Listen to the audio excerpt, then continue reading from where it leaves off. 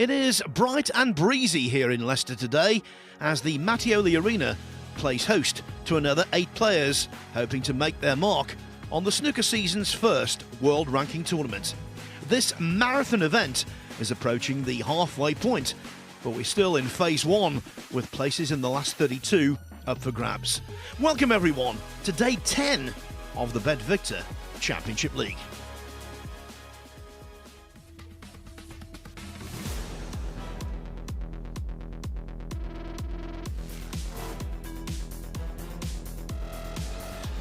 Very sharp, very focused. And that's a shot that again will live long in the memory.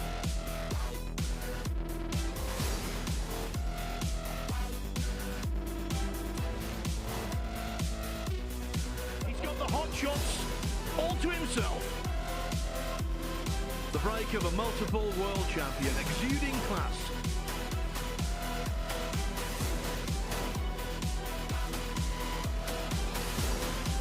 Absolutely magnificent shot.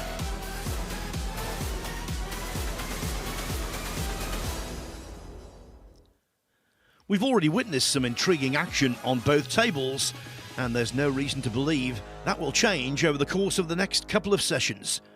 Today on table 2, it is Group 30, featuring Thailand's Thanawat Terapongpaiboon, Welshman Daniel Wells, and a pair of Englishmen, Stuart Carrington and top seed Stan Moody.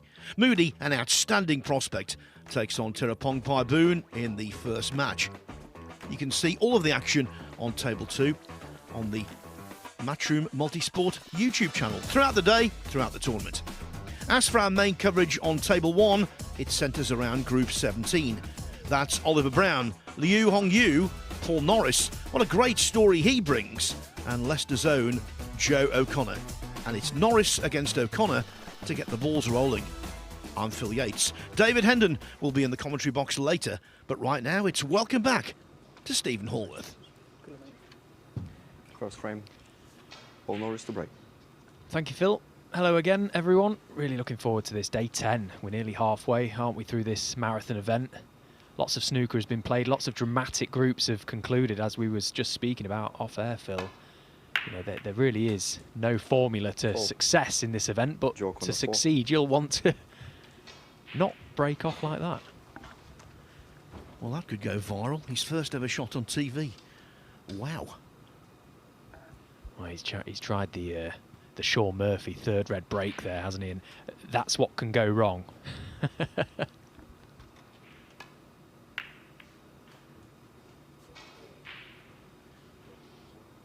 Back in the day, Neil Foles tells a story when they went to China for the first time. And of course, there were no players out there of any repute back then. Very different now. And the Chinese wildcard, who was in the tournament sort of on a token basis, broke off in the opening frame and missed the reds completely.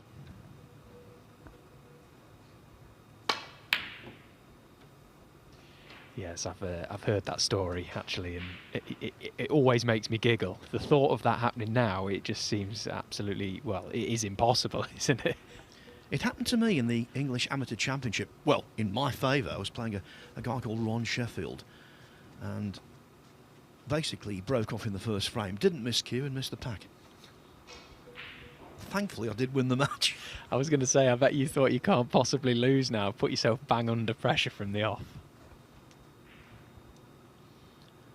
So I said that Paul Norris had got a great story to tell. I'll attempt to let you know if you don't already. As he knocks in a nice red and makes a lovely cannon. Yeah, basically, he's 59 years of age. He turns 60 next month. And he's in his rookie season. And the reason for that, well, he came through the Asia Pacific Open. Won that, beat Vinny Calabrese in the final 6-5 from 4-2 and 5-4 down back at the Commercial Club in Albury in Australia in March. And that's why he's on the tour for the first time at the age of almost 60, the oldest ever rookie in snooker history.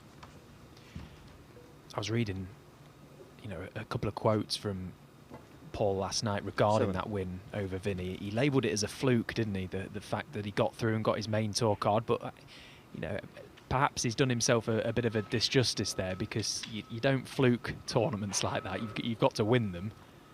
He probably just can't believe that it's happened, but every credit to him. It just goes to show, doesn't it? You know, age is just a number in this sport. If you're able to, you can play the game, and clearly that fire is burning for Paul. And why shouldn't he take up the opportunity to compete on the professional circuit? Listen, he can play. He took 4 frames 8. off Anthony Kowalski in the China Open qualifiers. Now, you can win the odd frame by being a little lucky, but not 4.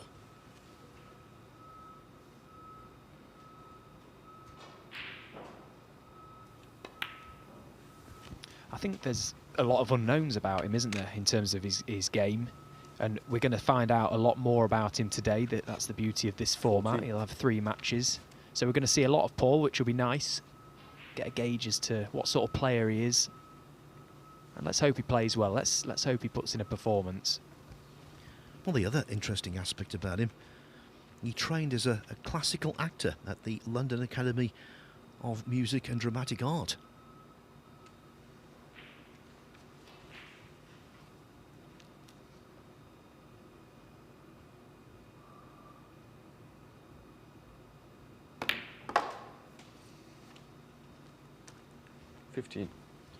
So if he won the World Championship, then make a movie about it and he could play himself. Just caught that one a little thick, a little dead as it were. That's why he's not on the blue on the correct side.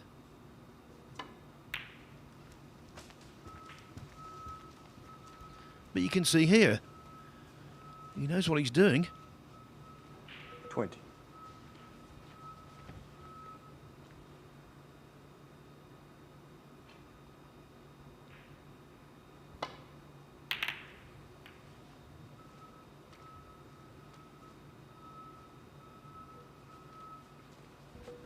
Paul Norris, 20.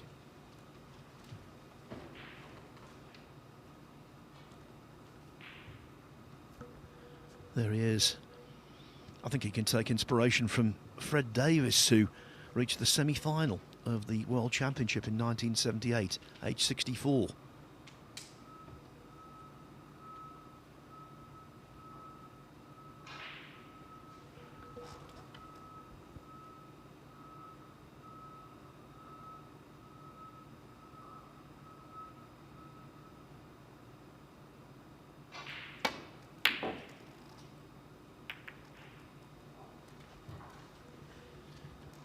So this is probably the first time that Joe O'Connor has clapped eyes on Norris. Doesn't know what to expect. But he's a Championship League stalwart, so he knows full well it's very important to make a good start. Yeah, it goes far to say that Joe O'Connor is a bit of a Championship League specialist, actually. He seems very good in this format. His record suggests that. He was runner-up last year to Stephen Maguire in this event. He's been runner-up in the invitational version of this tournament too, to Mark Selby. So he doesn't mind playing multiple matches a day. And as you say, Phil, he well recognises the importance of these early frames. They make a big difference.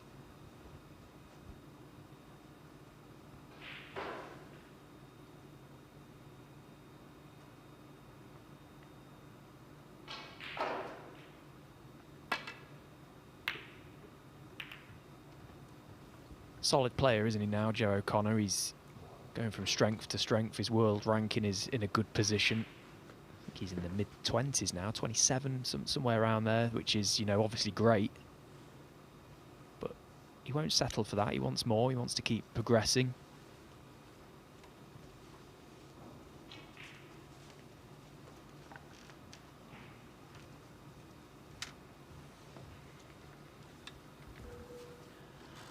I was looking at his scores when he won the Asia Pacific Championship, Norris. Didn't have any breaks of note. And in his first 2 matches as a pro in the China and Wuhan Open qualifiers, even though he won frames, he didn't make a half century there either. So to get the result against Calabrese and other people in that Asia Pacific Championship who are fine players. He must be quite savvy tactically. Yeah, that's what that picture tells us for me. You know, he's got a lot of experience, clearly. He's been around for a long time. He's competed a lot on the amateur circuit over the years, but at this level, in this company, his scoring has got to improve. It just has. The game is, you know, too advanced now. The players score too heavy. And as I often say, gone are the days, Phil, of grinding out matches on the tour. You can't really make a living and sort of improve your ranking grinding games out. You've got to score heavy. Yeah, you can win frames in bits and pieces, but not matches.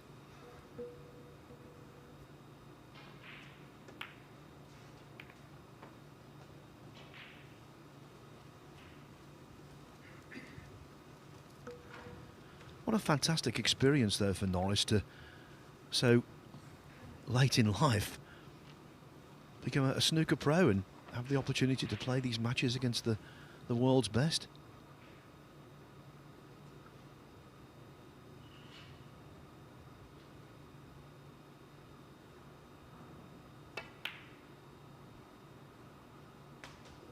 That was a really good shot, Stephen. It was a good pot, yes, but that is an example, you know, the shot selection that Paul has played there. He left that as a tempter for Joe O'Connor, and of course Paul is very much getting used to the conditions all the while out there as he plays. Played on the star tables last week in the qualifiers. These are the Rassons. But when you left a shot to nothing like that, he couldn't leave anything, Joe, but the red he was missing. You can't leave them for these players because they'll knock them in. 8. And he may pay the price. This is a half-decent chance now for Joe.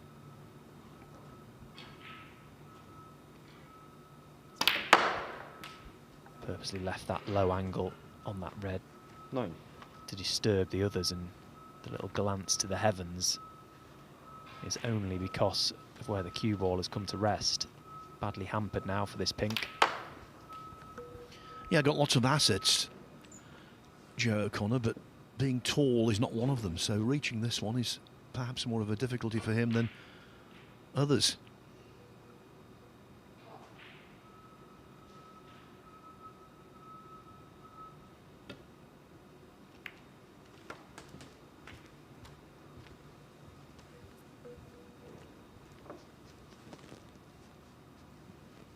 $15.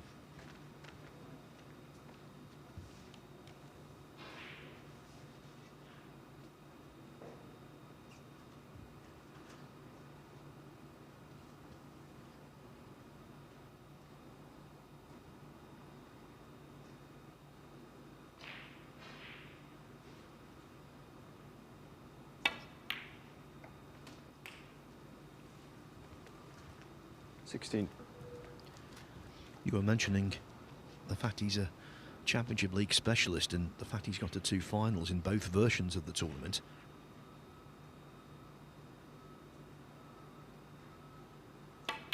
In 2024 in the invitation event, he made a 147, the 200th recorded in professional snooker. 20. And I'll tell you what, he had a better chance of a 147 the following frame. Could easily have made maximums in 21. successive frames, which would have been a real story.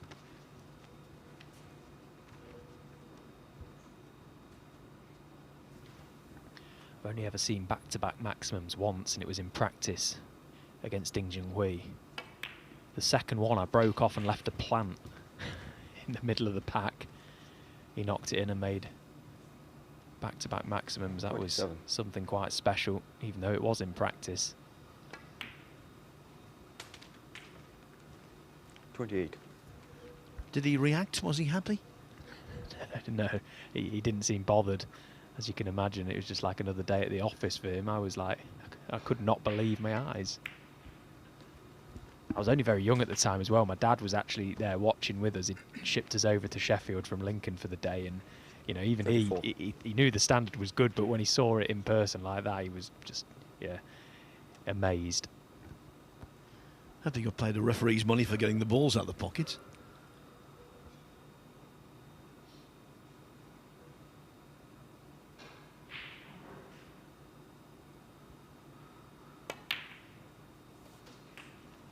35. He's very neat and tidy, O'Connor. He is, yeah.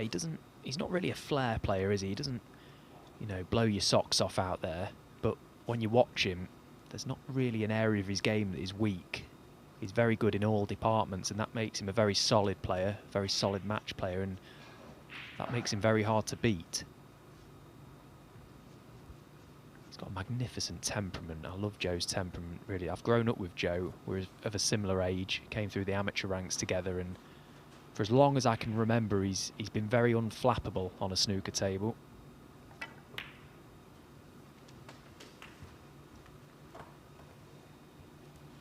Wanted more roll on the cue ball there, though, because the red he 42. wanted to pot to middle won't go to the yellow bag.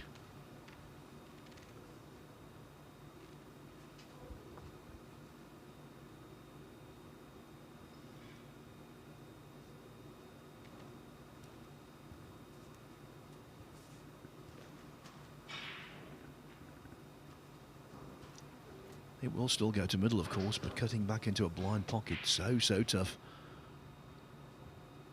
We'll probably know it's in before him.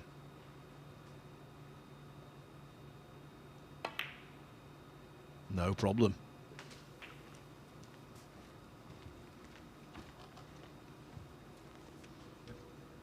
$43.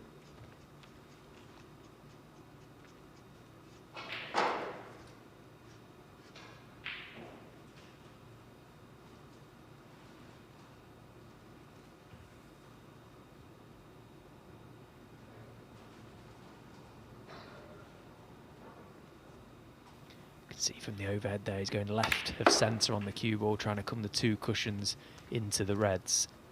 It's a great attempt, but that's going to be end of break. 49.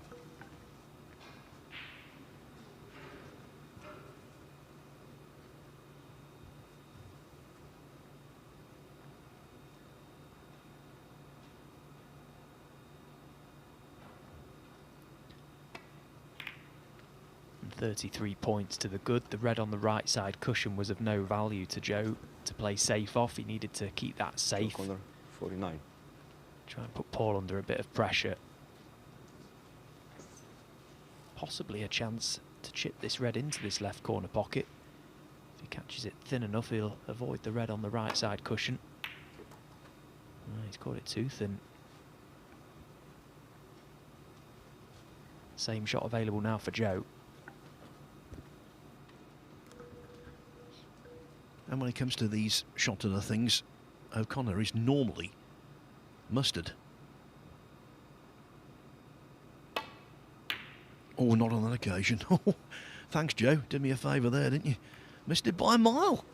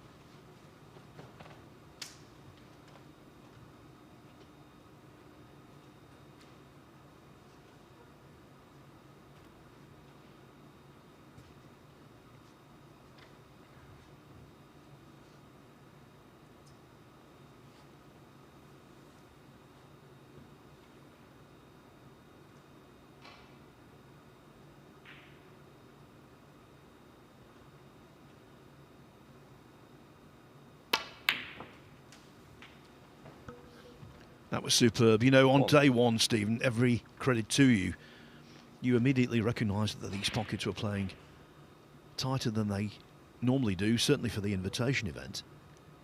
And that's definitely been the theme. They've given nothing away, and so a pot like that has to be struck very well indeed. 4. Yeah, as a player, I think when you're out there, you can get a sense of how tight the table is playing pretty quickly. You know, even when you knock them in, you can just watch how they go in the pocket off the jaws, and sometimes you can gauge an idea as to how nippy they are very early, and it was clear that they are playing actually just right, to be honest. They're not, you know, super tight. They're just as they should be, which is a good thing.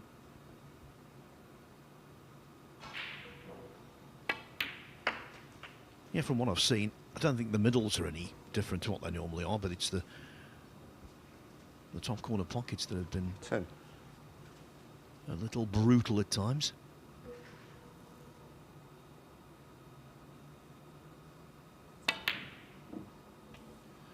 Well, he missed that, but maybe that would have gone in the invitation event either last winter or the forthcoming winter.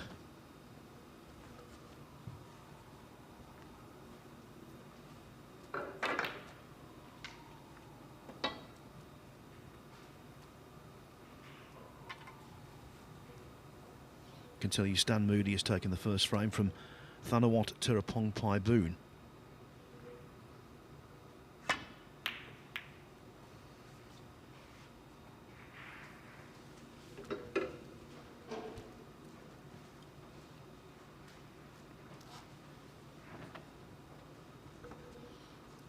In keeping with what we've just seen from O'Connor there, we've seen an awful lot of frame balls missed over the course of the first 9 days of competition.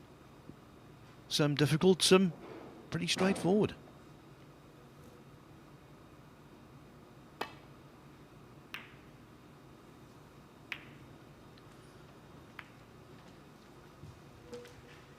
So a degree of hope for Norris.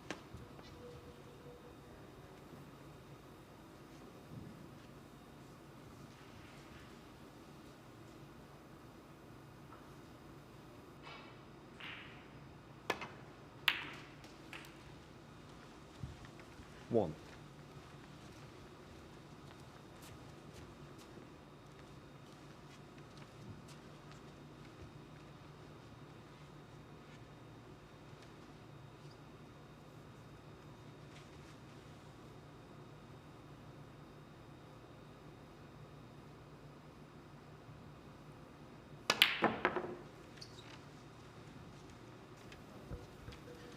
And that's one thing you need to try and avoid, powering them in. Yeah, a bit of a bad decision actually there from Paul. He could have done with just taking the points on that black. Didn't need to try and get on these reds. The black just potting it was difficult enough, but as you see that added pace, there's just no entry there.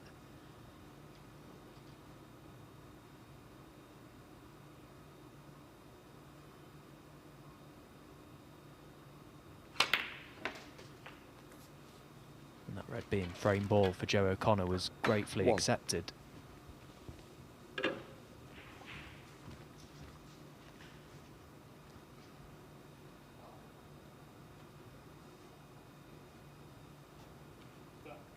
Black.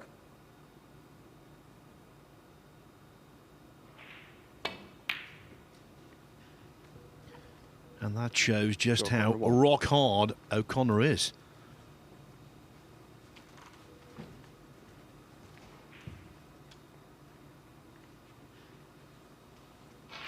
I think in this situation, other players might have conceded the frame. Yeah, depending on the result of this escape, he might just have a little stab at trying to hit this red. If he leaves it, I'm sure he'll let Joe mop them up. It's too wide, he's left the red, so that now will be this frame done and dusted. Old school though, I like to see that. Correct etiquette from Norris, he didn't concede with his opponent at the table. Me too. That is proper, isn't it? You know, you should never do that. It's bad etiquette, as you say. Just let Joe have his moment and then just stay in your seat. There's too many players now that just move the balls and you know, knock them down as if to say, set them up. You shouldn't do that. And worse still, when frames are conceded, when your opponent's at the table knocking in balls, obviously you don't see frames conceded when someone's on a big break. But I still think it's a bad optic.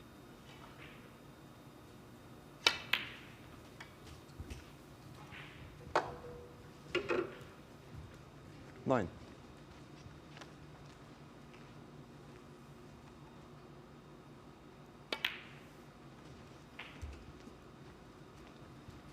12.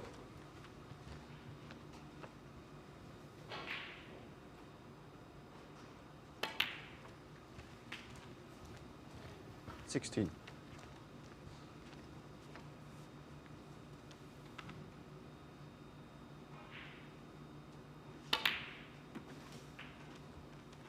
21.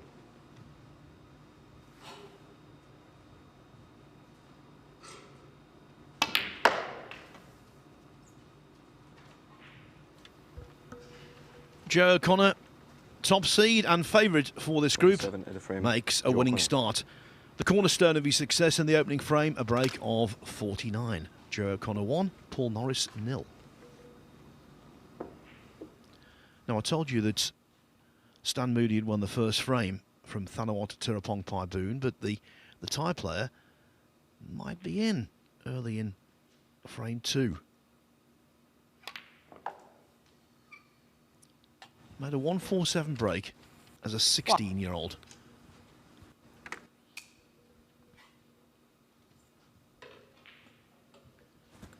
Spent some years away from the circuit. Now he's back, and let's hope he makes a favourable impression. Yes, I used to practice quite a lot with Thanawat, actually.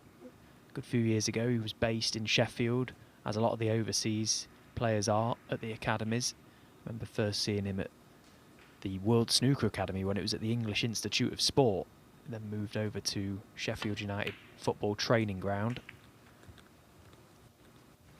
Good player. Not seen him for a few years though, so it's nice to see him back.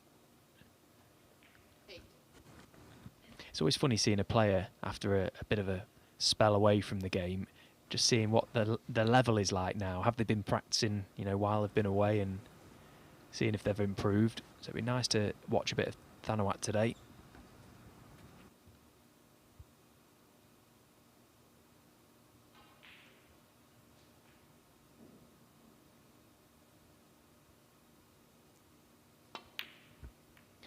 And of course, to do that, you can strike up another screen and watch over on the Matchroom Multisport YouTube channel.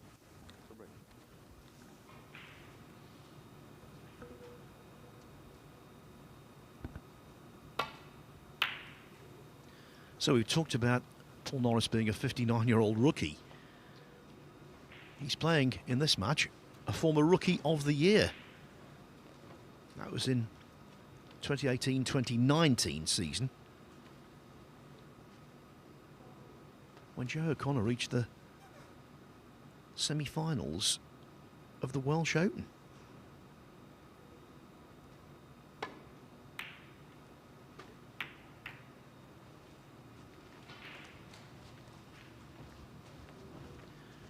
Well, to start the break of 49, that really helped in the first frame. He potted a not dissimilar red to this, to middle. This is actually a little easier.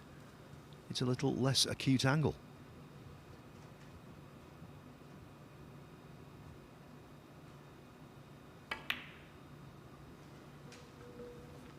One.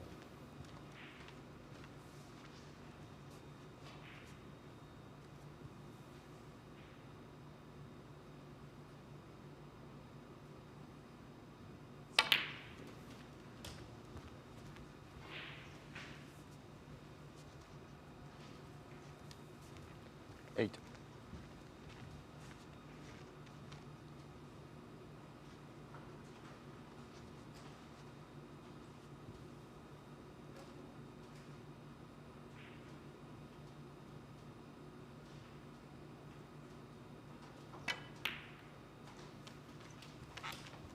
9.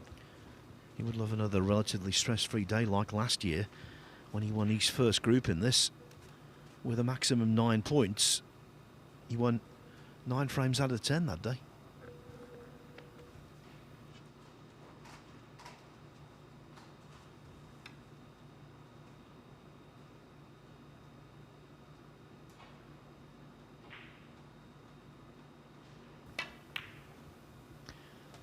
Wasn't a nice angle on the black to attack that pack of reds. So headed up the table. 16. Would have liked to have been better placed on this red, but he's still okay. He can pot it and come 2 cushions out, blue or bought colour.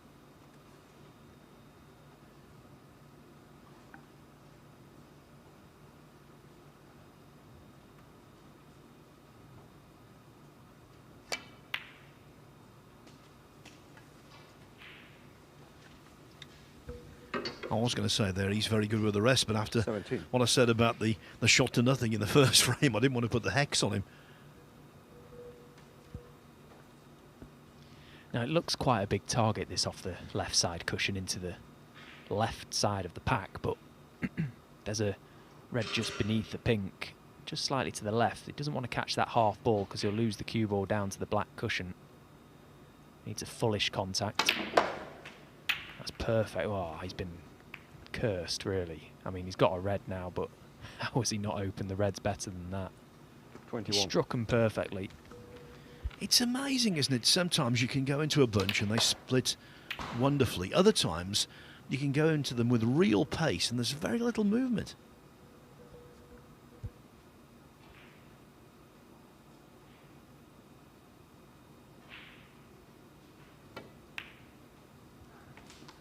And he deserved it to be on a red, 22. didn't he? Because he did play it well.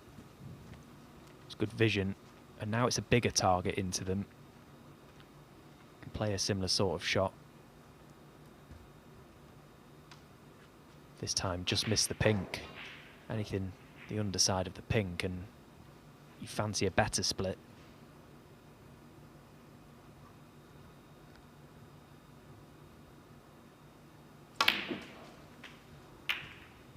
Yeah, and again, he's played it absolutely to perfection. Two really good shots there from Joe. 24. The ill fortune here is that he can't put the black into both of its natural pockets. But the pink will provide an alternative.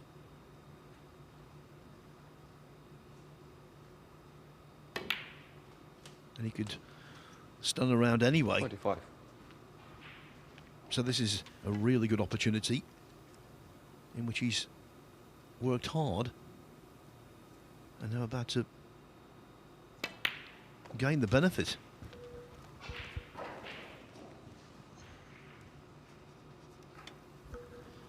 And of course, by potting this one, the black then becomes available into both of the top corners.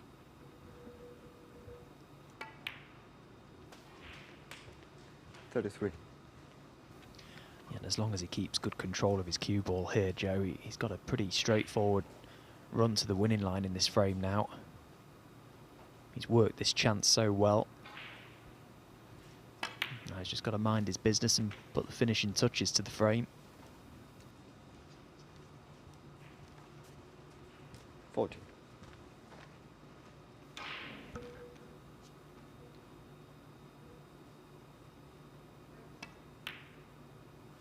Astro O'Connor started the season in those qualifiers 41. in the China Open and Wuhan Open. Well, I think it's fair to say mixed. He won his first match 6-1 against Sam Craigie in the China Open. And he played brilliantly in that. Breaks of 70, 67, 120, 58 and 137. But then he lost to Anthony McGill in that tournament. And then in the Wuhan Open, lost his only match 5-2 to Chang Bingyu. He led 2-0, made a 1-3-9, but then Chang gained control. So some good stuff, but nothing to show for it.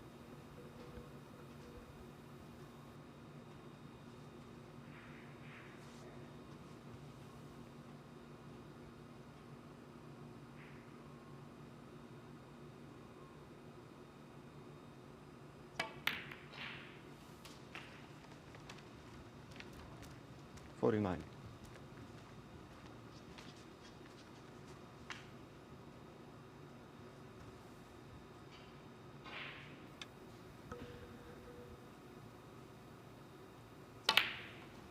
And we always harp on about this, Stephen, but if you can make a big break early on, keep it in the back pocket, 56. that could be really useful when everything is totted up at the end of the day. Yeah, we only need to ask Ben Wollaston about that, don't we? Another group the other day that ended quite incredibly. Ben finishing the day on 6 points, which is more than enough to win a group on another day. Ended up finishing third through the high break.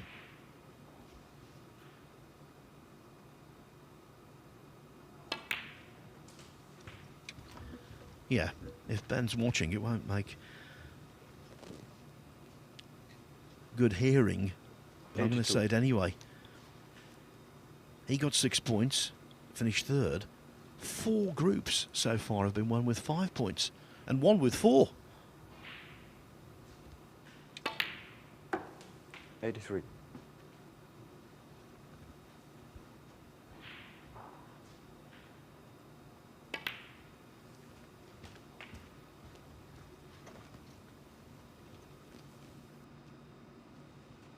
$69.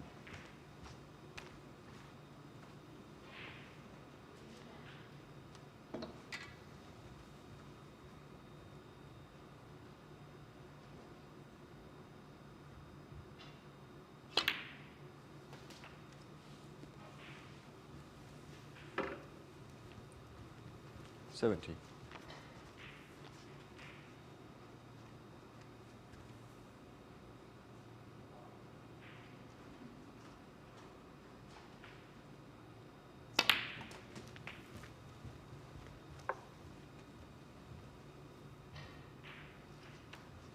$77. Of course, in the group that Ben Wollaston finished third in, Liam Davis did make a high break, 1-2-1, but it wasn't high enough. Nopon Sankar got the verdict with 1-2-3. So every ball that O'Connor can knock in could be very important.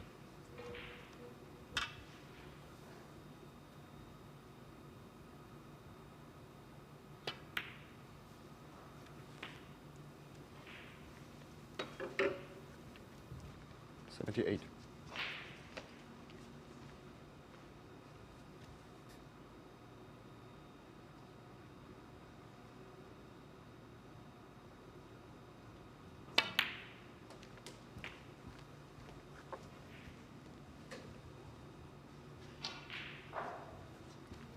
$85.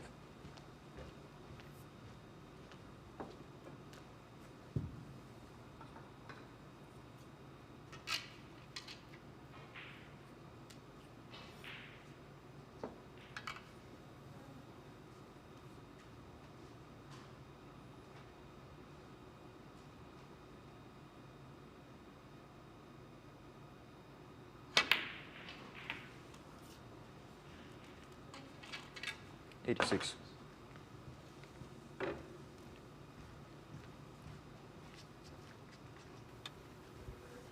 So less than a handful of balls away from his 4th century of the season already.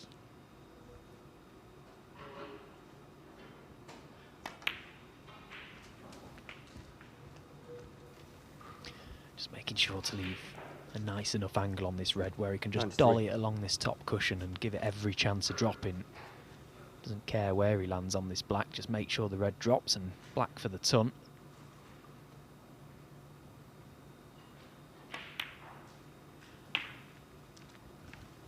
$94.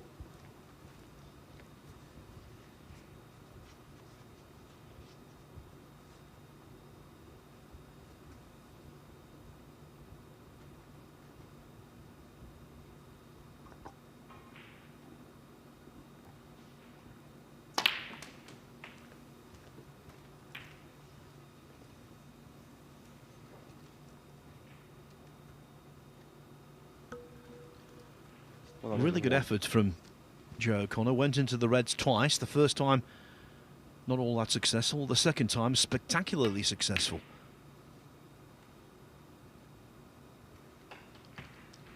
Joe O'Connor 101. So frame 2 is confined to room 101. And Joe O'Connor takes a 2-0 lead. Life on the circuit, as Paul Norris is discovering, can be very tough indeed. Over on table 2, Thanawat Tirapongpai Boone has just drawn level with Stan Moody at 1 frame each. Now, we've just seen O'Connor making a century there very nicely, but the number of centuries in this year's tournament is drastically down on the same stage last year. The 2025 ranking event version of the Championship League was full of fluency, but I think partly because of the tightness of the pockets. Fewer centuries this time. I believe it's 28 now with the one we've just seen.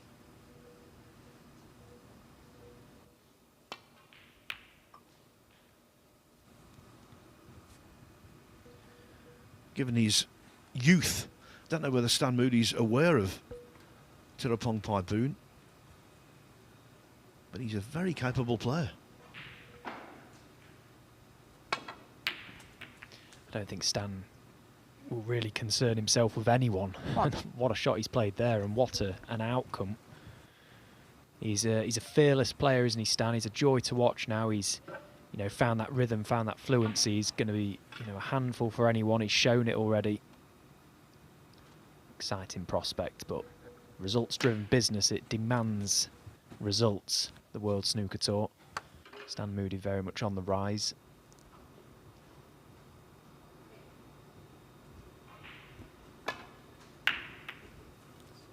This time gets the third red break off correct and gets Joe in trouble. If you can ping that break, it really does work.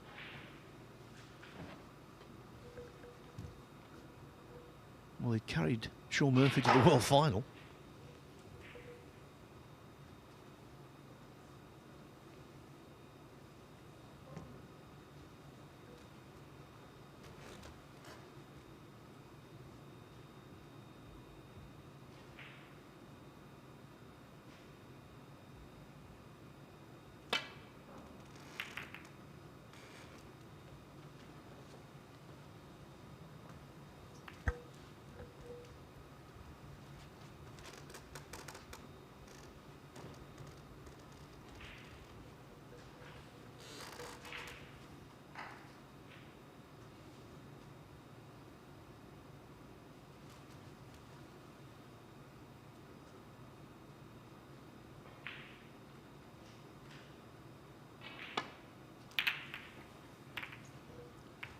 Oh dear, he's just spent an extended period sitting in his chair, and it might be the same story here. It was a safety shot that was riddled with danger.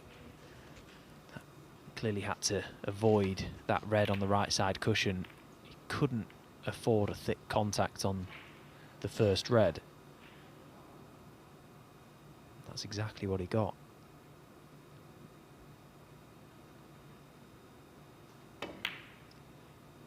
It's one of those safety shots, Phil. You stood behind and all you can do is tell yourself anything but thick, anything but thick. And then as soon as you hit it, you know you've hit it thick, and you just want the floor to swallow you up.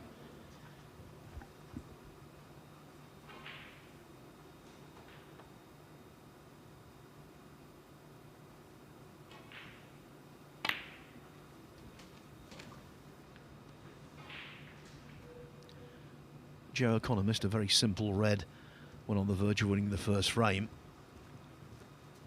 But he's not the kind to make too many unforced errors because he takes such care. 7.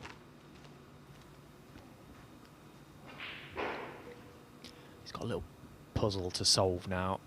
As you can see, the pink has been replaced on the black spot and potable into the left corner. The red that is right of pink and black is causing Joe problems at the minute. He'd like to get rid of that sooner rather than later, and he slowly start to unlock this business end.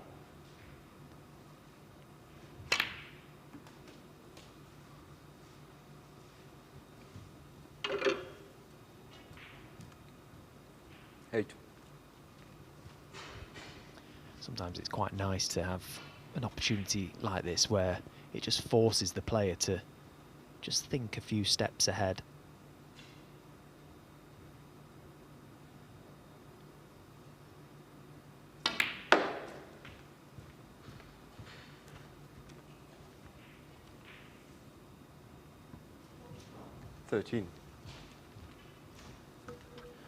Must be quite difficult to play O'Connor because when he's in the groove he scores very heavily, and the way he scores he takes a lot of time at the table, so you're kept out for extended periods.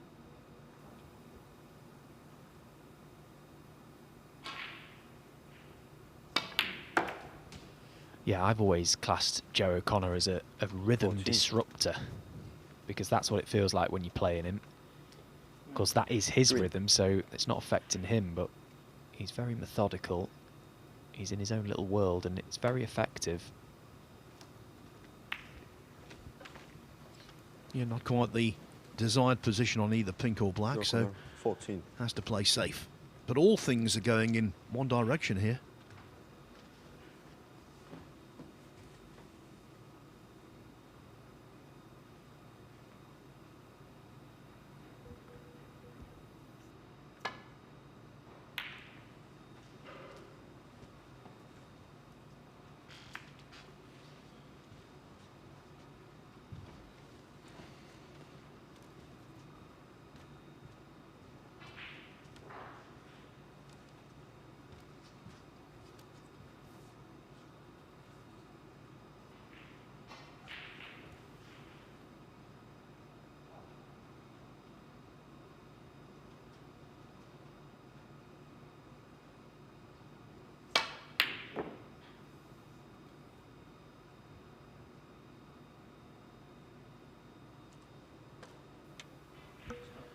Well, that was a pretty expansive shot. The only red he could leave was the one he went for, and he nearly did leave it.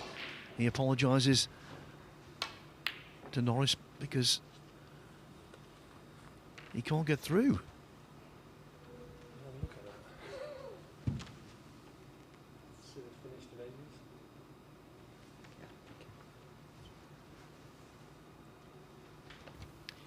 Yeah, he thinks he can catch the thinnest of edges on this red. Chip the cue ball in behind the yellow, perhaps. Oh, caught it way too oh dear, that is disastrous. Disastrous. Well, 2 shots in this match that would be on the blooper reel. The opening break in that one. Yeah, he smiles, but he doesn't feel like it. He won't be smiling in a second when he sees Joe O'Connor place the cue ball on the baulk line and he pots the red right down Paul Norris's eye line past the green.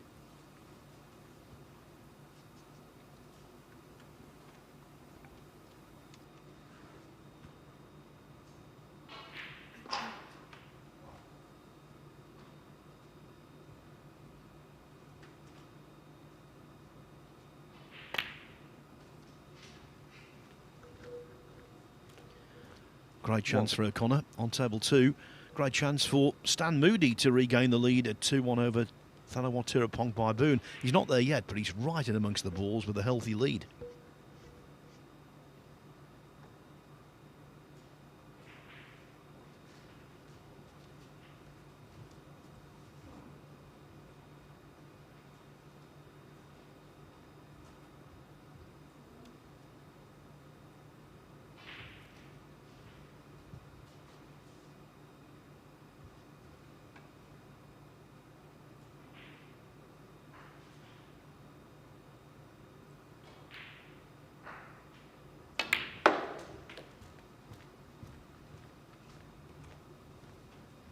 Didn't strike that the best. That's why the cue ball is uncomfortably close to the side cushion.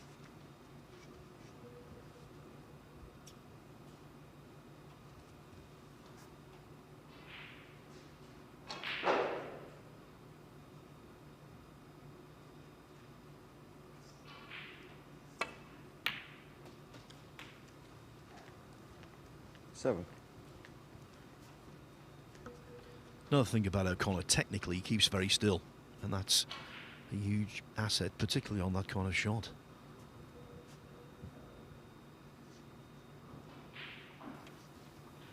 Yeah, his technique is very compact. There's not really much that can go wrong with it.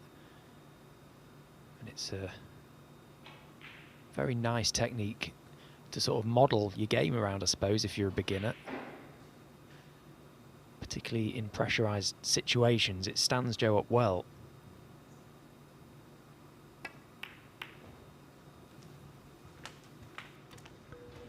And the point I'm making here is purely hypothetical, but we know so many wonderfully talented players out there 13. Who, if they had O'Connor's temperament, they'd be even more difficult to beat than they already are.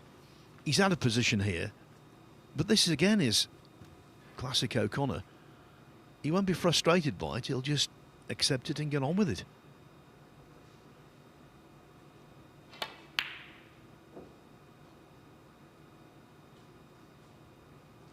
Now then, what can Norris do? Your corner, 13.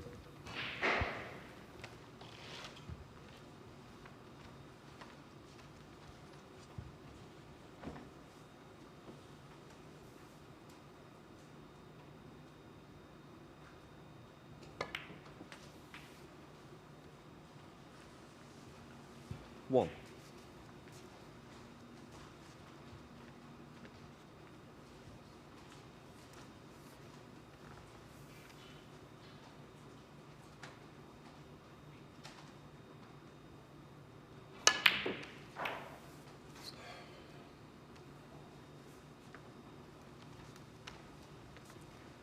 Paul Norris, 1. Wouldn't normally miss a ball like that.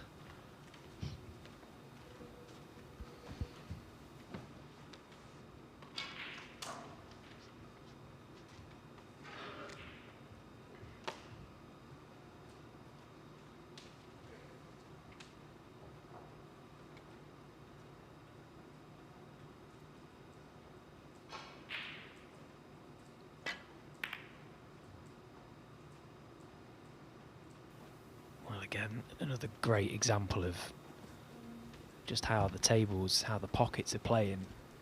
That certainly would have dropped in years gone by. You just lack that bit of accuracy on these and they're not going to go in. So Paul Norris, he gets another chance. He's had lack of table time really. He's failed to get any sort of rhythm, any sort of momentum going in this game. Can he find something?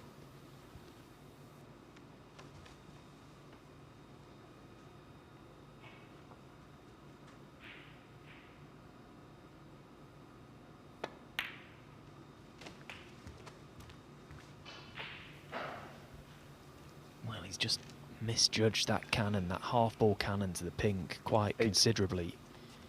Well, it's borderline not even worth taking on this red now to left corner. Can't see how there's any value in it.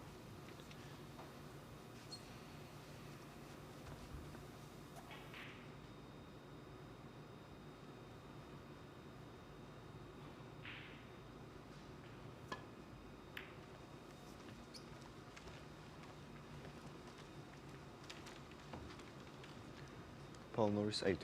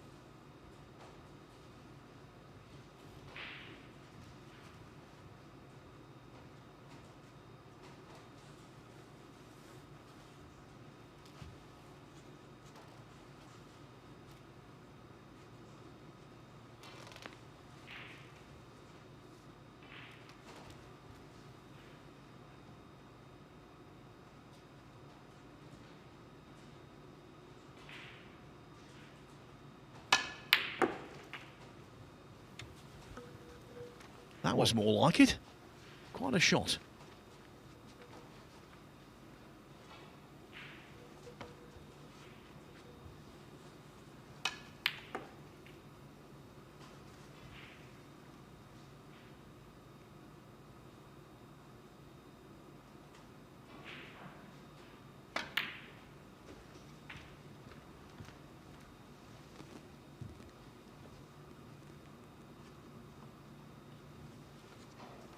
Five.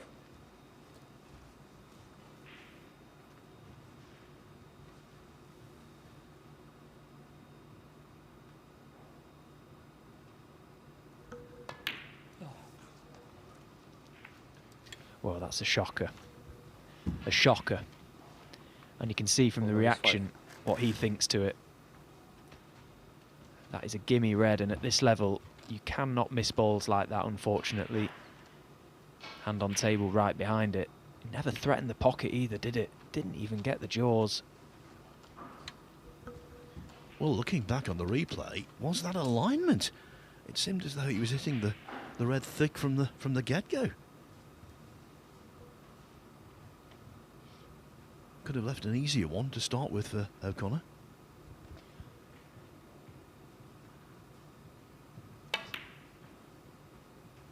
Yeah, it's a shame, isn't it, that misread from Paul, because it's the sort of shot that can haunt you for the rest of the day. OK, he's 2-0 down in this game. He needs to win these next 2 frames to salvage a point. But at any stage in any match, if you miss a ball like that, it fills you with dread. You can't believe you're wondering why you've missed a ball by that far. A ball that was so basic.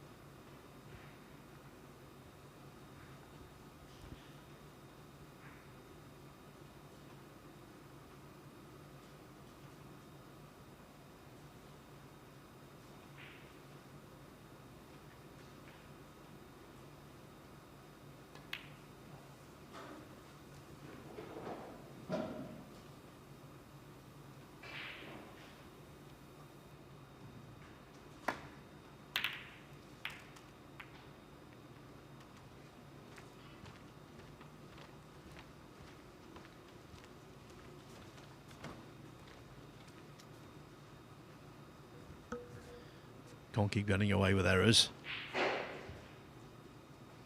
Although again, the starter for O'Connor is far from easy.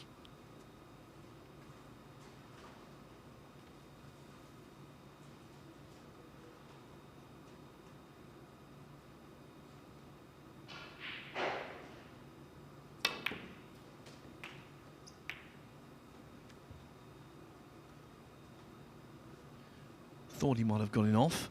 1. Thought he might not be on anything, but he is. Again, though, whatever colour he takes on, missable. This pocket has been spiteful.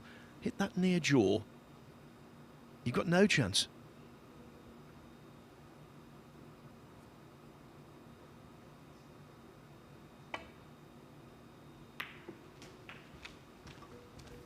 That's a good pot, really, isn't it? From where he was in the jaws of that middle pocket and at the pace he had to play it. Another good example of how staying super still on the shot really does help. Just let the cue in do the work, let the cue play the shot for you.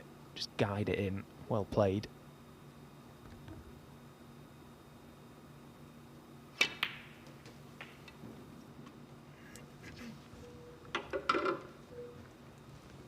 So far it's been a fertile field, this tournament, for the top seeds in the groups. 18 completed groups, 13 top seeds have progressed. And O'Connor is making a good start in his quest to become the 14th.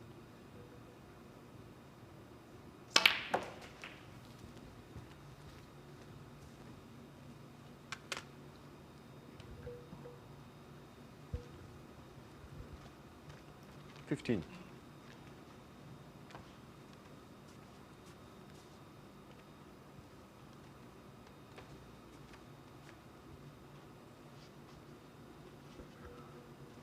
Can confirm Stan Moody is 2-1 up on the other table. A break of 52 in the third frame from Moody, the highest of the match so far.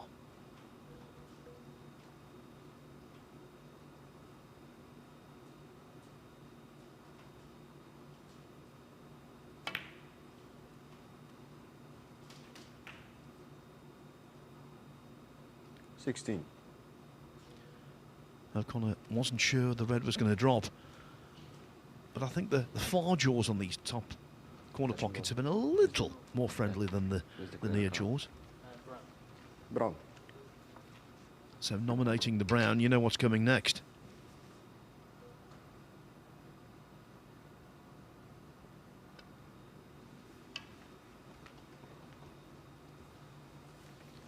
Well, that's loose if he's not got the snooker. 16. Well, how bad are your eyes, Phil, if you think he hasn't got the snooker there? No, I was just in shock that he hadn't got it. I'm only joking. That is a shocker, though, isn't it, from Joe, to not get the cue ball in behind the yellow. OK, he's not been punished for it. But it was such a big target, wasn't it?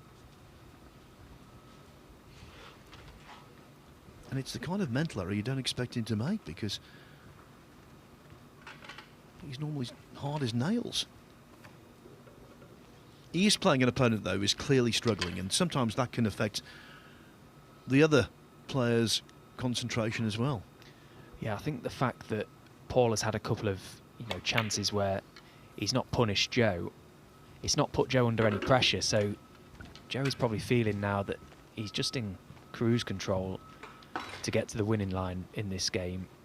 He knows he hasn't got to really pull up any trees to get the result now, and that can have a detrimental effect on your mindset. Joe will just want to get the job done as quick as possible and reset, go again later. But what a pot he's pulled out there. It's incredible, isn't it? The balls that you can miss on a snooker table, and then a couple of shots later he knocks in one like that. Feeling invincible in a snooker match is not a good thing to be. You never ever know.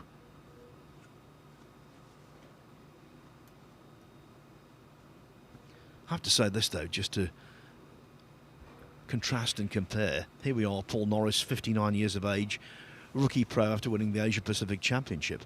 Our next match features Liu Hongyu and Oliver Brown. Liu won the Asia Pacific Championship at the age of 19 to get on the tour.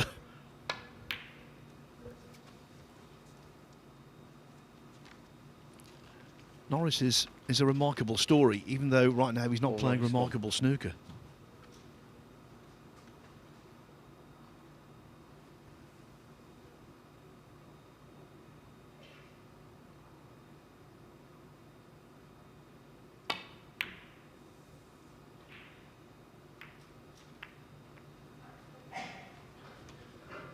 So, Stephen, I can't quite see. Has he got the snooker there?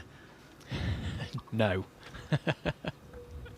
He can fit a bus past that blue and still get to the red. Phil Magoo.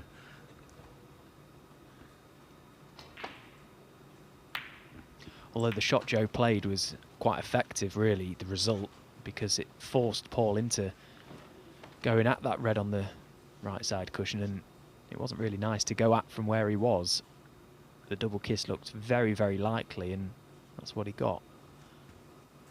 So can Joe again knock this in across the table, head nice and still?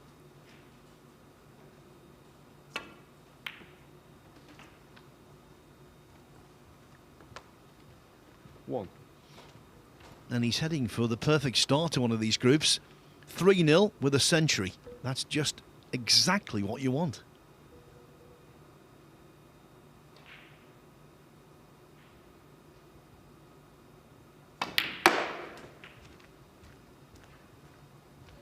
But he's not quite there yet. 39 in front, 43 on. 7.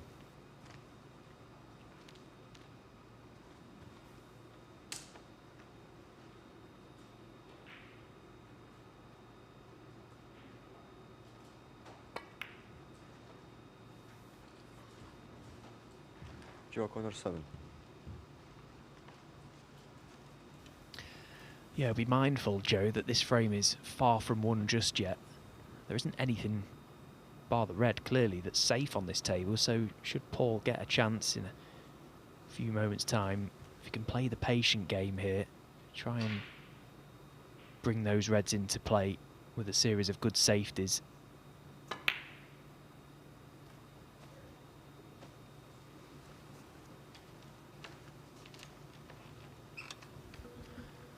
Such a tough competitor, though, O'Connor. You might win a frame against him, but you're not going to be gifted a frame.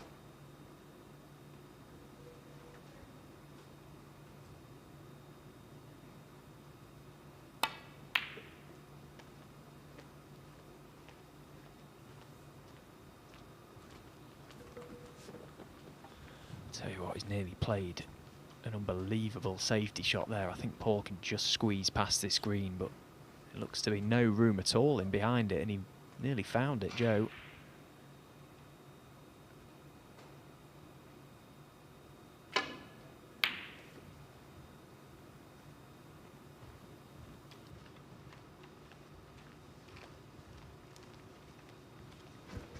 He's the kind of player, O'Connor, if he played you on December the 25th, he wouldn't give you a frame.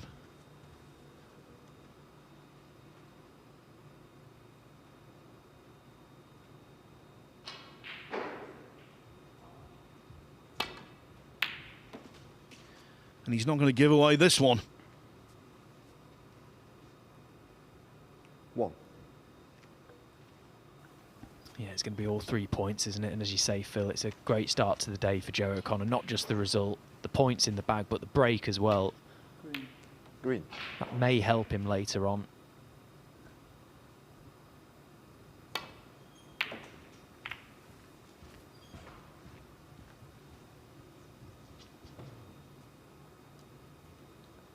Four.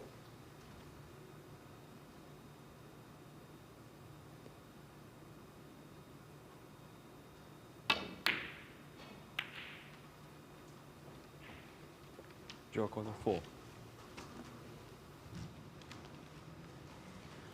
Low scoring frame indicating the scrappiness of it.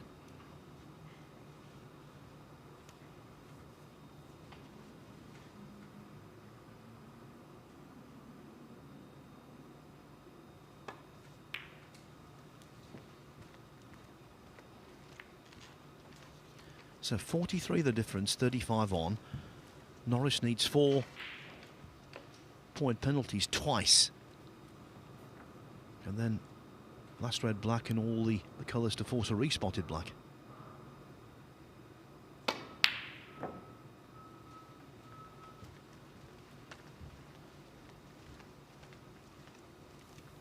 Some big targets on this table though, isn't there, for snookers? Not so much the yellow, even though it looks in a good place. It's quite a small target in behind that, but green, black, blue in particular.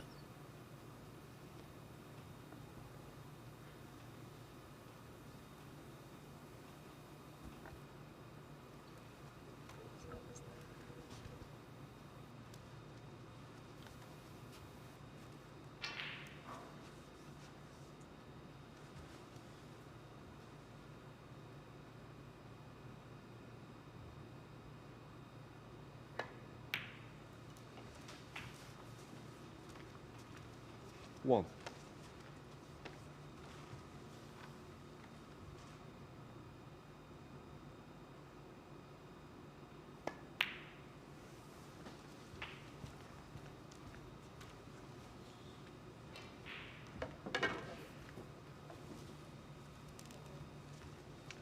Eight.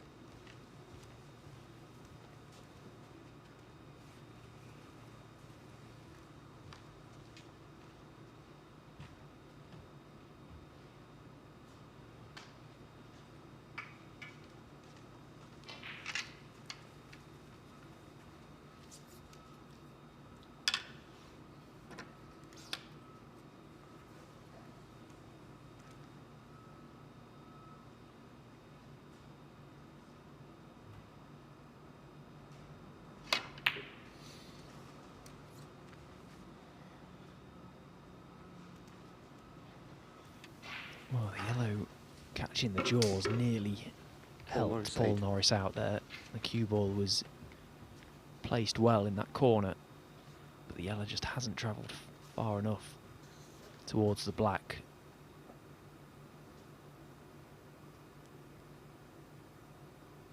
And in fact, he left the potting angle. Good shot from Joe again, very solid.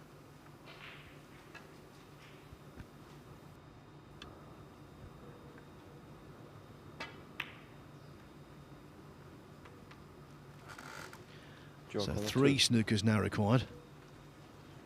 But Norris wants his money's worth.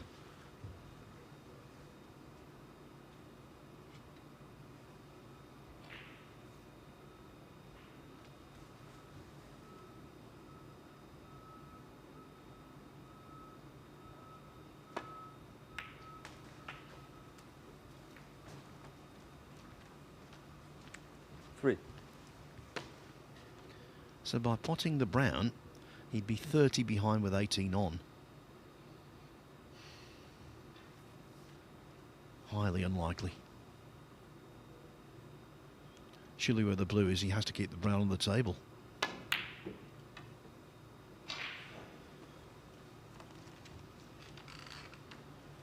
Ball number 3.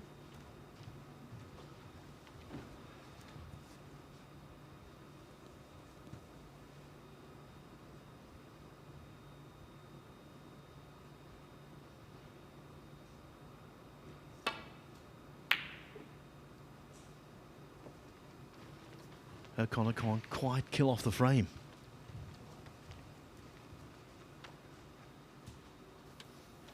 Yeah, it's landed awkwardly for Paul because, as you say, he wants to keep the brown in play. But the pot is screaming out to him here because it's not easy, to get distance between cue ball and object ball where this brown is.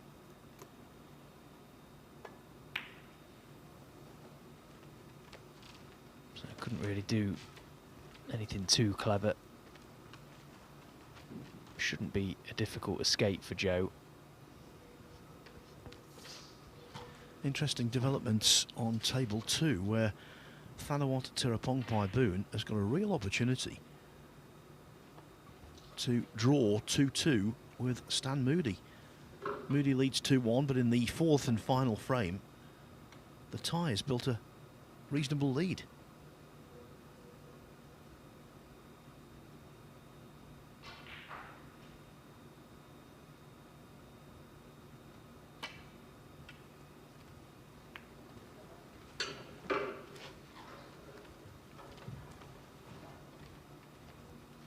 I think in this kind of situation, for the player who's 2-0 up and well in front in the next frame, you need patience. And that's one thing that O'Connor's got in abundance. Not going to get under his skin.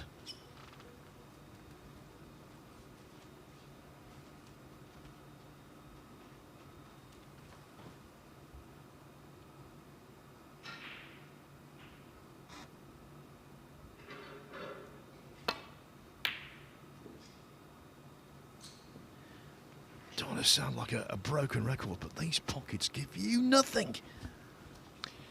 You can see from the players' reaction how they thought they'd struck it. Joe has had a bemused look on his face on a couple of occasions in this game where he thought probably when he struck it that the ball was destined for the back of the pocket. Not to be. At any given opportunity here, Joe should be looking to push this brown in or over any pocket, really. Just force Paul into knocking it in. Take that big target off the table.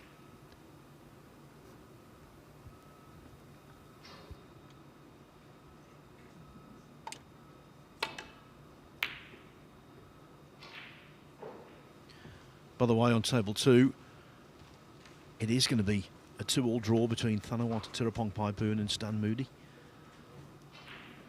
Thanawat still potting balls, but the frame is out of Moody's reach.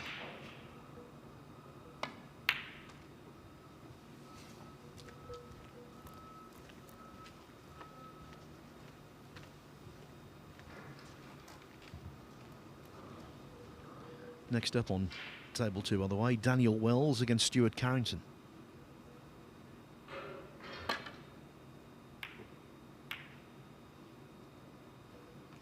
Hang on a minute. Is there going to be a twist?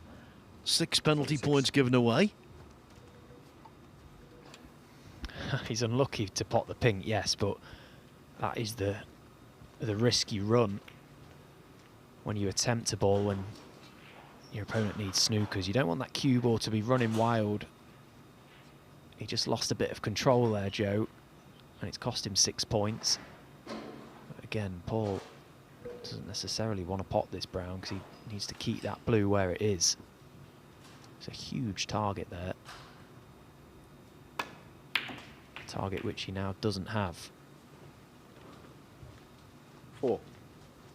But maybe there was method in the madness, Phil, because he's just pushed the black to a good spot. Yes, and of course if he pots the blue, he'll be 19 behind with 13 on, so 1 snooker on the pink. I don't think he did the maths. He's played a terrible safety shot, but he certainly didn't do the maths. Had to pot the blue there and get that snooker on the pink because it was almost a certainty, really, where the black was placed.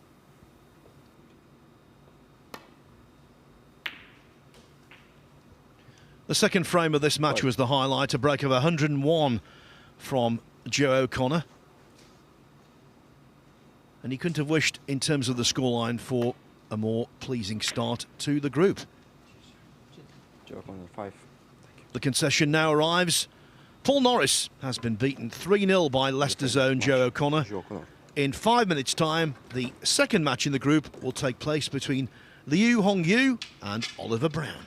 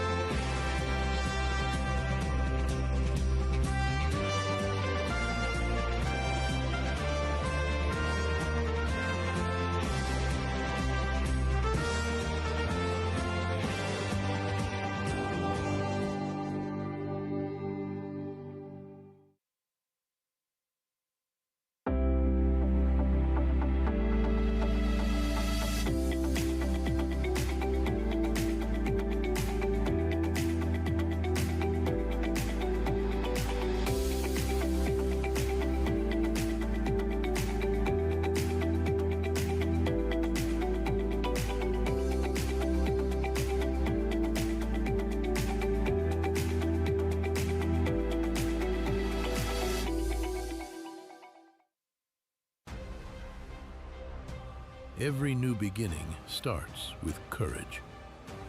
And round here, we have that in spades. One shot, the break, it changes everything. Made better by pressure. Two rivals at every table. A crowd free to live in the moment. From the four corners of the globe, the greatest players arrive, chasing more than a title.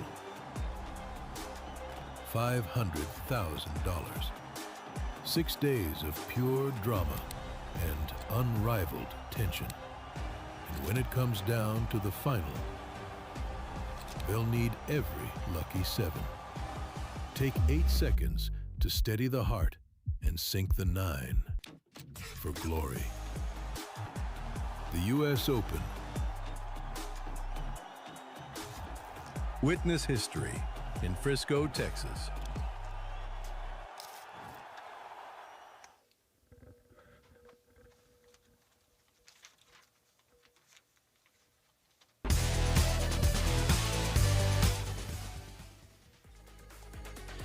Welcome back to the Mattioli Arena, where two groups are being contested today in Day 10 of the BetVictor Championship League. Over on Table 2, an early setback maybe for Stan Moody, only drawing 2-2 with Thanawat Tirapong Pai Boon. Next up, Daniel Wells and Stuart Carrington have just begun, actually. The match over on Table 1 that got things underway was Joe O'Connor against Paul Norris. O'Connor coming through 3-0 with a century in the second frame, 101. Now it's Liu Hongyu against Oliver Brown. And both of these have made pretty encouraging starts to the season.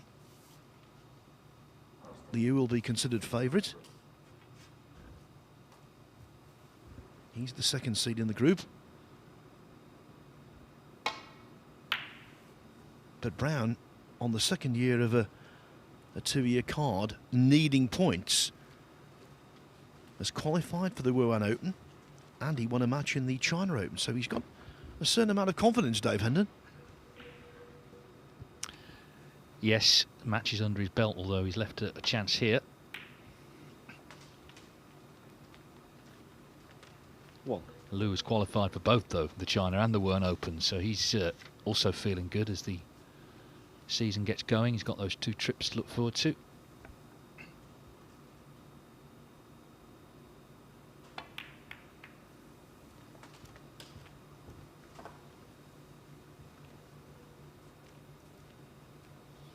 Yeah, in qualifying for the China Open, he was dominant. He won 3 matches.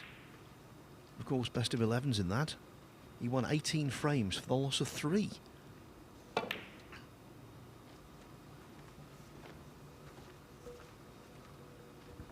I just couldn't quite keep the break going, but of course these two have seen the top seed Joe O'Connor win 3-0, so a draw really is a big setback in this match for either. They've all out to win it.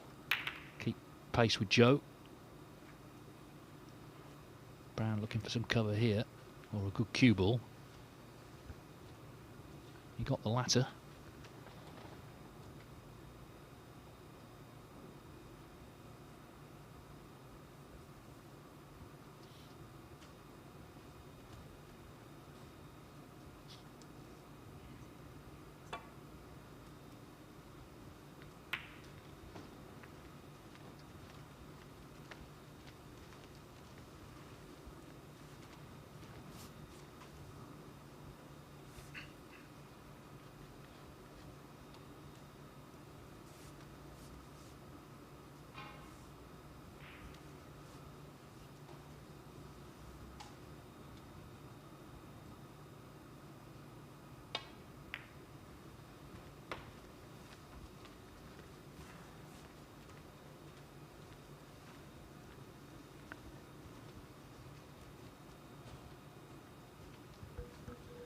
I made the point earlier, Dave, when I was commentating with Stephen Hallworth. We've just seen Paul Norris, who won the Asia Pacific Championship at the age of 59. Liu Hongyu won it 3 years ago at the age of 19. That's why he's on tour. And he's got a soft spot for the Championship League. It was his first ever tournament that year in 23, and he won his group on debut. Yeah, he won it again last year, but then didn't have a good season. He didn't actually get past the last 64 after that, so already things looking better in this campaign. Now, Oliver Brown just checking he's covered this red, which he has done. But has he spied a plant here?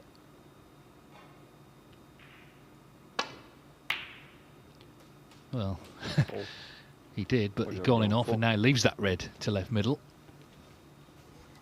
That was a very bad error, wasn't it?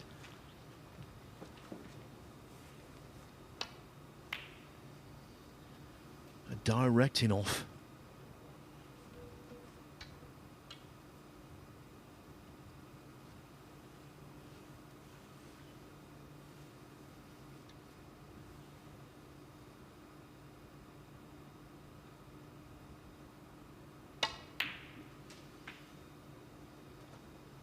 1.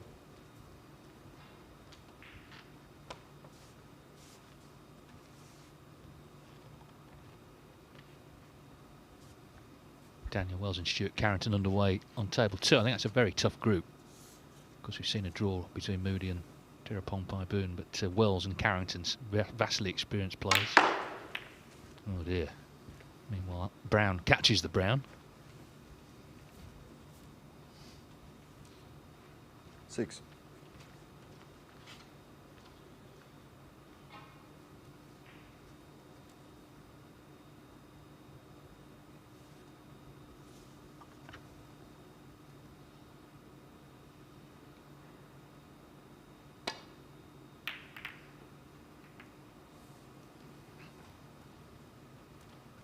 Oliver Brown 6. O'Connor already in the driver's seat, isn't he? Not only 3-0, but he made a century as well in case it comes down to break. So that first match can really set the tone for the group.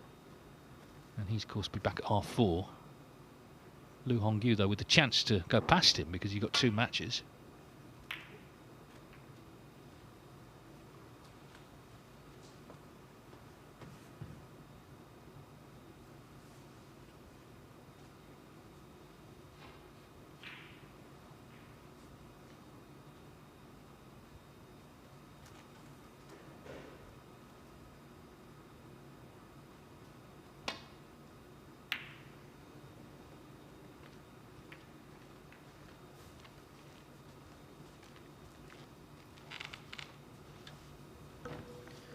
Well, you might think he's left a red to top right-hand pocket, and that is true. But there's no positional future at all.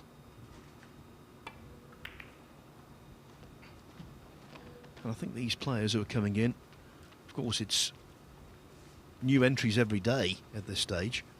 I think they're cottoning on to the fact that the pockets are playing very tight, so sometimes little tempters are being offered that might not otherwise be.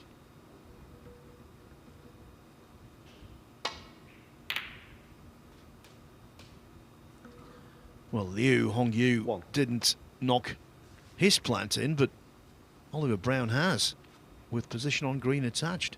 And there was quite some distance between those 2 balls.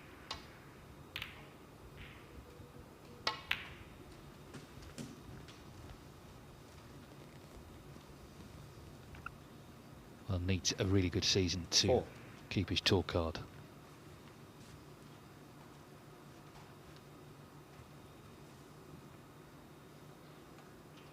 Will have to go deep in something to stand a chance. 5. Yeah, absolutely right, and that's something he's never done before. Best performance in a ranking event, last 16 of the Gibraltar Open, and that was 7 years ago.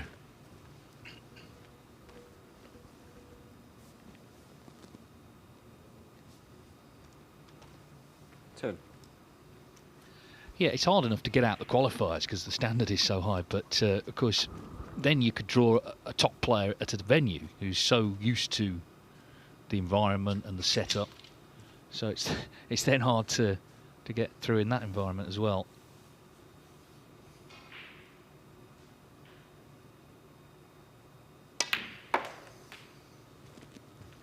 $11. And as if to prove your point, Dave, when he plays in the Wuhan Open, Brown will take on Kyron Wilson. Yeah, so as you say, that's going to be tough.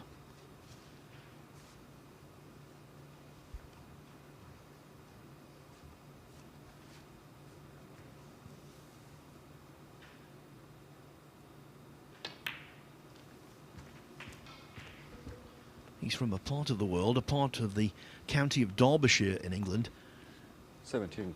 which was the home of one of the most influential people in the history of snooker, a certain Mike Watterson. 18. He was a really good player, Mike, but the impact he had on snooker was as a promoter. It was he who took snooker to the Crucible in 1977.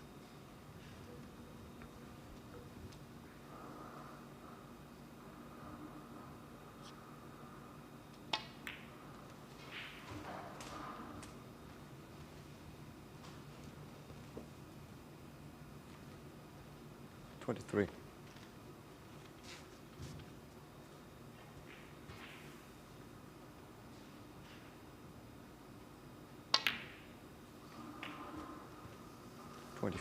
Yeah, Mike Watterson. Also, he started the original World Darts Championship.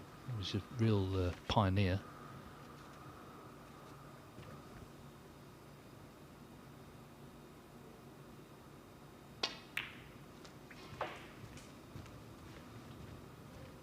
Well, it's a well worked out plant he got in with, and now just looking to put his stamp on this first frame, Oliver Brown.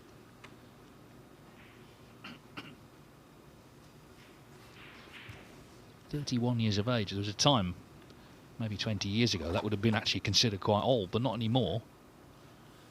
When there are 350-somethings in the top 16.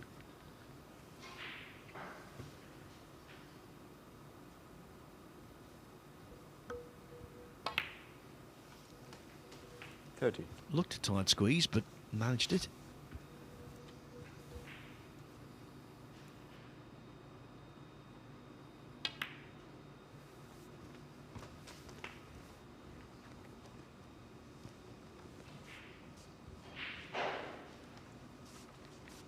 $36.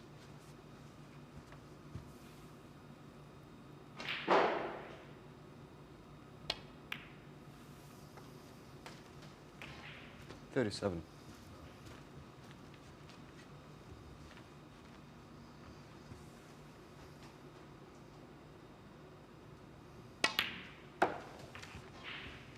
Well, this has been a nice break, actually. He's been in nice control of this, so just needs to try and complete the job now. 45 in front.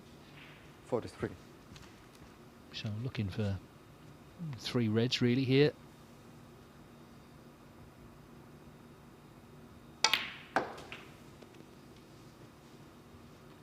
$44.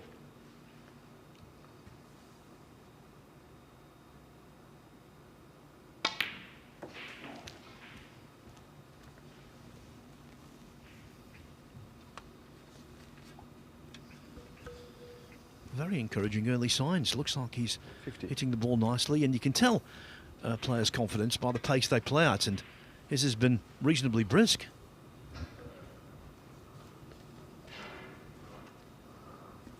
Yeah, I did commentate on one of his qualifying matches. One he didn't win, actually. Marco Fu beat him in the China Open, and he just didn't score that day. He did have chances, because Marco is such an accomplished break builder. And of course he plays really quick these days as well. We'll see Marco next week, actually, in this Championship League.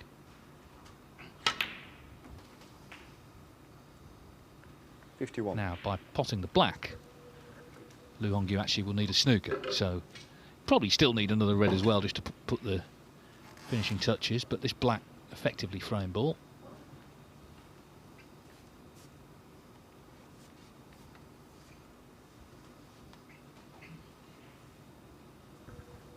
One of those really tough to reach shots.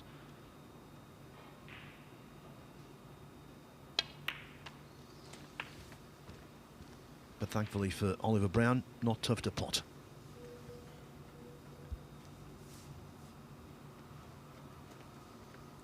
$58. Well, there's one snooker required as it stands.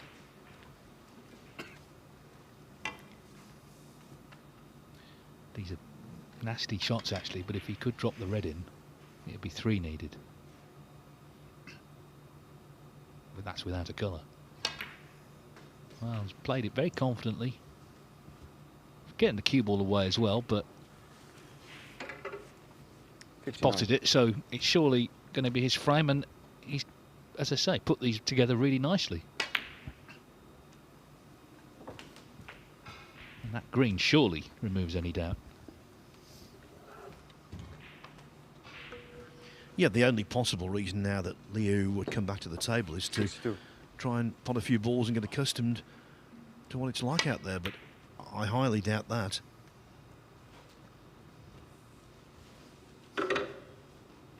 Oliver Brown, 62. Well, he's in a snooker. He's 64 behind. There's frame. 51 on the Oliver Brown. table. He was considering carrying on to maybe get his hand on the table and knock a few in, but now he does concede, and so Oliver Brown will be very happy with the start he's made. Also starting out, Daniel Wells against Stuart Carrington. Wells, the left-hander, leading by 30 points to 0 in the opening frame.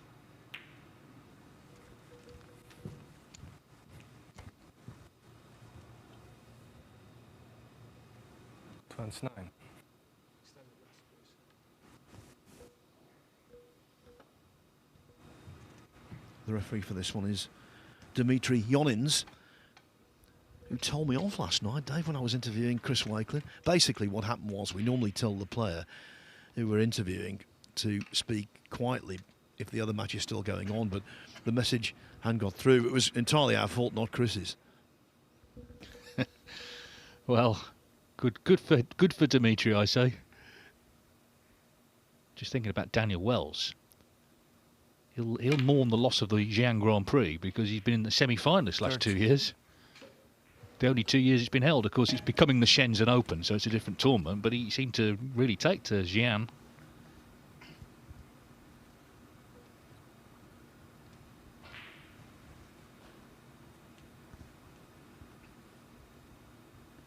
Stuart Carrington from the hotbed of snooker that is Grimsby.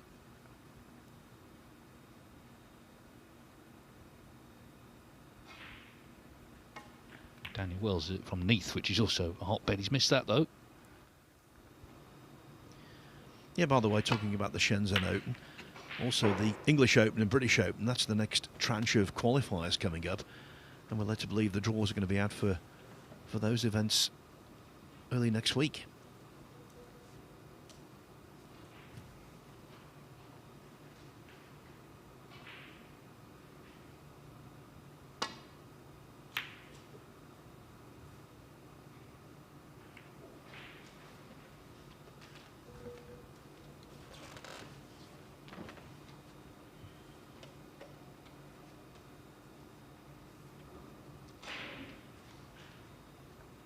Well, a chance here for Lu Hongyu. Not to be, though. He's got this schedule where he plays back-to-back matches in this session, which, if you do well, is a really good slot to have. But, of course, if you do badly, then your chances could be sunk before the afternoon.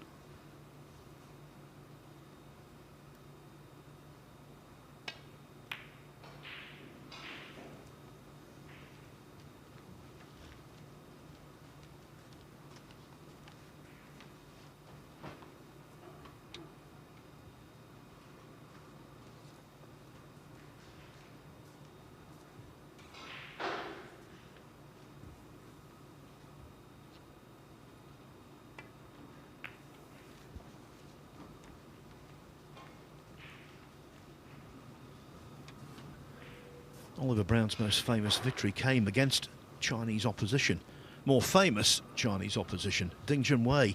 He beat him in the qualifying round of the Wuxi Classic in 2014.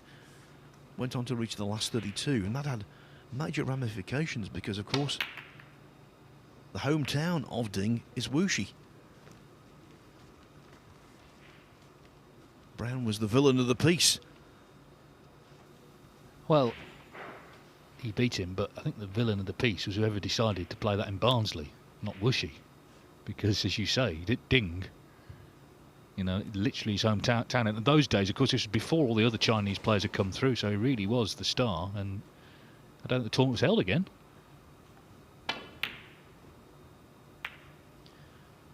Yeah. We were all astounded at the time, weren't we, that the match wasn't held back. The only other precedent I could think, back in the early 90s, James Wattenaar had to play a qualifier for his home event in Bangkok, and he didn't get through. And the event was lessened considerably by his absence. Well, it's an inviting table for whoever gets in first, because these reds are all in eminently potable positions. So there's a little standoff here. Hang on. Well, he's got him first, but he's not on a colour, so he can roll up to the black, but that's all he's got, really. Could screw back to the cushion, which is what he's done. Liu Hongyu. The only problem with that is the black now hasn't finished in a great spot, has it? But that said, there's plenty there for whoever gets in properly.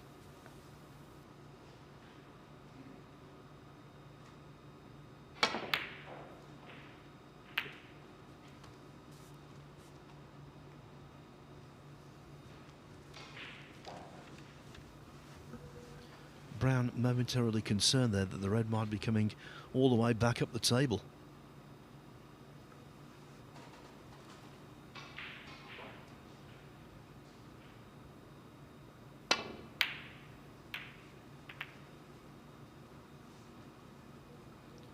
Well, there's genuine concern now for Liu Hongyu, with the red finding its way over the yellow pocket. One good positional shot here, and so much available for Brown.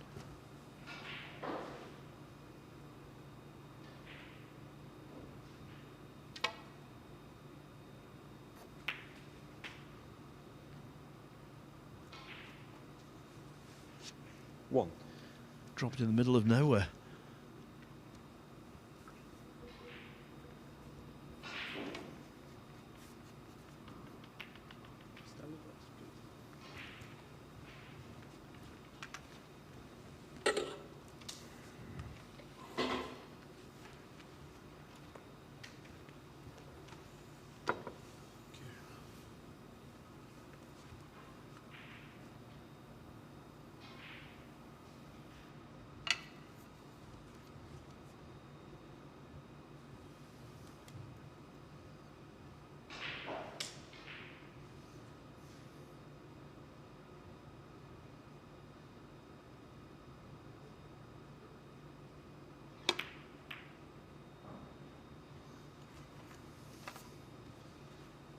Yeah, it wasn't on it good, and there was a lot of pressure on it because bound to be leaving something. This red to left middle, his favourite. Oliver Brown 1.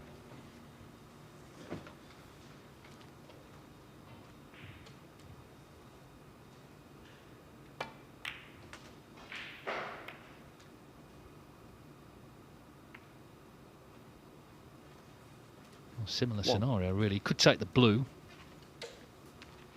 But again, there's pressure on it. He's going to have to get this. Brown may just be able to see, but it's a bit awkward queuing over the pink. So blue's favourite, but must get this pot.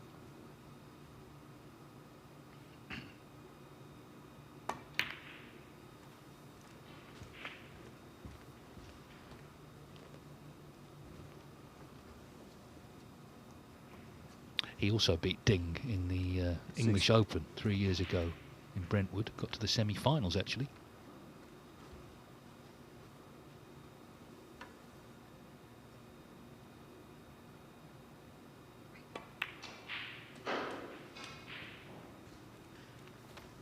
Seven.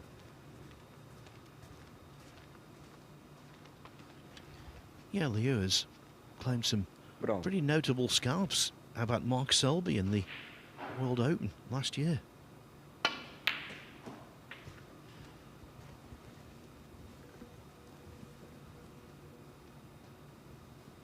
$11.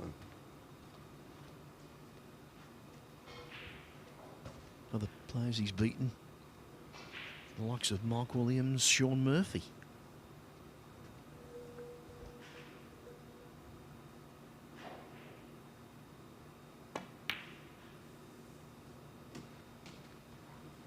$12. Well, that was the tournament where Ding got Dr. Frame for wearing the wrong colour trousers. And he'd never had much of a record in the home nations. I think that probably ended his love affair with them, such as it was. He tends not to enter them now.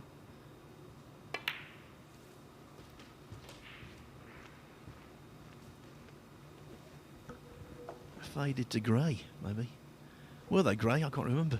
18. I think they were brown. He wears that nice brown suit, doesn't he? But there's just a different dress code, and he wasn't aware, but it just seemed a little strange. In fact, it made it onto Have I Got News For You. That's how ludicrous it was, really. 19.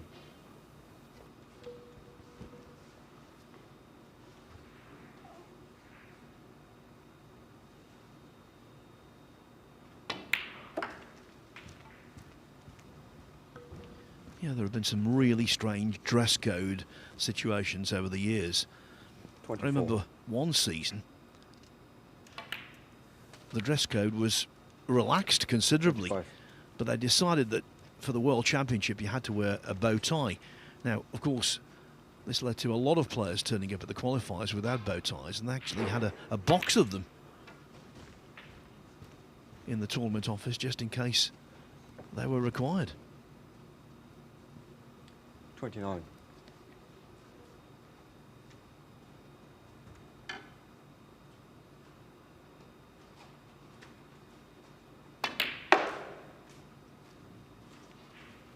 $30.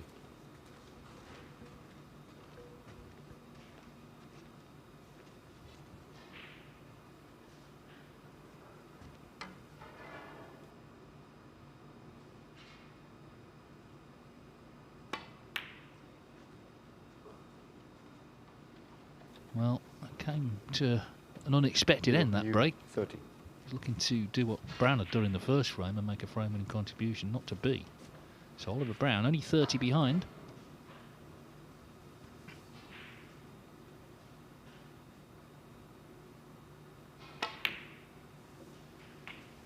One.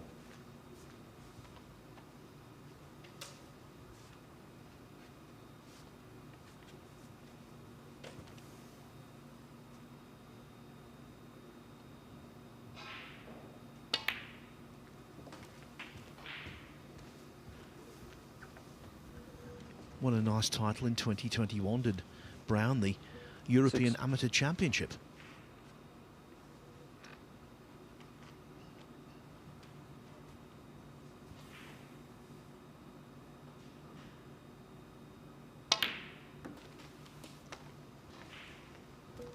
Seven.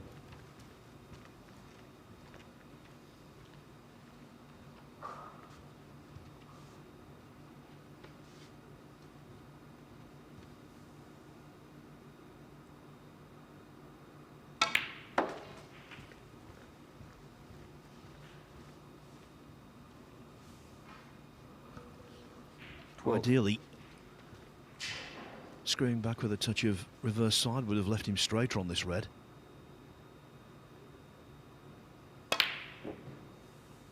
And it would have left the red unmissable, whereas that one Oliver Brown, 12. was rattled.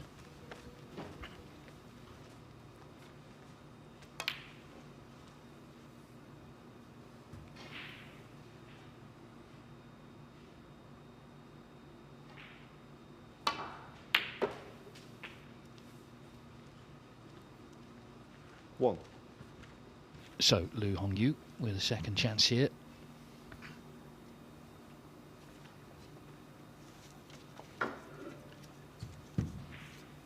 Already seen Chang Bingyu, Zhang Anda, Zhu Se, Hugo Chang, Pang Zhengzhu and Lei Pei Fan from China reach the second phase.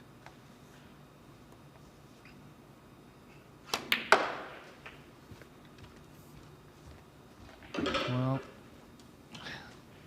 okay, he's on it, but 7. we know that in these pockets you've got to be so precise.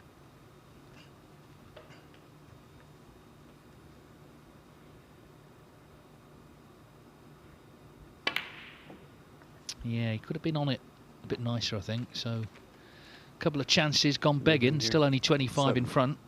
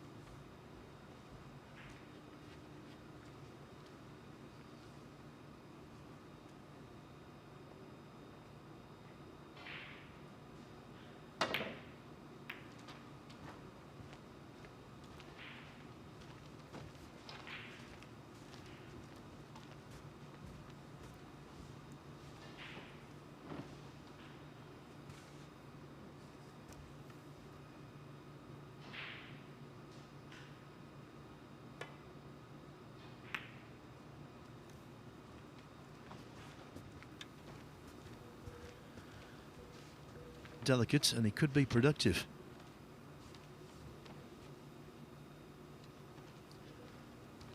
Not very often you see a table like this where 4 remaining reds are all either in baulk or pretty close to the baulk line.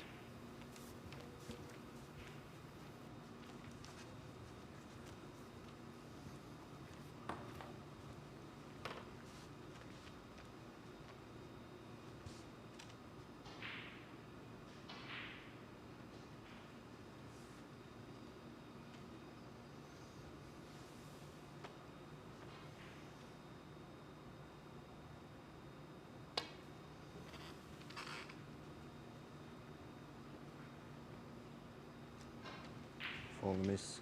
Look on you 4.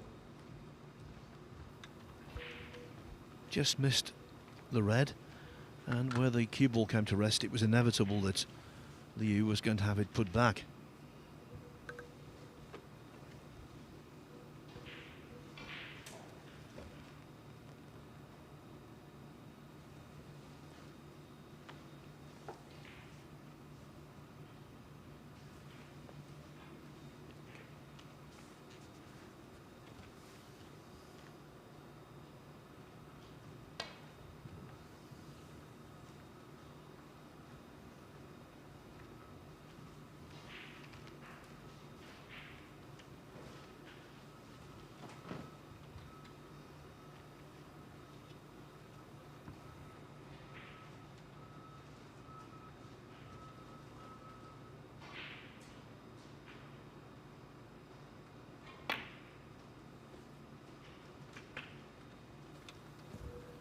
Nice spot, especially with cue ball so close to the red.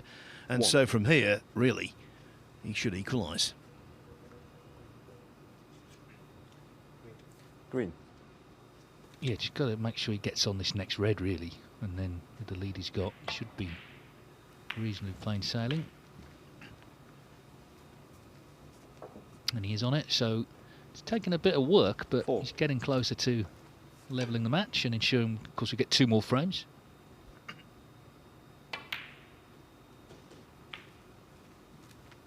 Five.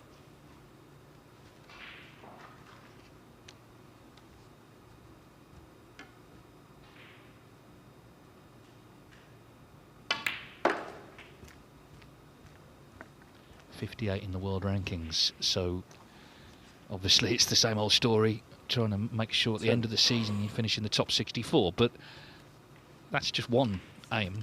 Every player on the tour wants to win tournaments, wants to go deep, experience the thrills of being in finals, and if you start doing things like that, then you won't be looking at the ranking list because you don't need to.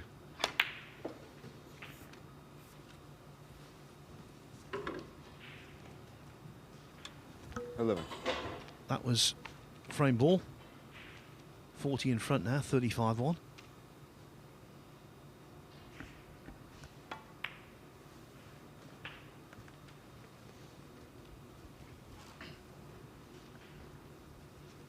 So Brown 15. won the first frame with a break of 62. Nothing of note in this one. But it is Liu Hongyu who is going to draw level 16. at 1-1. And that's a good scoreline for Joe O'Connor. The ideal score in the match for him at the end would be 2-2, a draw.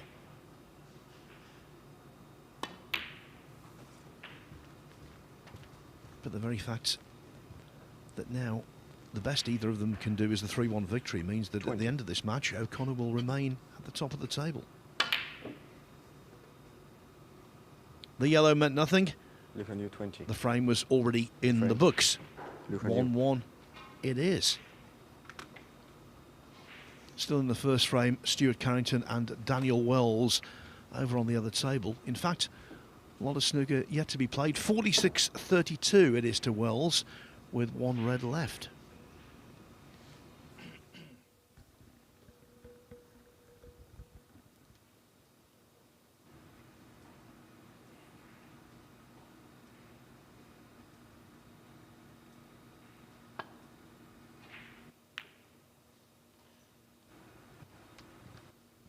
Yeah, as I say, these two been around a while, they're experienced players. So it's no great surprise, it's already a bit of a battle. Stuart Carrington came to the Q School. It was a pretty remarkable story because there's only 2 events. He had to pull out the first one because he had a bad back and wasn't particularly confident going into the second one. I think he sort of played the second one because otherwise, obviously, there's literally no chance. But he went all the way to get his card back.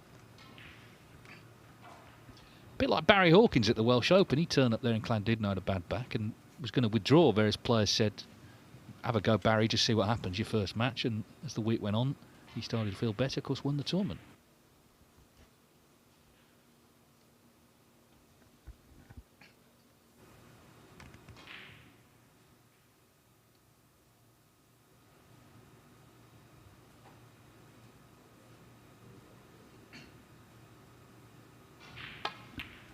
Match with Multisport YouTube channel, of course, for Table 2 as we rejoin Table 1.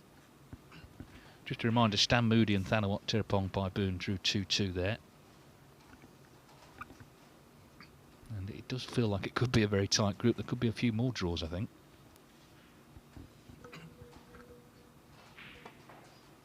Yeah, over the last few days, Table 2 has produced some really wild stuff.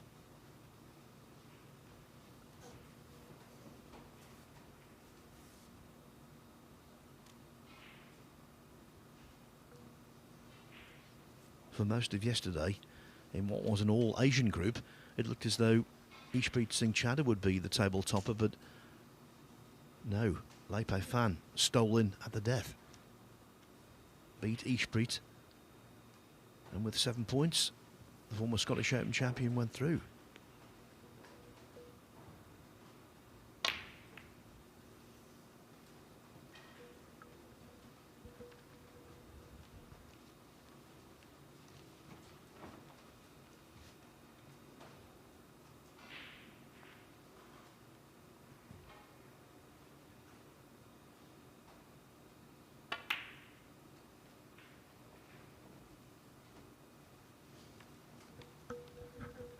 You were mentioning, Dave, there, Liu's world ranking of 58. And so points for him are like gold dust, and that's why he started the season. It's been so welcome.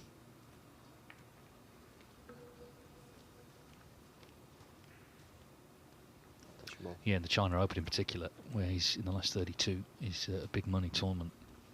So, you know, he's just easing a bit of pressure early on in the campaign.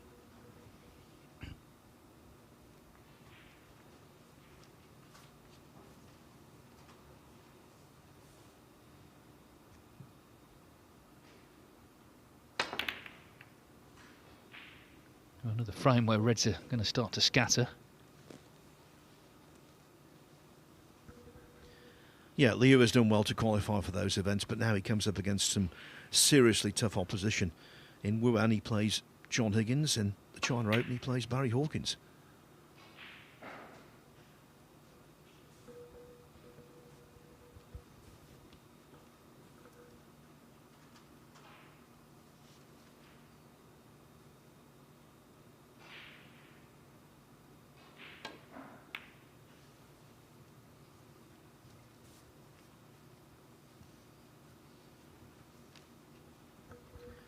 Well, this table like a training exercise. All the balls split apart. Nothing potted yet, but whoever gets in, it's connecting the dots. Okay, the black's off its spot, the pink is down in bulk, but look at the reds, they are perfectly spread.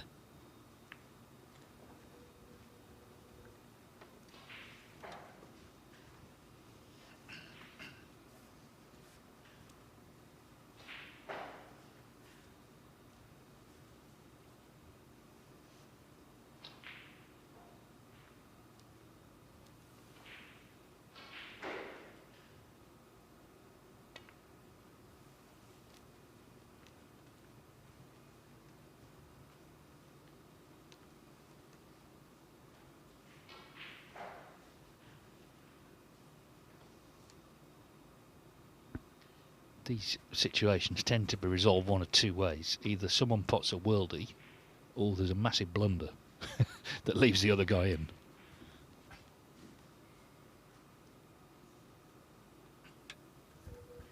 Well, Brown's done well there, leaving the cue ball so close to the top cushion. Takes away the screw back option.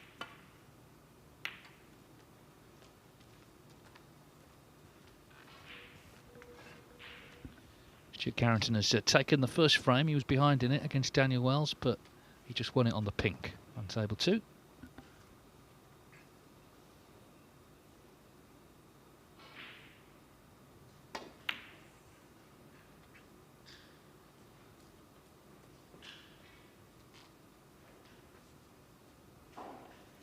Well, again, yeah, it's tapping the table. He's found a good spot for the cue ball there. There's so much danger on this table, particularly those reds to middle, but he's covered them.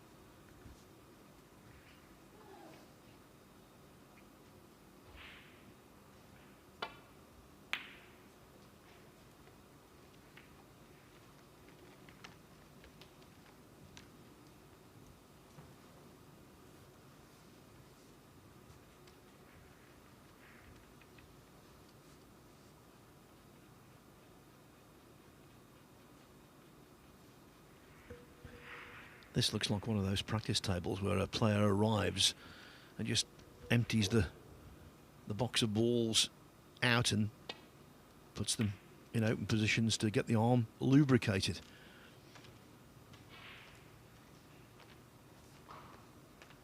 Now, has the cue ball travelled far enough? Is there a gap between any of those ball colours? Well, I think the answer to both is no.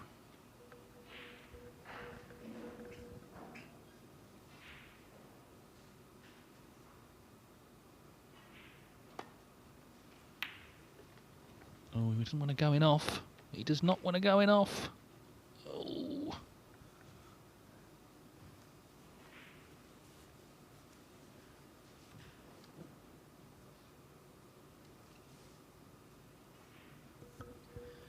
Hence the cliche game of fractions.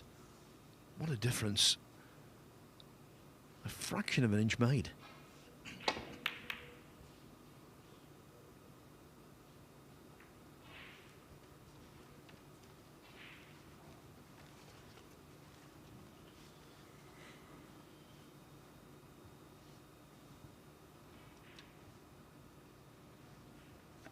Well, it's a real standoff, this,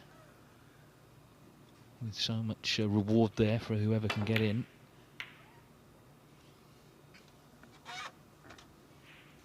Well, that red going towards the yellow pocket. So, can he get on a colour here? Well, he's got to pop the red first, obviously, but if he can get on a colour, then he's away, isn't he?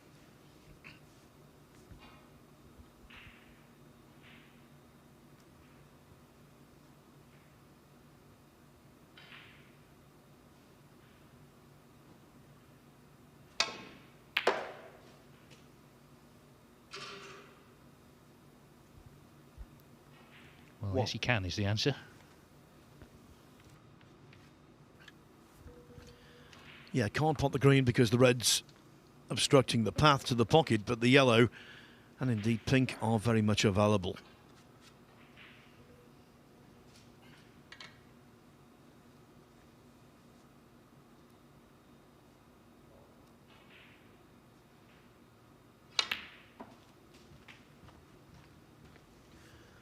Series of simple A to B safety shots here. Plenty of work on the blue, 3.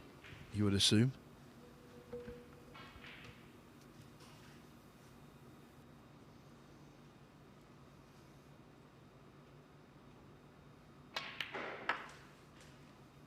Four.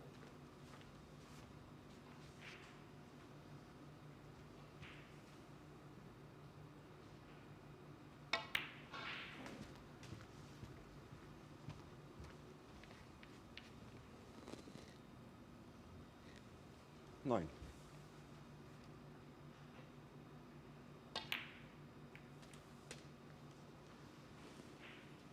Ten.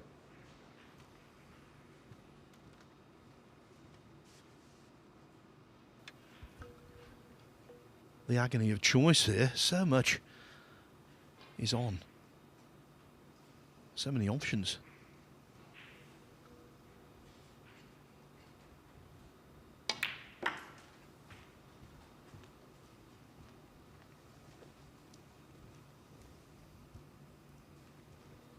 15. But has to be careful because of the fact that pink and black aren't where they should be.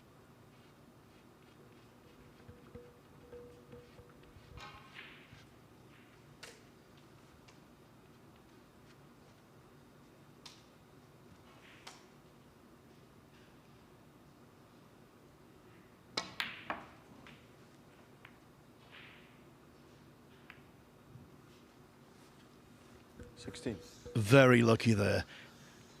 Any thicker contact with the black and that might have been end of break. But the blue, nevertheless, remains a pressure ball.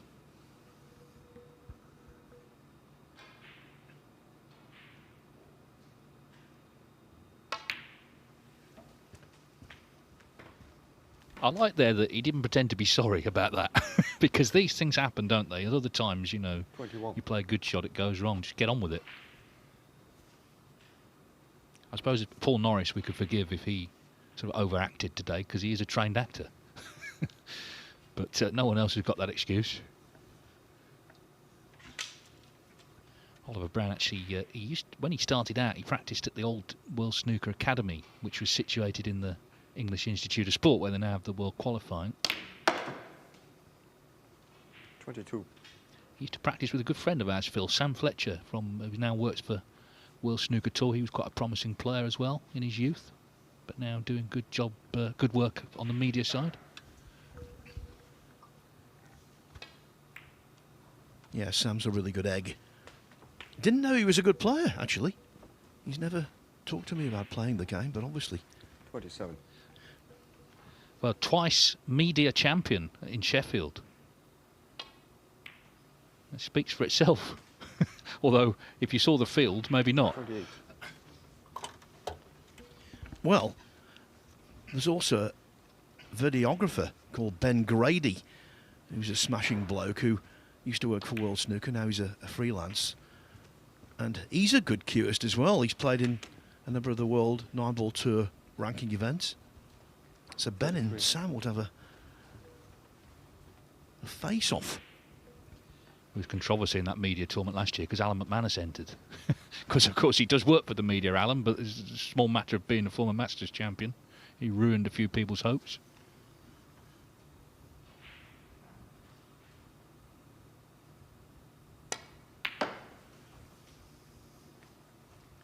$34.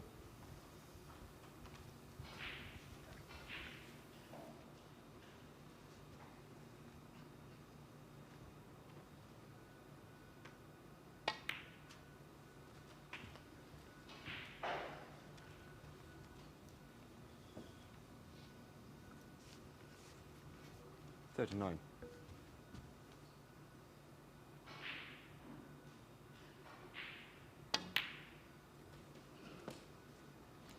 $40. So that one misstep when the break nearly ended. Now, though, very promising. Although the number of targets to pot being reduced.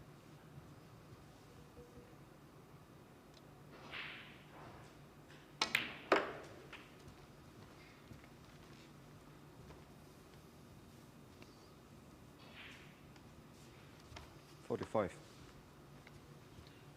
Now this is a good red to get rid of because it frees up the other one. The one next to it. $46.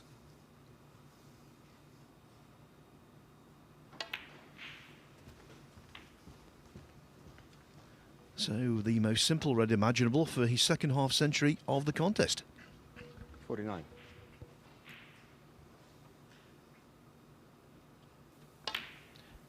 Yeah, in both breaks he's done the right thing, which is try and keep things simple. He was lucky that one time, as we know, when he landed on the blue, but otherwise just try and keep the cue ball near to the next object ball. Sounds perfectly simple, and it is if you can do it.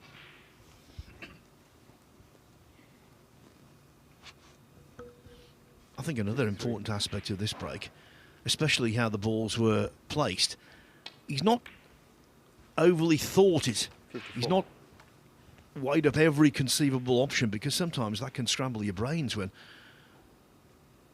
so many choices are out there.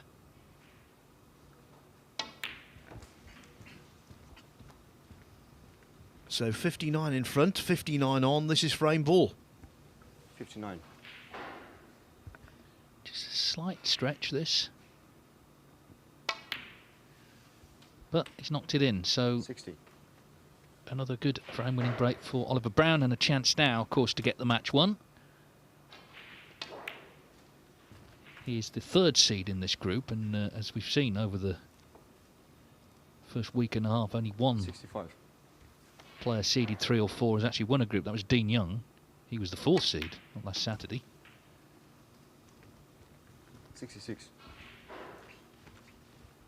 We've also seen that high breaks can become very important. So keep knocking them in, Oliver. That's my advice.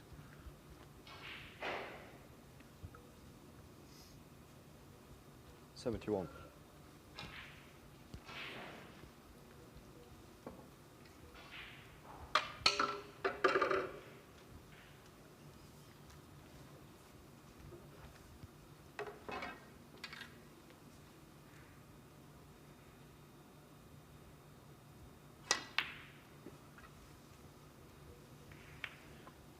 Nowhere near with that one. Oliver Brown, 71.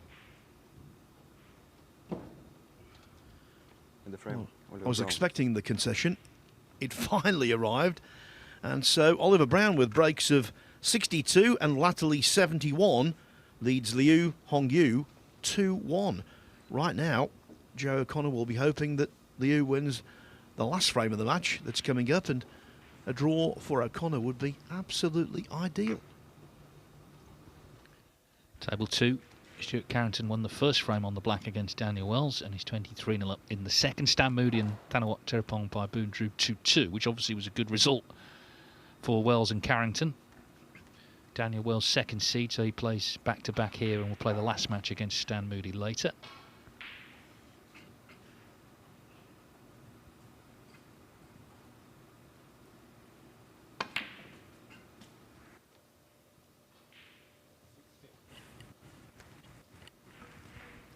Really good cueman, Stuart Carrington. Surprised, actually, he's not done more in the game, because he does look really good.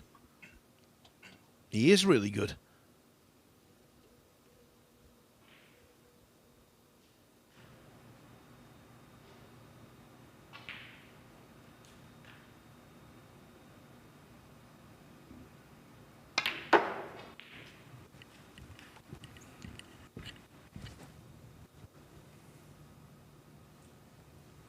One.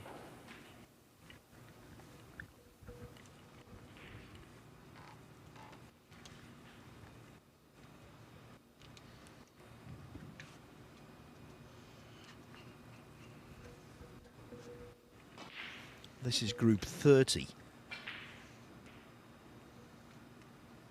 The winner of which will go into Group C in the second phase to take on Dylan Emery and Gary Wilson, with one of the yet to be decided.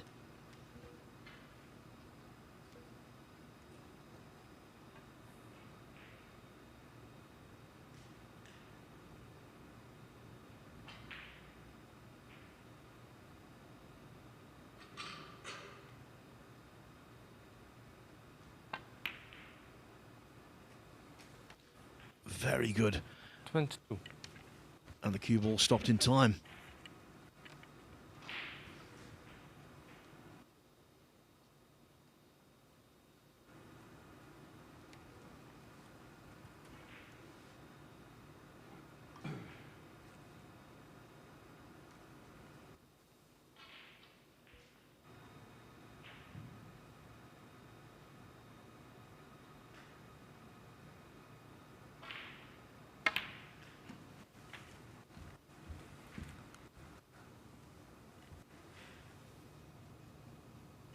$26.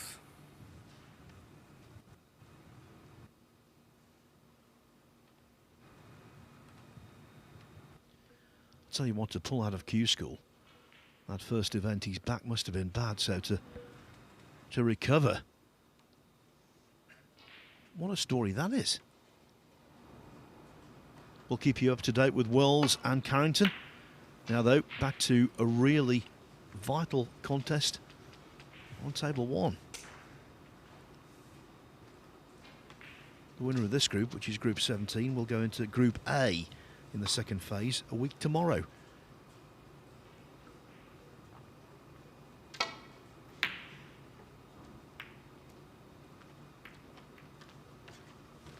Wow.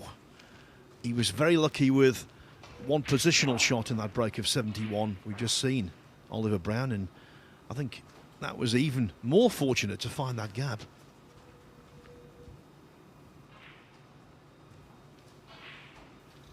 Well, there's a half chance here. Yeah, not easy to the middles. Yeah, he was lucky.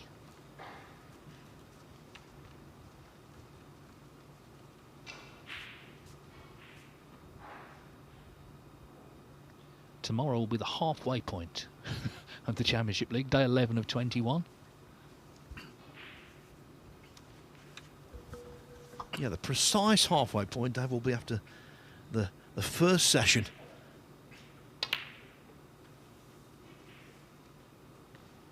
Bunting has been ordered. Well, it's like sort of crossing the Melling Road for a second time, isn't it? Another circuit at Aintree. But we've made the point before, for the players, although it's a long tournament in its entirety, 21 days, you only play 3 at the most. And Chia Tong next week, he's on the last day of stage 1. If he wins, he'll play the next day in stage 2. So, you know, he's kind of thought about his schedule. Yes, and there's a connection there because the winner of this group will go into Group A, as I mentioned. Lei Pei Fan's already there. 2 other players to go into Group A. One of them might be Zhao. Well, looking forward to seeing him. We know the sort of snooker he can produce. He was the player of last season. I know he didn't defend his world title, but he won all 3 Players Series events, and he won the Golden Ball Riyadh Season Championship as well. Made the most centuries, etc., etc. So he had a great year. Took a bit of time to get going, but when he did, he just played superbly. Another frame here where the Reds are now going down the other end of the table from the black end.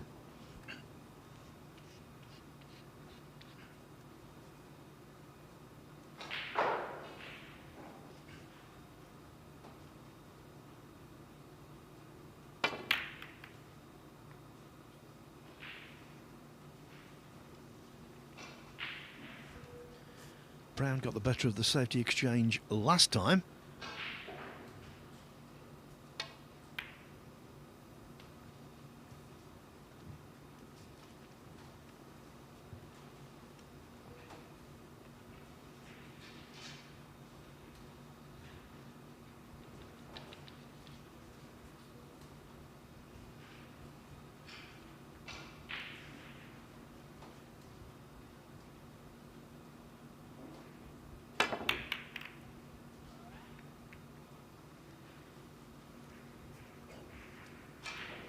Did pretty well there, really, to get the cue ball towards the cushion.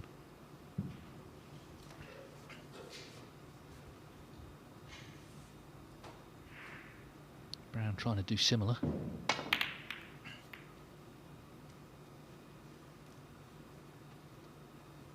Yeah, good shot. Pink as well has blocked the red to the middle, which may have been possible otherwise.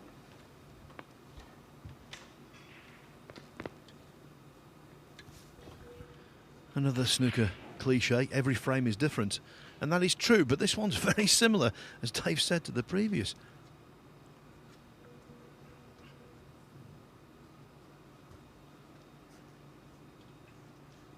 Well, I think he feels forced into taking this on to left middle. Great shot. Didn't feel he had another one. 1. And, well, Brown to middle.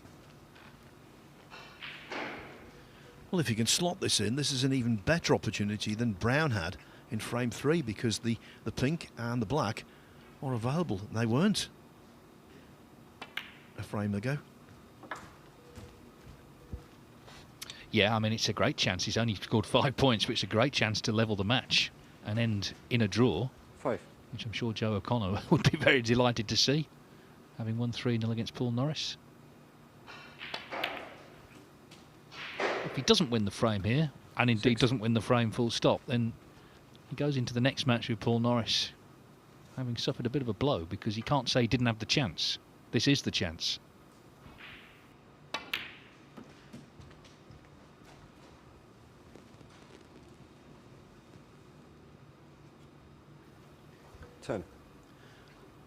When from the break a racket in pool becomes wide open and the route to victory is obvious, they call it a roadmap. Well, I suppose this is snooker's version of a roadmap. Just a series of very simple stuns, screws, whatever. Nothing too taxing.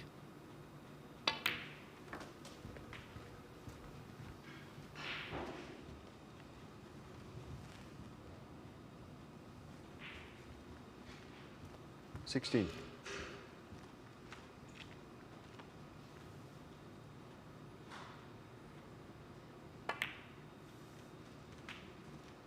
$17.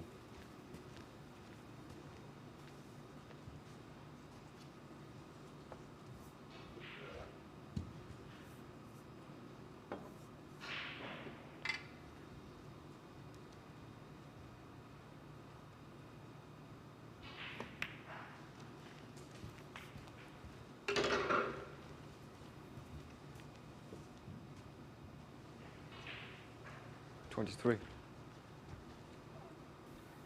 Maybe also a chance to, to make a big break that could come in handy later, if that's how things are resolved. 24. This is not dissimilar actually to the group winner on table 2 yesterday. Lai Pei Fan was 2-1 down in his opening match to Wang Xingbo, but he salvaged frame 4 and then he won his next 29. 2 contests to top the table. 30. That's the path that Liu Hongyu is hoping for, and of course he will be a big favourite to beat Norris in our next contest. 36. So then it's all about the shootout against O'Connor at the end of the day.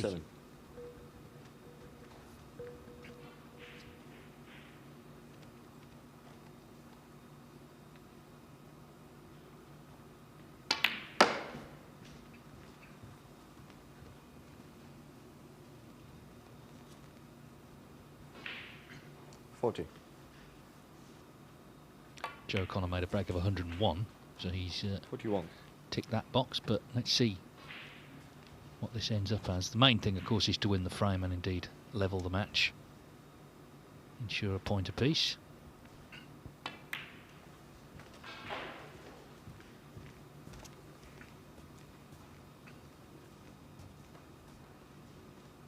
$47. We've seen great success, of course, in recent years for various Chinese players. Some expected and some not. Lai Pei Fan came out the pack to win that Scottish Open. Of course, Fang Zhengyi, who we saw earlier in this event, came out the pack to win the European Masters. So someone like Liu Hongyu, just 22 years of age, you couldn't discount him doing something if the stars aligned in 1 week.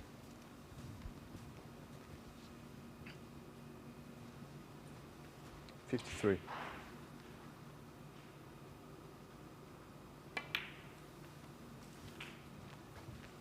$54.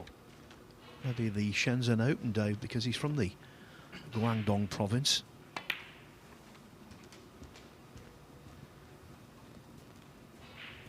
Well, that can wait, but this red 59. secures the point. So the chance came. To be fair, he got in with a great red. He felt forced into it. 60. He didn't feel he had a safety on, and he was probably right. But of course he had to pot the red. He did, and he's potted enough here to ensure this finishes 2-2. And now it's a question of how many he can make, because as I say, if he can beat the 101 66. from O'Connor, it may not come down to that, of course, but if it does, clearly that's in his favour.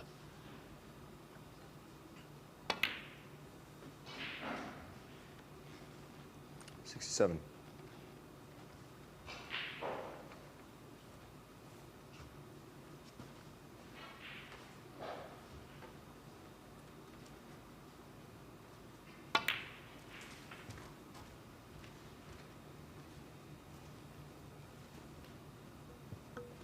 So it's 3.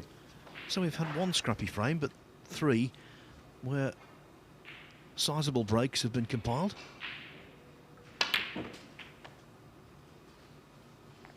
$74.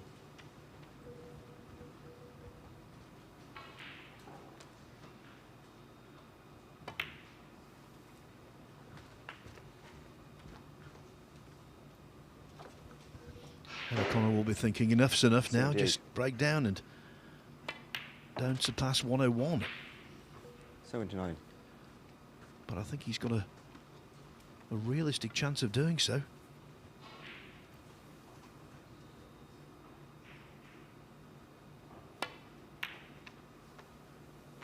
Until the brown goes astray. Liu, 79. So a break of 79 means that Liu Hongyu shares the spoils with Oliver Brown. It is 2-2, a very good result for Joe O'Connor in more ways than one. So our last match of the session is coming your way in around 5 minutes' time. Liu Hongyu will take part in that, and he'll face Paul Norris.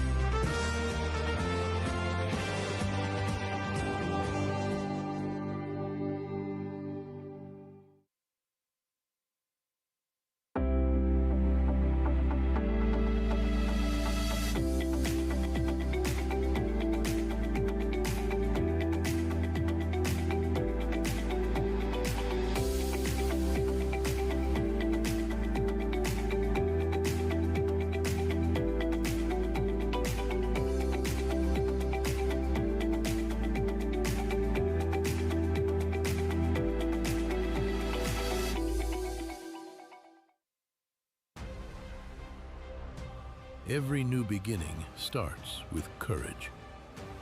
And round here, we have that in spades. One shot, the break, it changes everything. Made better by pressure. Two rivals at every table. A crowd free to live in the moment. From the four corners of the globe, the greatest players arrive, chasing more than a title. $500,000.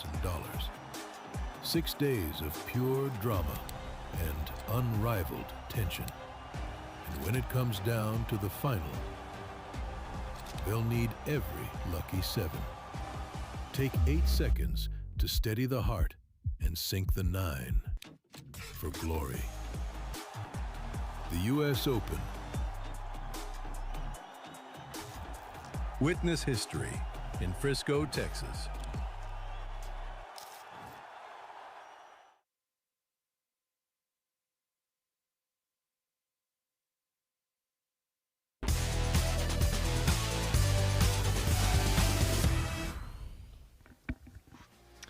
Welcome back. So we've got one more match in this session. This is Group 17 of the Championship League.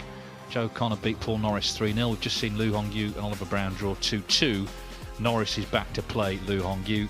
Just gone 1-1, Daniel Wells and Stuart Carrington. Carrington's cleared up with 51 there to level up on table 2. There's already been a draw between Stan Moody, Thanawat Tirapongpai Boone. So that group looking already very hard to call.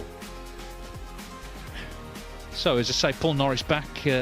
Struggled in that first match, but of course, you know, he is a new professional at the age of 59. It's all very new to him at an advanced age. He's determined, I'm sure, to try and enjoy these 2 years, but and I think he's under no illusions. He knows how high the standard's going to be, including against someone like Lu Hongyu, who's 58 in the world, but we've just seen him in that last match make that nice break to force the draw. Anyway, let's see what happens here.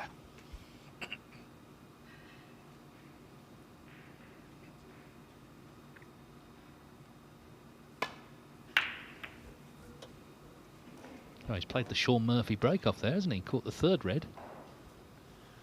Yeah, and he's got it right. That's when that break-off can go right. First shot of the day, he went straight in off playing that break, but twice now he's caught it just right. I think even though he lost that first game 3-0, Paul, he'll have been pleased to have seen the previous match end in a 2-2 draw, because it sort of keeps his hopes alive in terms of the placings in the group. Of course, prize money, depending on where you finish, for everyone but bottom place. Of course, Joe O'Connor will be the happier of everyone seeing it finish in a draw.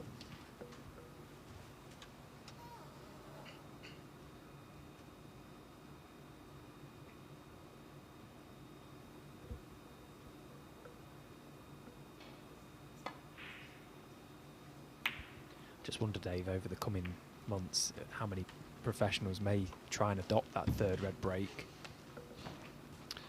Yeah, I mean, we were there when Sean sort of first trialled it out in the Players Series, and there was a bit of scepticism then. But he got within a frame of winning the World Championship, so maybe there's less now.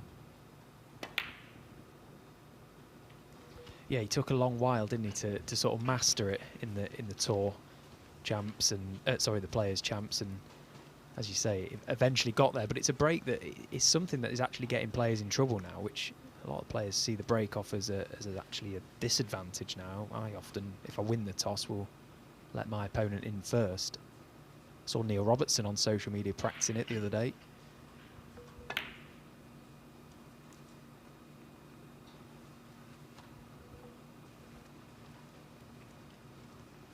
Yeah, I think players, you know, they're magpies, aren't they? If something works for somebody, then there's no reason why it shouldn't work for you. Gone the other way from Mark Williams just rolling into them to now a more aggressive break-off. Anyway, Lu Hongyu, a possible opener here. Yeah, nicely done. He made a nice break in that last frame against Oliver Brown. Okay, you could say, well, the balls are all there, but made 79. The first red was excellent to the middle. And will feel better, of course, having got the draw. He plays the last match later against Joe O'Connor, needs to be in a position that he can still win the group. So realistically, to do that, you feel he has to win this match. 54. He's a player that I still struggle to work out, Dave, Lu Hongyu. I've watched him a few times now, and he's been brilliant on the odd occasion, and he's been well below standard on others. And 5. I was speaking to Ben Wollaston last week at the conclusion of the qualifiers, and Ben played Lu Hongyu, said he played like God. So obviously there's a high level in there, but of course when you lose to anyone, you say they play like God. Yeah, although Zhang Anda did that time, didn't he, when he made all those total clearances. But yeah, I mean, I guess that's the point, isn't it? You try and find a level of consistency. And Lu Hongyu, 11. still a young man, he's only 22, so maybe still looking for that. I certainly think it's true there are players on tour, and in fact we saw a big name, Tepchara Nu, here last week. They need to play their A game. If they don't, they're in trouble. And of course he didn't win his group. Whereas John 12. Higgins, for example, and I know that's quite an extreme example because he's an all-time great, but he could play C game and still beat people because he's just got so many layers to his game.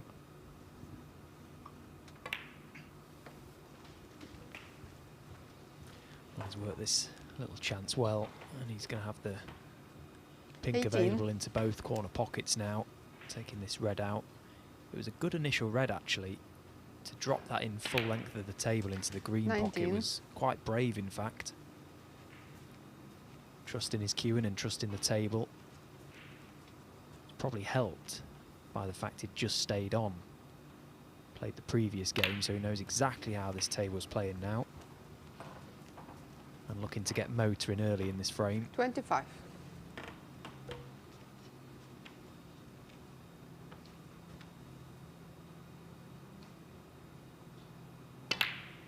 26.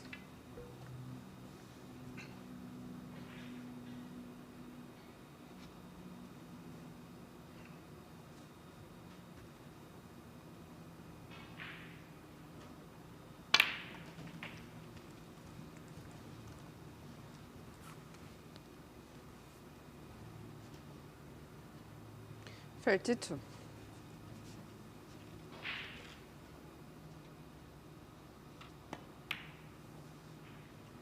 33.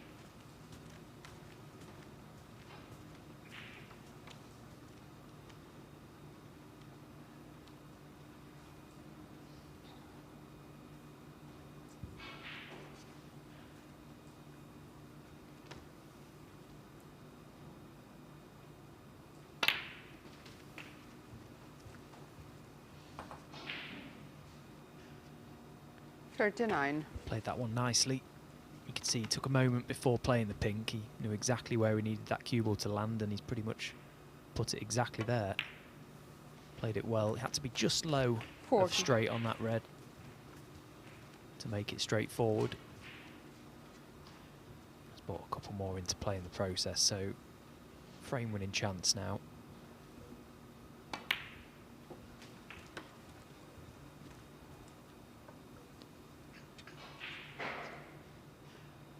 Forty-six.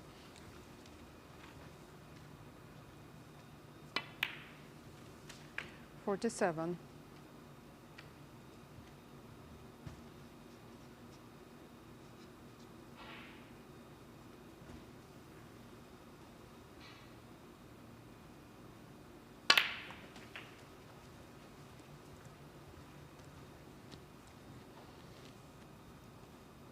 53.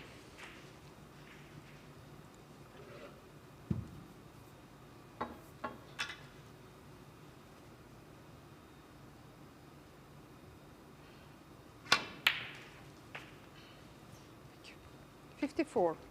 It just feels like he's carrying on from where he left off at the end of that last match.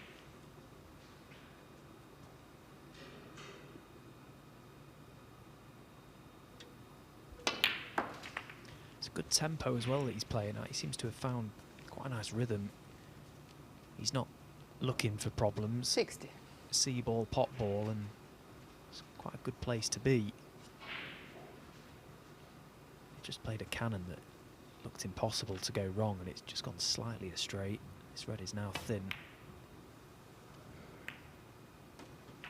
but nicely played.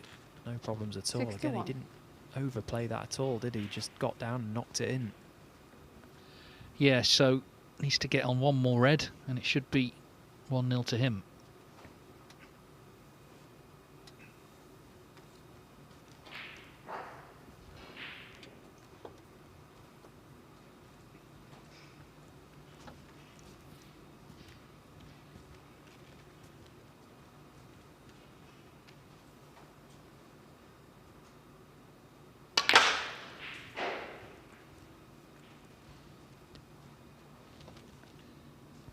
Well, 66. I guess if it's going to go wrong, it's going to be this shot. As I say, just needs a red. He's got a couple safe on the right-hand side cushion, which maybe helps. So just try and knock this in. And that's what he's done. Nice break, this. 67. And a quick kill in frame one. Shows exactly how he's feeling as well, the shot selection there. Okay, he's played arguably the easier red of the two that were available to that right corner, but that one had more danger attached to it. Should he have missed it? But clearly the mindset 73. there was not thinking for 1 second about possibly what he could leave if he does miss the red. It was about winning the frame. It's been a great break, this, 74. actually. Yes, Paul Norris, I'm sure, under no illusions about how hard it's going to be, but he's just been reminded here, you know, these players, very often you just need to leave them one chance, and that's it, frame over. And it just 80. adds the pressure to him, doesn't it? Every time he gets half a chance, you feel like he just has to take it. And he had a couple of chances against Joe in the first game, and he just wasn't quite 81. clinical enough. Things can often spiral very quickly. The standard now is just so high.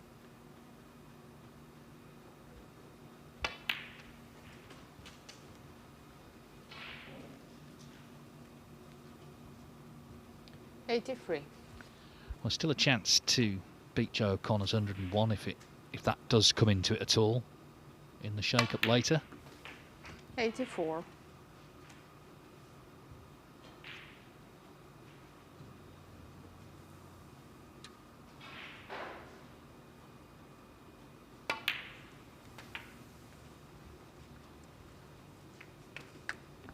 Well, not much chance now. 90.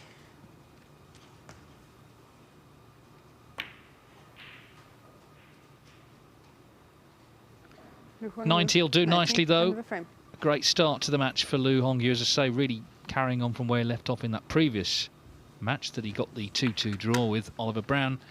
1-0 already over Paul Norris.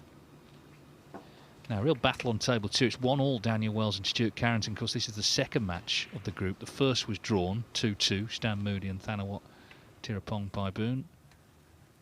Wells made a nice clearance. He was in front in the first frame, lost it, but made that clearance to win the second, and he's in here in the third.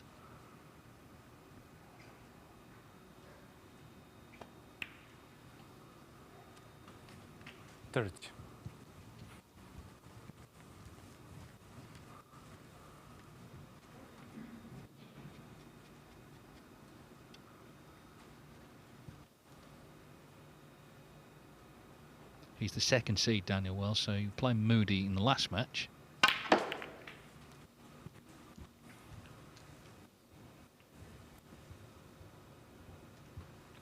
As ever, Match on Multisport YouTube channel for the action from table two, but back we go to table one.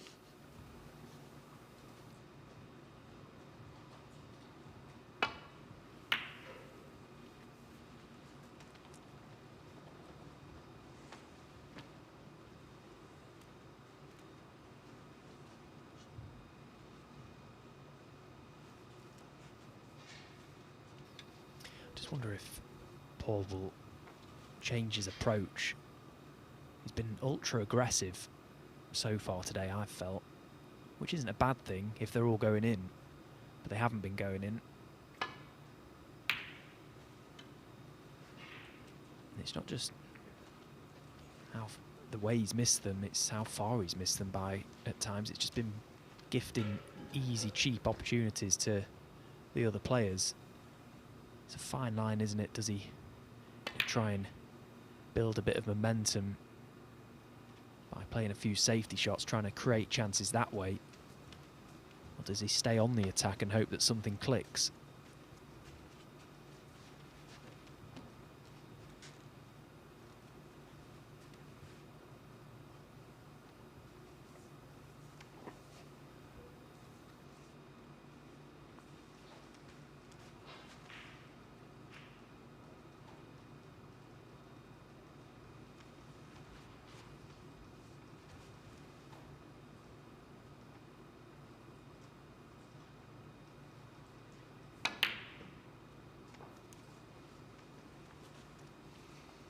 Yeah, it's an interesting one, isn't it? I mean, in the China Open qualifying, he was actually 3-2 up on Anthony Kowalski. He lost 6-4.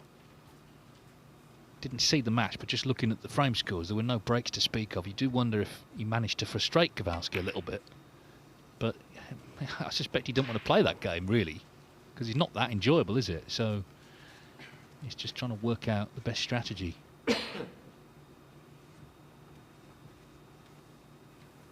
Yeah, I'm all for aggression. I think it's the modern way as well. But you've always got to ask yourself, stood behind the shot, is there value attached to being aggressive? You know, you look at, I know, again, pretty extreme example, but Mark Selby, he's one of the most attacking players we've got, but when he misses, he doesn't really leave anything. But if they go in, he gets everything. You know, it's fine margins at this level, of course.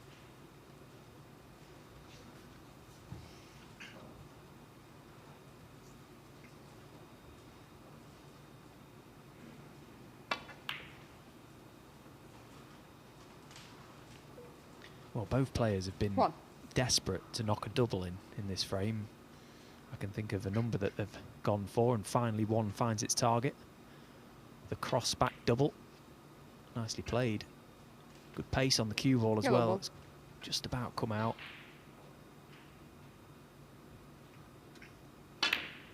In fact, he took it to the middle, and, well, what a way to play it. Great shot. Thank you. 3.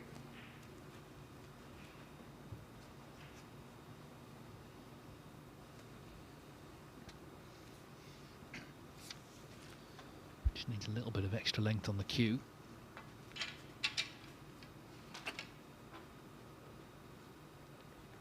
Yellow just hampering him a little bit.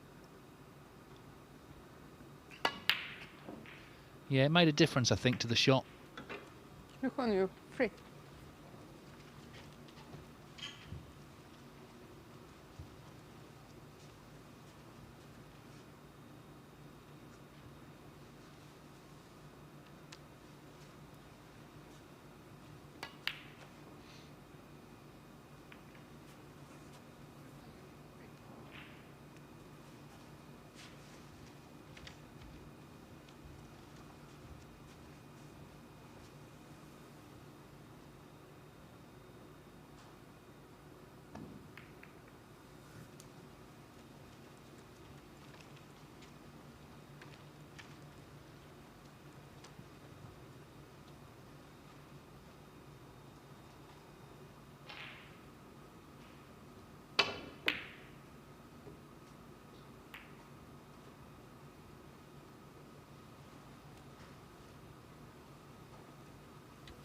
You could see the intention from Liu Hongyu there, but it didn't necessarily go to plan.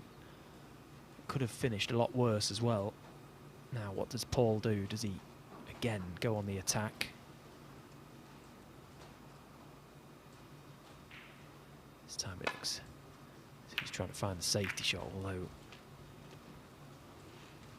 well, I can't work out what he's played there, to be honest. He seemed to have right-hand side on the cue ball, which maybe he was trying to go in behind the red, but it's gone drastically wrong, I know that.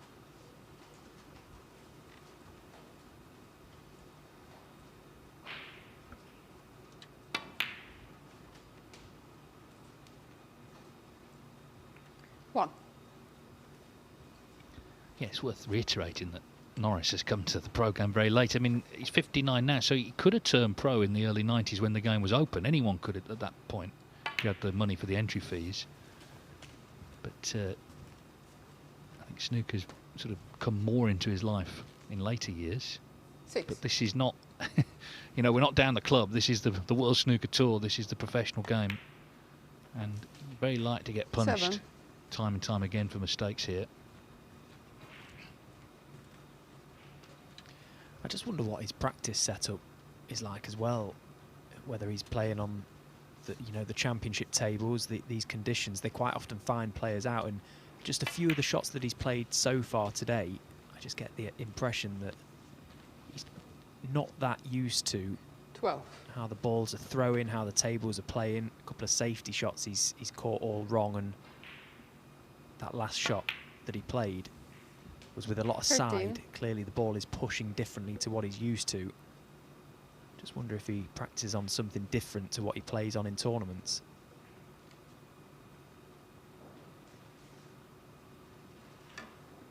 I only say that because I used to do the same a number of years ago. I used to use a different cloth to what we use on the tour, purely because it was cheaper to recloth my table that way and it lasted 20. longer. But it did used to find me out. It would take me a frame or so to just get to grips with the conditions, and I soon realised at this level you can't afford to give your opponent a head start. Well, unless there's another double coming, that's end of break.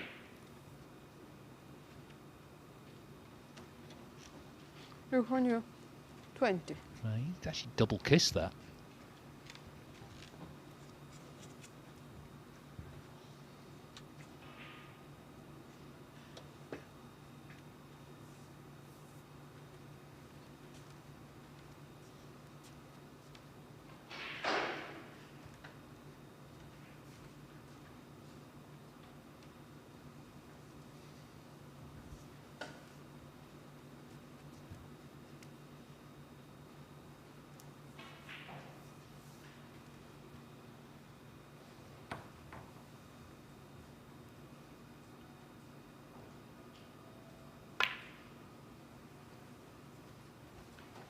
Yeah, and I'm sure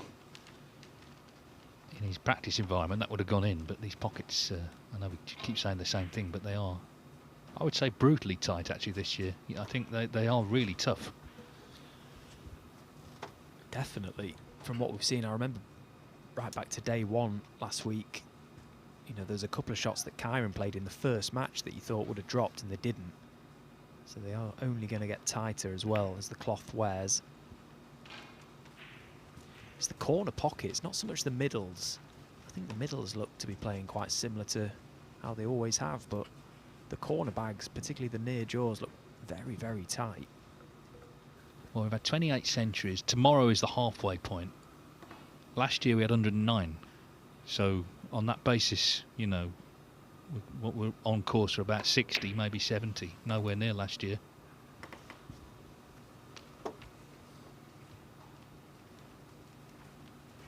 Yeah, that tells the story, doesn't it? Just how the tables. But similar to when we play in China, you know, there's been a lot of talk in recent years about the pocket sizes over there and the breaks flying in China, but not so much on UK soil. It should be the same tables, and the table fitters are convinced the pockets are cut the same, but just tend to play different. It's just fact.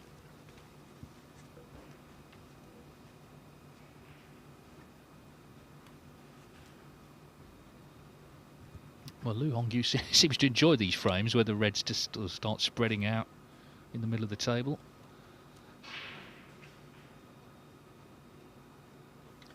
Well, Paul Norris won't enjoy where this cue ball is now. He's in big trouble. He'd love to get to the red that's just in the middle to the right of the main cluster. Screw back behind the black, but he can't. What does he do? First point of call is there an area of the table you can drop the cue ball into for it to be safe? And if failing that, look for something to attack.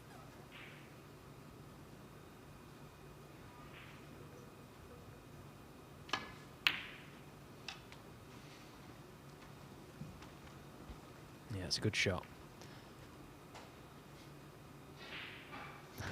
It's even better now. Well, is it, really? When a fluke isn't a fluke, I suppose. He's managed to knock the red in somehow, but he's in big trouble again. He might have to take this brown on. think he has to take this brown on. Yeah, he played it well, the safety element, but the red's gone in, so it's another question mark now about what to do.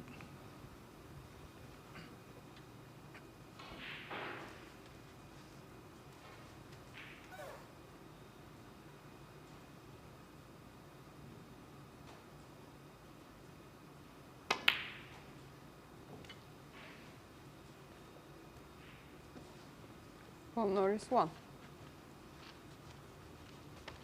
Well, that shows exactly how he's feeling, clearly. Did he attempt the yellow? It looks like he did because he got close to it, but look at where he's left the cue ball. He left himself on nothing, so it's a good job the yellow didn't drop.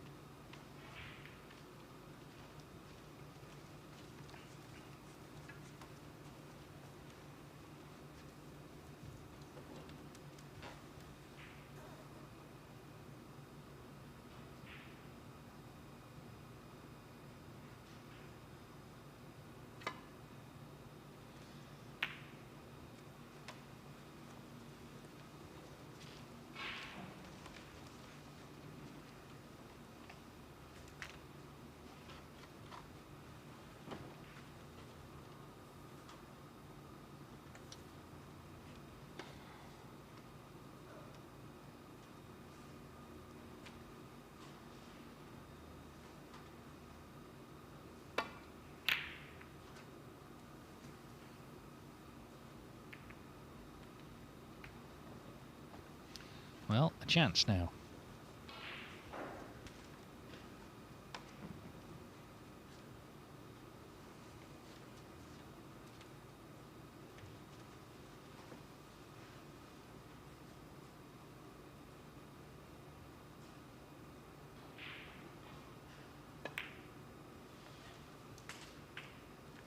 One. Not a great start. Looking at the blue.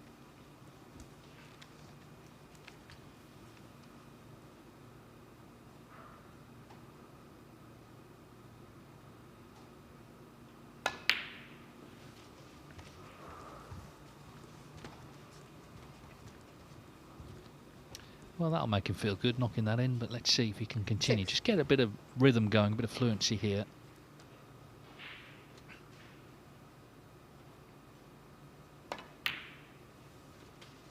Seven. Yeah, that's arguably a better shot than the blue, that red, because there was a lot of pressure on that, having just knocked the blue in. Played it well. It was a disappointing attempt, the opening red, to get down on the black. Again, just a sign that the conditions may just be catching him out of touch. His touch might not quite be there just yet. But if he can just string a few points together and Paul Norris 7. misses the black off the spot, things are going from bad to worse at the minute for Paul Norris. It's a tough place to be when you're missing balls like this.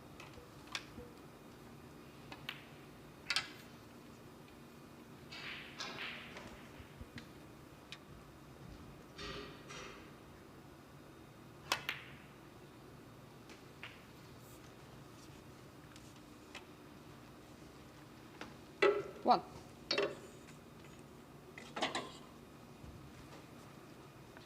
Well, one suspects that Lu Hongyu's not that interested in the sort of romance of the story about a 59-year-old turning pro. You can't afford to be. He's here to do a job. As I say, needs to win this match. He'll be on 4 points. And then even if Joe O'Connor does beat Oliver Brown, it means it does come down to that last match between the two of them. So if you're the second seed, you always play these back-to-back matches. You need at least 4 points out of it to still be competitive.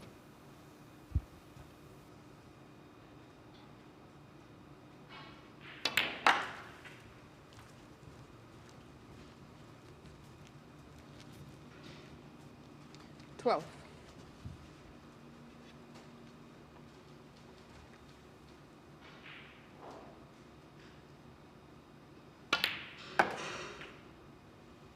Thirteen.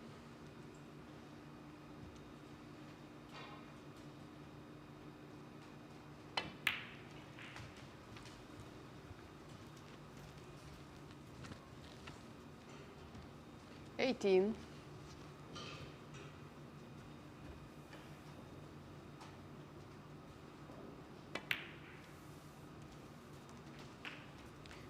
19.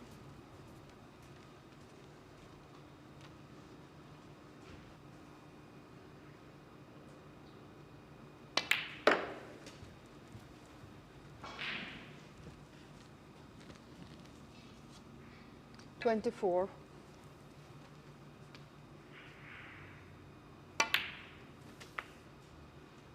25.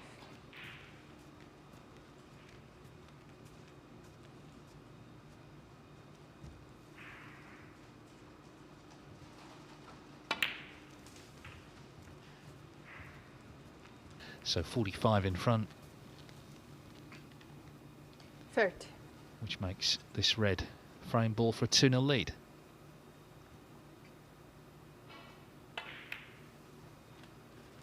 $31.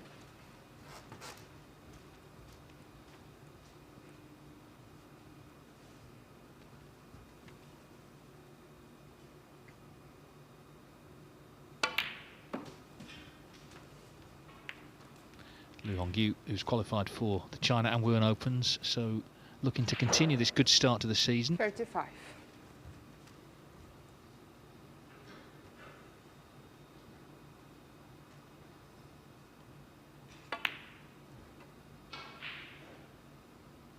Missed that, so 2 snookers required. The black obviously not potable at the moment, so it's not a great help to Paul Norris. Pink safe as well isn't a great help, so let's see, he's going to give it a go.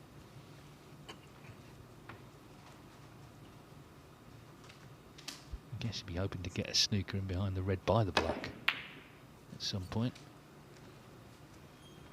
Although this red is running close to the pocket.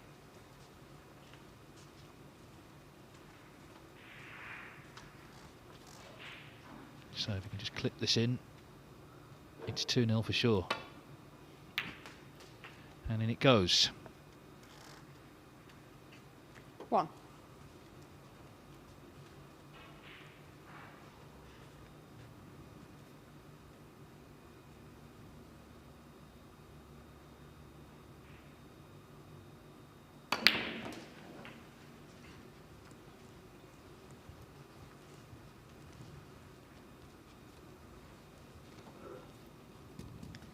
Six.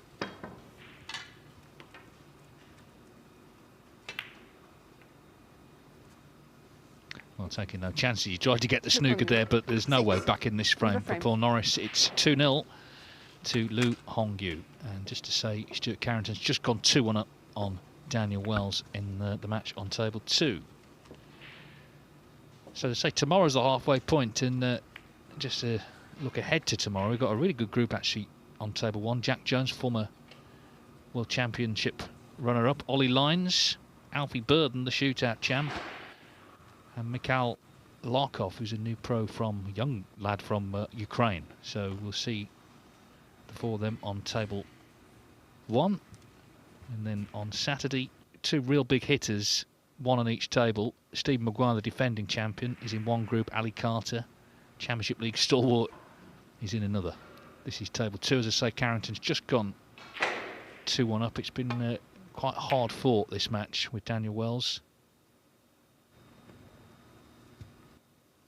And the group is hard fought because it could yet be 2 draws on the spin. I'm sure Stan Moody, having drawn his first match, top seed, would love to see another one here.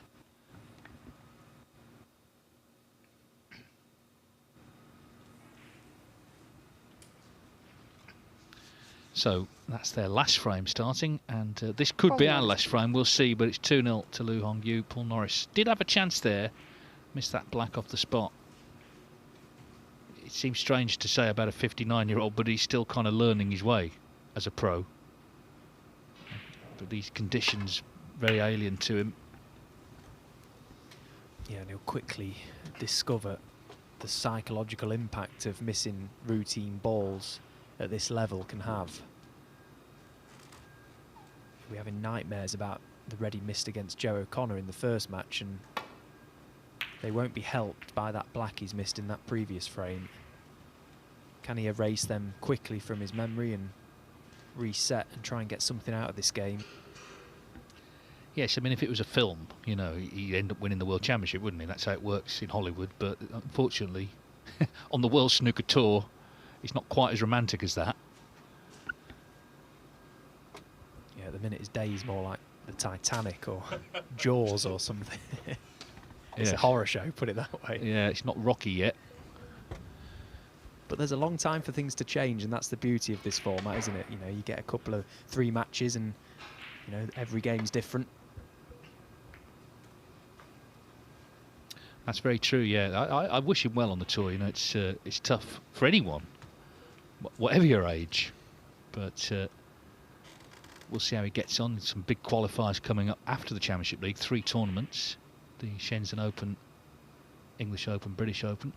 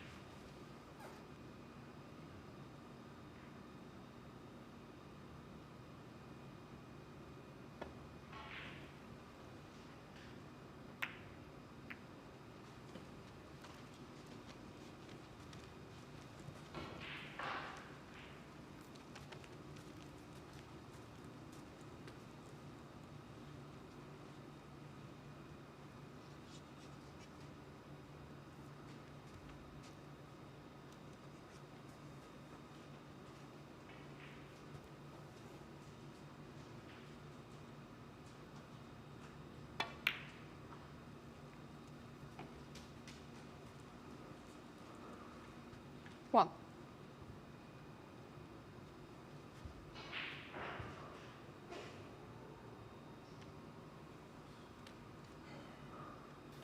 And of course, as it's become known, the Sean Murphy break-off, it does open the reds, so already this is a good chance actually for Lu Hongyu.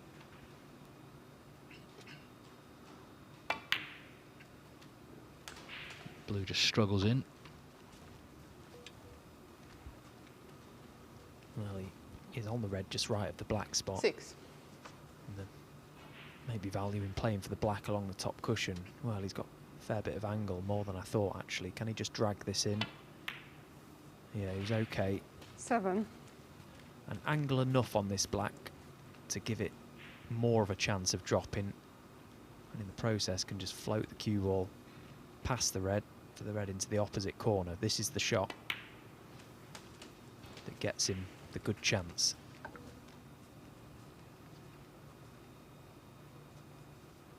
$14.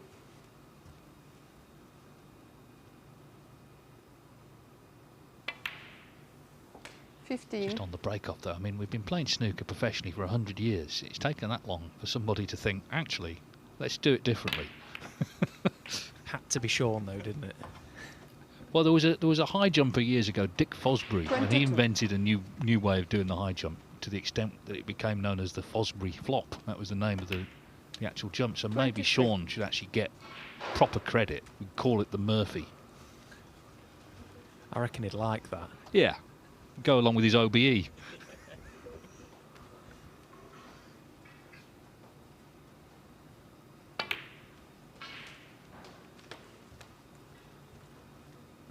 Goes along with another conversation that's been had in recent years about, you know, the rules of snooker as well, and a lot of talk about changing certain rules, but I think you have to draw the line 31. somewhere, don't you? It stood the test of time, and why does it need to be changed?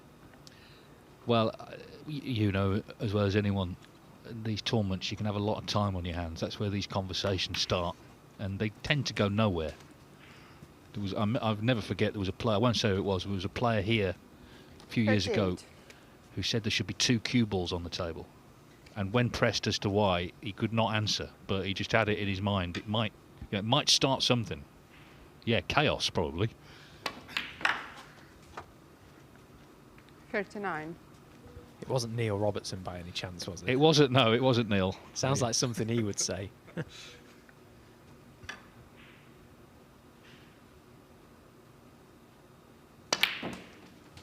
Well, very quickly we're seeing somebody that is quite a proficient break builder. Lu Hongyu 46. very early in this break identified the two problem reds either side of the black and took them out. And that opened up this nice table now, and he's motoring along. 47.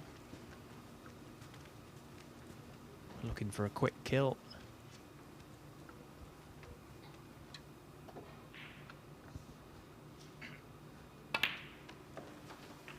Yeah, and then as I say, he'll be in with the chances still winning the group. We don't know what 54. Joe O'Connor will do against Oliver Brown. Of course, Oliver Brown's not out of this yet either, because he's had a draw. But one way or another, Lu Hongyu should be in with a chance to win the group 55. when he plays Joe O'Connor later.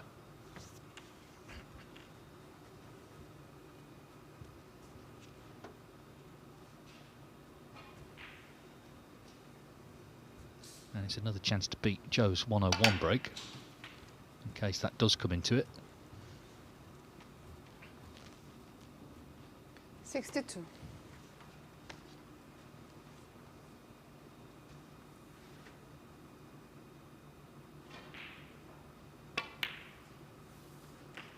$63.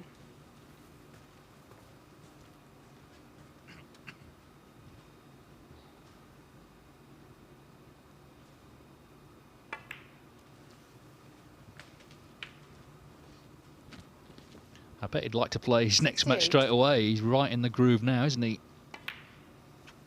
And this frame already 69. safe. So now it is a question of how many he makes. Big break on here that could be very handy later. Yeah, he's playing very quickly as well. He's not hanging around. But not just 76. how quick he's playing, but he's up very quick off the shot as well. Not to keep bringing him up, but to use him as an example on this occasion, quite the opposite to what Sean Murphy has adapted over the last couple of seasons, where he sort of holds that position and stays down at the table for that split second longer. Lu 77. Hongyu is quite the opposite. He's up very quick. He's almost round to the next shot before the balls have come to rest. That's a sign of a player that is ultra confident at the moment. He almost expects the ball to go in. But it hasn't that time. No, and as I say, you know, the high break might come into it. Main thing, though, is he has won a 77 to finish off. It was short and sweet, and Lu Hongyu beats Paul Norris 3-0 to take 4 points from the session. And for now, he will be top of the table. Just to say, they're still going table 2. They've got another match to play there. It's 2-1 Carrington over Wells. Daniel Wells stays on to play Thanawat Tirapong Paibun. Of course, Stan Moody, the top seed there, drew with the tie earlier 2-2. But that concludes the session here. Lu Hongyu at the top for now on 4 points. Of course, he has played a match more than Joe O'Connor, but he is in the mix when he plays O'Connor later. Oliver Brown by no means out of it yet. He's only played one match. He got the draw. So it's set up for an interesting conclusion. Joe O'Connor, of course, more than happy with his work so far. He's played one, won 3-0, had a century as well. And he will be back at 4:30 to take on Oliver Brown. So you can watch, of course, Table 2 on the Matchroom Multisport YouTube channel. We'll return here 4:30 local time, just over 2 hours from now, for the second half of the day here at the BetVictor Championship League.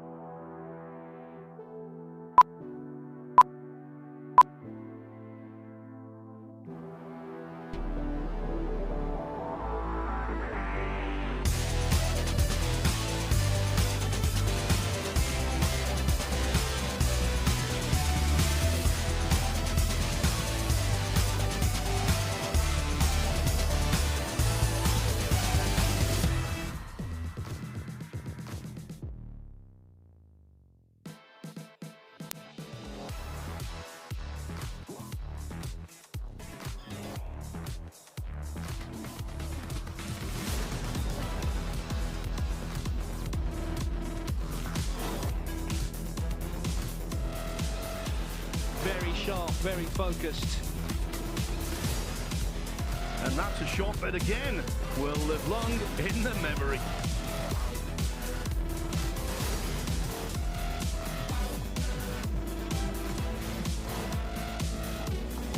He's got the hot shots all to himself. The break of a multiple world champion, exuding class.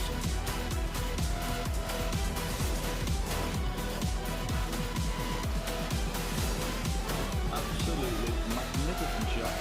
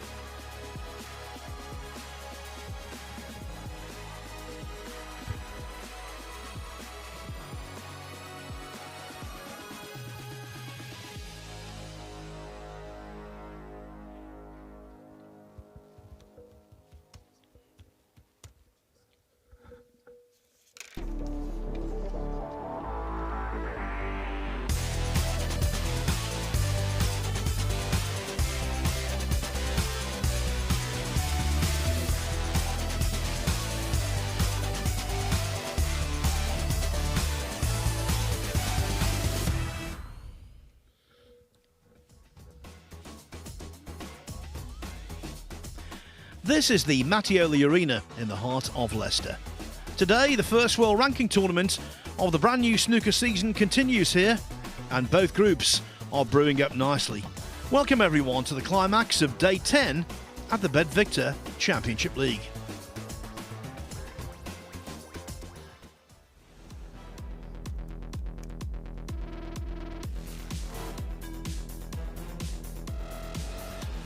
Very sharp, very focused. And that's a shot that again will live long in the memory.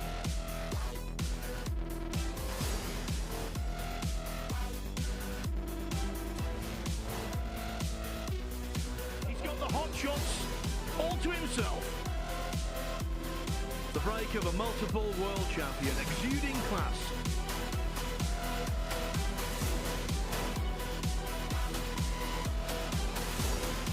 Absolutely magnificent shot.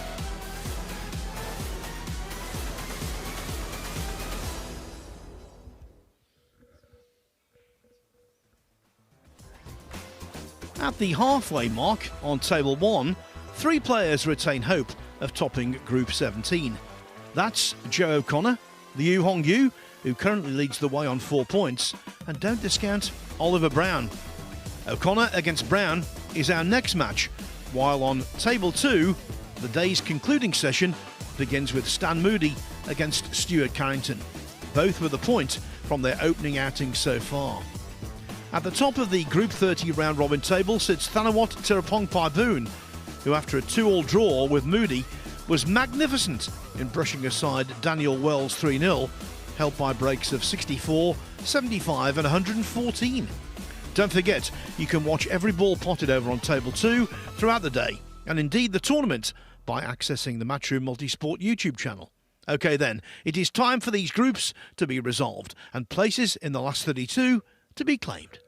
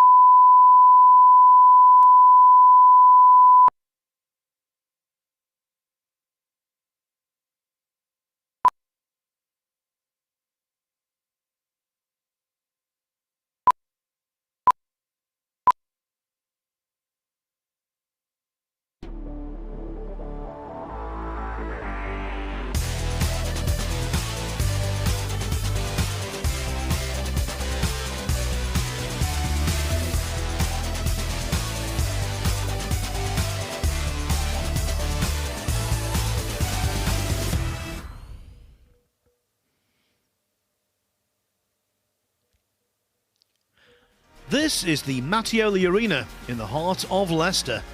Today, the first world ranking tournament of the brand new snooker season continues here, and both groups are brewing up nicely. Welcome everyone to the climax of day 10 at the BetVictor Championship League.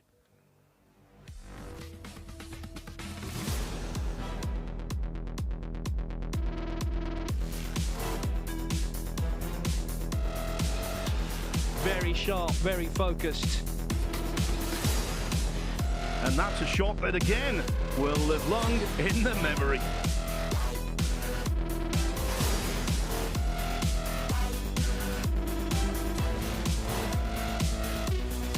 He's got the hot shots all to himself. The break of a multiple world champion, exuding class.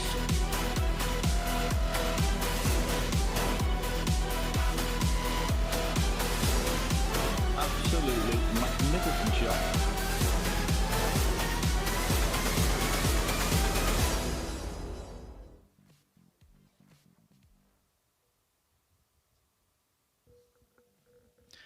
At the halfway stage on table 1, 3 players still retain hope of topping Group 17. That's Joe O'Connor, Liu Hongyu, who currently leads the way on 4 points, and don't discount Oliver Brown with 2 matches left to be played. O'Connor against Brown is our next offering, while on table 2, the day's concluding session begins with Stan Moody against Stuart Carrington, both having gained a point from their only outing so far. At the top of the Group 30 round-robin table sits Thailand's Thanawat Tirapongpai-Boon, who, following his 2-2 draw with Moody, was magnificent in brushing aside Daniel Wells 3-0, held by breaks of 64, 75 and 114. Don't forget, you can watch every ball potted over on table 2 throughout the day and indeed throughout the tournament by accessing the Matchroom Multisport YouTube channel. OK then, it's time for these groups to be resolved and places in the last 32 to be claimed. Oliver Brown to break. Delighted to say I'm with Stephen Hallworth for this one. And I think the way Ollie Brown played in his first match, made breaks of 62 and 71, didn't miss a great deal in drawing 2-2 with Liu Hongyu, must give him some confidence. Yeah, it was an open game, wasn't it, against Liu Hongyu? Both players played well. Ollie scored good when he got his chance, which is all you can do, isn't it? So he'll be feeling pretty good. It's been a decent start to the season, actually, for Oliver Brown after a tough campaign last year. Nice to see him getting some results, and hopefully that's brought about some confidence. He'll fancy this game. He'll fancy this format. You know, it's wide open now, this group. 1.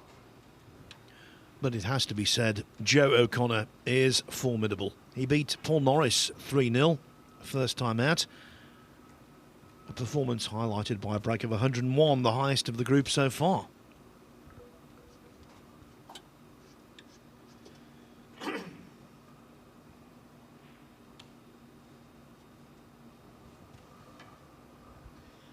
Now, if Joe's looking to find that red at the back of the pack, this is quite a precise positional shot that he's playing. Needs that cue ball to run. And the body language is a good sign 4. for us to know that he's not on that red.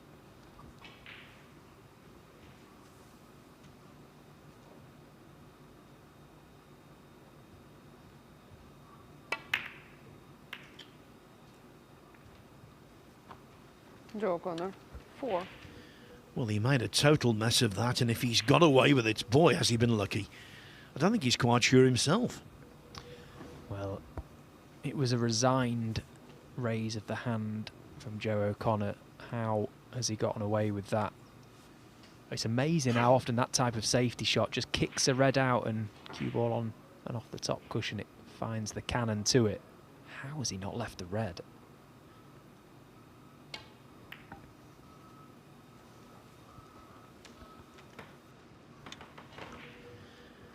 You wouldn't say Ollie Brown was unlucky in the last round against Liu Hongyu, but he played a really good safety.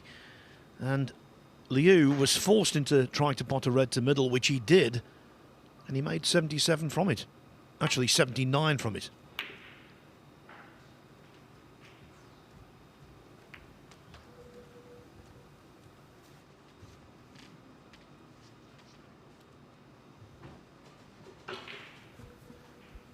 This time, though, Brown does have a potting window.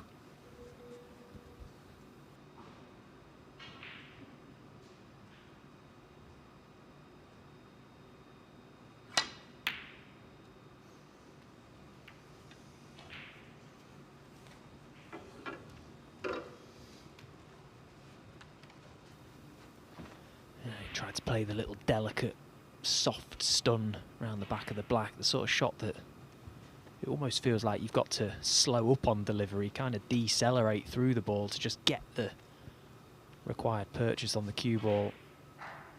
In doing so, missed it thick. But now, and probably deservedly, Oliver's turn to maybe not leave a red. Or has he left one?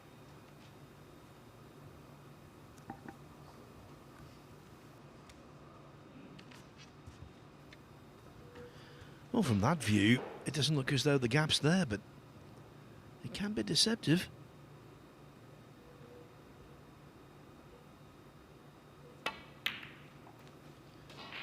Well, well, well.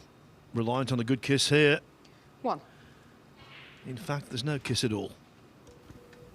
Yeah, it was clearly tight, wasn't it? Because Joe's loaded up the cue ball with left-hand side there. That's why it spun off the side cushion back up to balk. He had to just arc it around the first red to get to the potting angle. Joe So he corner played 1. a pretty good shot, to be fair.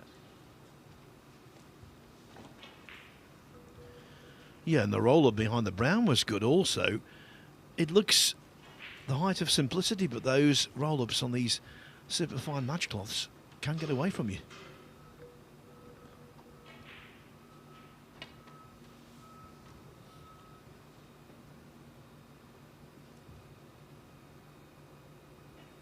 Foul. The miss.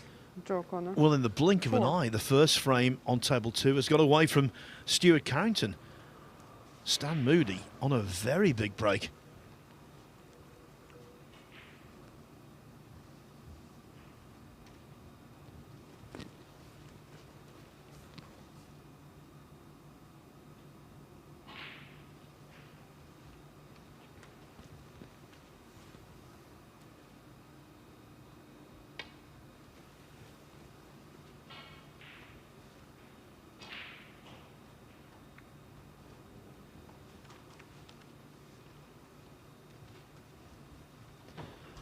Well, it looked a good line and length, but I'm pretty sure that he's left this red to middle for Joe. Pink is available to left middle. Could even screw down the table and land low on the black. So he's got options, and if he gets it, it's a good chance. Reds are nice.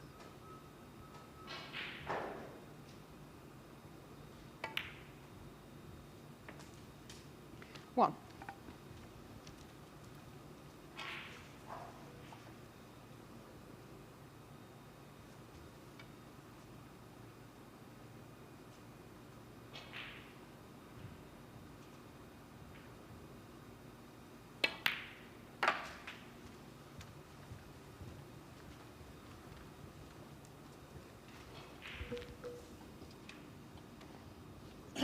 Seven.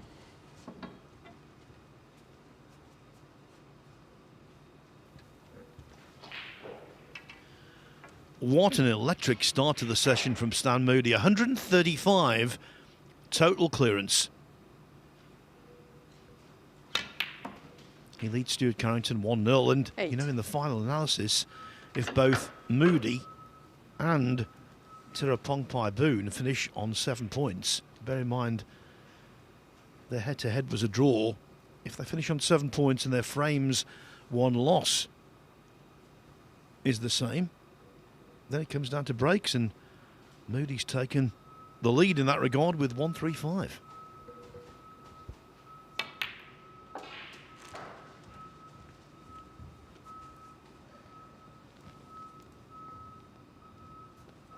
15. Well, has the cannon gone wrong? He just caught the wrong part of the red there, Joe. The cue ball just slipped off it. Drifted past another and... Well, he's eyeing up this plant to middle. He's having a good look at it. He's very interested in them. They must be close to dead set. Otherwise, there's no way you'd be taking this on.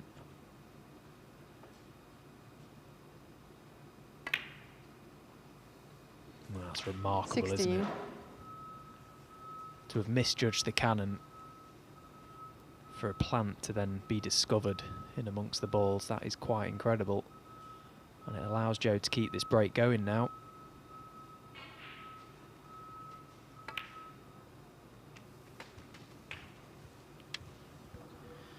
And he's one of those players, Stephen, I was talking about this 23. earlier, who when he's in, because he's so careful and he concentrates so well, you don't fancy him to miss easy balls. 24.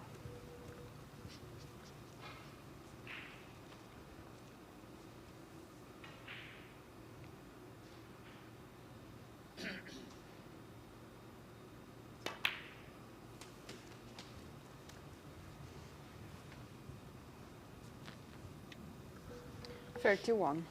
Feel a little sorry here for Ollie Brown. He's had a couple of slices of really bad fortune.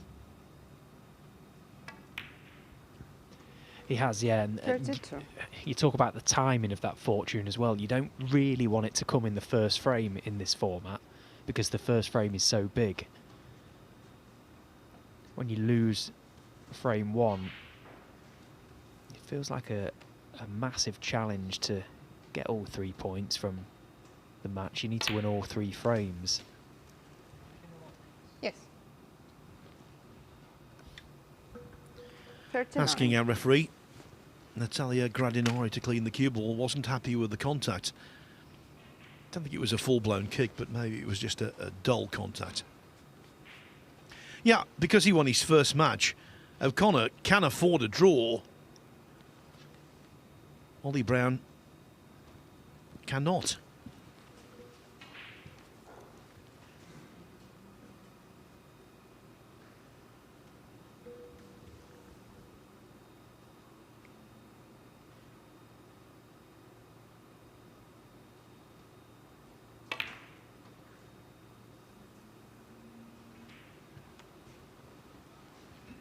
Amazing, isn't it? 39.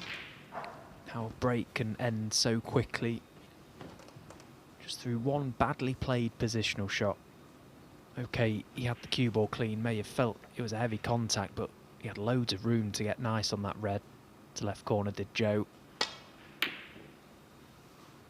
But he hasn't been punished for it.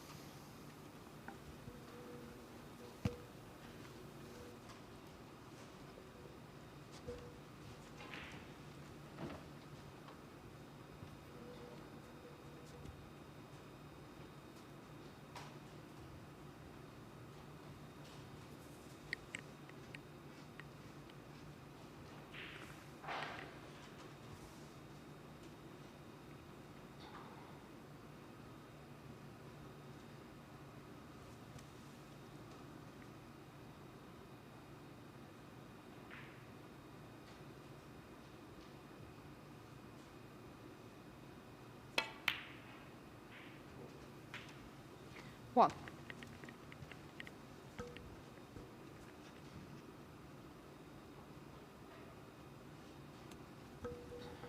O'Connor, comfortably the highest ranked player in the group, as world number 27.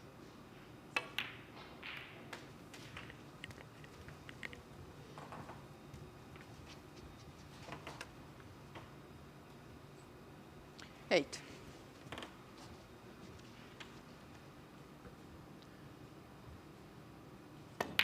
He's been very close to a couple 9. of big world ranking titles. Lost out to Gary Wilson in the final of the Scottish Open in 22. Lost out to John Higgins in the final of the World Open last year. Went en route to the title match. He beat Judd Trump, Sean Murphy and 16. Ali Carter.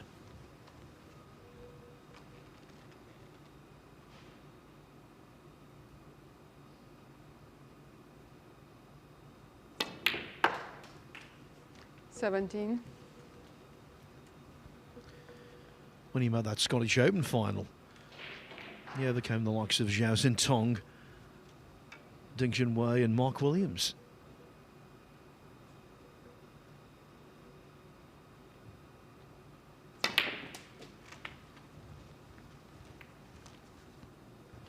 Well, he's past the post. One more red to make absolutely 24. sure.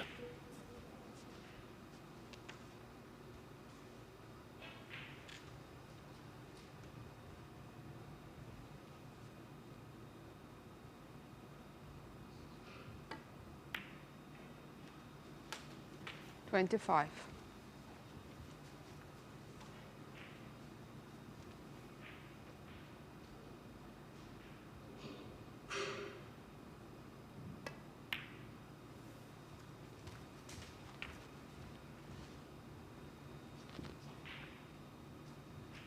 $31.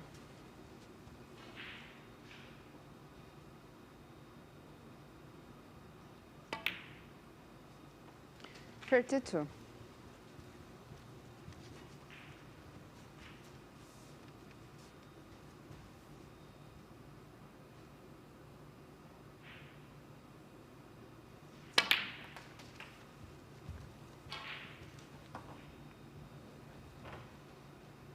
$39.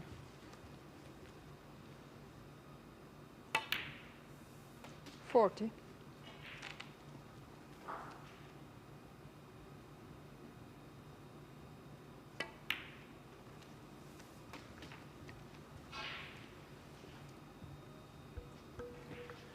Didn't really face any serious opposition in his first match, and 46. the same goes for this frame. It's all stress-free so far, Stephen. 47. Yeah, he puts you in a bit of a trance, doesn't he, when you watch him, Joe O'Connor, in amongst the balls. Very little happens. It's all very calm and controlled. Okay, 53. he squandered the first chance in missing that red to this very pocket, but wasn't punished, and 54. the rest has just been, well, bread and butter really for Joe O'Connor in this frame.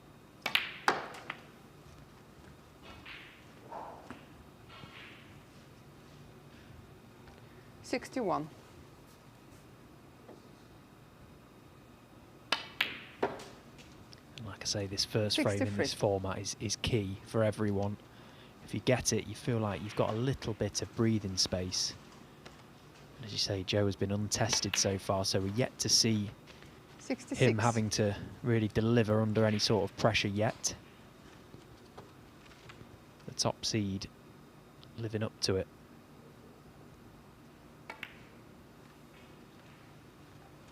$70. Yeah, so far reminiscent of last year when he topped his first phase group in the tournament, winning 9 frames for the loss of 1. 75. In terms of frames played today, it's played for, won for. 81.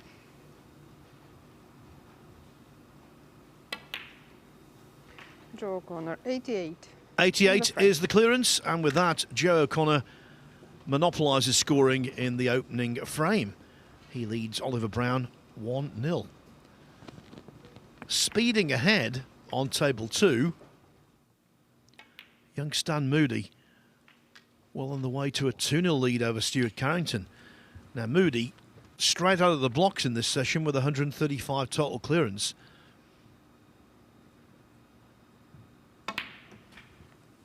And now he just needs this simple red to put frame 2 away. 58. This, Stephen, is what he's capable of. He's such a talent. Yeah, he's very good. He's very quick, very fluent now in amongst the balls, which is good to see. Stuart Carrington was nicely in this frame, went into the pack from the blue and potted a red into the right corner pocket, and the reds trust me, were absolutely perfect. The first red stand potted was 59. the toughest of the lot, and then the rest has been plain sailing. Looking sharp, isn't he? Really good. Yeah, great to see, because I think it would be wonderful for snooker if he made a deep run somewhere.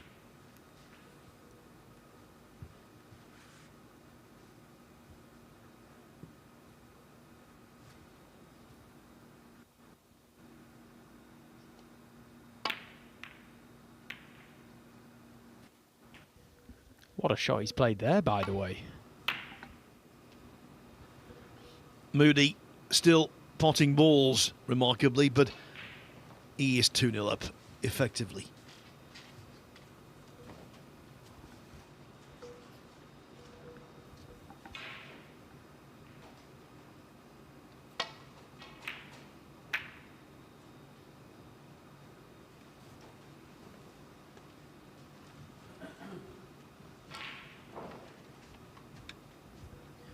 When you inadvertently clatter into the pack like that, you can expect consequences. The poker face of O'Connor giving nothing away.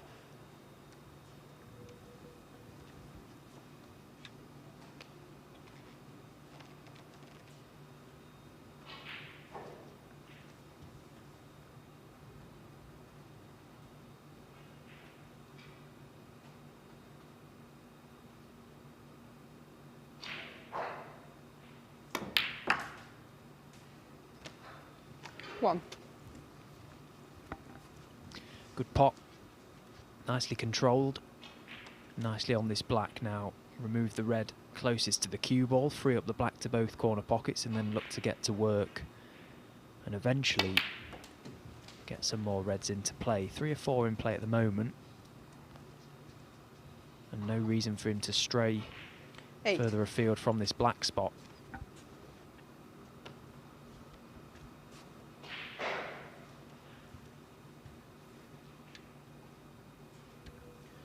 Back-to-back centuries to report for sizzling Stan Moody. 135 in the first frame. Just cleared with 104 in the second. 2-0 up on Stuart Carrington.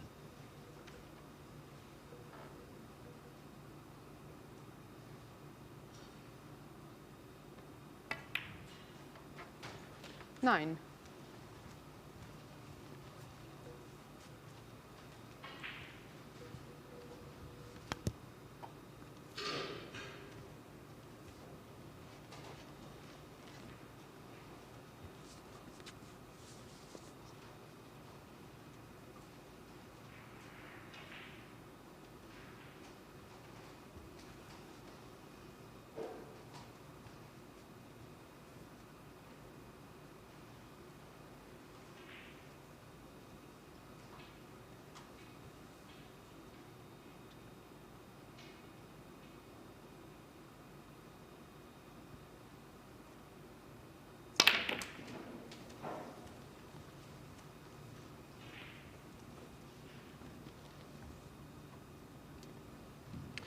Well, 16. took the chance to go into them. May have felt a few more would be pushed into play. Actually, he's pushed one safe and not really done too much damage to the main cluster, so work to be done now for Joe. In the end, it finished awkward Draw enough corner 16. for him to miss that red. So very prematurely, he's broken down on 16. And when he saw this red going towards the near jaw, his heart must have sunk, because that near jaw will give you precisely zilch.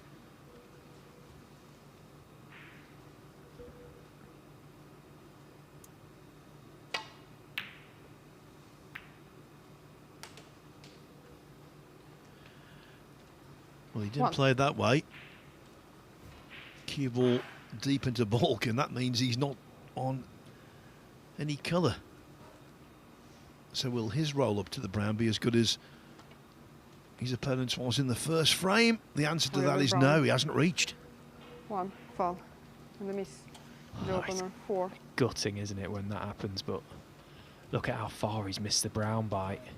Free ball.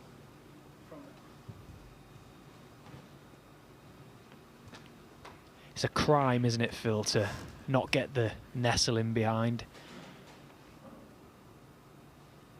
Because you only have to hit the brown. You don't have to be tight.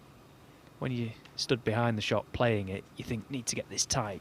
But in reality, you don't. Just get the snooker, let them play a shot. O'Connor wanted the shot played from where the balls had come to rest, but I don't think he had any great expectations, because that was quite an easy side cushion escape into the bunch.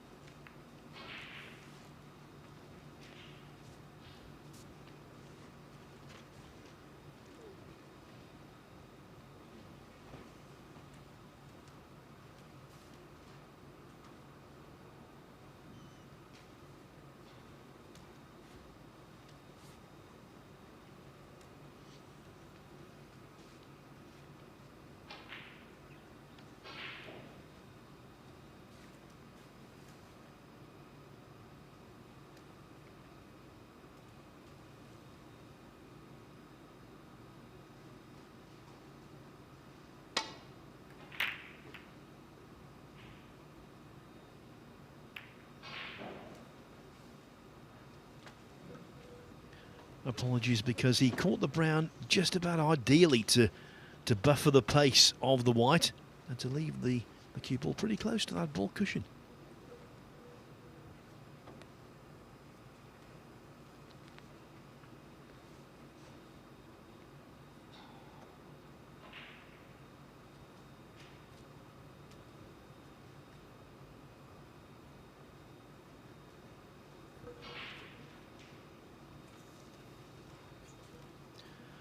They have played on one previous occasion, 13 years ago, in a PTC in Doncaster, England. O'Connor came through 4-2. It was so low profile, the wonderful side cue tracker doesn't have the frame scores. I remember that event well. At the Doncaster Dome, wasn't it? Now, the only reason I remember it well, Phil, you'll like this one. I played Jeff Cundy.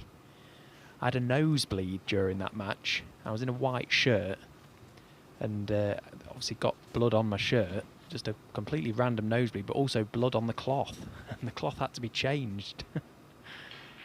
So we finished the match and then the cloth was changed. That's a good title for a snooker novel, Blood on the Cloth.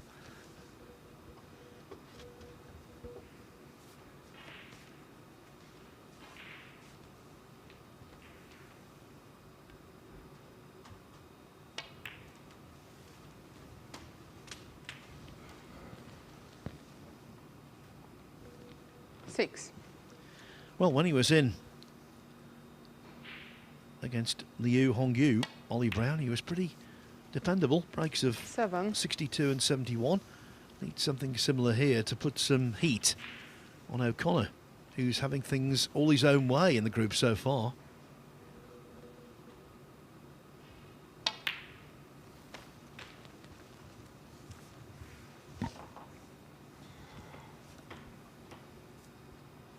$14.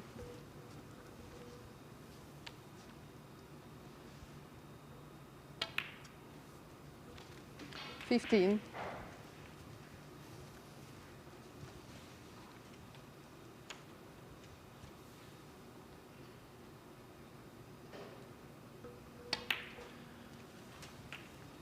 Really nice guy, Oliver Brown. We were having some dinner together an hour or so ago, and he was telling me that he and his family returned from Disney World in Florida in May.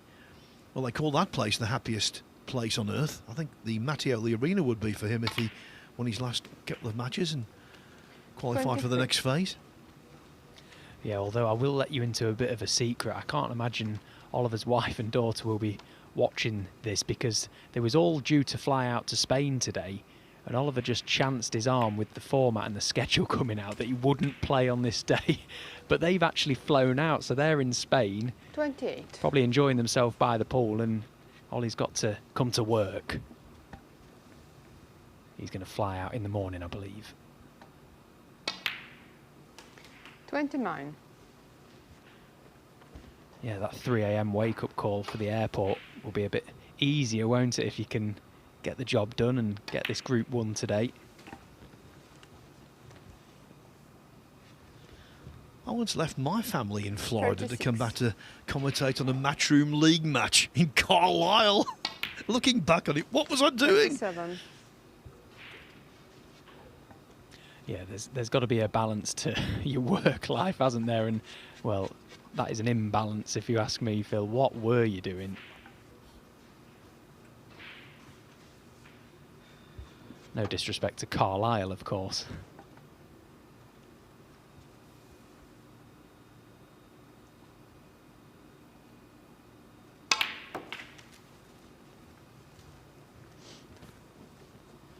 I don't know whether he's purposely increased his pace, but I think today he has played quite quickly. 44. And that can never be a bad thing. He's one of my regular practice partners, Oliver, and he plays like this in practice. You know, he is a quick player. He's not slow by any stretch.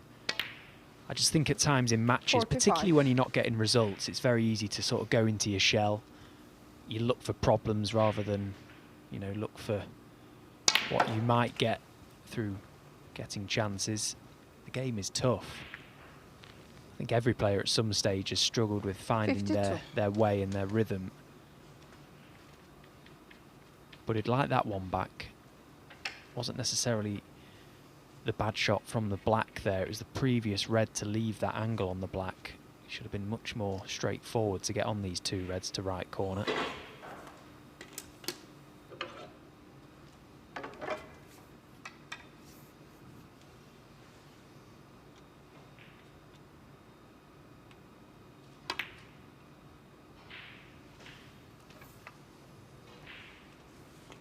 Played that one, though, superbly. Oliver Brown, 52. So the break ends at 52. The lead is 33. But 5 reds still on the table, so 67 still there. It's a recoverable frame for O'Connor. But Brown's just played the shot to leave the table millimetre perfect.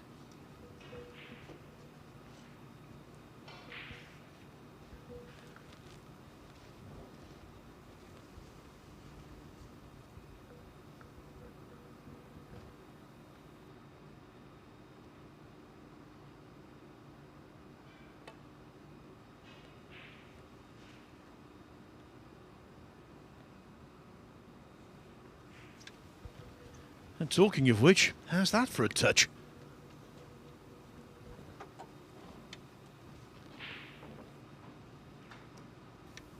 And no touching ball declared either, so makes Oliver's task a little tougher.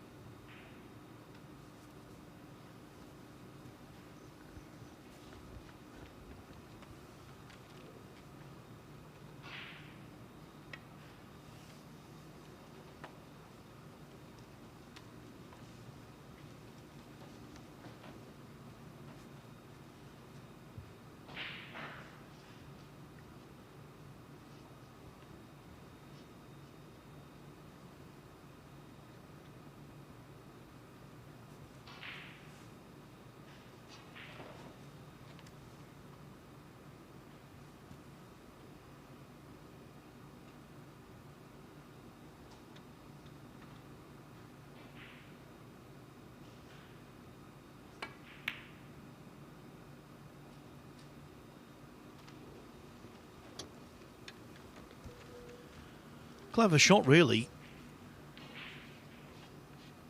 The only red he could possibly leave was the one he went for. And by taking the cue ball into balk, he also had a colour on in the brown, if the pot had gone in.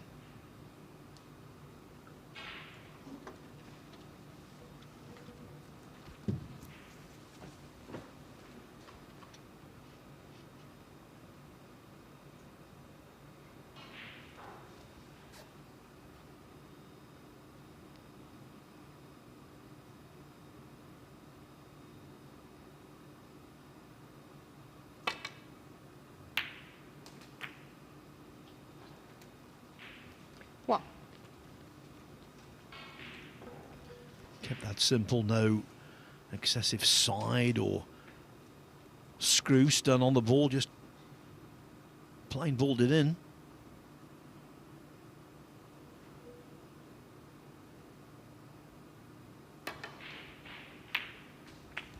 He's a very good potter, isn't he, Joe? I think he backs himself anywhere on the table to, well, get himself out of a bit of trouble like he was just in on that initial red. Just dropped it in full length of the table, as you say, didn't try and do anything with it. Knew the brown was there, took the chance of a possible favourable cannon on the black. Just gets a few more points on the board. He's a very patient player, Joe. He'll be well aware that he's still very much involved in this frame.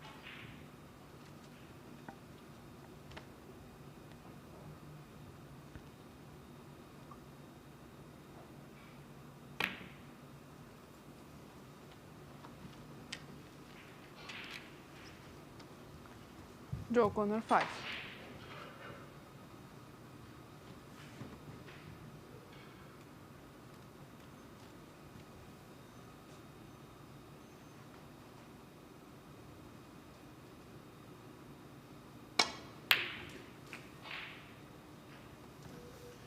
Really well done.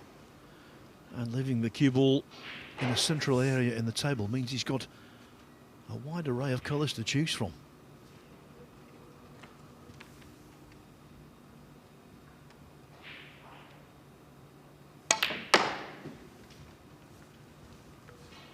So 33 in front.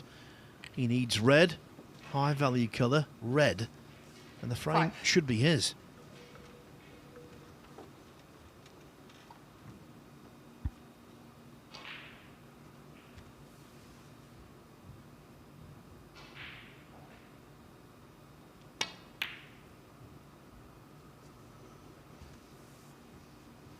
Oliver Brown 5.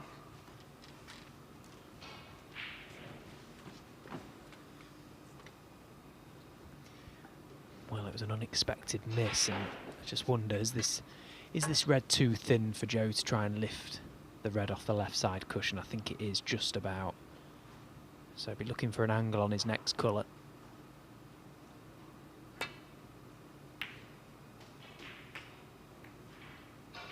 that's not it. 1. Yeah, it doesn't have the angle. Doesn't have the colour. Could just dab in behind the blue for a guaranteed snooker.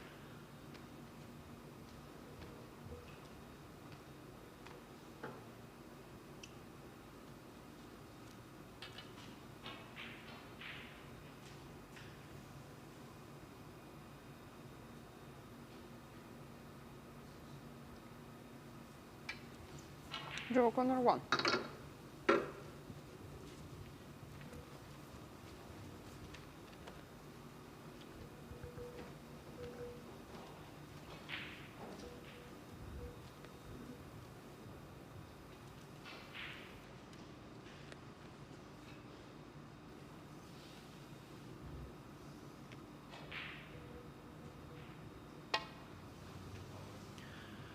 Stan Moody making his move on table 2. Foul and a miss. He needs Draw blue corner and pink for a 4. 3-0 win. The first 2 frames went to Moody via centuries. This one he was well behind, but finishing off very tidily indeed. So there it is, 3-0 over Stuart Carrington. He joins Thanawat Terapong Boon on 4 points.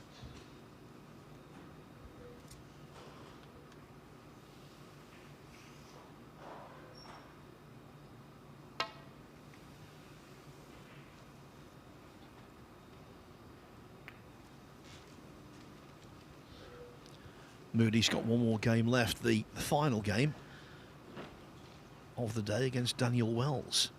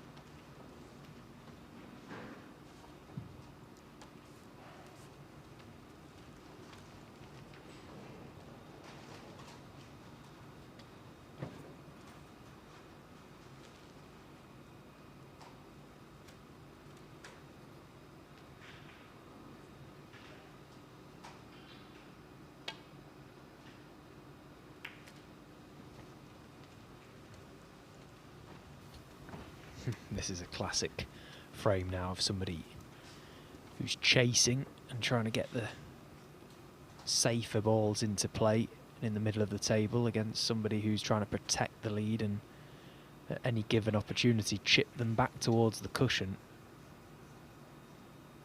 Again, patience is key in a scenario like this for both players, really. Who's going to get the other in trouble first?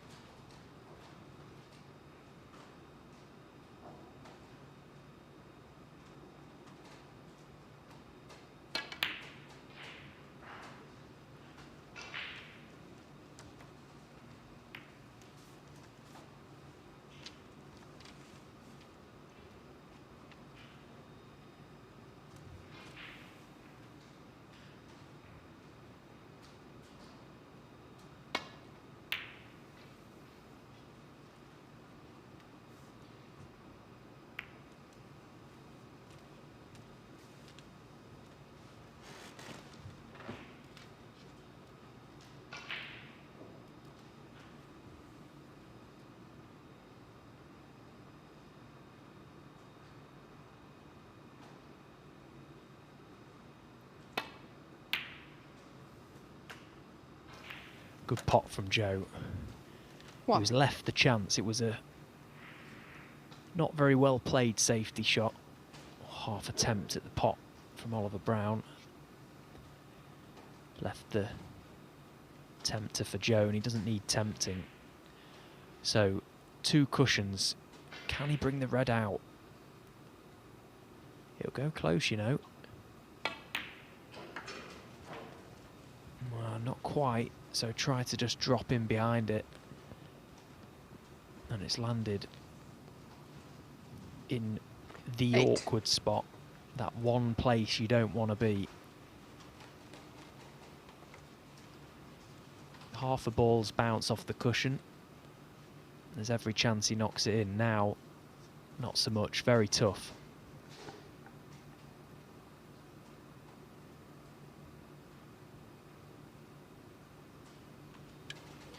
Given the tightness of these pockets, I think he's second favourite for this.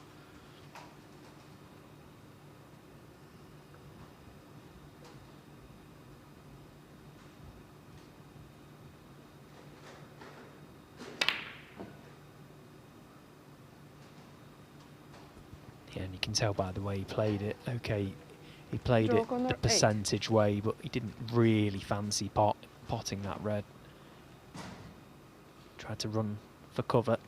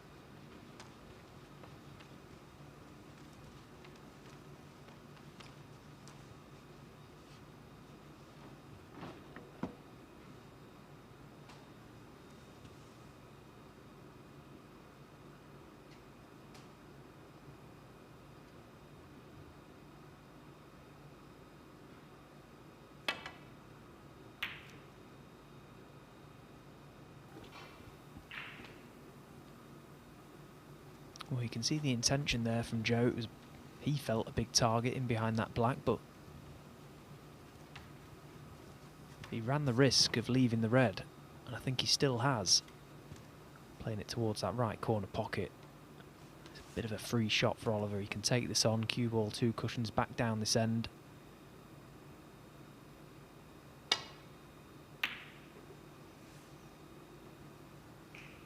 Caught it too thick, but I think he's okay. He's going to get away with this.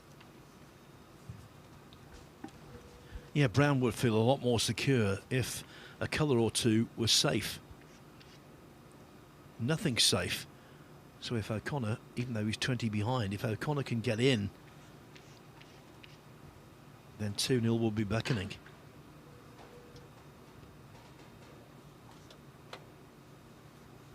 You can see the left edge of the red, and I just wonder if the edge you can see is the potting angle to the green pocket. I think that's what he's looking at. There's every chance he can go 2-3 cushions with the cue ball past the yellow, back down this end. It's very thin though.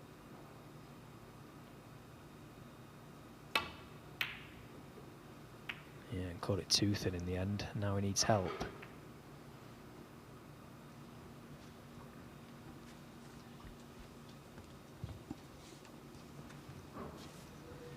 That is help.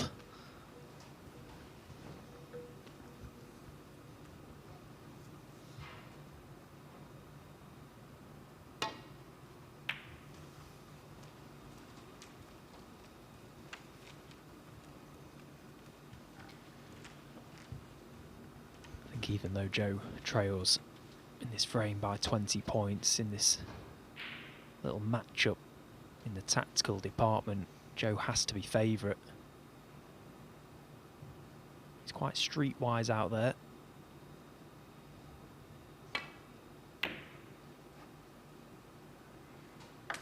Very cleverly played. What? And now nothing safe on this table, so what a great chance now for 2-0.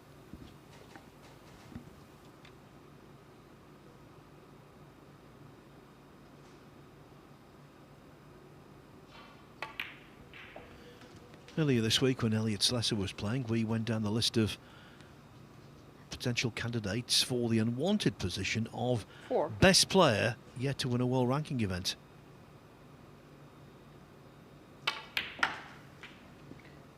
6. We overlooked Joe O'Connor.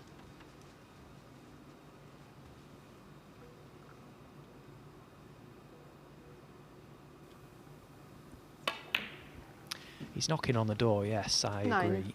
I think he has to be involved in that conversation, but I think there are probably better players in the waiting line.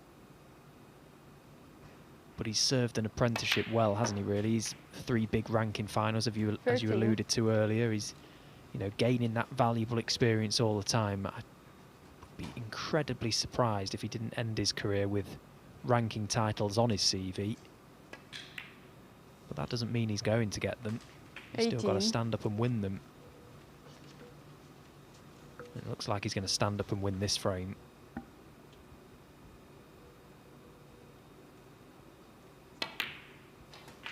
$24.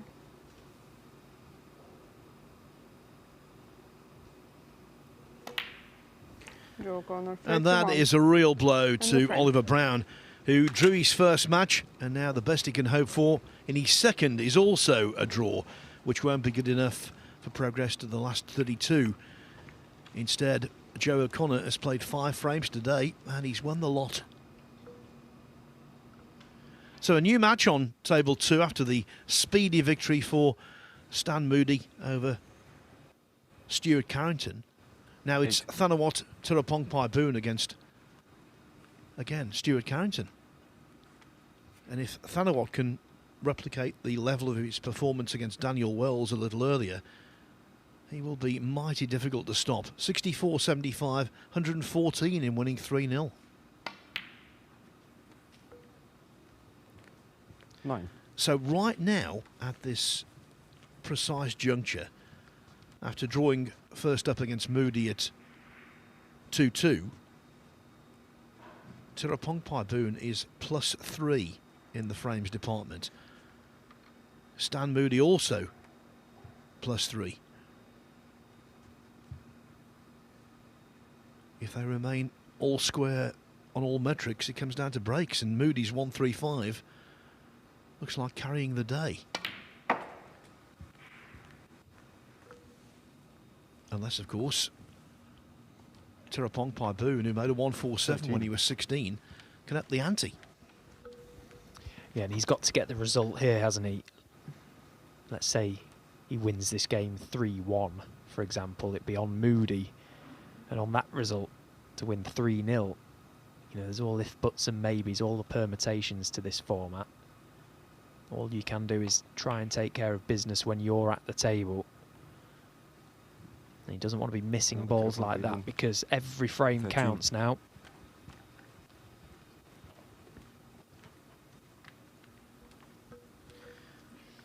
Yeah, with a draw and a defeat so far, Carrington cannot win the group.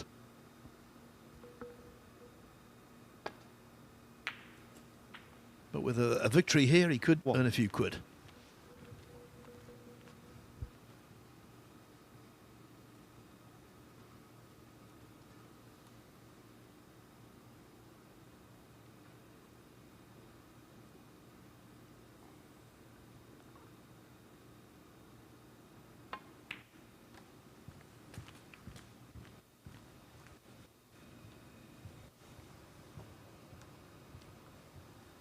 Eight.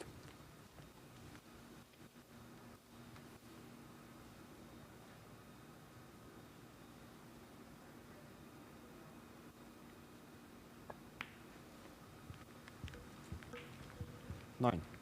We'll keep you right up to date with what happens over there. Now, though, back to see whether Oliver Brown can win the last couple of frames and gain a draw. At the moment, Joe O'Connor, who won 3-0 against Paul Norris in the first match of the group, is on course for another 3-0 success.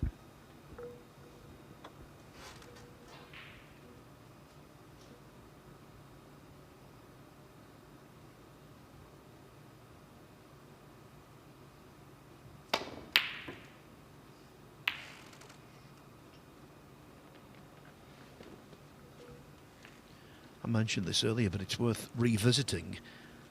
Last year, O'Connor topped his first group, a group that included Andrew Paget, Zach Surety and Liam Pullen. And he did so with 9 points out of 9, 2 3-0s and a 3-1. 1. Now can Oliver Brown pull himself up by the bootstraps? He's played a great shot there, hasn't he? Navigated that cue ball round. I think if he's feeling brave, if he's feeling aggressive, he's got to plough through these reds. Try and open the pack with a red. That's what he tried. He just caught the cannon wrong. That's a shame, because it was such a good opener. 8.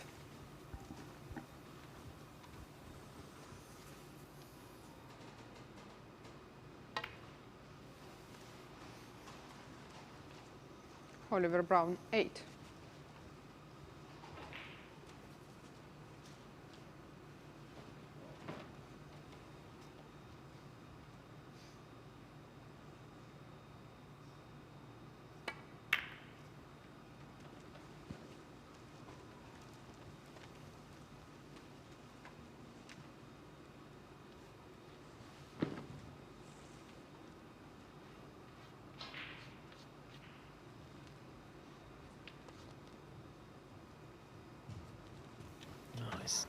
Tough to get back to baulk. That yellow is massive in your eye line. You've got to catch this one thin. And he's gone the other way, and he's butchered it. He was playing with very fine margins there. He had to catch that one just right to find the gap. Joe O'Connor laid the trap.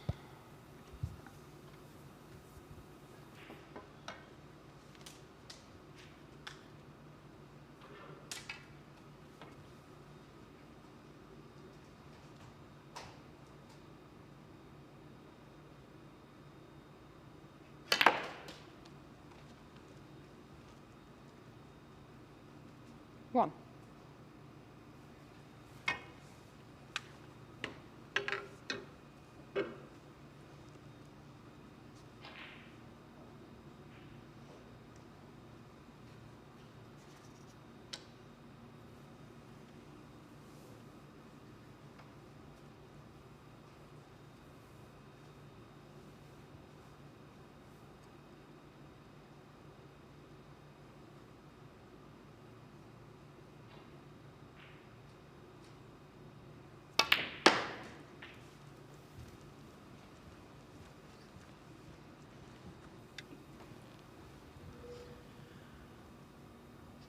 Plays that shot nicely 4. when he swings the cue ball round a little wider than is natural.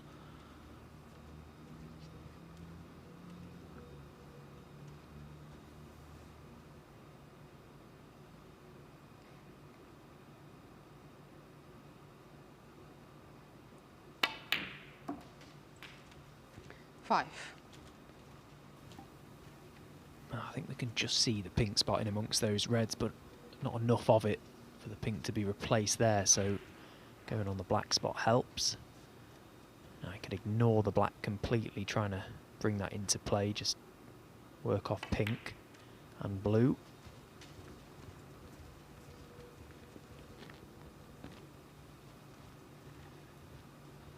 Just a nice 40 points on 11. the board here would feel big for Joe O'Connor, just to take a firm control of this frame and with it have one hand on all 3 points.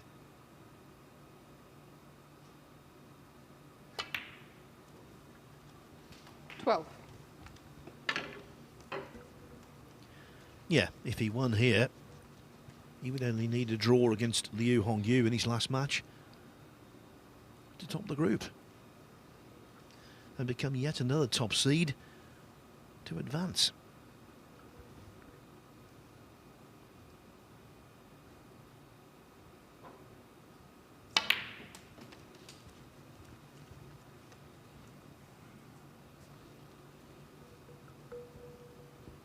$18.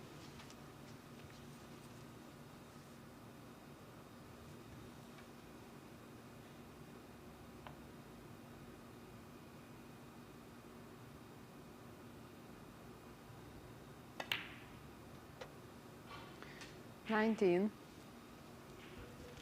Seems loose to me on the incorrect side of the blue.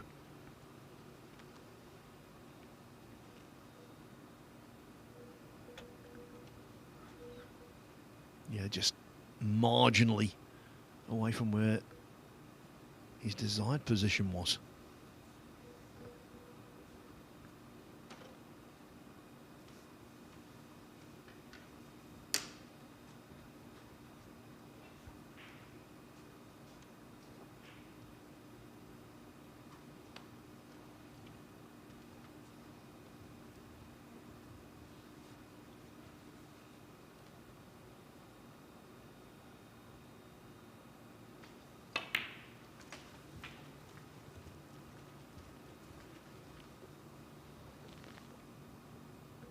$24. Now there's a red in the middle of the cluster that will pot, but he's already missed an easier shot of similar ilk to this. If you recall, he undercut it, just caught the right hand jaw, the near jaw as we're looking.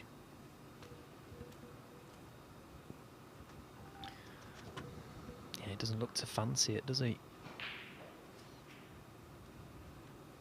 Maybe look at trying to plant the 2 reds now, is he?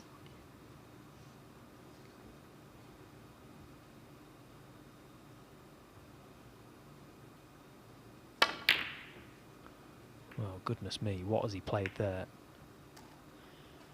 It probably looked a lot worse than it actually was, because he just misjudged the plant by so far, but what a lifeline. He said, look at the gap between the reds there. Well, he probably deserved to leave something a bit easier for Oliver Brown, but should still knock this in. 1.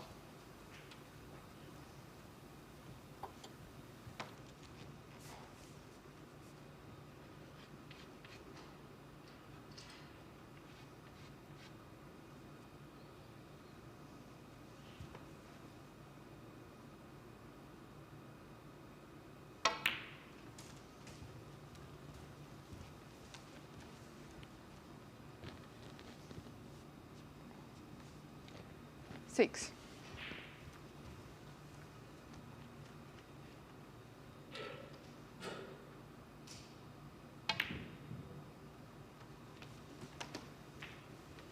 Seven.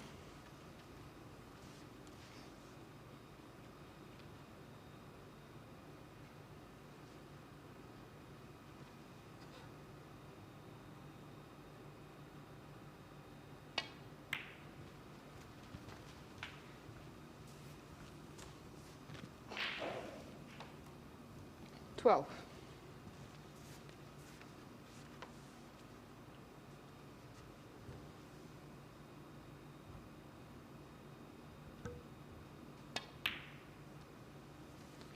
Thirteen.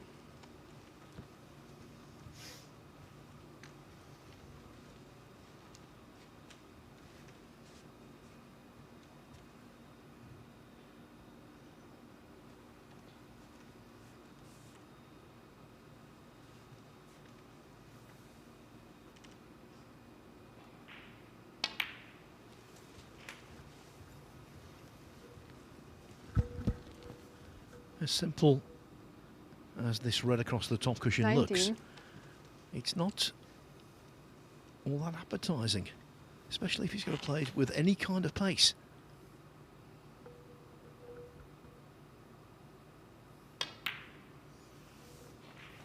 Yeah, good call, Phil. They're missable on Oliver Brown, these conditions 19. during this event. Certainly these bags are playing on the tighter side. They just look, they feel a lot smaller with that pace. That flies in last year.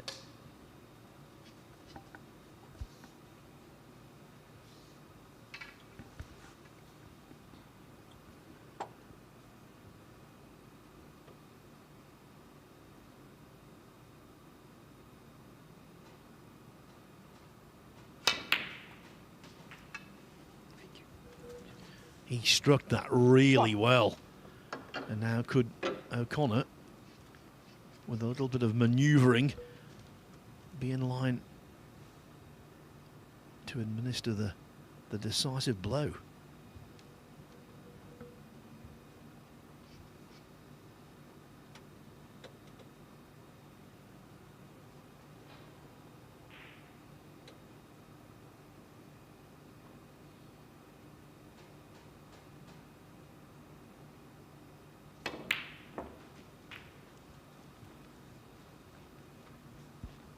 Well, that was a complete misjudgment. Needed to 6. dig down, get lower into that cue ball.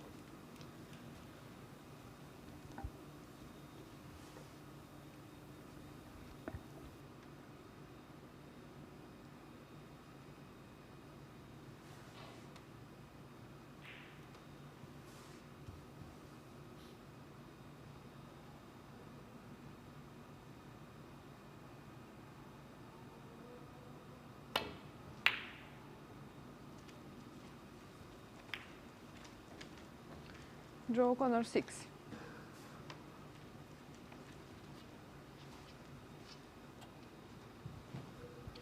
On table 2, first frame, Tirapongpai-Boone against Carrington. Well, the tie leads by 5 points, 2 reds on the table.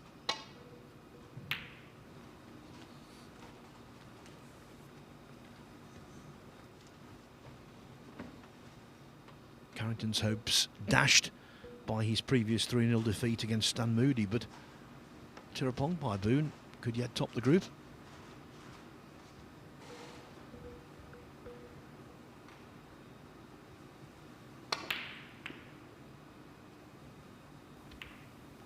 It's got to be the longest name on the World Snooker Tour now, hasn't it? There's a lot of letters there for the guys to fit on the screen. Yeah, very different to one of our group winners from earlier, Zhu Se, whose entire name is 4 letters.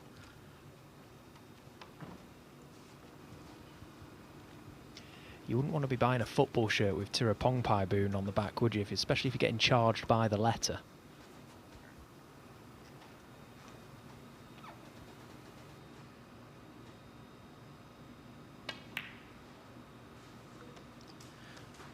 Well, that's what they used to say, wasn't it, back in the day? The the worst job in sport is the guy who shouts, "Give me a B" at Borussia Mönchengladbach. Is that what they used to say? Well, if they didn't, I've just made it up.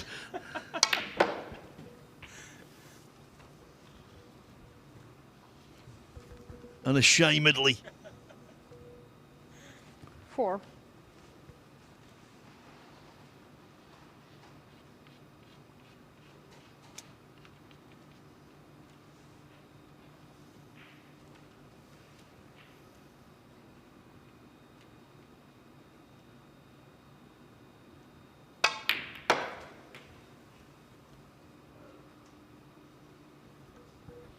Cue ball needed breaks, but 5. then when it passed the baulk line, it needed to go on, and it has gone far enough to make the brown viable.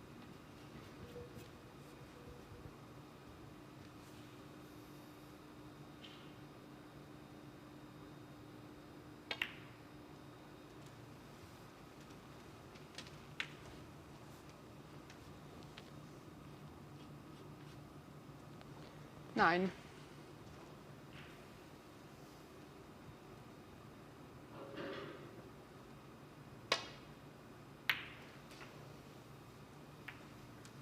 Ten.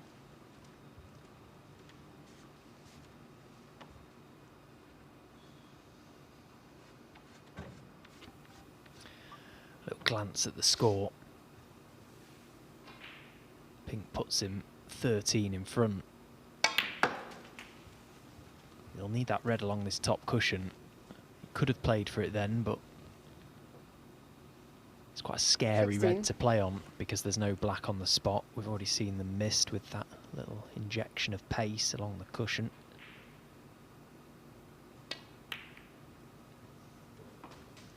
$17.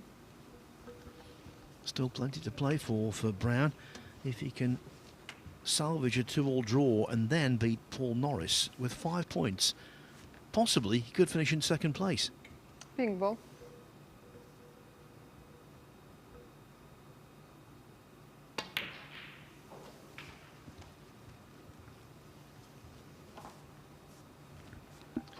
Well, there's next to no value 23. in potting this red and trying to get out for a colour. I think the play here is just dolly the red in, take the 8 points away from Joe, and then chip the black to the side rail, play the snooker behind the blue. Just didn't seem like there was any point whatsoever in trying to get out for a colour there. 23. Just take your medicine with the shot.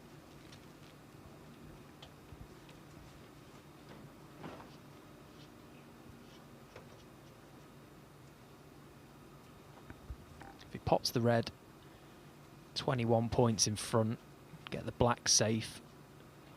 That then took the 8 points away from Joe. He's a heavy favourite there, Oliver Brown, but now this game is still wide open.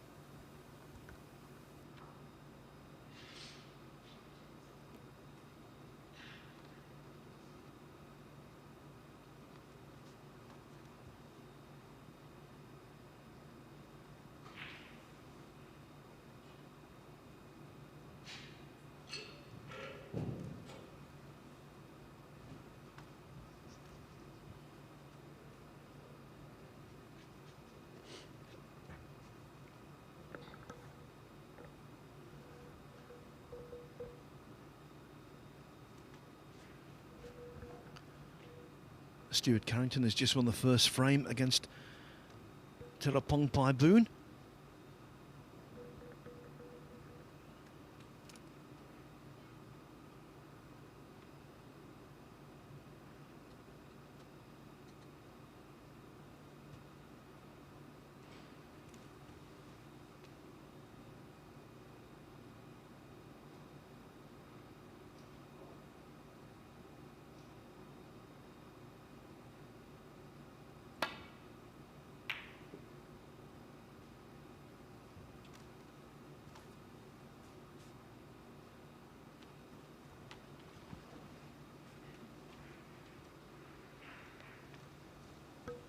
Came round, took an anxious look. Thank you.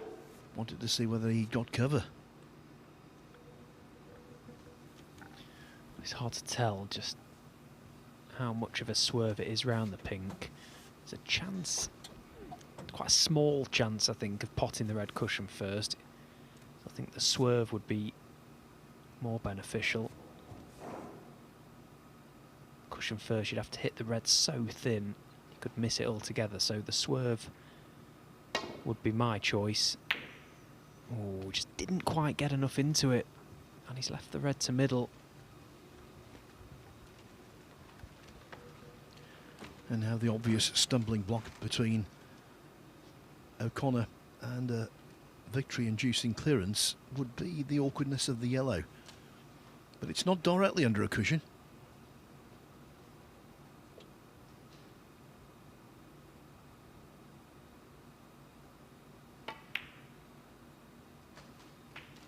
Well, that was heading towards the near jaw. Stephen and I thought he'd missed it. Okay, again, we keep talking about it, don't we, the pocket side. I think the middles are, you know, playing as they have done in previous years, certainly, but the corners are on the nippier side.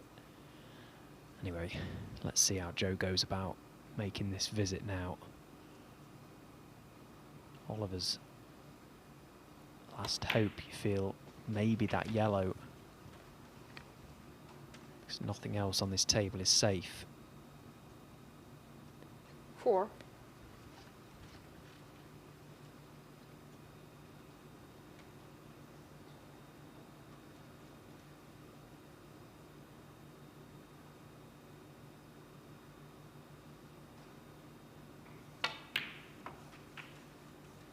Five.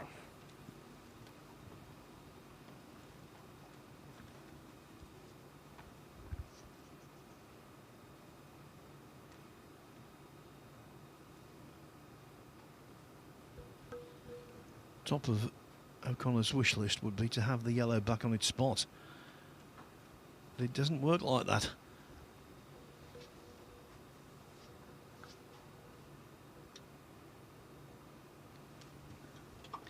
If you can get right in behind this yellow, anywhere straight on it, it's not that safe. Well, in fact, he's gone 3 cushions to try and chip it out.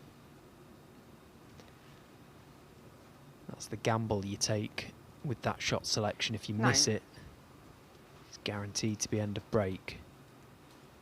If it had laid up in behind it, he would have at least had a shot at potting the yellow. So good safety required now.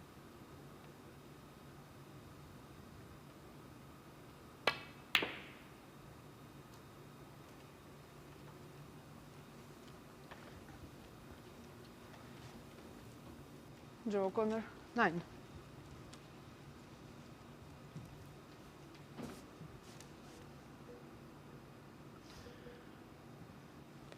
Brown's lead is 11. So he needs yellow, green and brown from here. O'Connor, should he get the chance, has to clear yellow to pink.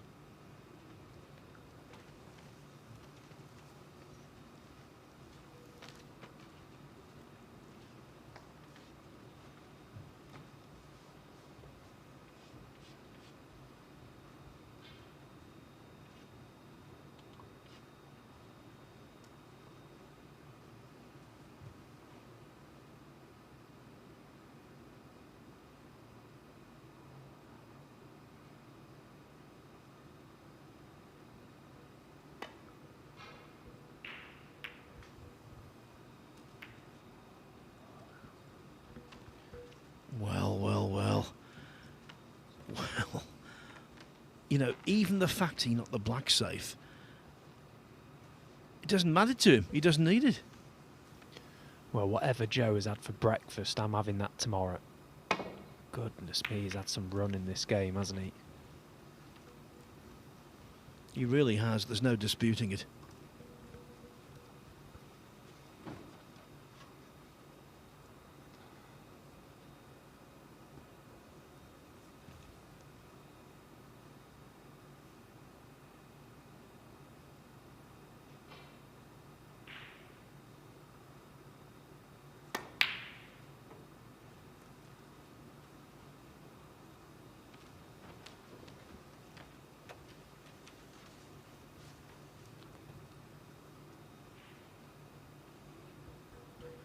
Thought for a moment there was going to be another indignity.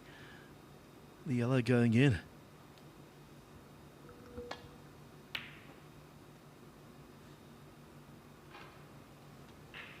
That's nicely and cleverly played.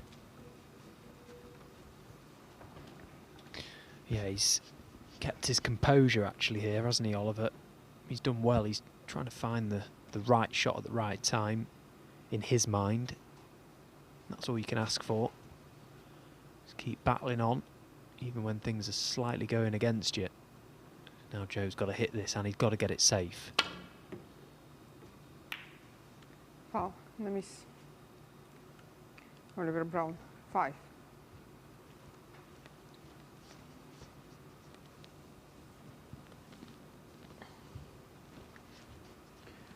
Blue. Well, that changes the landscape slightly because now O'Connor, 16 behind, needs all of them, including that semi-awkward black.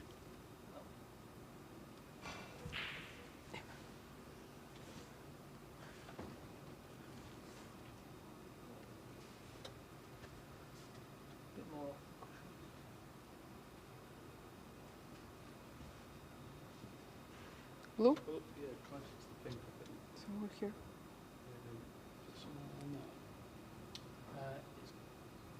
The gap, yeah, the gap's about right. I don't know if, if it was closer that way. Where are you, baby? I think the white's a fraction that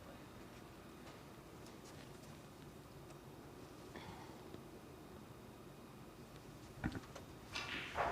It might seem a laborious process, but they have to get this spot on.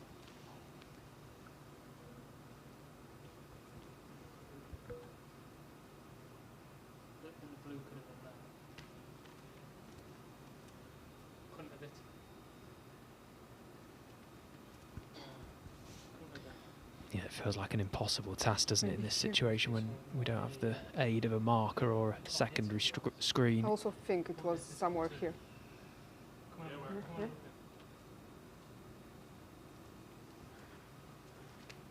Played it like playing ball.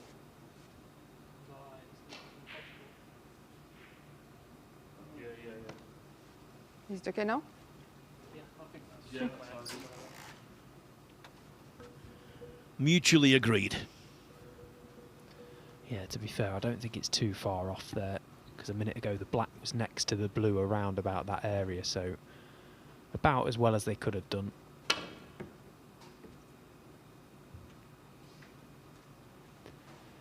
Foul. This time Oliver Brown. makes contact 4. with nothing. Free ball, probably no value. Free ball.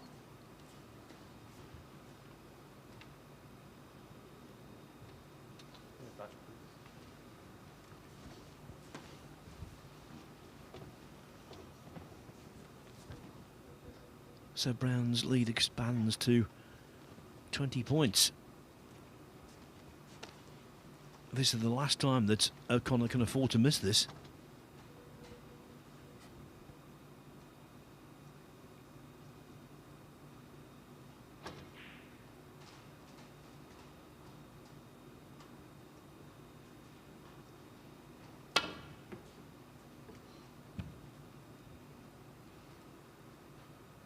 Foul and the miss. Oliver Brown, 4.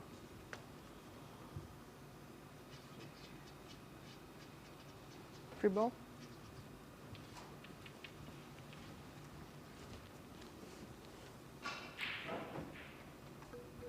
The difference now 24 points, so if O'Connor doesn't make contact on this occasion, he'll be 28 behind. 1 snooker needed.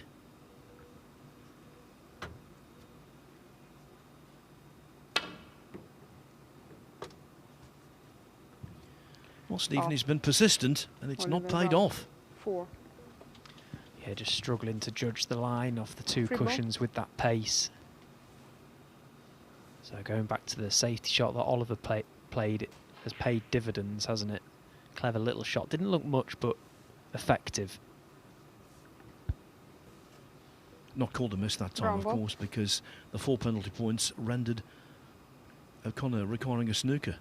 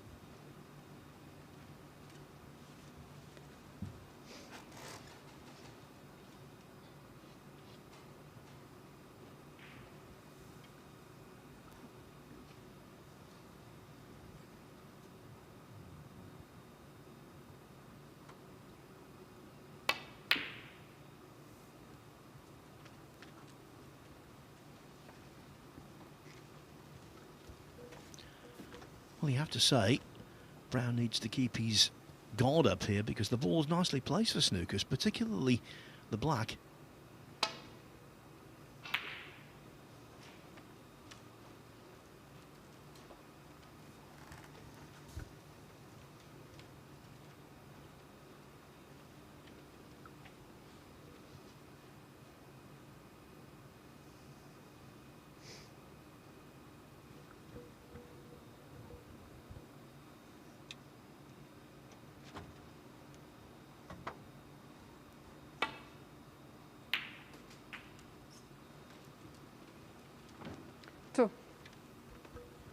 Conventional wisdom is that when you need a snooker, you need to keep as many balls on the table as possible, but the difference between 6 colours and 5 isn't worth thinking about.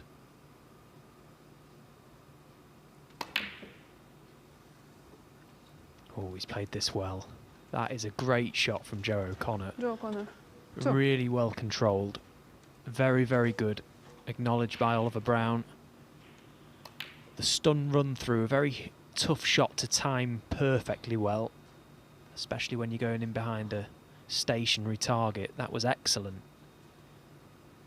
And this is not an easy hit. 2 cushions, left-hand side. Fabulous shot. And he's absolutely cursed. Joe O'Connor. 4. I am speechless, Phil. The run in this game has been unbelievable. That is a brilliant shot. How has he knocked the Brown in? Dare I say it, Oliver browned off. At least he didn't leave the green. But he might be in another snooker. Joe can just send the green down the table. Black is waiting. And again, he's forced Oliver to play a good shot.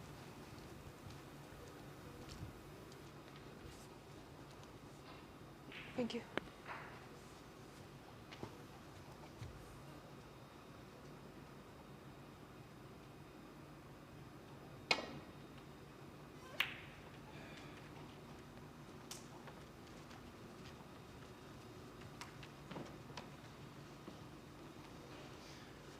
Thought for a split second there the green might be over the middle. Thankfully for Brown, it's not. No pot available here. Well, no direct pot, certainly.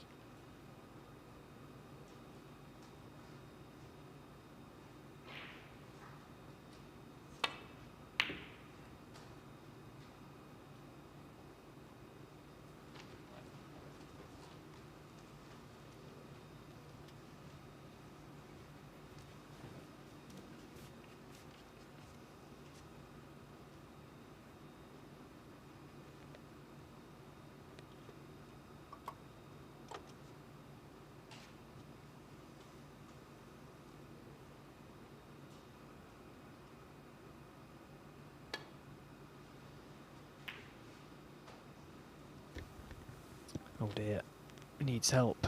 Has he got it? Don't think he has.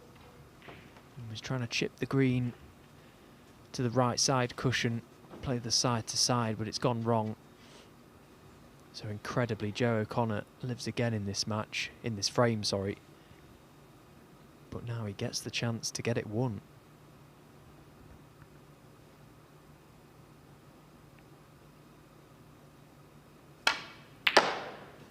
Oh, and he's timed that like a dream. He has timed that to absolute perfection. Yeah, for all the bad luck that Oliver Brown has been cursed with, you have to say that was a very classy effort. Oh, the power, the spin, the control, every part of that shot was an absolute delight. 7.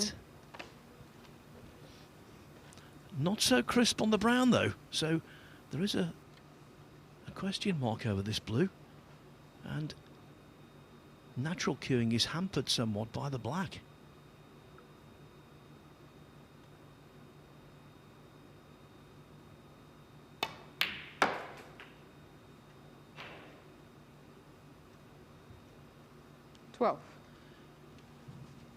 seeing a lesson here. Never to give up, never to be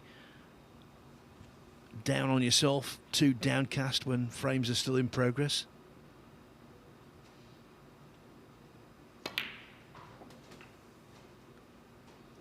And now Joe O'Connor 18. has this black for his second 3-0 victory of the day.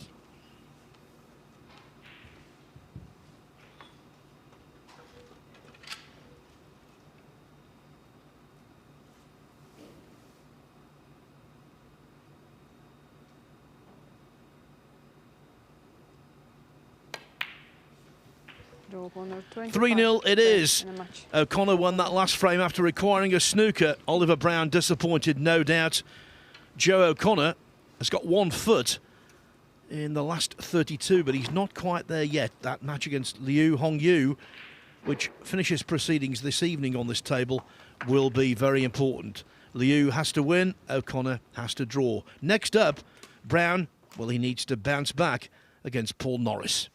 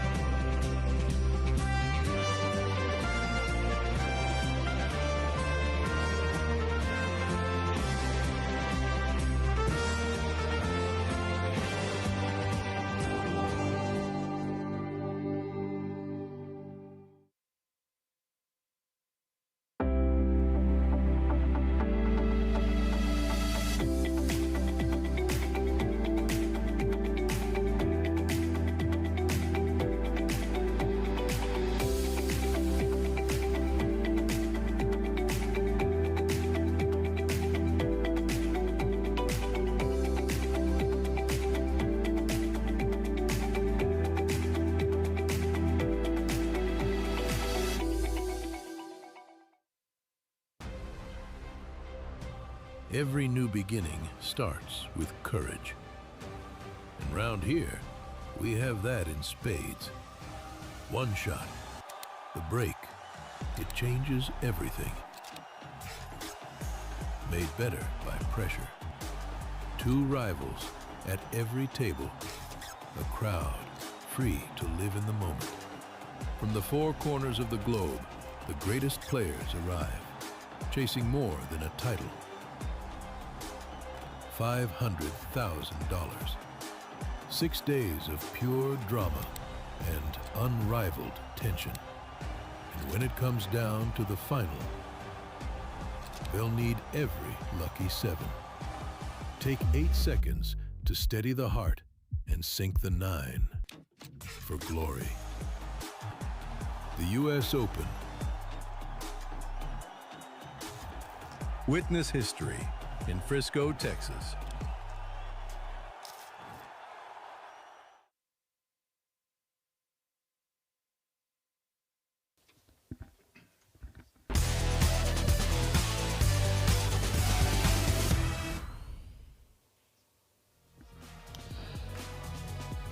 So we're building up to the crunch match later between Joe O'Connor and Lu Hongyu. Before that, though, Oliver Brown and Paul Norris. O'Connor, of course, on 6 points, the perfect day for him so far, 2-3-0 wins. But if Lu Hongyu beats him, of course, he will pip him with 7 points. So that's to come later. But Paul Norris now trying to get off the mark. He's not won a frame yet, so can he produce a better performance in this session? We'll find out shortly. Stan Moody, of course, a 3-0 win over Stuart Carrington. It's quite slow going between Carrington and Tirapong Paiboon. 1-0 to Carrington. Moody Wells to come. So Stan Moody, if Tirapong Paiboon loses that one, clearly in the driving seat. But it will all be revealed as the hours pass. And as I say, O'Connor, Lu Hongyu, clearly the decider in this group. But first of all, Oliver Brown returns, and Paul Norris, as I say, not won a frame yet. So First frame, Paul I Norris guess that's his priority, just try and play the game that he wants to here. Of course, he's a new professional at the age of 59.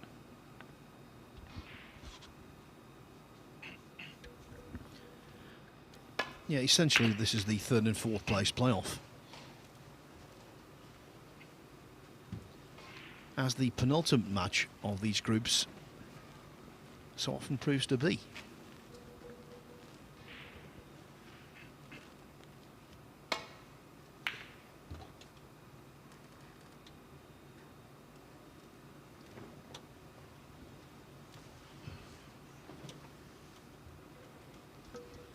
It's nice to be able to play back-to-back matches, but in Oliver Brown's case, he's coming off that disappointment of a 3-0 defeat by Joe O'Connor.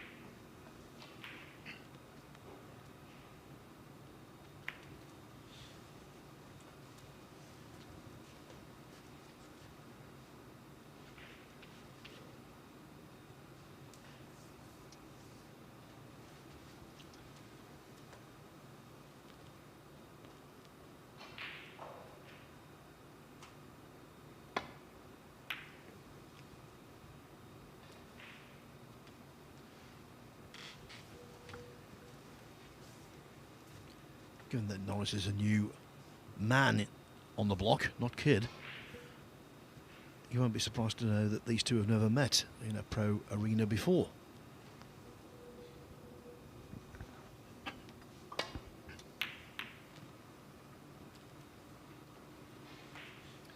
No, I mean, it's to his credit, he's made it on tour, but he admits himself, I mean, snooker has been more of a hobby because I was saying to Stephen Allworth, you know, he could have turned professional when the game went open. When anyone could turn professional, he would have been in his 20s then. It's the kind of age that people do, but he was doing other things then. Don't think when he entered that Asia Pacific Championship he had any real designs on turning professional, but of course that is the prize at the end of it, and he won it. Yeah, and it's a nice title to have, isn't it? Covers all of Australasia and Asia.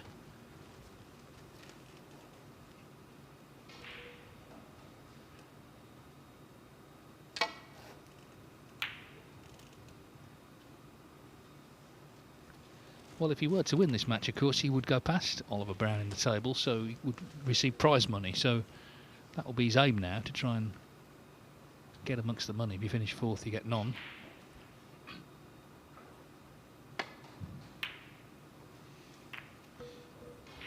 Yes, having drawn 2-2 with Liu Hongyu, all Brown needs is another draw to nail down third.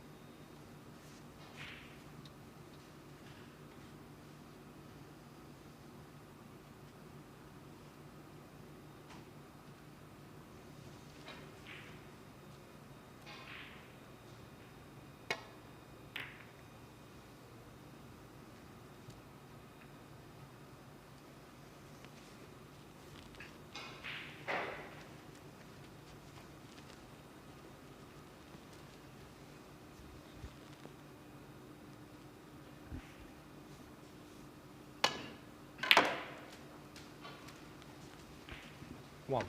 Well, he spotted the red, but not a great cue ball.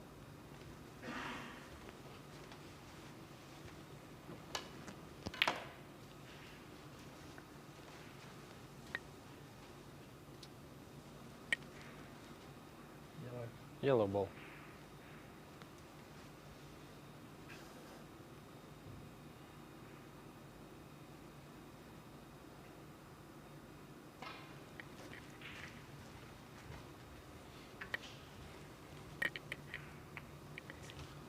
I'll notice one. Played that well.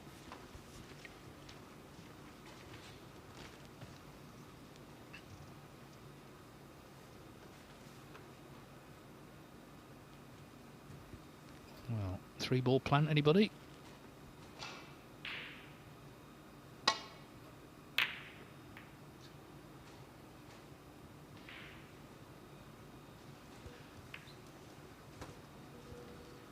Looks as though Thanawat Tirapong Parboon is going to draw level with Stuart Carrington on the other table.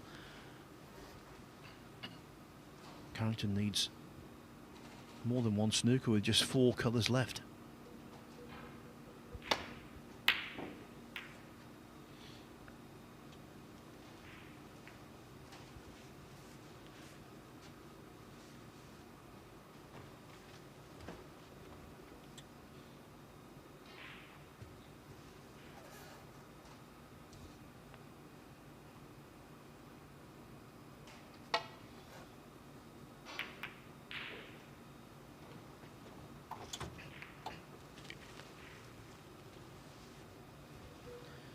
Let out an audible sigh there when he played that shot.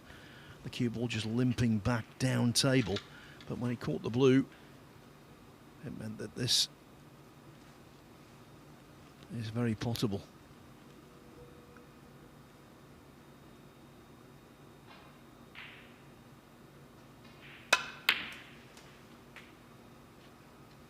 One.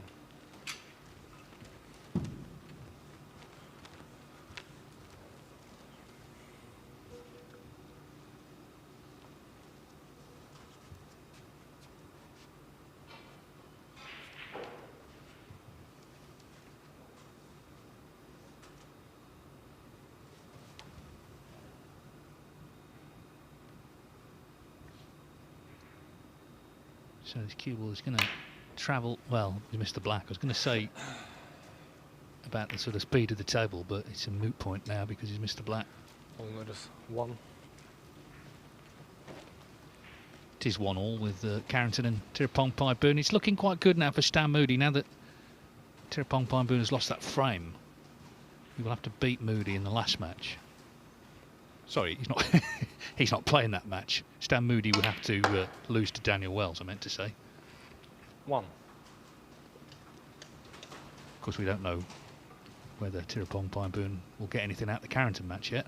So that group's still up in the air. But Moody, because he's playing the last match, simple fact that it's looking good for him.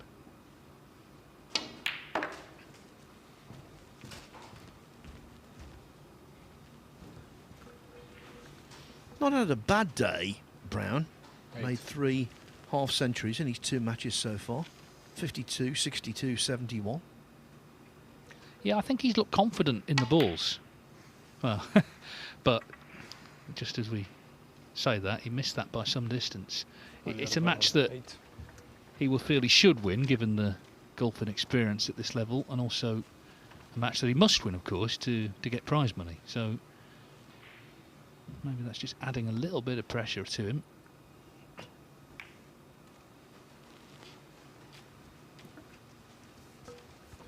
Well, I don't know whether you heard, Dave, but he's missing the first day of a family holiday. The Brown family have jetted out to Spain without him. He joins them tomorrow. So can he go there with £1,000 to spend?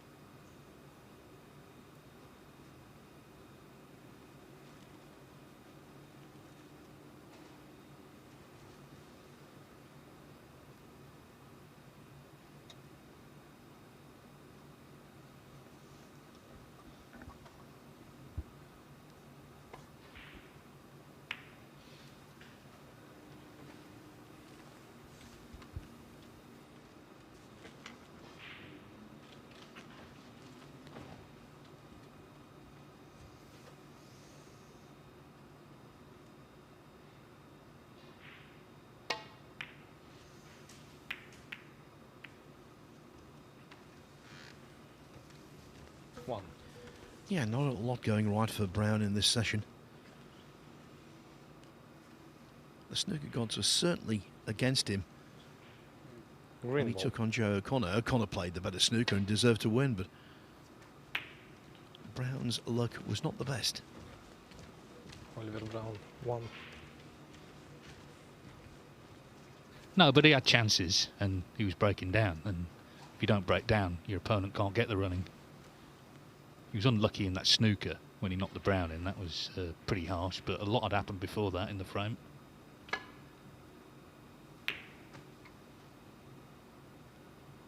Seems strange to say it's a learning experience at the age of 59, but of course it is on the Pro Tour.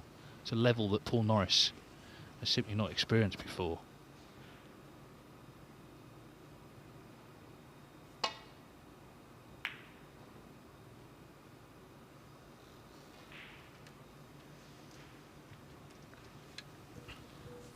Yeah, absolutely, and also conditions he's not experienced before.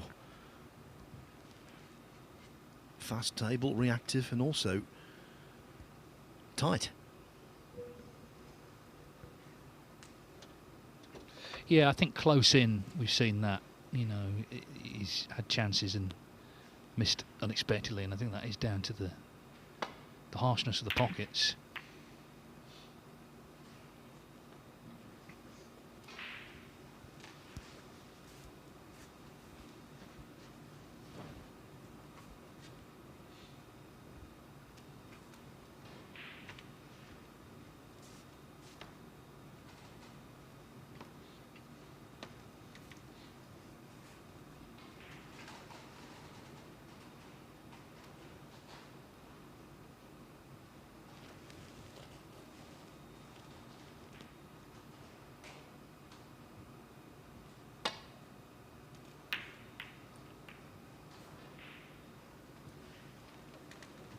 Caught that too thick. So not the most electrifying start to this match, let's be honest.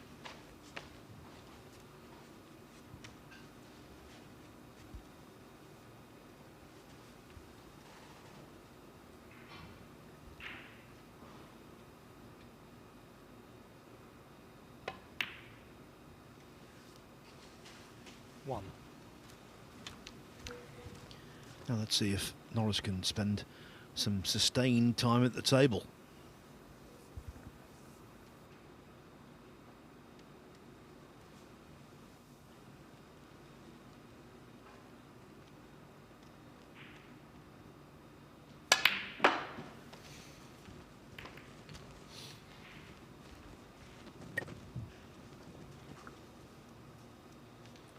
Four.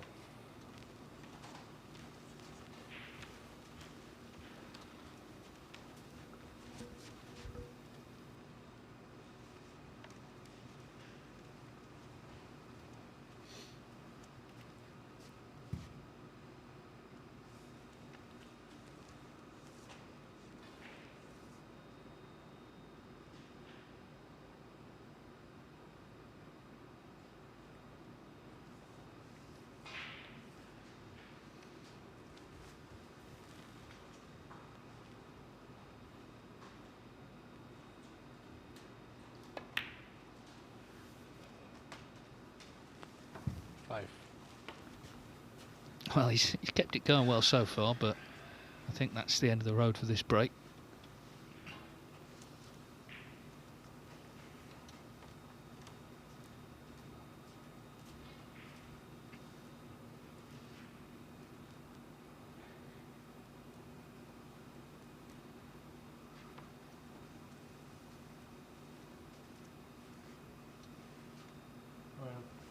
Brown ball.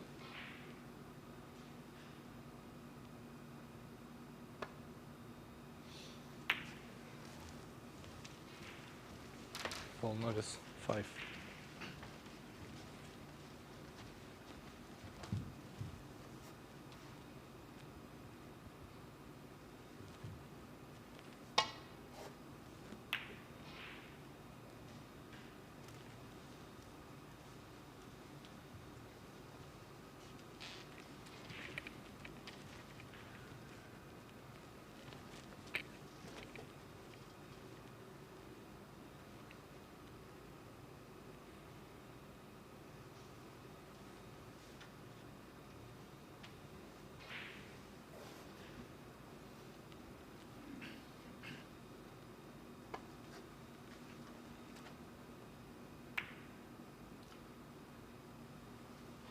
Well, it's finished okay. It may not have done.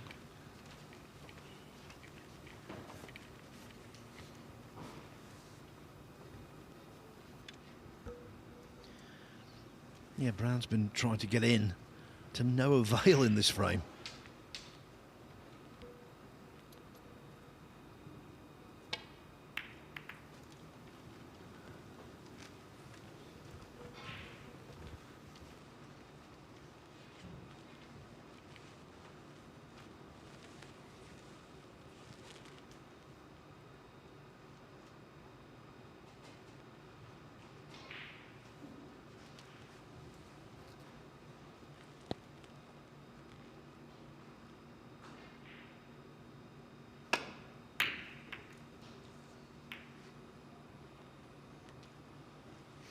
Full. And the brown four. Now, has the in off made any difference here? Possibly not.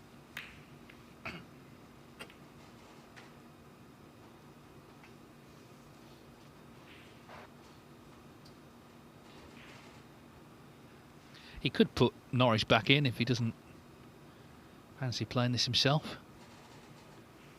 But it looks like he's going to.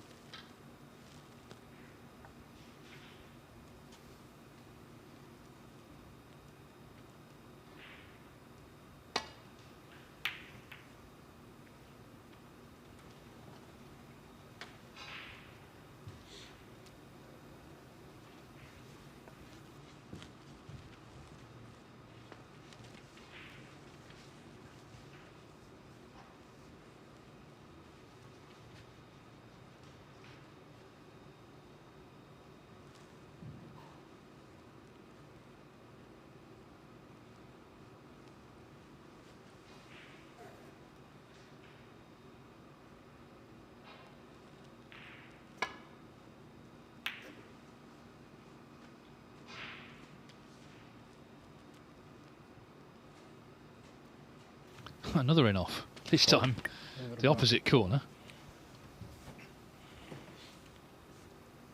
But again, it doesn't really look like it's left anything.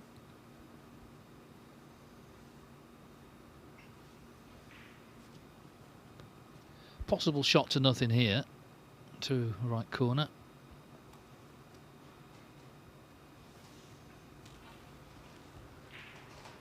Not playing it though, I don't think.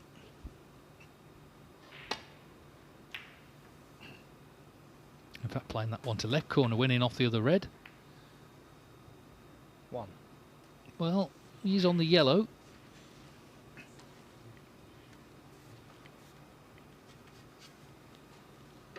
So Oliver Brown just trying to get somewhere towards the reds, and then he could be away in this frame.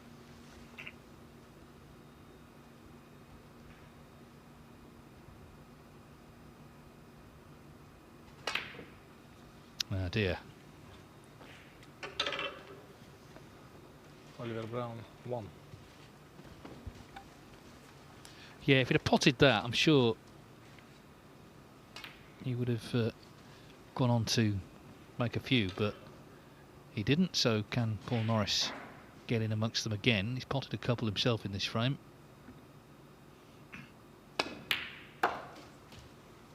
One.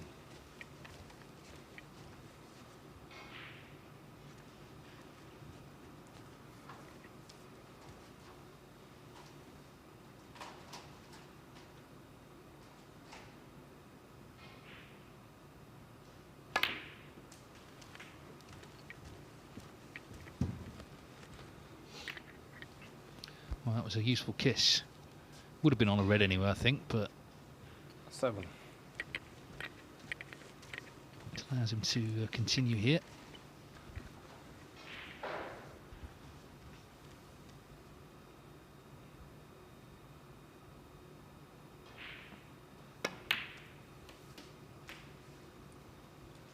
Eight.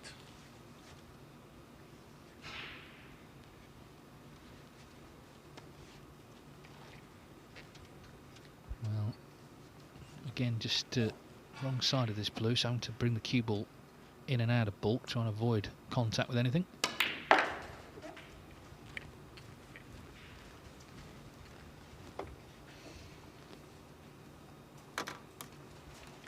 $13.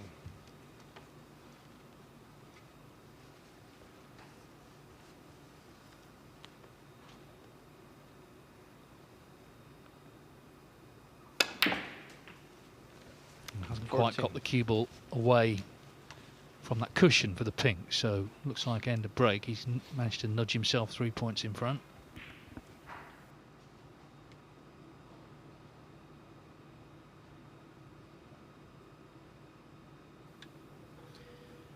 If you ever heard a snooker commentator and they say it's a scrappy frame and you wondered what that is, Blue ball. well, this is it.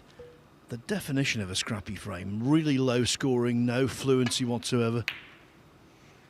Balls everywhere. Norris 14.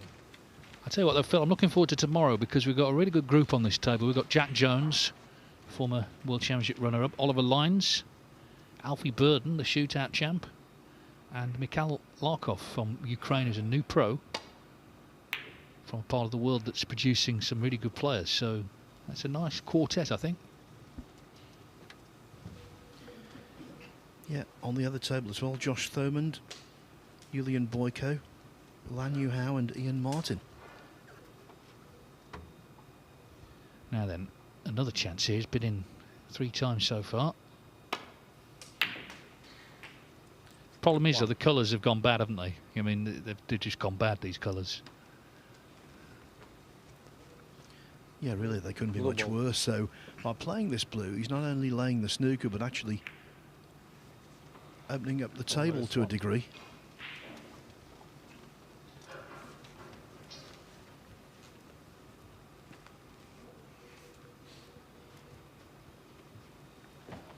Places can be decided on high breaks, but this frame is not going to contribute to that.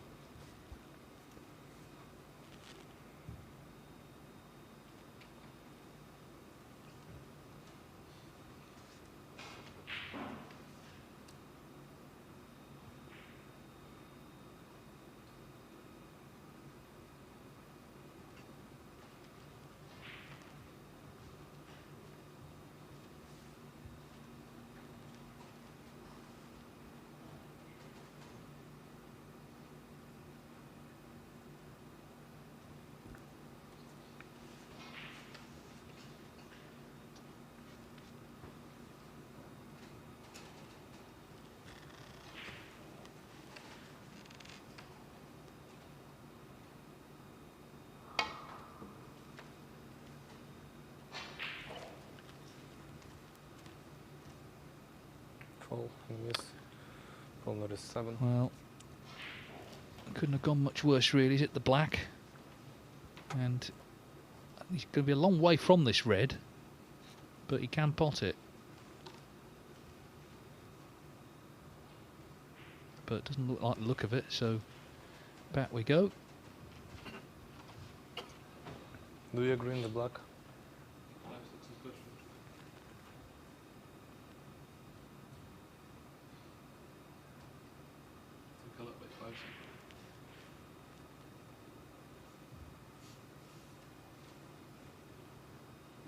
Yeah.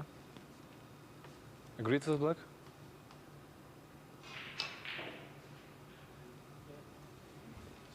I could get round the back of it, but obviously I've left it. Yeah.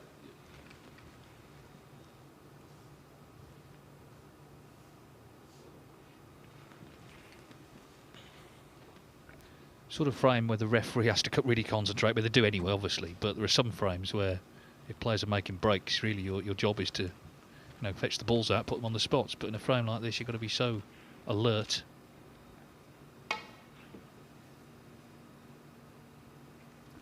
Well, this looks better. Is he going to creep round it, though? Yeah. And he's left red onto right corner with pink to middle to follow, so surely he's got to play this. Back. Well, he's not.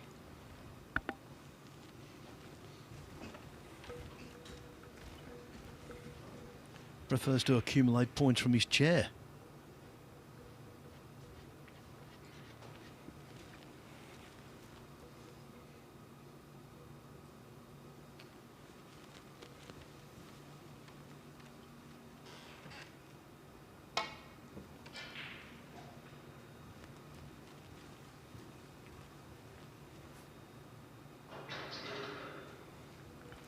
Oh, miss. Well, he can't refuse this, surely. That would be farcical.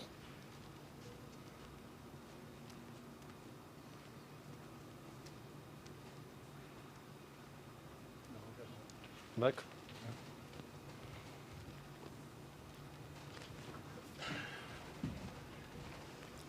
So, the question is, where does he want the white?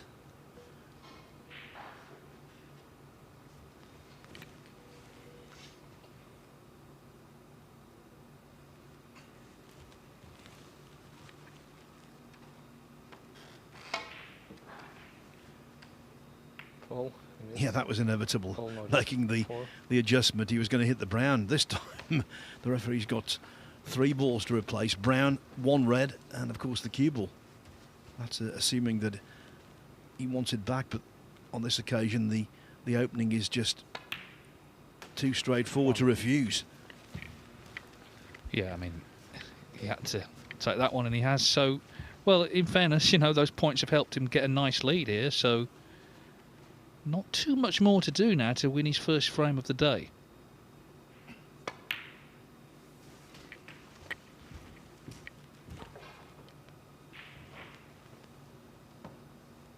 Seven.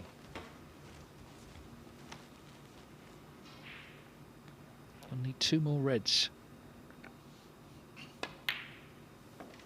8.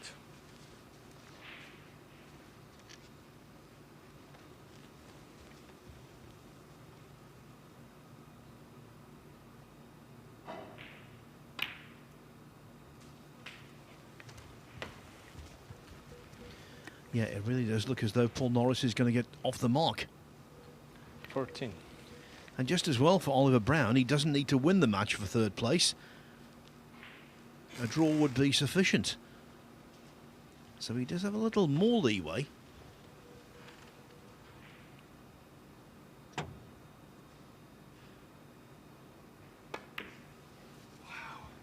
Wow, he says. That was frame ball, but it's not there. What is 14?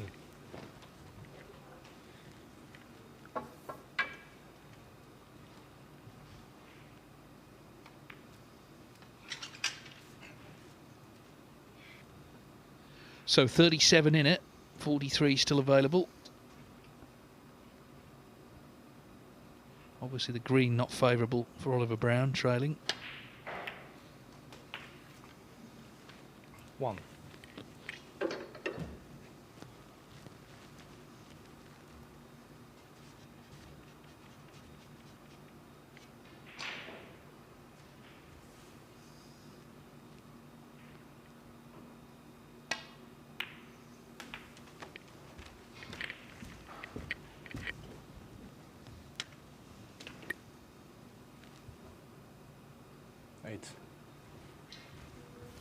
just the way the dynamic is here. If Brown were to somehow win this frame, I just can't see any other scoreline but 3-0. Brown 8.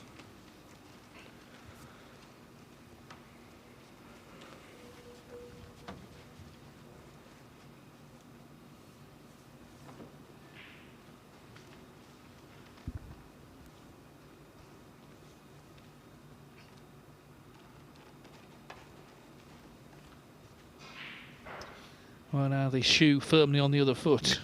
It's Paul Norris who's been called for a miss. 4. And this will be going back.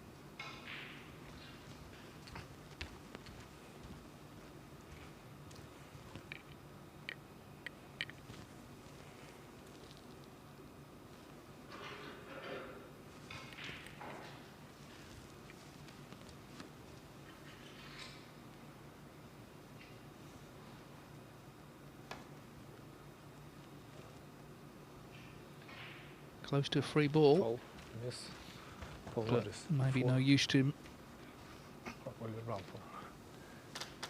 Free ball. Back. There was the option, I suppose, to bring the green off, but you got him in trouble, so you can't blame him for having the white replaced.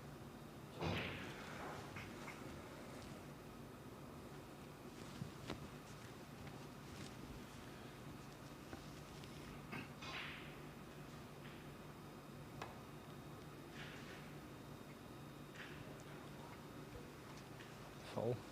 Miss. Oliver Brown 4. Back. Just can't fathom the escape route. Not just missing the red, but missing the red in the same way 3 consecutive occasions.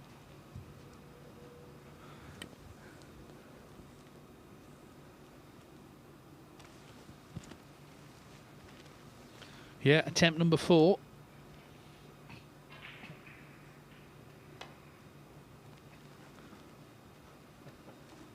Just missing it, isn't he? Foul. Miss. Oliver Brown 4. And now the green, which was Brown's problem, might well be Norris's also.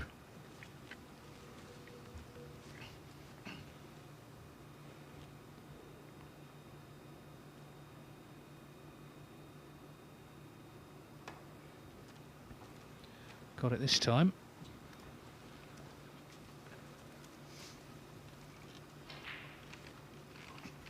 But yeah, if Norris potted red, black and yellow, that's 10 points, so he would need the green as well, as you say.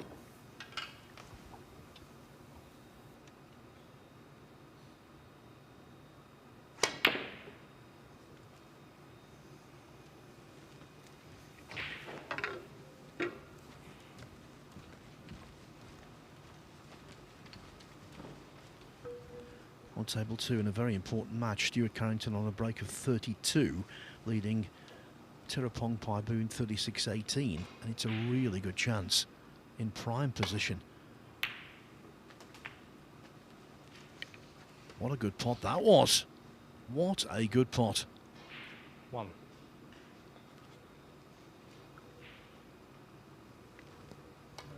Brown 1.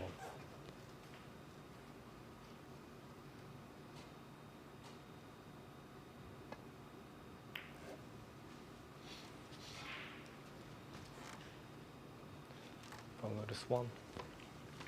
Trying to shut up shop. But of course, as we've discussed, Dave and I, he needs the green. It's not that he's so far in front, it's not his issue. It is. Well, he needs the green and the brown, which he should put safe.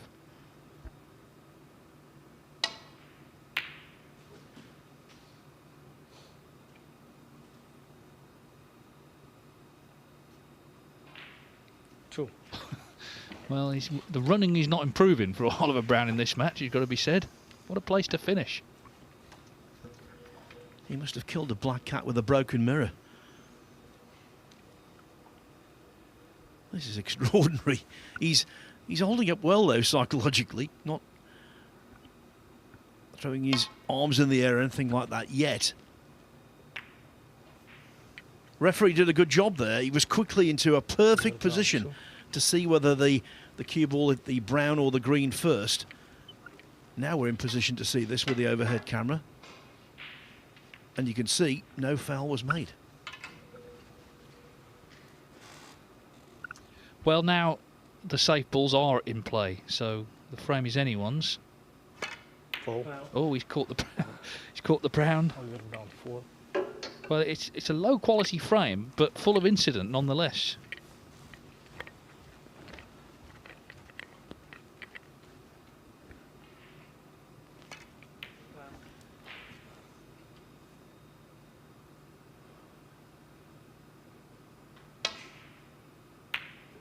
Trying to get behind the blue. Not quite hard enough.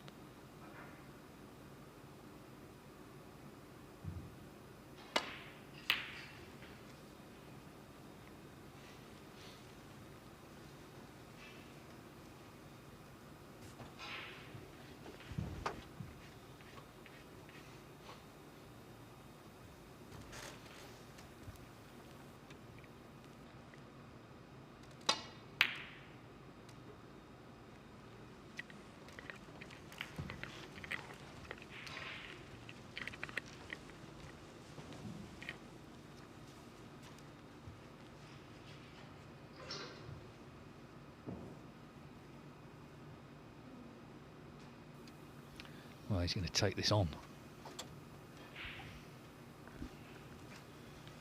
Tough where that white is.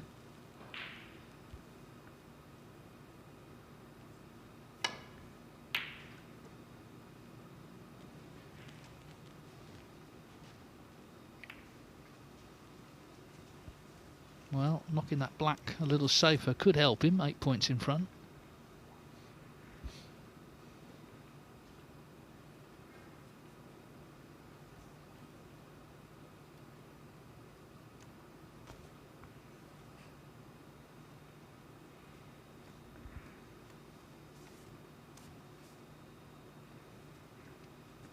.37-minute frame.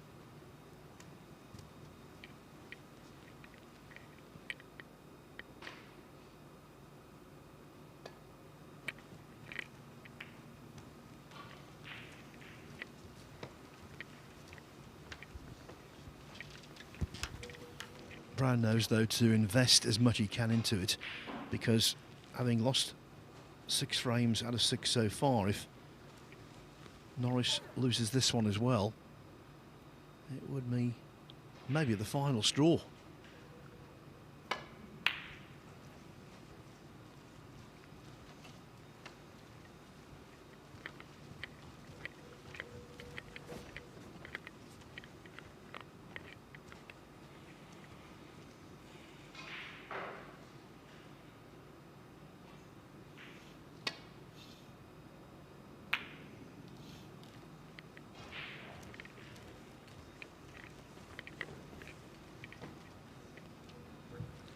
Almost directly in behind the blue.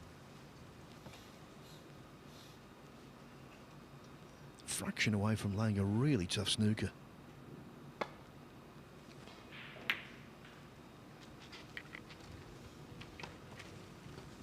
But Norris had the gap available.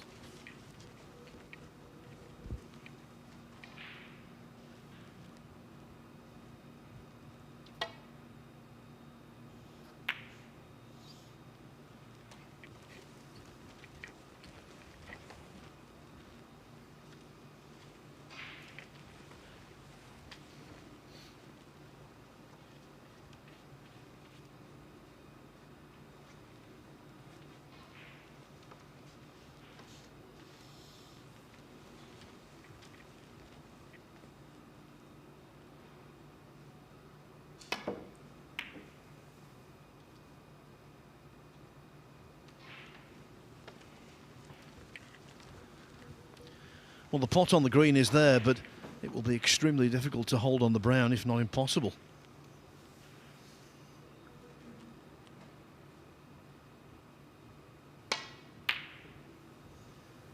Yeah, that made a lot more sense.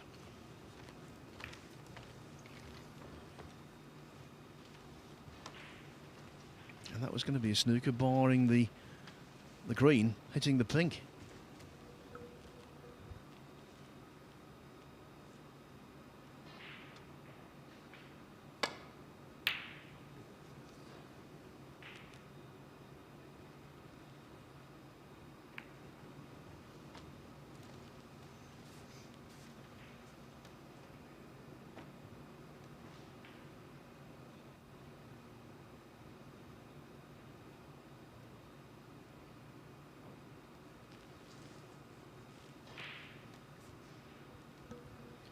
A very unattractive frame to watch, but one that is really important for Brown.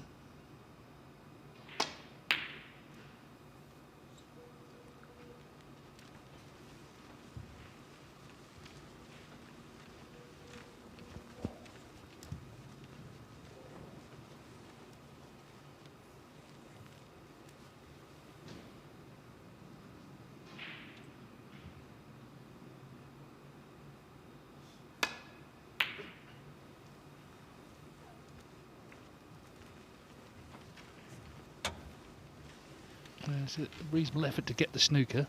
41 minutes now, this frame.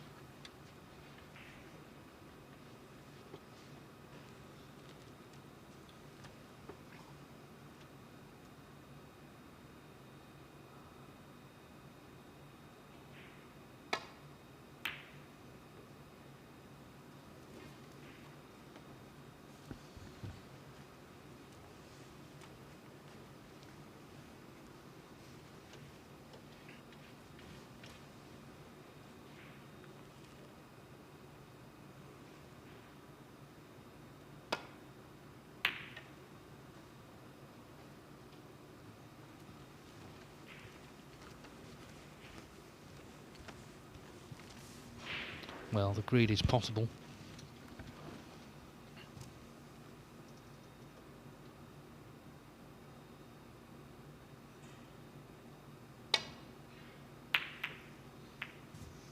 Yeah, there's no fluency now, is there, in the cueing? There's no rhythm. It's all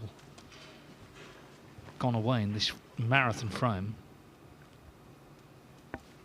Paul Norris, remember, not so long ago had frame ball red to left corner, which he missed.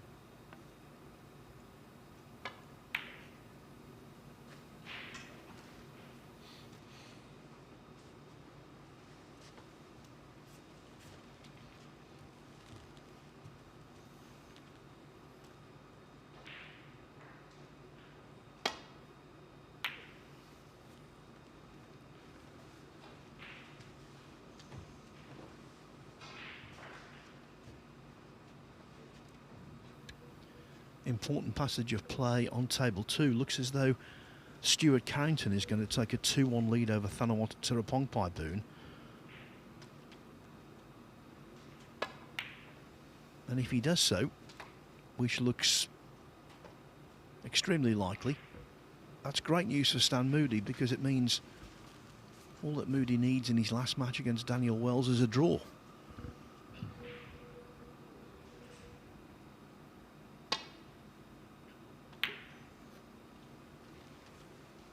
Yeah, I was watching Moody's match with Carrington. I mean, he was superb, actually. Carrington was a bit unlucky in the second frame. He potted the blue, went into the res, knocked a red in, but Moody, of course, had already made a century, made another one then, and looked really, really good, actually.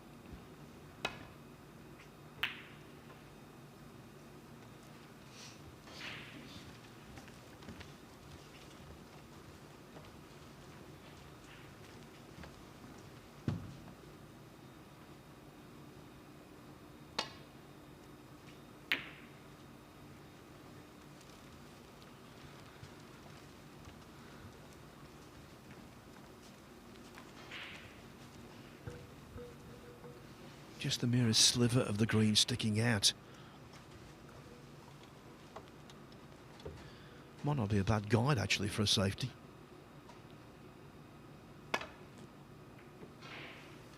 Well, he didn't play it like that.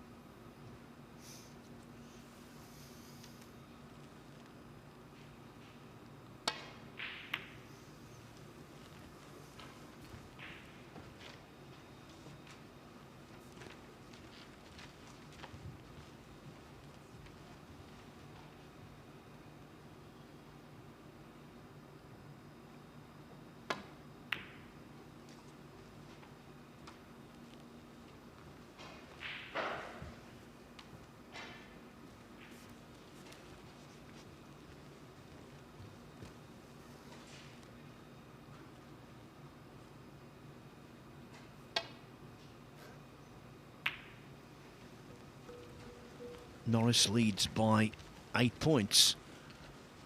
So green, brown and blue will do.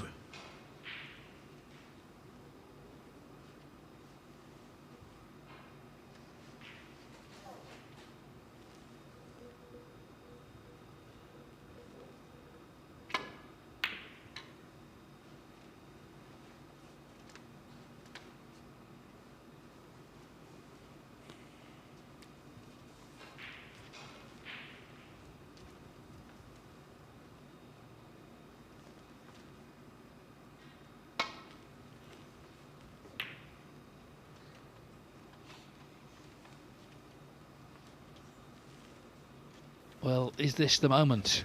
As you say, 3 pots required. Incredibly disjointed frame. It's been a scrap, but can he just knock this in, get on the brown and then the blue to lead 1-0 and win his first frame of the day?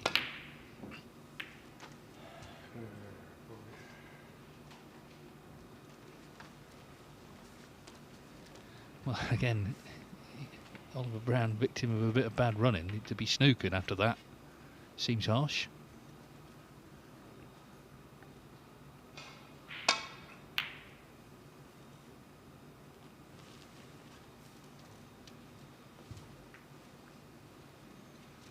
Black on the cushion doesn't favour him either. But the frame goes on.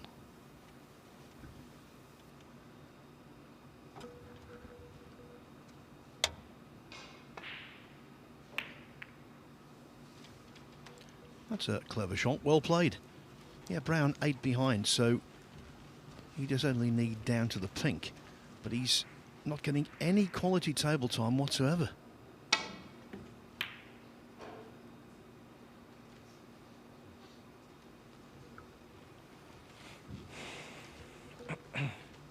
Every player has a limit to their patience, and I think we're getting close to Brown's now. So close to the fluke, although so close to the in-off.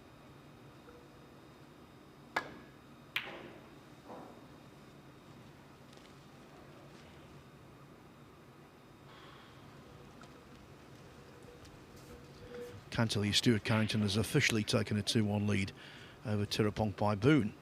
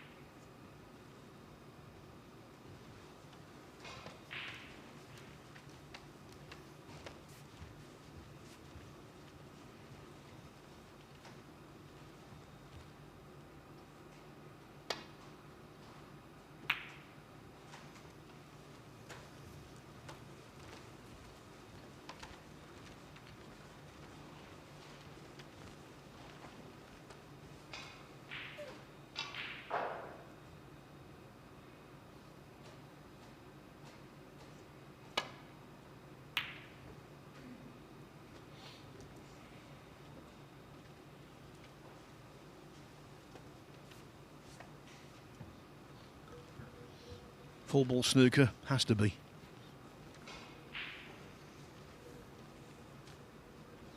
Isn't it amazing how the balls run sometimes?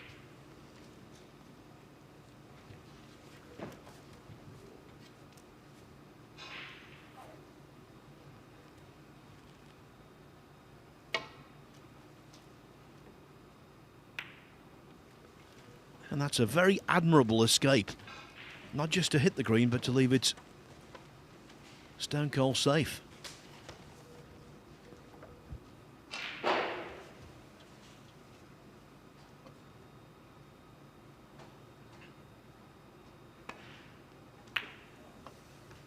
.51 minutes now, this frame, and there's been a long time on this green.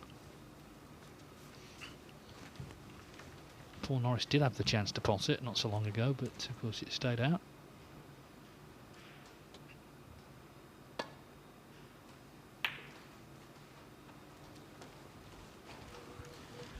During our dinner, which we had with Stephen Hallworth and Ollie Brown, one of the topics of conversation was the lengthiest snooker frame in history. Little did we know what would transpire here. By the way, if you don't know what it is, Dave Gilbert, Fergal O'Brien, 2 hours 3 minutes, final qualifying round of the World Championship, deciding frame. Yeah, it was this plus another hour and 10 minutes. Now then, this is going close to the pocket. So, well, once again, it's the same scenario. Green, brown and blue needed.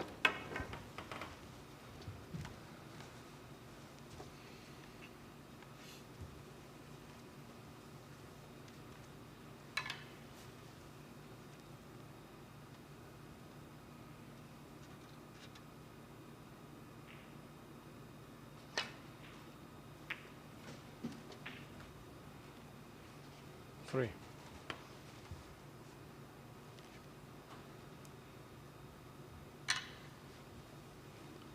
It's been some battle to win his first frame of the day. Can he put these 2 balls away and secure it? 7. Well, he's just overrunning here. Sort of sums the frame up, really. Nothing's come easy.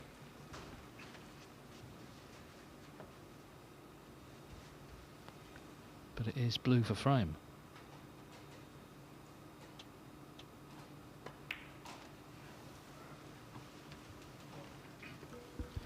And he did not get close.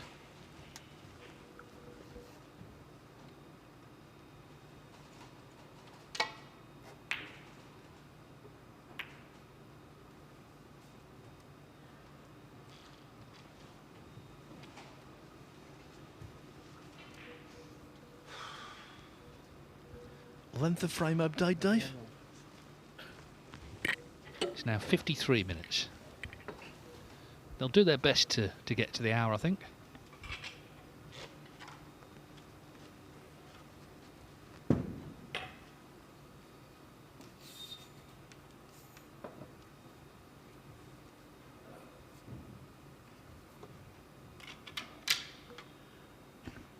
Norris has got several advantages. One is that he only needs one of the 3 balls. 2, if brown does get in, the black is awkward.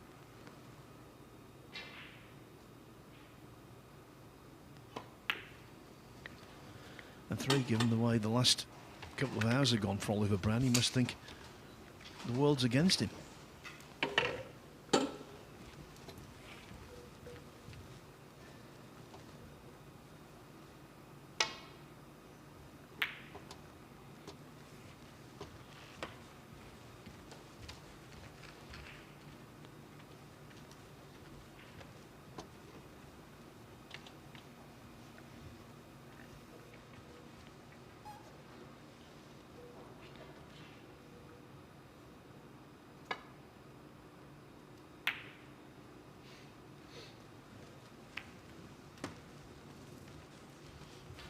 It's been a while since Oliver Brown's had his hand on the table with a pot like this. Tough when you've been kept out. Yeah, not surprised he missed it. And surely now Paul Norris is going to win the frame.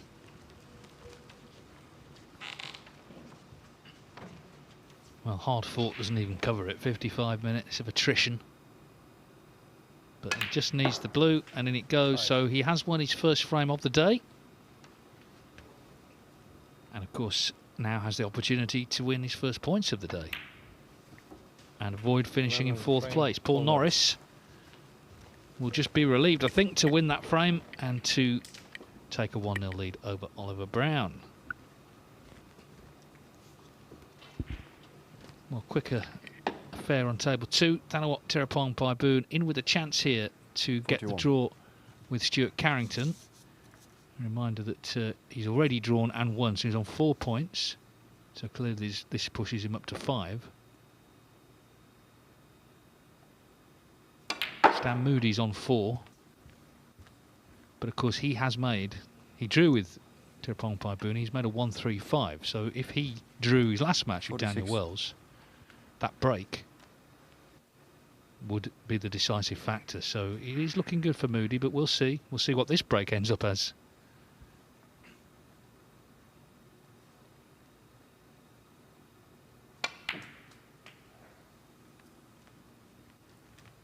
$47.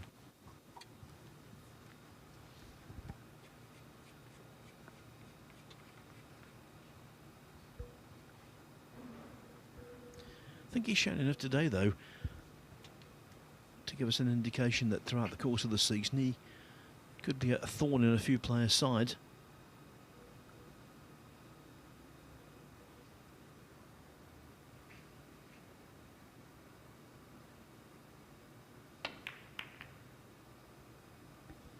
Well, he's missed and opened the reds. So anyway, we'll let you know, but frame 2, I'm sure both players hoping it's a bit more fluent than the last one.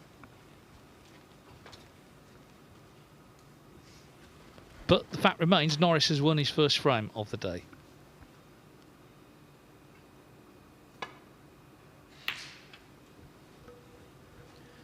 And so to finish in 3rd place in the group, it's the same for both players. They have to win 2 of the next 3 frames. Norris for a win, Brown for a draw.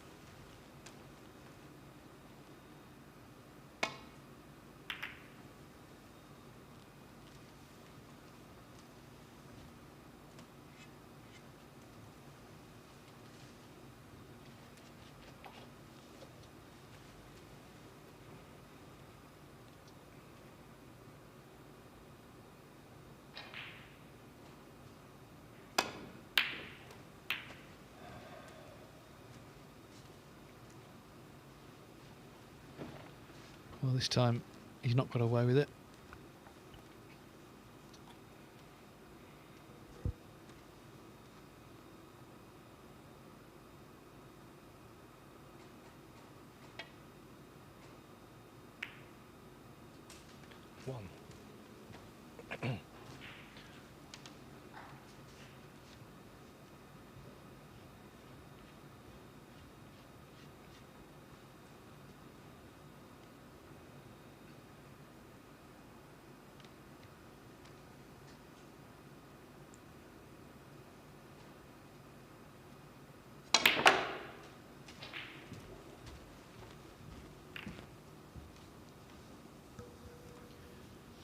Well, you saw the cue ball there grip, and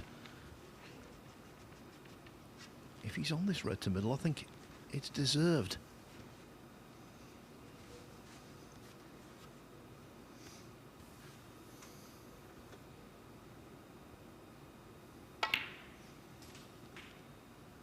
$7.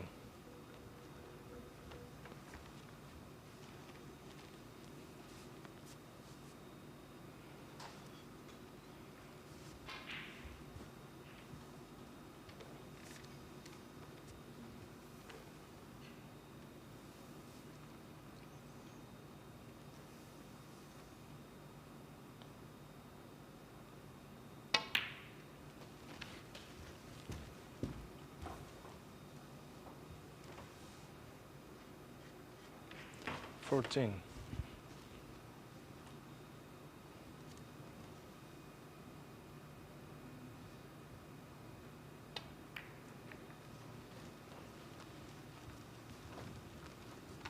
Around 14. So just 14 before he lost position.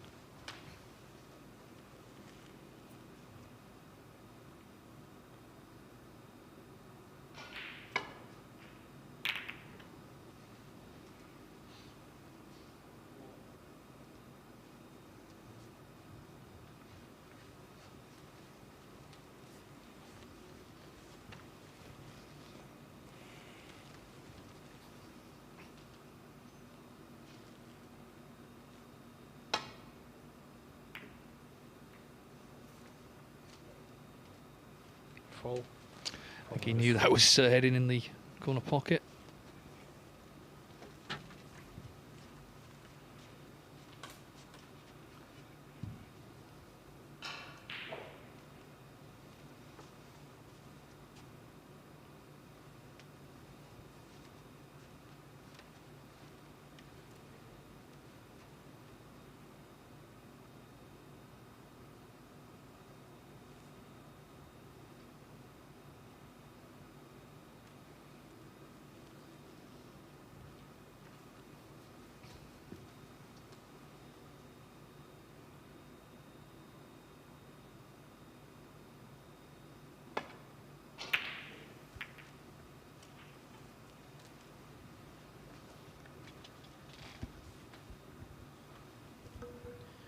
Well, it's a little too early to tell maybe, but it seems to me this frame could be developing into the same pattern as the first.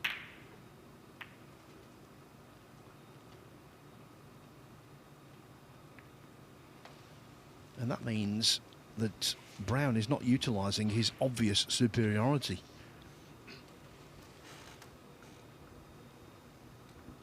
Looks like Thanawat Tirapong Paiboon has salvaged the draw against Stuart Carrington. He's 43 in front, 35 on. He actually just snookered himself on the last red, but looking like, in fact, it's 50 in it, so looking like 2-2. So he moves up to 5 points. Stan Moody can get to the same if he draws. I remind you, he had the 1-3-5, so Stan Moody, I think we can say, needs 2 frames to win the group.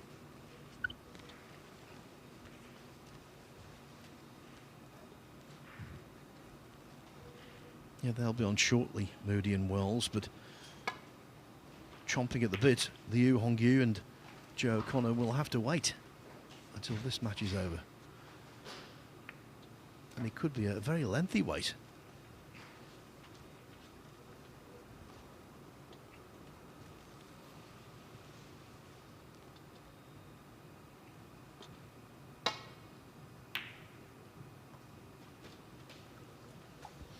Lovely shot to nothing. 1. Is it going to be nothing though? He's got a degree of angle on the pink, but we've seen just how often balls that have to be hit very hard are repelled.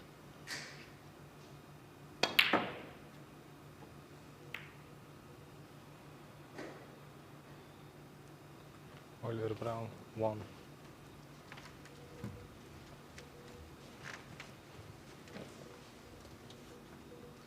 Turning into something of a nightmare this for Brown, Dave. Went into the match feeling very confident he could get the desired result to at least put £1,000 in the bank. And now, yeah, that money slipping through his fingers. Yes, that pink wasn't easy. He was right to take it on, of course, but the scrappier it goes, you know, the more difficult it's going to find it. And the first frame was very scrappy, let's be honest.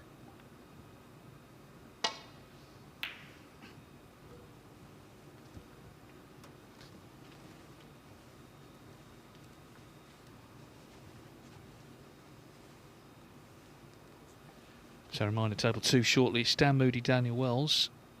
But Wells there only on 1 point. So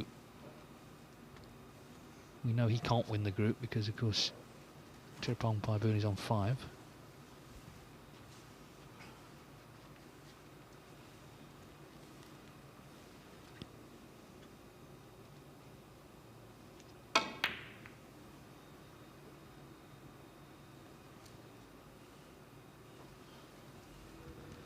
Now he's starting to gesticulate.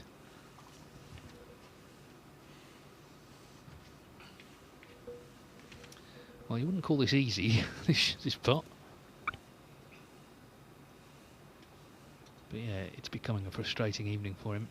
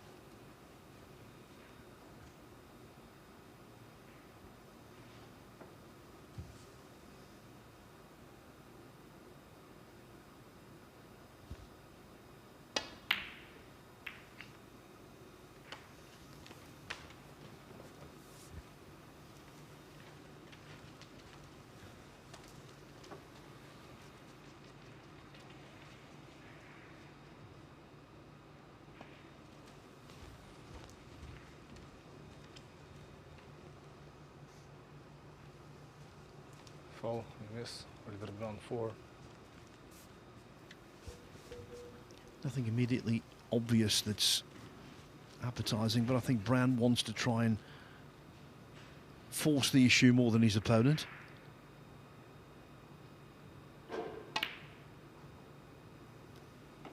One. And now he could be in for something,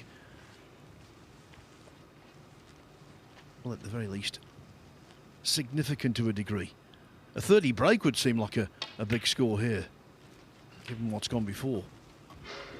Yeah, it'd be welcome with the chance just to get the cue arm going again. Stay at the table, pot a few.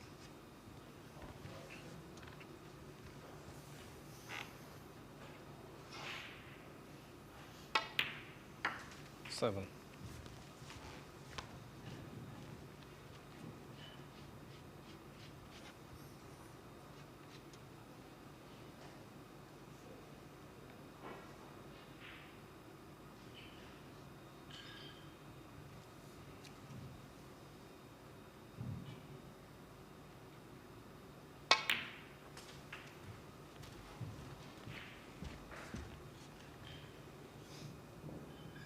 Twelve.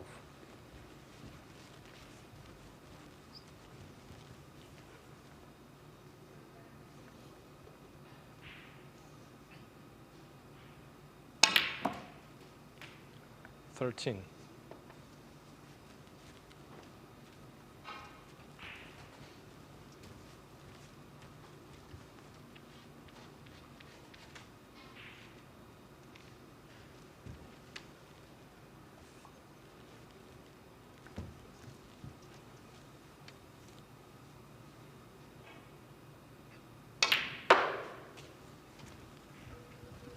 No bad thing to get the pink back on its spot, but he can't do that. It just upgrades 19. one place from green to brown.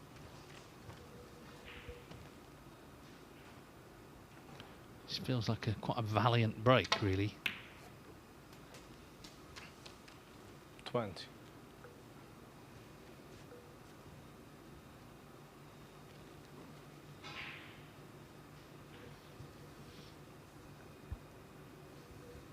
Brown's task here, avoiding contact with the green or brown after knocking in the yellow.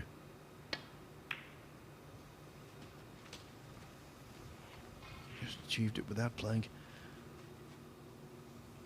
any side. We've seen this ball missed by several players today, all on the thick side. He overcuts it.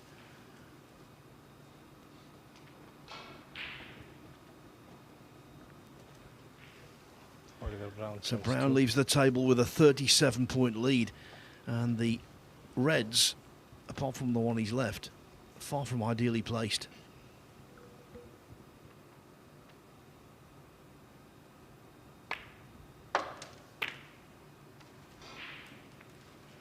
One. Stan Moody and Daniel Wells underway on table 2. Green. Of course, Wells playing for places there, can't win the group, but he's in that position. Certainly, he doesn't want to get nothing from the match and finish last. Almost one. Moody was knocked out of qualifying for the China and Wuhan Opens, so this would be welcome today if he could secure his place back in stage 2. Not many teenagers have won ranking events, so it'd be. I mean, we can't get too ahead of ourselves, but that would be some list to get on.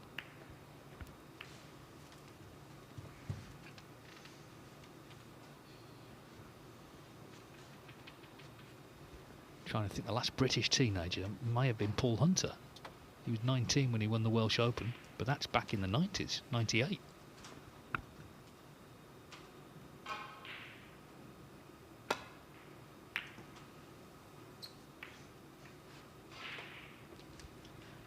Stephen Hendry was saying this week how impressed he was by Moody at the Crucible. He did the whole match first session. He thought his aggression, the way he went for it, took the game to Wilson, was superb. Of course, it turned round second session, and maybe the occasion just got to him a bit, the excitement, but it was a memorable debut.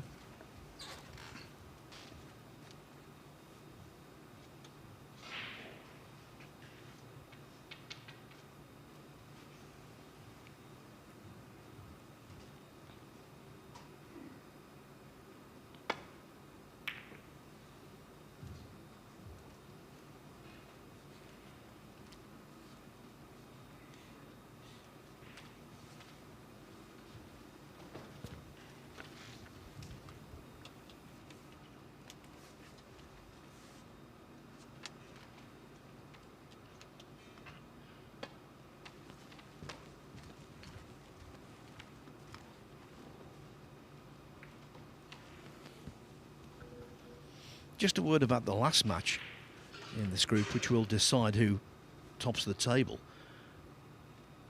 Can't help but feeling a little sorry for Joe O'Connor and the Yu Hongyu. Been a lengthy day, and I'm sure they didn't anticipate having to hang around for quite the extent they're going to have to. If this goes all 4 frames, O'Connor and Liu will be starting quite late. Yes, and it's a nice, comfortable players' room, but in some ways that's the problem. You can end up sort of eating the snacks and just getting a bit lethargic if you're not careful, not quite switched on when the bell sounds, metaphorically, to start your match. Anyway, Oliver Brown lining this up. Well, I'll tell you what, he's due a touch, isn't he? Let's be honest. He's a good pot.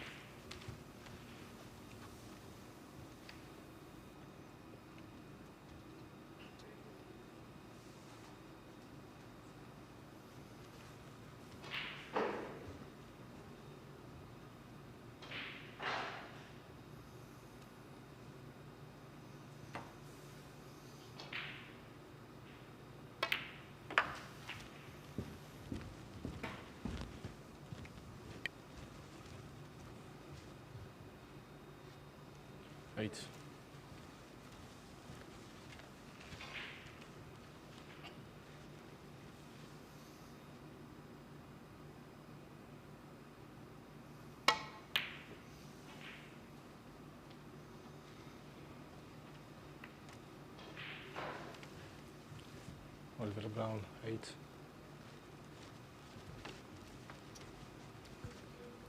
The referee seems a little subdued as well, like everyone is.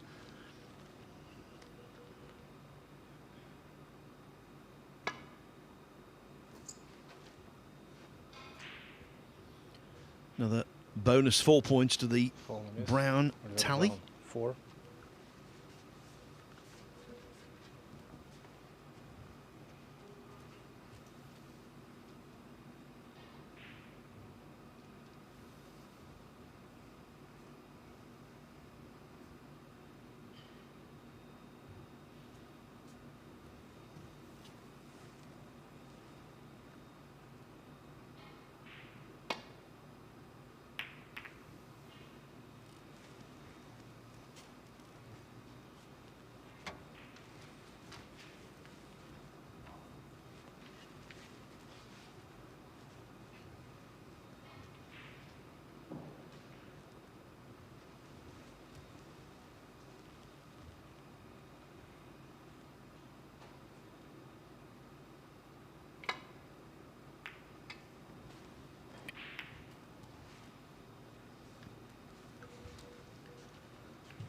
Trying to play safe. It was the antithesis.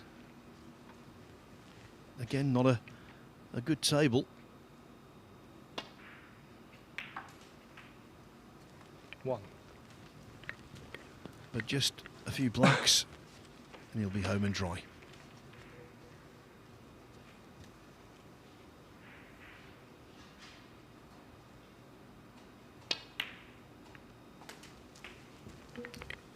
So 56 points ahead. 8.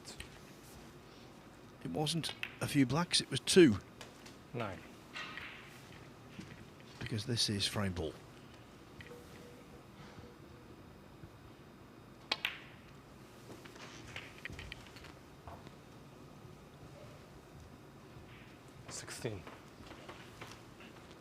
Yeah, cleaner frame. It wasn't massive breaks, but a cleaner frame certainly than the first, although that wouldn't have been difficult.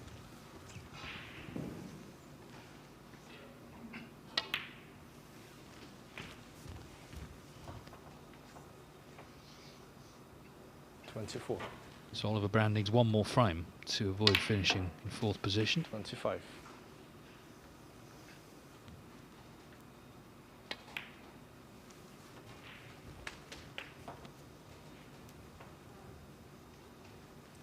Two.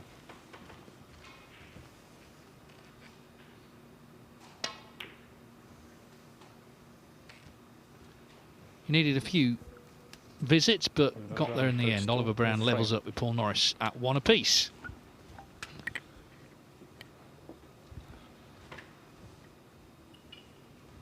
The table 2 group is group 30 of 32. Stan Moody and Daniel Wells still first frame. Wells at the table.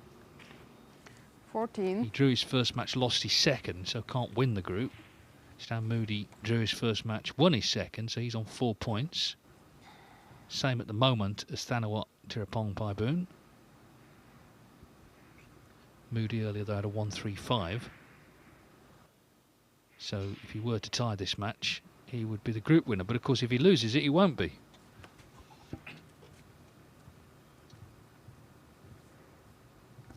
And Daniel Wells has got his own place to play for, so this is not in any way a certainty for Moody, although he played so well against Stuart Carrington.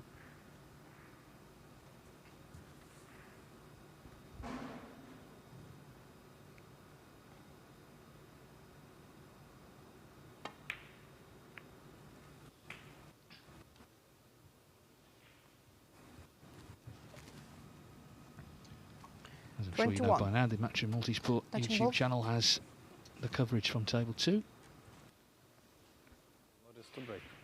Here on table 1, this is group 17, and we're all square, 1 each.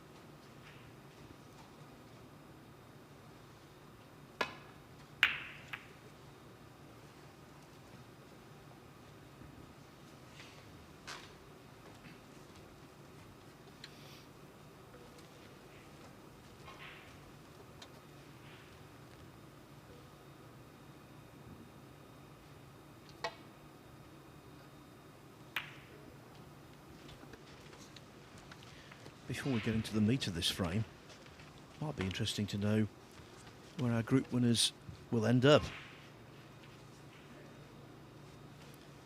Well, the winner of this group will take on Lei Pei Fan in Group A, plus 2 other players yet to come through. As for Group C, well, that features the table 2 group winner today, together with Dylan Emery and Gary Wilson.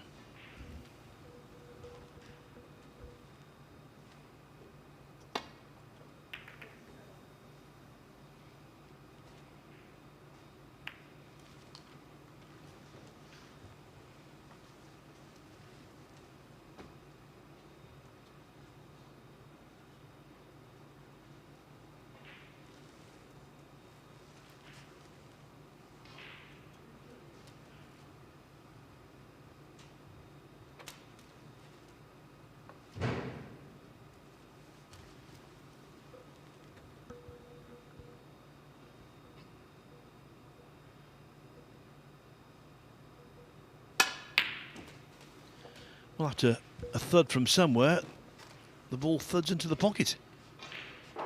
1. Definitely his best part of the match. Rumble. Really good effort this to screw back into baulk as well. Although he has done that on a few occasions today. I don't think Paul Norris lacks cue power. Notice 1. And he's played the brown really nicely. It's providing cover on all of the other reds.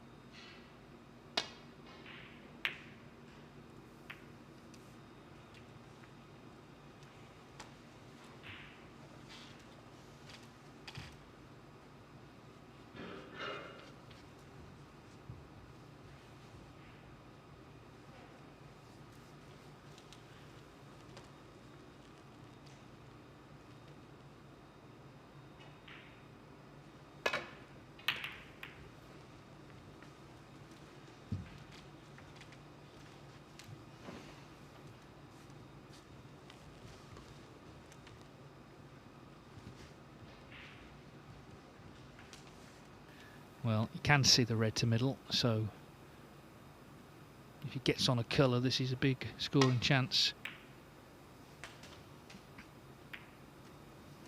1. Well, it's a big shot on the blue now.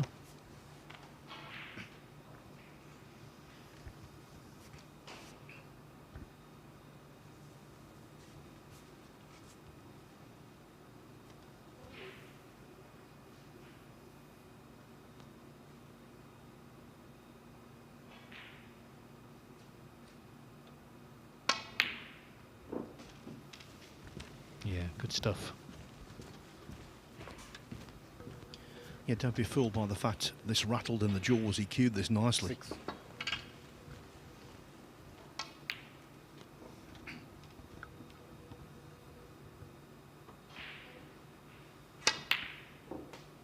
7. And now Brown has the chance to revert to the scoring he showed earlier in the day. Seems like a lifetime ago, but he drew with Liu Hongyu 2-2, breaks a 62 and 71. And even though he lost 3-0 to Joe O'Connor subsequently, he did make a break of 52. 13.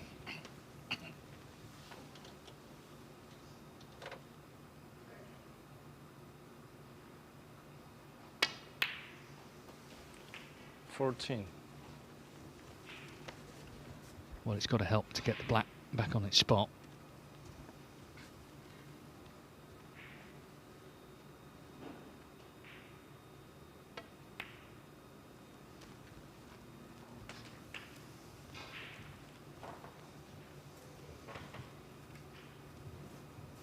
21.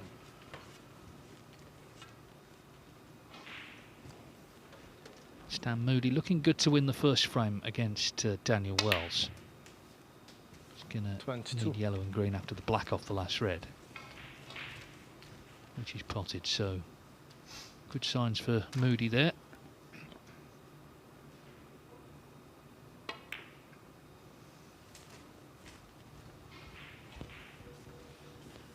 After losing that tortuous first frame, Brown might have panicked because the thought of losing the match and heading home with nothing was horrible. But he's dug deep, nothing spectacular in frame 2, but he won it, and now he's on the verge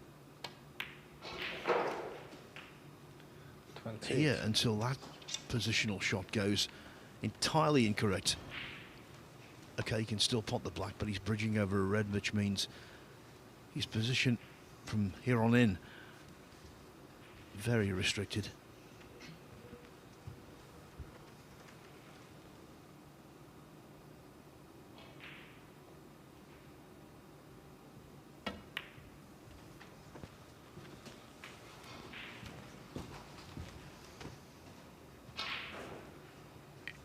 Well, Stan Moody made an excellent 73 clearance to win the first frame, so he needs one more now against Daniel Wells, and he'll be the winner of that group, and they'll be coming back for stage 2.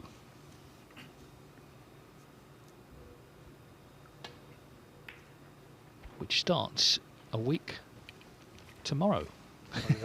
Or is it a week today? Week today? Yeah. Yeah.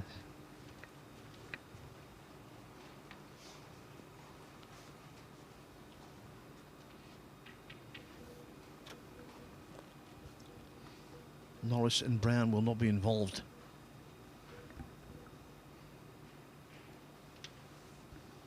Yeah, I think it is a week tomorrow, isn't it? It's the 10th of July. Anyway, it starts next week. That's right, it starts Friday, Saturday. Yeah, Monday, Tuesday, yeah. We won't get too into the weeds of it. There's still a lot of group of stage 1 to come. Now, has he covered this? After that first frame, Dave, I think I can be excused for not knowing what day it was. Well, yeah, we were nearly into Friday at one point. But anyway, looks like he can see it. And it's another chance. This is enough reds loose, you feel, to get to 2-1. One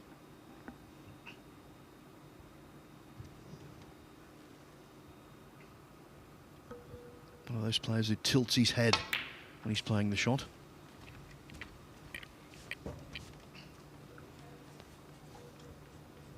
Six.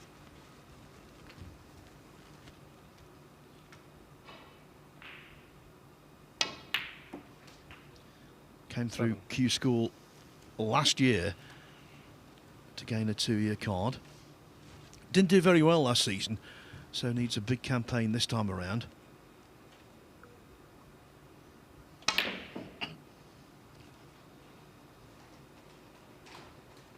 Not a big campaign, a big mistake there. Oliver Brown 7. 41 in front. He has got red save, but that was a chance to The logo is here. get over the line. It looks like a logo has fixed itself to Paul Norris's Q inadvertently.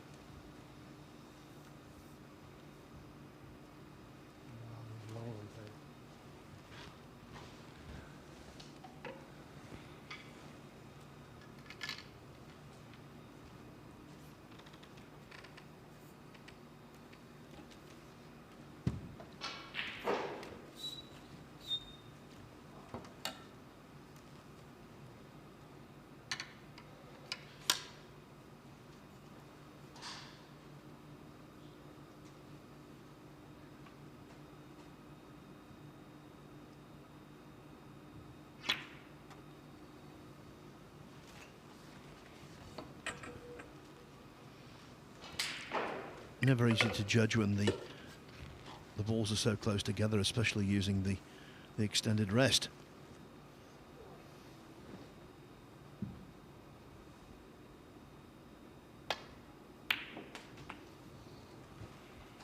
1.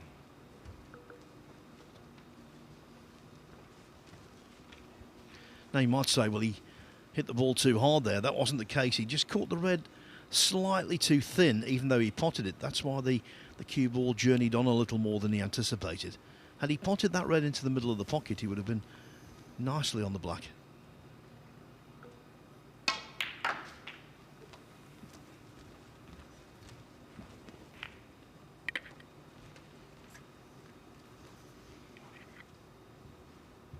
Four.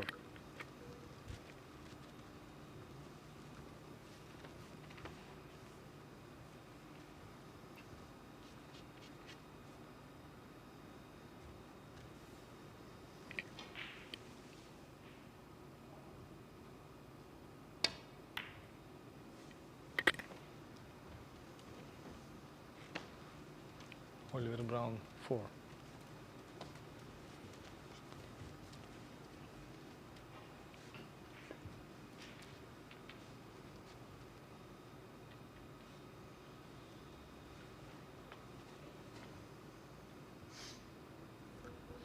Just building his lead slowly but surely. And where the balls are, for Paul Norris to erase a 45-point deficit would be a really tall order.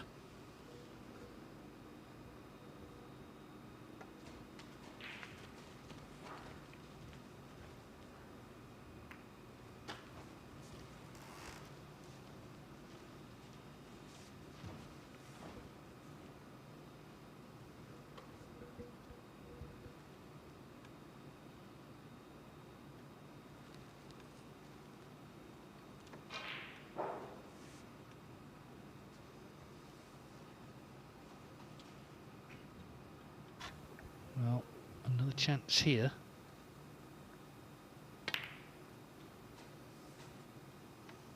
I wasn't going to say anything there because it looked for a moment like it might catch the jaw, and of course on these tables could have stayed out. This pink's tough, but if you can pot it, there's a red over the pocket, and with the others safe, it's a bit of security. So 52 in front.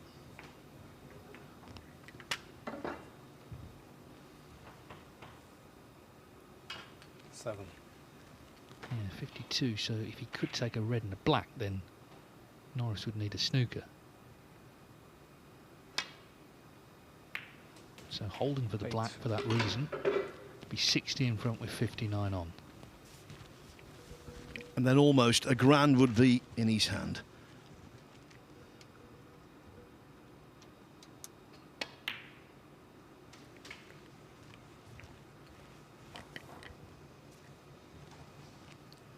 Victory in this match wasn't imperative 15. because he already had a point. He drew 2 each with Liu Hongyu earlier than Oliver Brown, so another draw would mean that he was out of reach for Norris.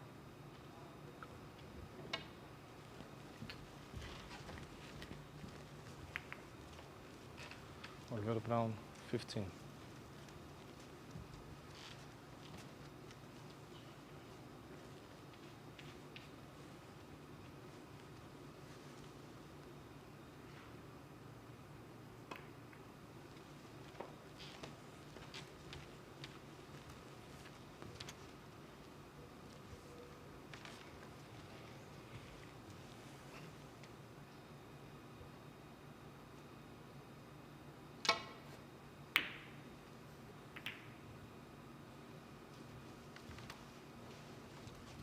And you never know, Dave, this £1,000 and of course 1,000 world ranking points that Brown is about to win, they might make the difference between him keeping or losing his card. Unlikely, but you never know. Sometimes it gets very tight at that end of the rankings.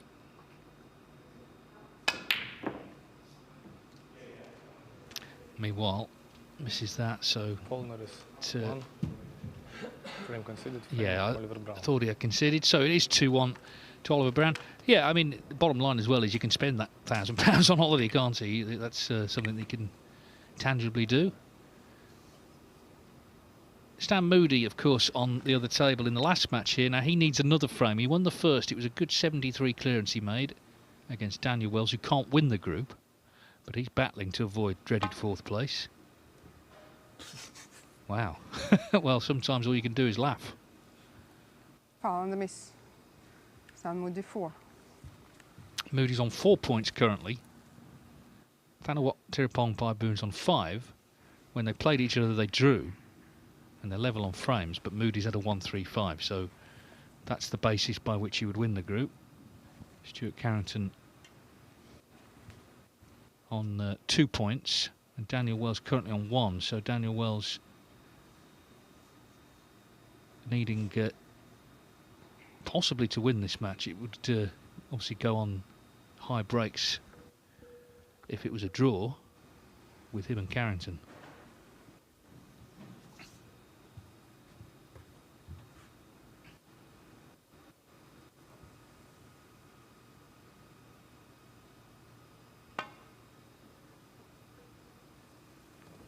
Well, he was closer, but still didn't hit it.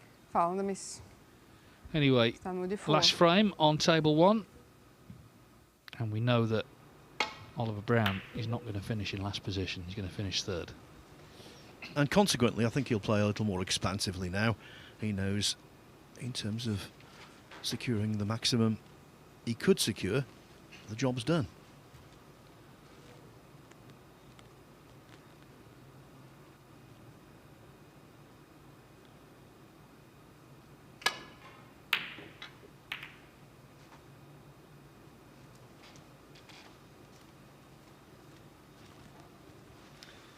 Well, from what I can see, Stuart Carrington's not made a half century today. Daniel Wells has had 51, so he would be ahead of Carrington on the breaks if it comes to that. Anyway, we'll sort that out for you later. 1.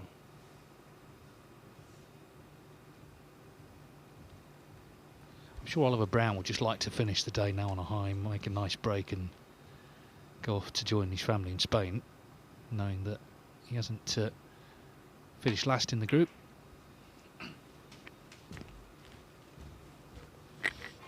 Well, if he could win this match, he would move to 4 points. 6. If Liu Hongyu loses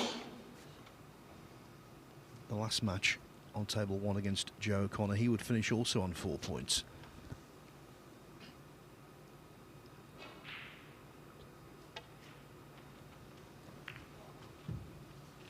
Oliver Brown 6.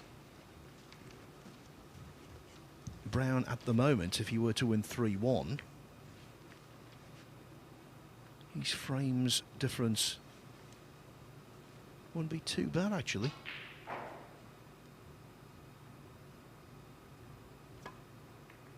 It would be -1.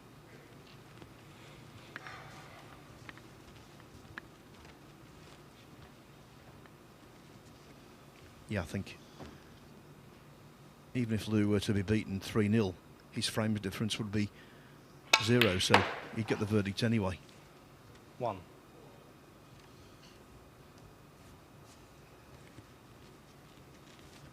Well, we saw him not get on the red when the cue ball came in behind the black, but straight away he's back in.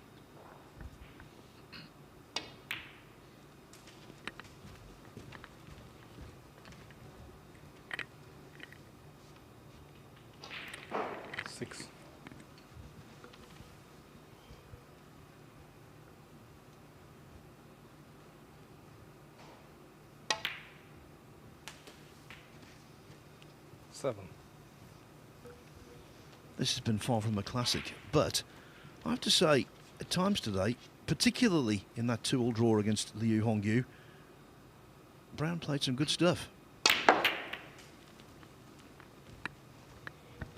Well, that's a great shot. He's played to get them open, so now can he just stay in and get the match won here?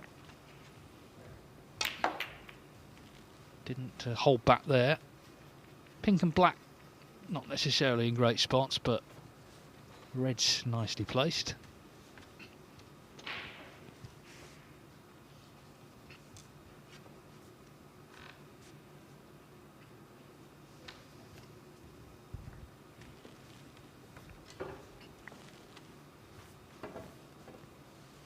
I think it's true of a lot of lower ranked players. They can all play the game and they're competitive, but it's just turning, you know, the 40s and 50s into 80s and 90s and centuries and killing frames off a bit more clinically, which of course is what we see 13. the real top players do.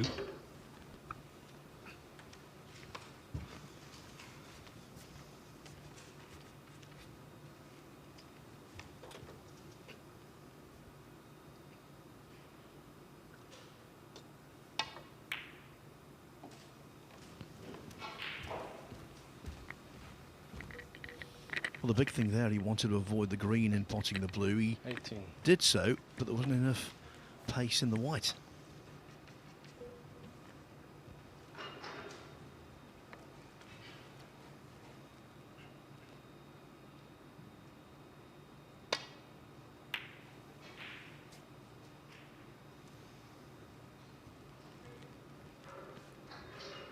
Yeah, and it made a difference. He's broken down, so he got the good split, but couldn't continue.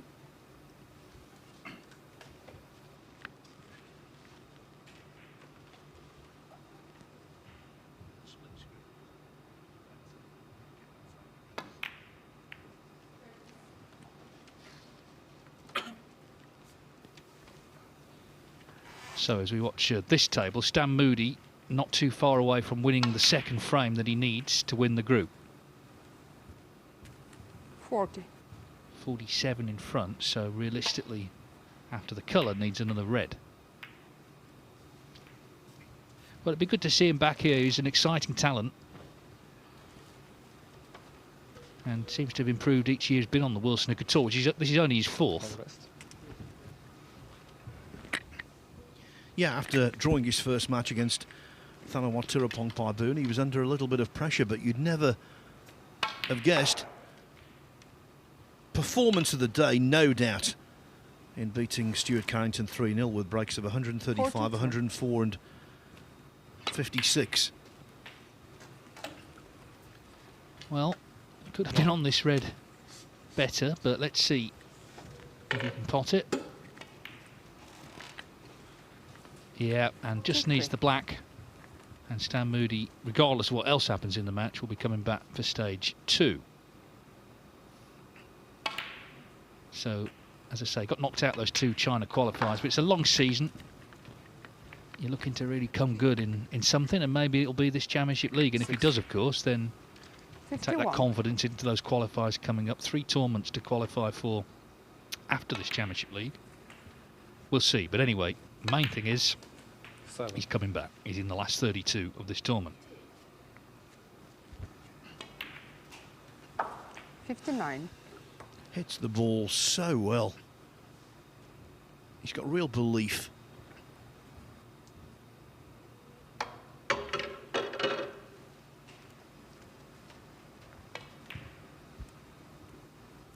Well, he's missed that blue, but a break of 59 has secured the frame, secured the point, and secured group victory for Stan Moody. Of course, our key match is still to come on table 1. Joe O'Connor needs a draw against Lu Hongyu, who needs to beat him. So that's a pretty clear scenario. Now, Paul Norris can still get a point out of the day here. That would be a great way to finish for him on a high. It's not been an easy day. I don't think he was expecting it to be.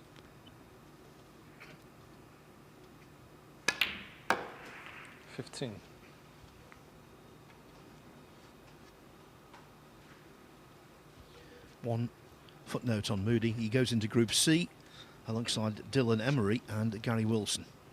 Well, that's a cracking group.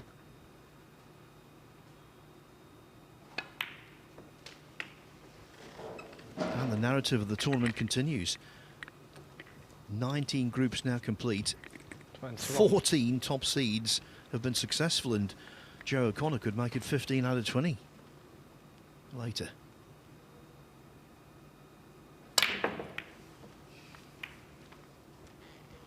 But he's bodying to that. Paul Norris 21.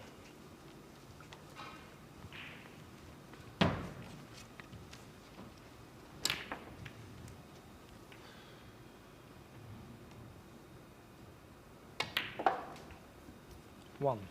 One final push then for Oliver Brown to get the 3 points here.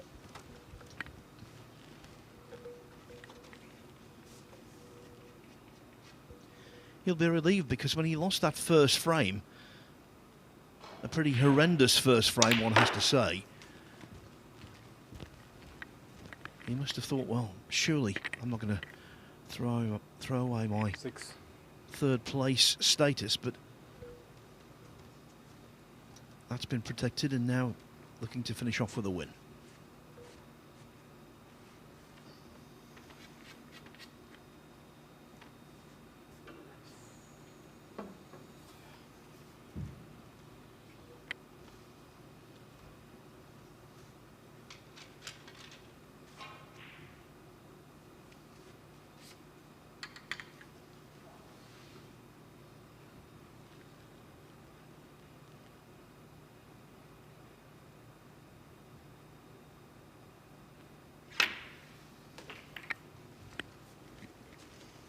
Seven.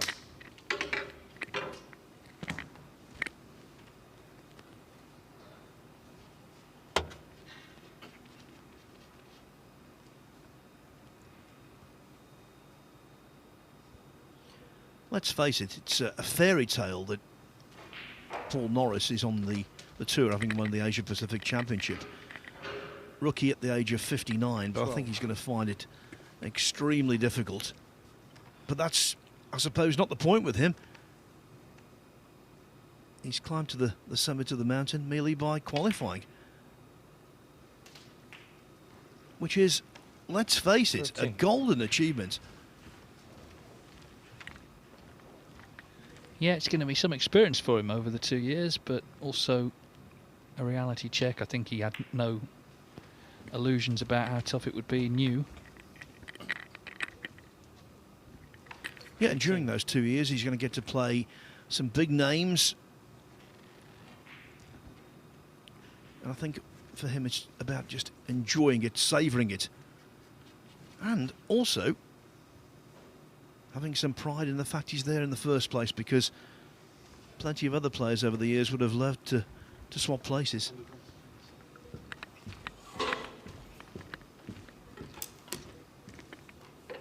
Just to reiterate, he's 60 years of age next month, and he's a rookie on the tour.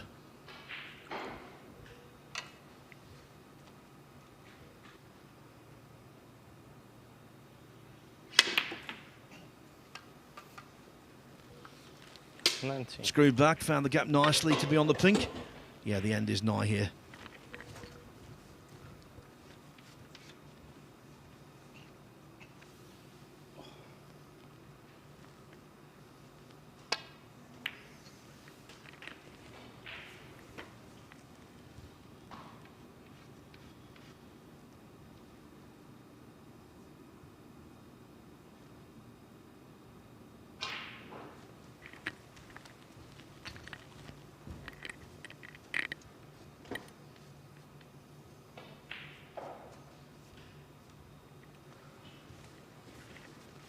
$25.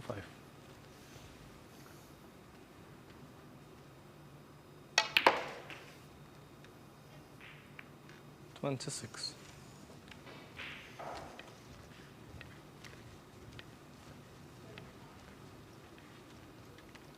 Another point worth making, Oliver Brown was the third seed in this group. Still no third seed has won a group. And they won't win the one that's been decided on this table coming up, because the two players are 1 and 2 in terms of seeding in the group. 33.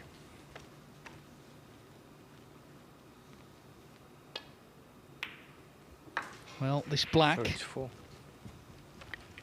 and he'll be 44. Well, he's taking the blue, another red then, but either way, he'll be over the line.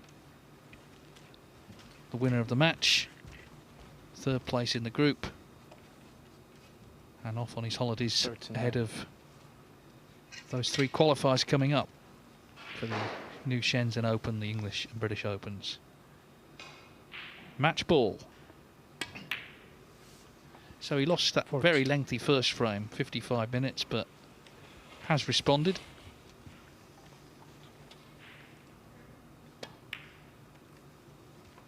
Paul Norris at least won his first frame of the day. Turned out to be his only one. 46.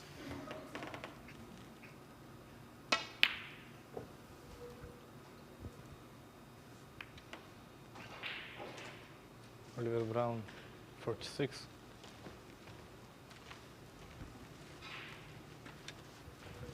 Well, I simply cannot believe he's carrying on.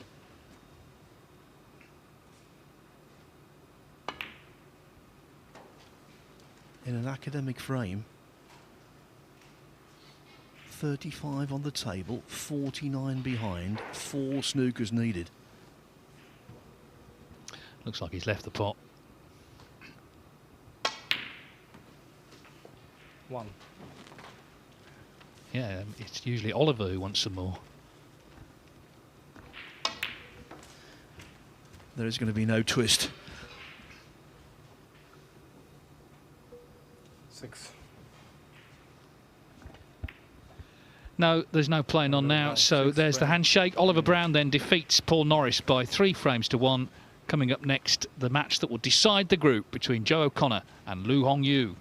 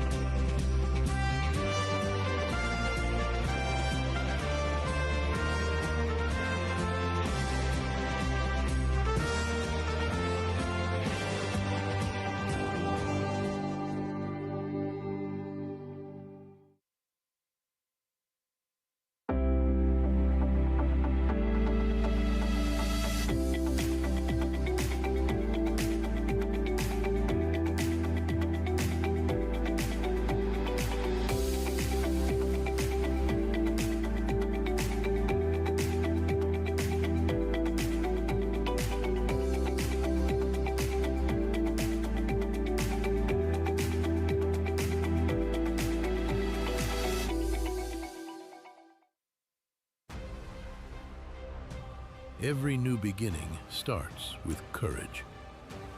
And round here, we have that in spades. One shot, the break, it changes everything. Made better by pressure. Two rivals at every table. A crowd free to live in the moment. From the four corners of the globe, the greatest players arrive, chasing more than a title. $500,000. 6 days of pure drama and unrivaled tension. And when it comes down to the final, they'll need every lucky 7. Take 8 seconds to steady the heart and sink the 9 for glory. The U.S. Open. Witness history in Frisco, Texas.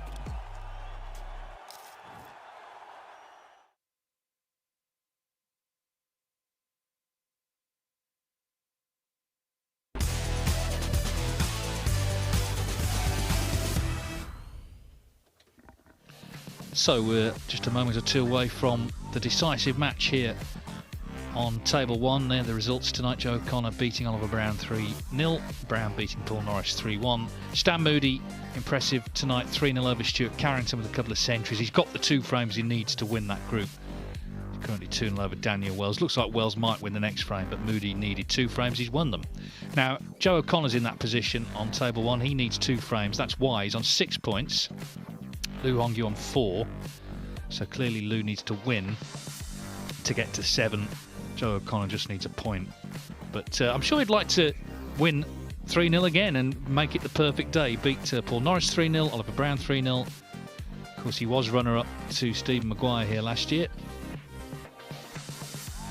And he's been runner-up also in the invitation version of the Championship League. So these short matches maybe do favour him. Let's see how he gets on here.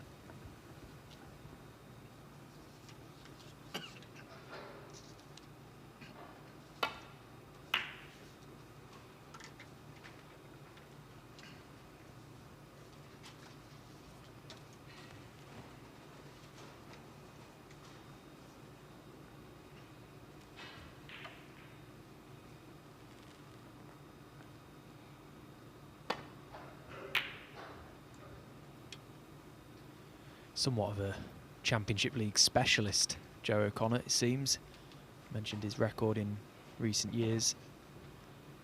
If I recall, he only dropped the 1 frame in winning his group last year as well in phase 1, so pretty dominant in this short format. And on course for similar today. Yeah, I mean, it's a different sort of test. Obviously, the World Championship, you know, you have to survive the course there. But you can make a bad start to matches. You can't really in these. If you go 2-0 down, you know, this point's dropped. They had played once before. It was the English Open 3 years ago. Second round, for what it's worth, Lou won 4-1. That was the year he reached the semi-finals, actually, of that tournament.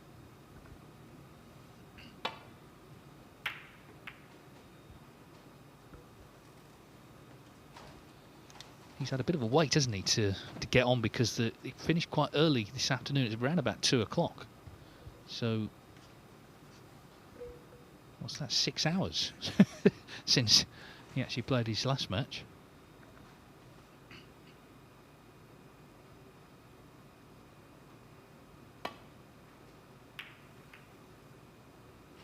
Yeah, that's one of the things you've got to manage at Championship League, isn't it?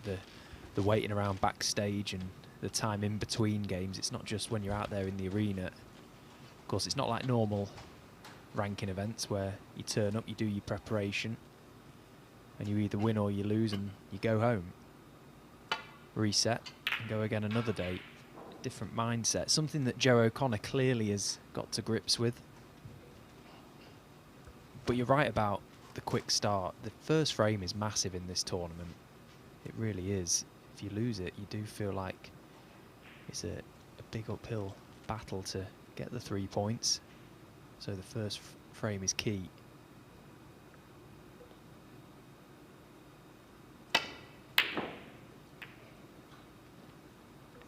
Seemed to strike that well, but it didn't go. So Lou Hongyu presented with an opportunity here.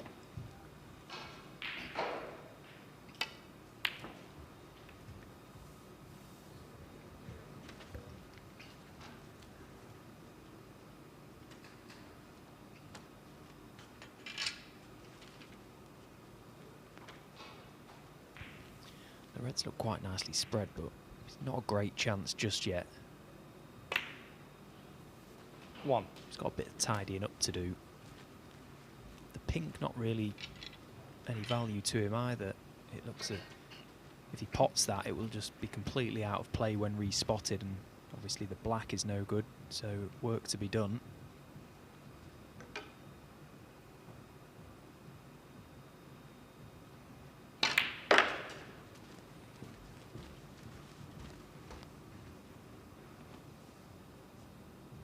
Six.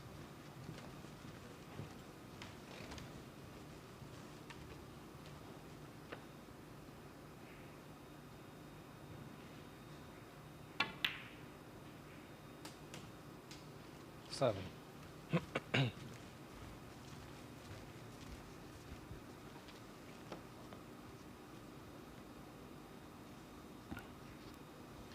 he could somehow drop on the red closest to the black spot with a slightly high angle on it, could maybe then drop on the black, but that is asking quite a lot. At least he's on that red now, he can clear the black spot. 12.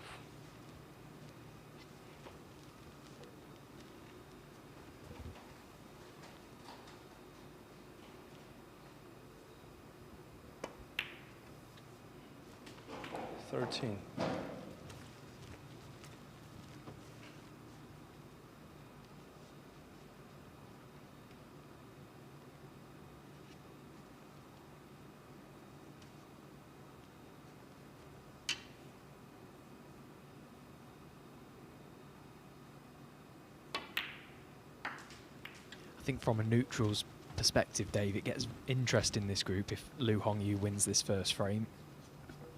Yeah, because then they're in the same boat effectively. They both need 2 frames of the 3 remaining. And of course, where he is 58 in the world as we start the season, you know, this event and a few thousand ranking points, maybe a few more, could be very important in terms of the year ahead, keeping his tour card.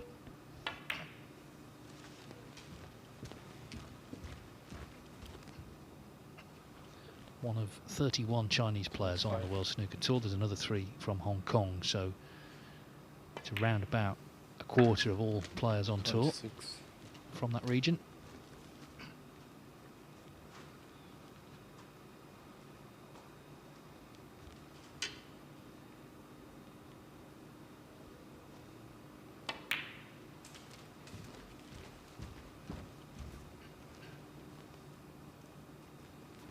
So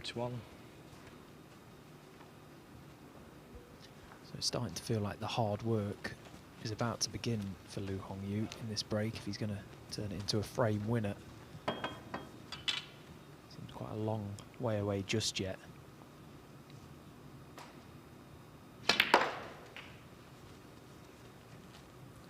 Two. Again, an example there of just how rapid this bedcloth is. Look for all the world that cue ball would pull up the wrong side of the blue, but just about crept topside and quite easily get back down this end.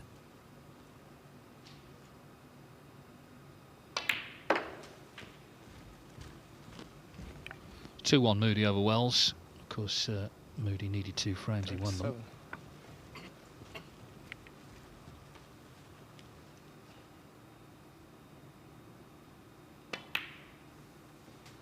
38.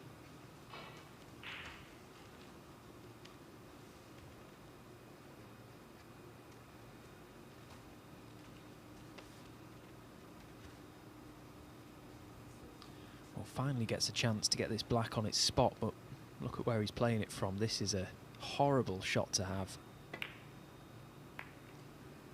He's made it look quite simple, but his next shot is not simple. 45.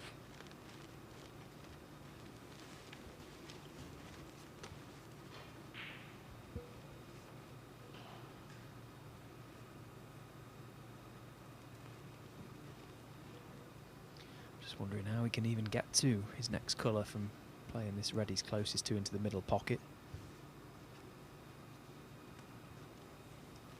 Looking at the thinner one now, around the back of the black.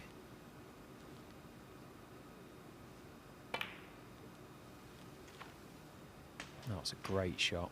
That really is 46. very well played. He's done so well to keep this break going. Yeah, I mean, he had to be so exact there.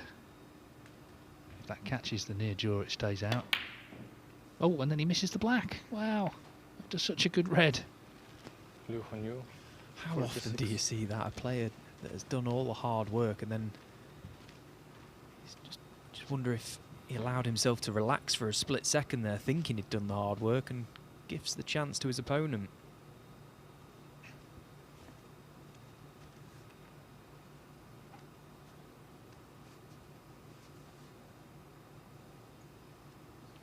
Not sure if that black is potable into this right corner pocket. If it is, it helps Joe massively. There it is, flies in. If he can get on that, that would help.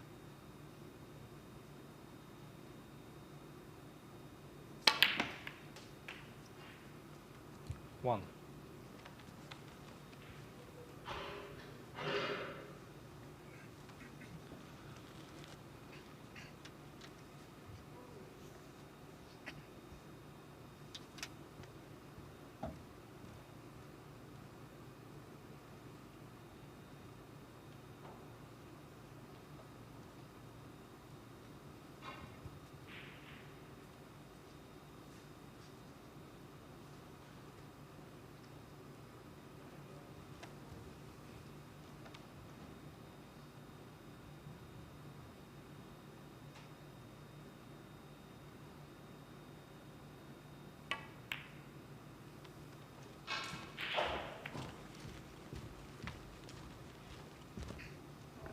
Well, no good catching the green.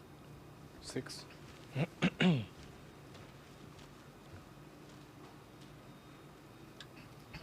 got good composure though, Joe O'Connor. Blessed with a brilliant temperament. He's accepted that his break has come to an end and now will look to play a tough safety shot. Get Liu Hongyu in trouble. It's a very good line with the cue ball. How's the pace? Joe O'Connor, 6. Yeah, nearly perfect. Good shot. Yeah, excellent. He's opened the reds up because he needs to, trailing by 40, and he's got a good cue ball.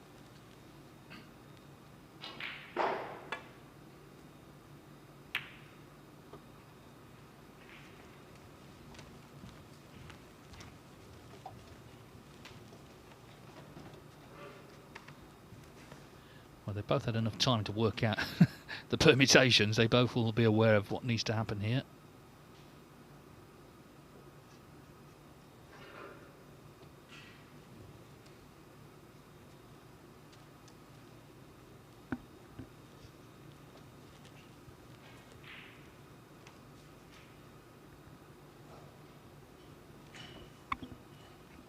O'Connor, though, is a steely character. You know, he can make the breaks, but also, if it comes to it, he can scrap frames out.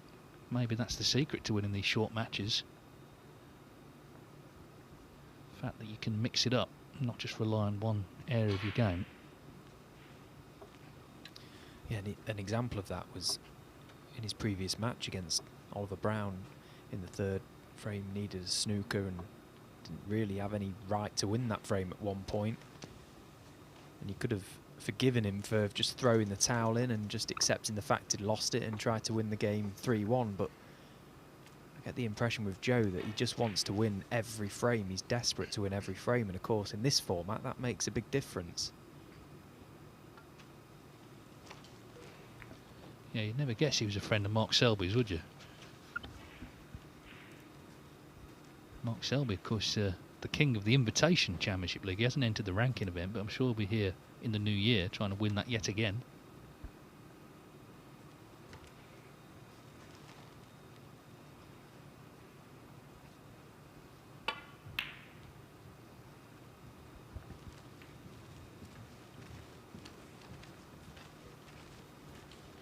Yeah, it's quite an extreme comparison to make, isn't it? Anyone to Mark Selby, but you can see some of Joe's attributes are certainly modelled on Mark. Coincidentally from Leicester as well, so similar sort of youth backgrounds too. Joe was a very, very good pool player. And has become a very, very good snooker player.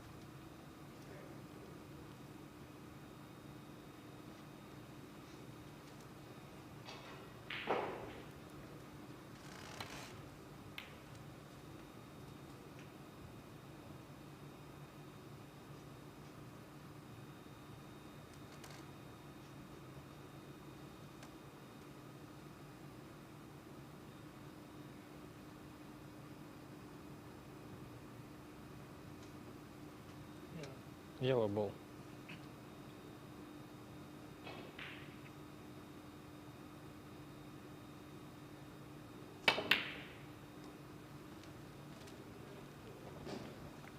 Concentrating on the cue ball, but also, of course, didn't want to put the yellow safe because he's 39 behind. So just keeping things tight here.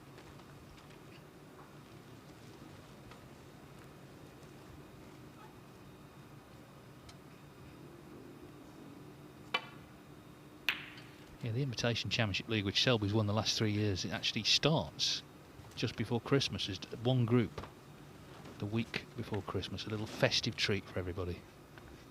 You'll be here, won't you, Dave? Well, sadly, I probably will be, but anyway.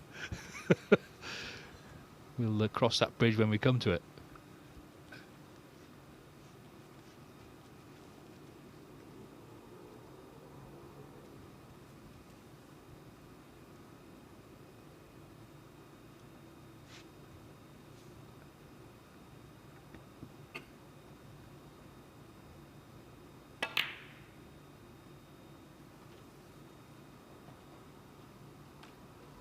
Just get the impression of the two, looking at how this little exchange has gone so far. Liu Hongyu is the more likely to pull the trigger on a red.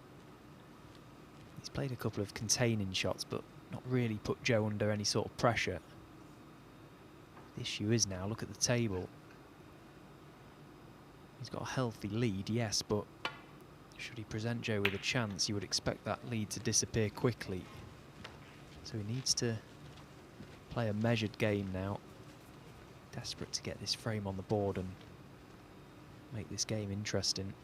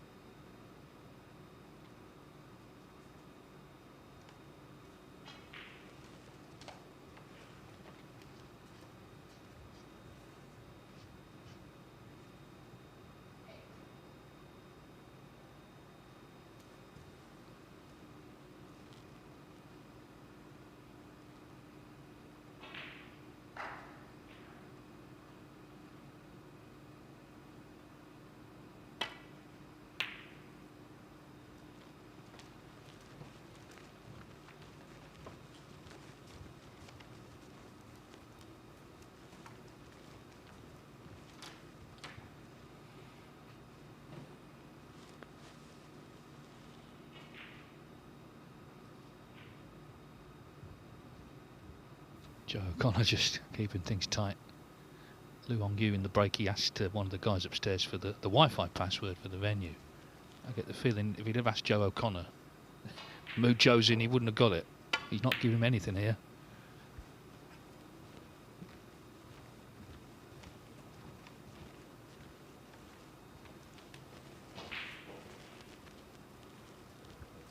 The thing I like about Joe, or Joe's approach to a tactical battle, is he looks for those clever little shots, and that's why you can make sort of the comparison to the likes of Selby and, you know, some of the best tacticians in the game. He's got good vision. He sees the table in a way that some players don't.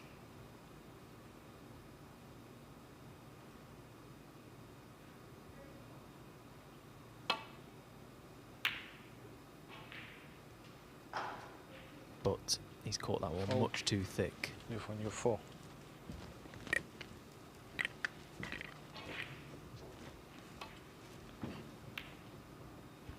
Yes, and that red's come across. And he's available now to left corner. So Liu Hongyu's been put through the mill here, but he's 43 in front. If he can knock this in, great chance to win the opening frame. Of course, he's got to win the match here to win the group. 1.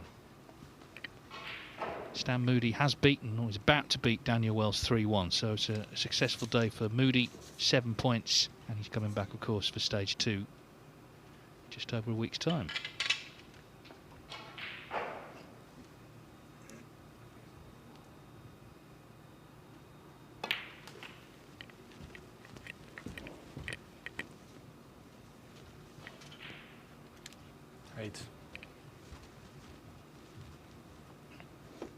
So this is frame ball for Liu Hongyu.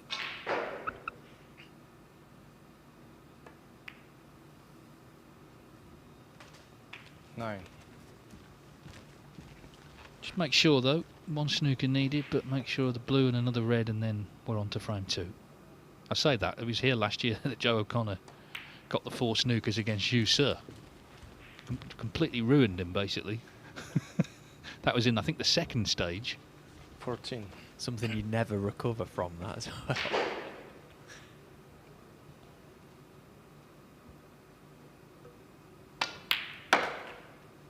15. That was a nice clean strike. Lovely sound, crunch in the back of the leather. It's a feel-good shot. So he's played a pretty decent frame here, has Liu Hongyu. It was a good 22. chance he created early on, and but for that missed black from nowhere, really. It's been quite a convincing opening frame. 23.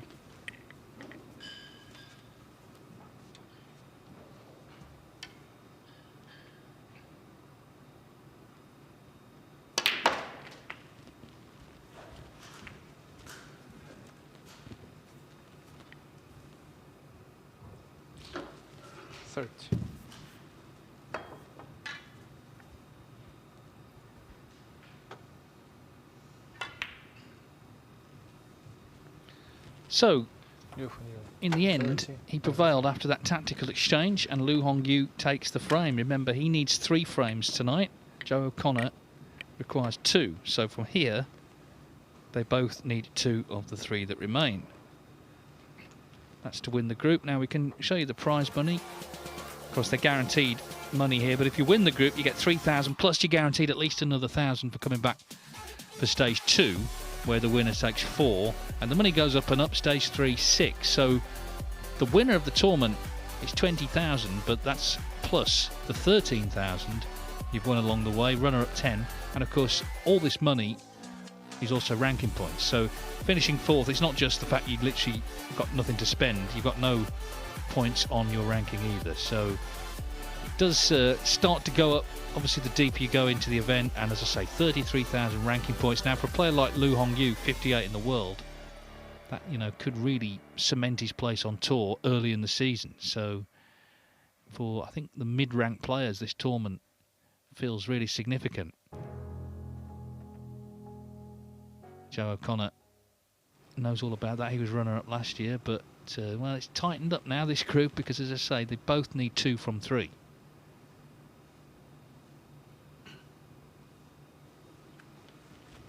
Yeah, after the run to the final last year here for Joe O'Connor, looked like the way he was playing that Liu Hongyu to break.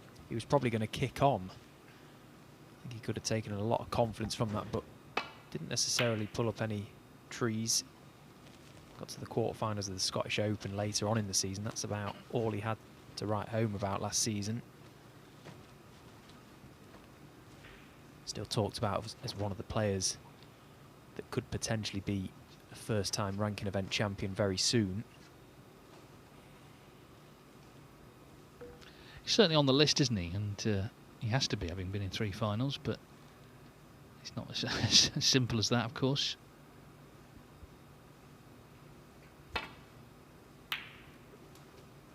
That's a lovely pot. 1. And you see this more and more now. The players, they don't play it as a shot to nothing. They're playing to be on a bulk colour. Yeah, that's the difference in recent years, isn't it? You see it so often now. Just take that little hair of pace out of it. Make sure you pull up this side of the balk line. You know you're probably going to leave something if you miss it, but it's worth that risk. Because look at what's left if you get it. Good chance straight away. 4.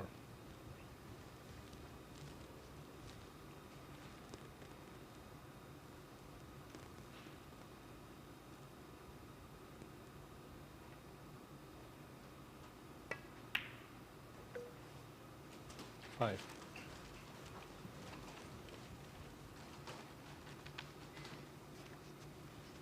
Of course, he's got his name, Stephen, on a trophy where you also have your name, the English Amateur Championship. He won it in 2018.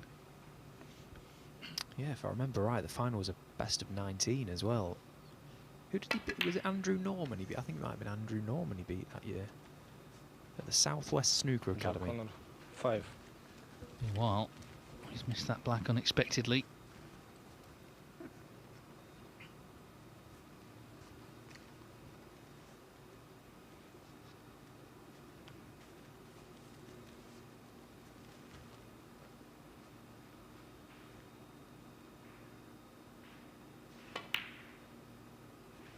One. Yeah, Andrew Norman 10-3 for the record.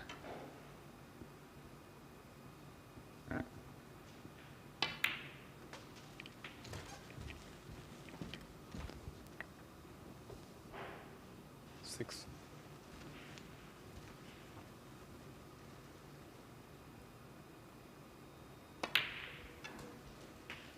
Seven.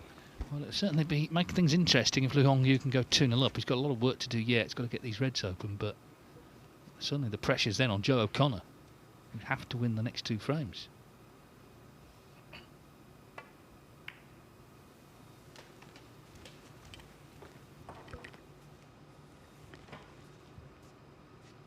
$14.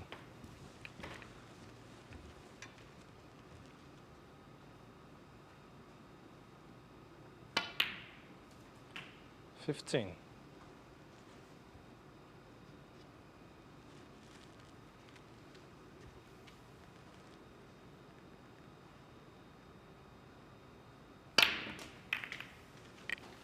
'That's a great attempt. That's well played, really, because it wasn't the most inviting pack to go 22. into from a high black. Look at that. Flat as you like there. Needed plenty of action on the cue ball. You've got to hit that shot well. You don't want to play it with too much pace, because the more pace you play it with, the further out the cue ball arcs before the spin takes. Played it really well. 23. So what a chance this is now. The ball's really at his mercy to score a few.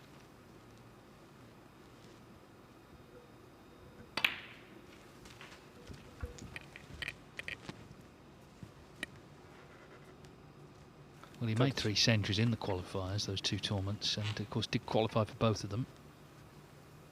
So they can seem sort of a little bit anonymous, those 31. qualifiers in early June, but actually we've seen evidence already in this Championship League, the confidence players bring from it.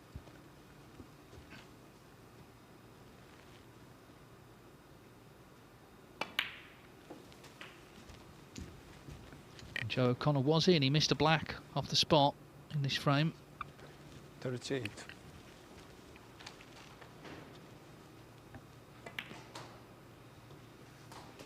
39.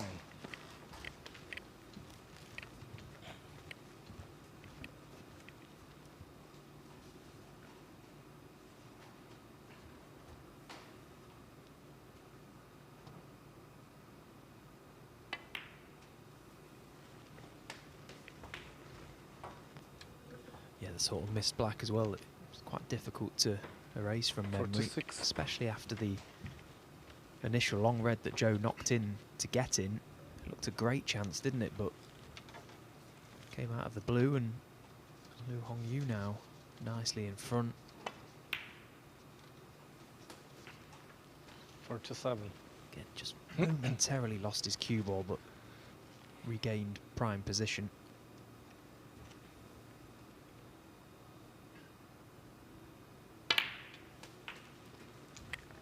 Well, we've had 19 qualifiers for stage 2, 6 Chinese players so far. Chang Bingyu, Zhang Anda, 54. Zhu Se, He Guochang, Pang Zhengzhu and Lei Pei Fan last night, so looking to join his compatriots.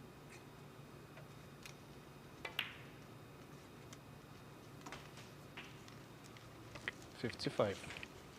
Did win his group last year, actually.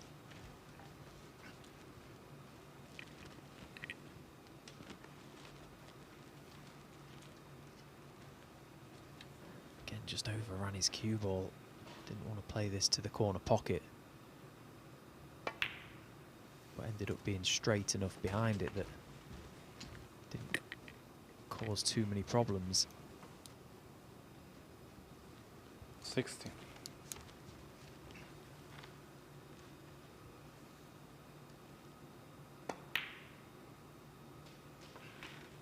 $61. Again, just lost the cue ball slightly, and he still needs this black. This is frame ball to lead by 63 with 59 on. So a little twist coming potentially if he misses this.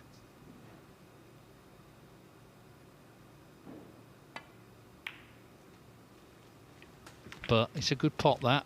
And now, as I say, the pressure transfers to the shoulders of Joe O'Connor, because he needed 2 frames tonight from this match. Well, he still does, and there's only 2 left. So you've got to win them both to win this group. Last year's runner-up to Stephen Maguire in a bit of trouble here. Watching on from his chair. Did have the chance as well in this frame.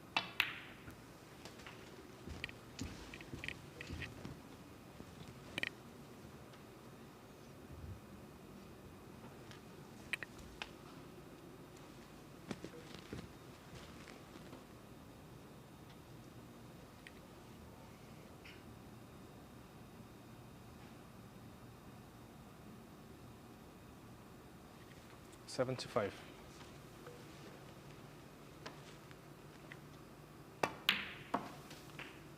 $76.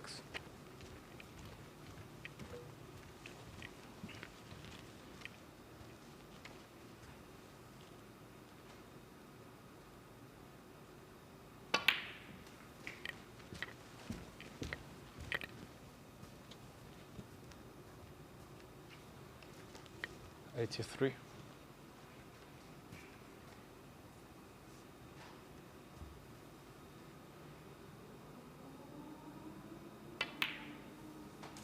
$84.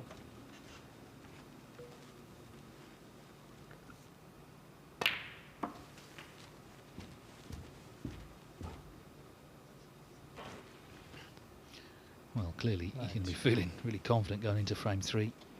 Likely to be a century now. 91. And at any level in any event, this is exactly what you need to do.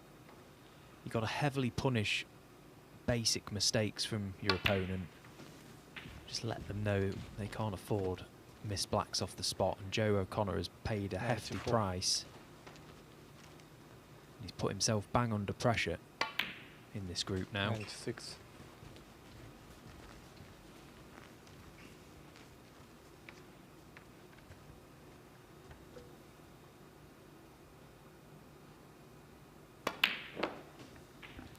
So it's Brown for the ton. A nice century, and Joe O'Connor knows he cannot afford to give Liu Hongyu now a sniff of a chance. Remember, O'Connor hadn't lost a frame before this match today, but he's lost the first 2.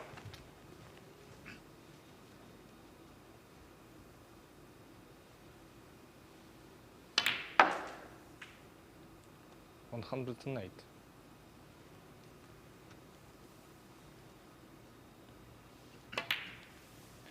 $114. So nicely done this. O'Connor had the first chance, missed a black early on, and Liu Hongyu clears up with 121 to lead 2-0. So he needs 1 more frame of the next 2 to win the group. O'Connor has to win both now. So O'Connor was in sort of privileged position, if you like, of coming in needing just a draw, but, well, he still needs a draw, and there's only 2 frames left to play. Just while we got a moment, Stephen, your good friend Oliver Lyons here tomorrow, and it's a tough group actually he's in, because Alfie Burden, of course, the shootout champion, back on tour, Jack Jones, former Crucible runner-up, and a new player from Ukraine, Mikhail Larkov.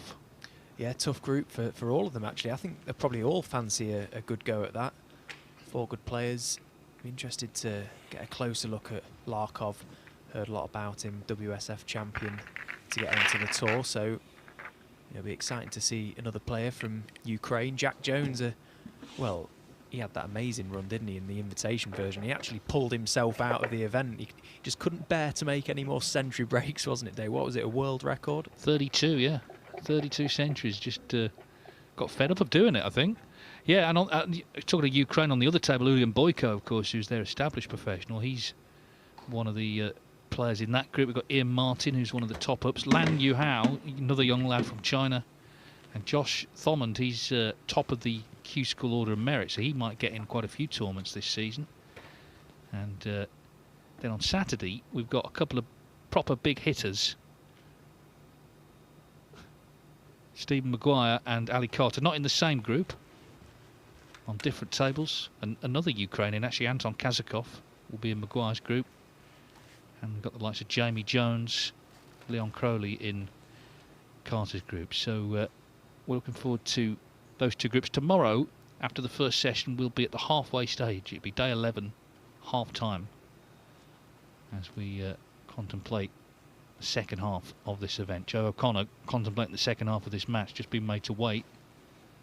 What will annoy him is, well, there's 2 things really. One, he seemed to be in control of the exchanges in the first frame, and then he went in off and left a chance. But more than that, the missed black in frame 2. He's got to cut out all mistakes now.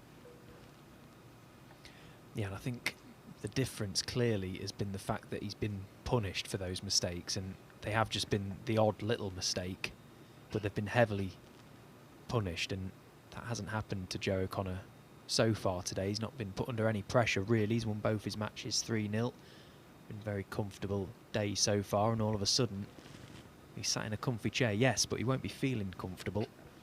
Just the rest of the first stage. So next week we've got the likes of some big names coming in. Zhou Yulong, Stuart Bingham, former world champion, of course. Jordan Brown, former Welsh Open champion. We've got Sir Jarway, top 16 player. Tom Ford, Leicester man, former shootout winner. Marco Fu from Hong Kong. Matthew Stevens, former Masters and UK champion. And all the way down, Jack Lazowski, Northern Ireland Open champion. Luca Brissell, another former world champion. And the star name is right at the end of the stage, Zhao Xingtong, The 3rd frame. the world champion last year. We will see him next Thursday. Right now, though, here's Joe O'Connor, needing to win now the remaining 2 frames to win this group.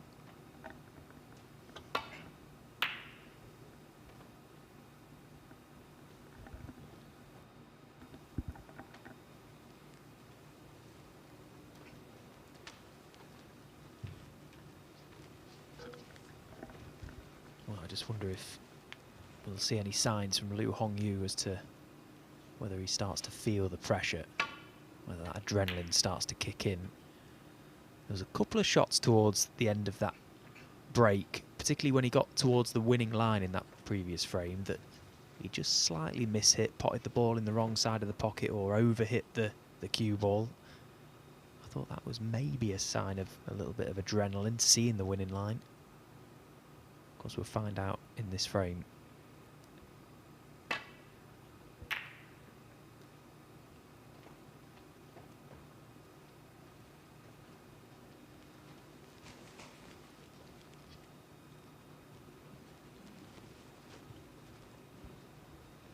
But you know, either way, he's going to be made to work for it, because Joe O'Connor will not be giving up.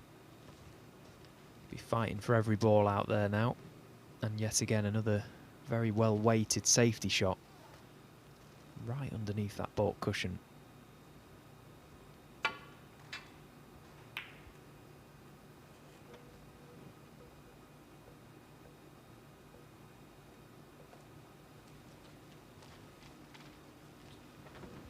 And that is an excellent return.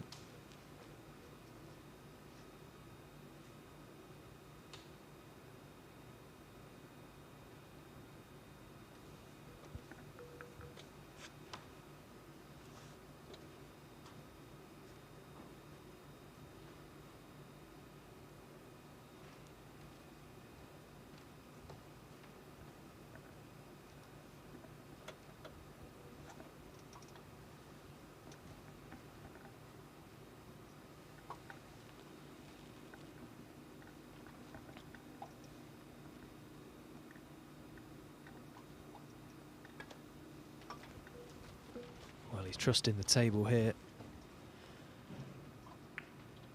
Well, he's put so much trust in the level of this table, and he's swinging his arms about in disappointment because he felt the cue ball has drifted, but you're not going to get much sympathy from me, I'm afraid. When you play a shot at that pace, full length, it can catch anything. A finger mark, a speck of dust even, enough to make the ball just deviate a touch. Well, he's certainly not going to get any sympathy from Liu Hongyu, is he? So he's just made a 1-2-1. It's nicely in stroke. And this is a chance now to win this group at this visit. 8. Yeah, I'd love just 40 on the board quickly here. Just take these open reds and then assess the main cluster 9. of trying to get a few more into play.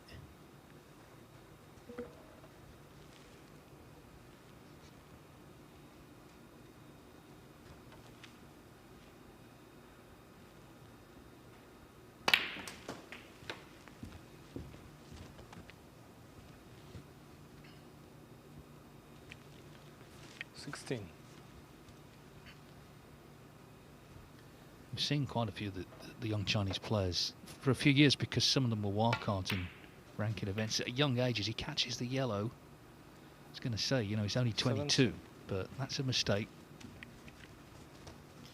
Yeah, it's a terrible positional shot he's played there. He should have been nowhere near that yellow.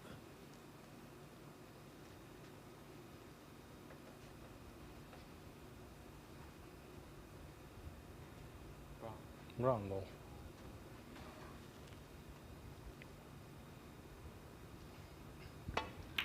So massive reprieve for O'Connor. Liu Hongyu, 17.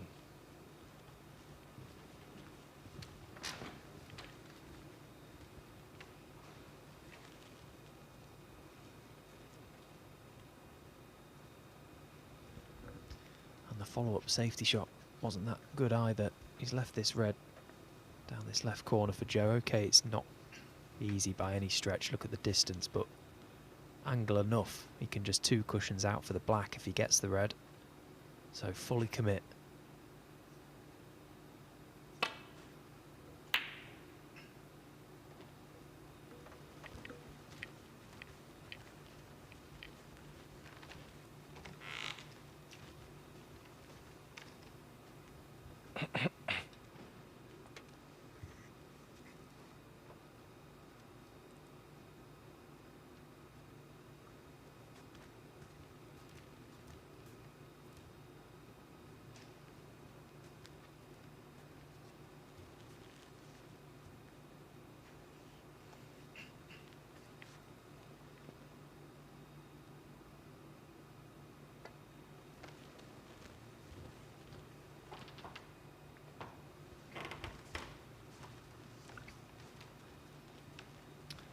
O'Connor at least didn't leave the pot on, but now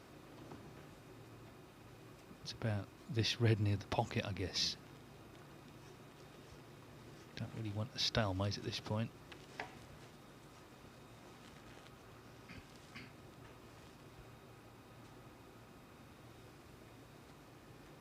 We can move it away from the pocket here.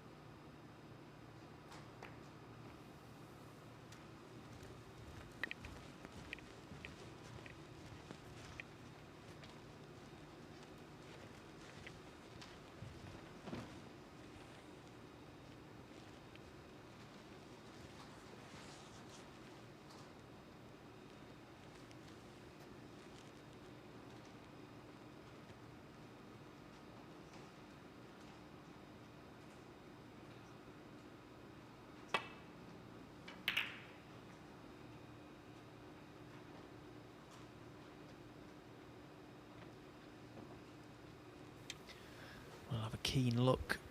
Is there enough traffic in the way to prevent Lu Hongyu from getting to this red? He's quickly round to look at the black, so that suggests he can see the potting angle.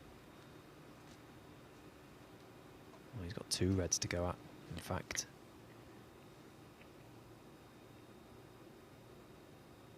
And that's nicely played. Just guide it in. Let the angle of the pot do the work for the cue ball. Again, 3 or 4 reds in open play here. Doesn't need to play anything exotic just yet. Chip away at the scoreboard and then reassess. 8. More concern for O'Connor, of course, came into the match having not lost a frame, but he's only scored 12 points in this match.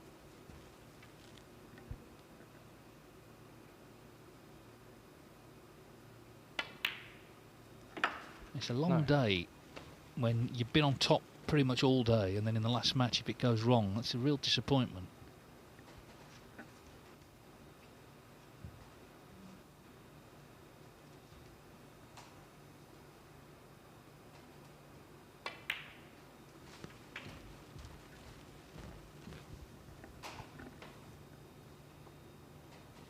$14.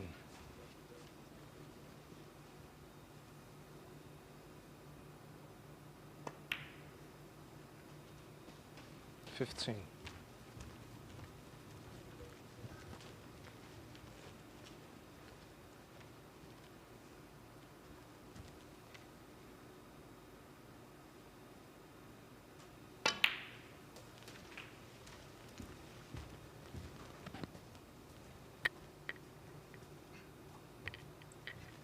22.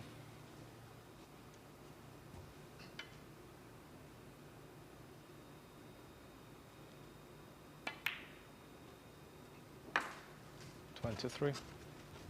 So, with the blue, will be 45 in front. So there is another couple of loose reds. I think the one below the pink, certainly the one near the black.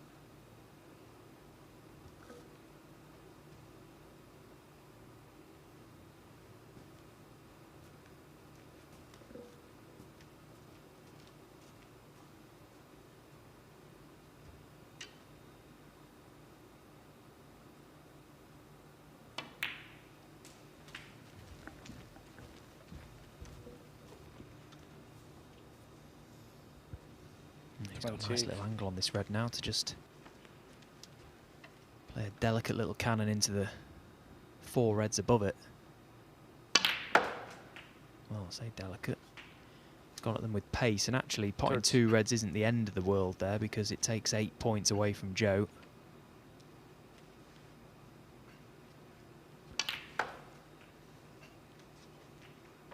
Well, surely the pink doesn't go, but the brown's quite handy there.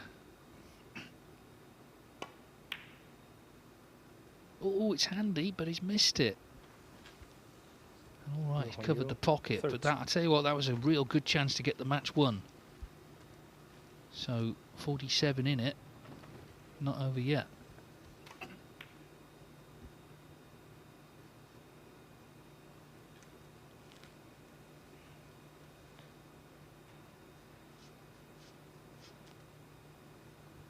It's 2 visits he's had, but that was the better opportunity of the 2 for sure.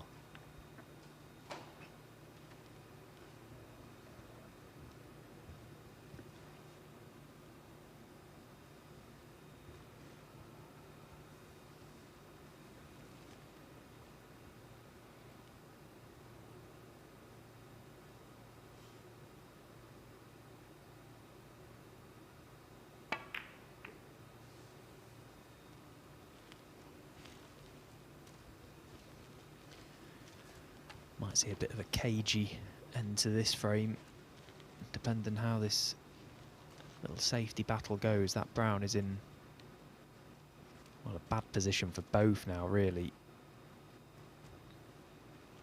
Probably marginally favours Lu Hongyu because of his lead, but I think we all know where the reds are going to head.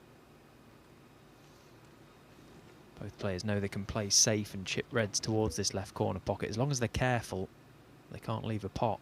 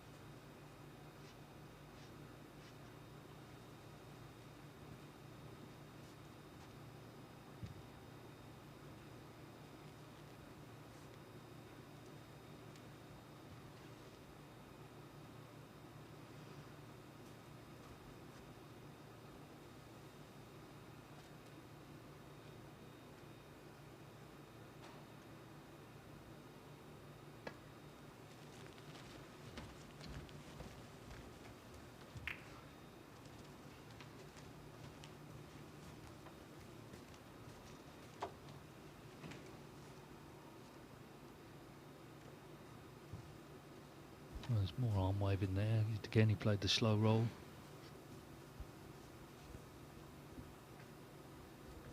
Strange that it's gone again, having just gone a few shots ago. You would have thought he'd have learnt from his mistake, but goodness me, what a miss that is from Liu Hongyu. It wasn't a gimme red, but it was brave to take it on, going into danger, cut back, but you were certainly expected him to get closer than this. Yeah, he pots that, he probably wins 3-0. Now, Joe O'Connor with a golden chance, you've got to say, to rally in this frame and potentially take the whole group down to one last frame.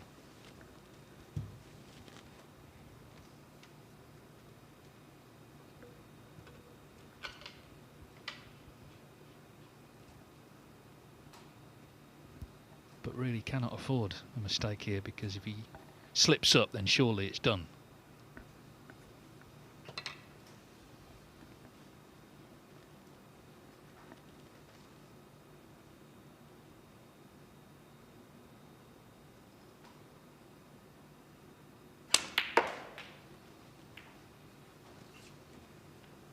One.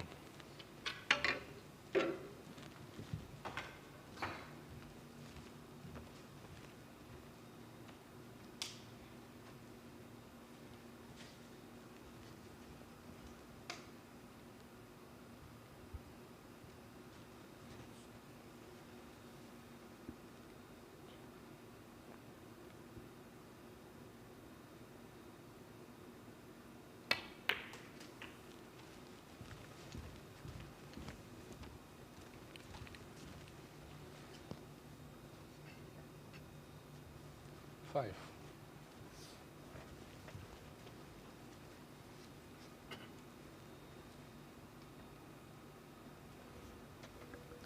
Massive visit for Joe O'Connor now.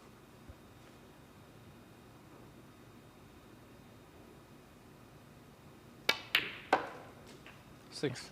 Nothing really that difficult on this table. The obvious red would be the one on the top cushion, but a nice angle on that would be straightforward enough to run out for the black. Probably like to leave that red in baulk till last, because in dropping that red along the top cushion, he can give it every chance, guarantee the low angle on the black, which then takes him close to that red in baulk. So let's see if he's thinking clearly. Sure he is.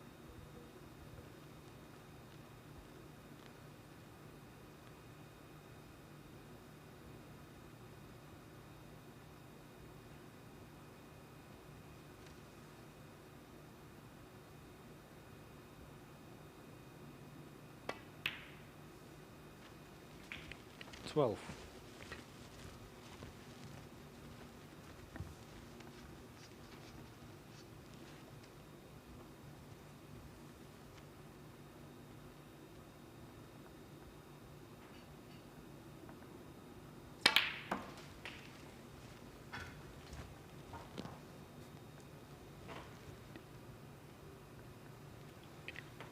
$19.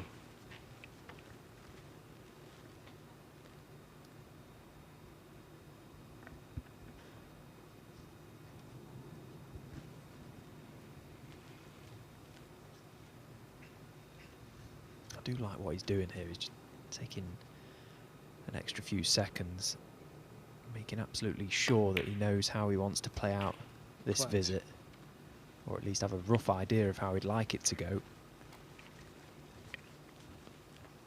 Just allowing himself that clarity of thought. So this is where it could potentially go wrong. This red along the top cushion needs an angle enough on it. Just bounce that cue ball, probably a ball off this top cushion.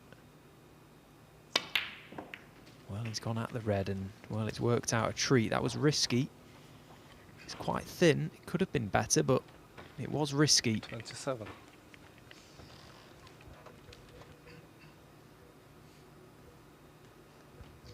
Not too sure why he tried to push that red over the pocket. Maybe really didn't fancy it down the rail, but the fact that red was in baulk meant He only had to drop the red along the cushion, guaranteed the low angle on the black. Well, clearly this red is much thinner than it looks on screen, because otherwise Joe would have been down and potting it by now.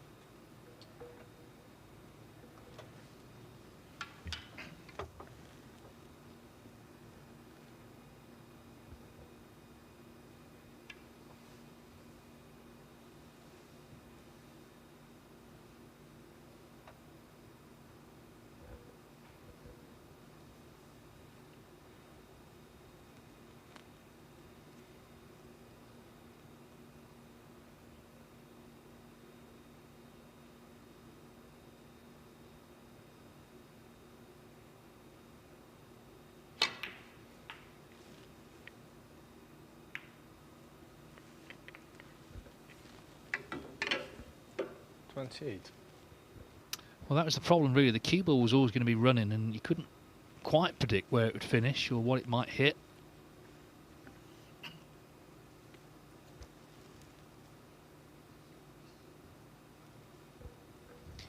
Yeah, and again, the yellow is close to that pocket, but it's thinner than it probably looks, and not just that.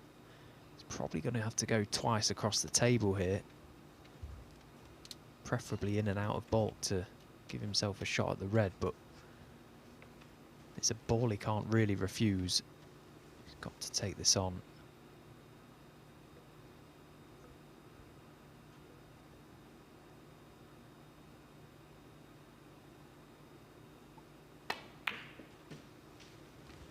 Yeah, nicely played.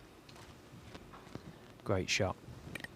Well, he made a bit of a meal of that little break towards the end there, but ultimately he's got them perfect now. It does look as if the group is coming down to a final frame shootout. Lu Hongyu was looking good. He was in a couple of times, of course, then got that chance at the cutback red that he missed. And O'Connor has been forensic, really, in taking these.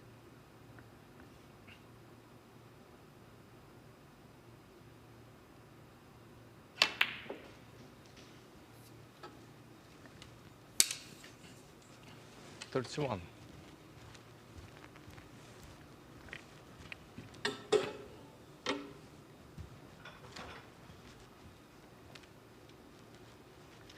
Well, if he's dead straight on the blue, he's not going to be quite as close to the yellow as he might have liked.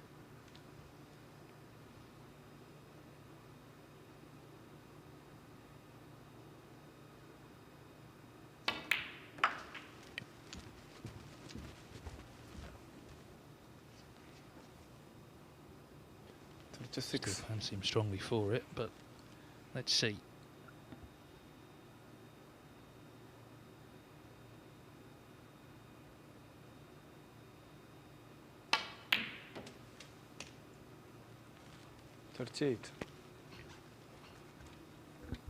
Another very clean strike from Joe O'Connor. Too clean, really. He's just gone a fraction too far, so it's going to be the long rest.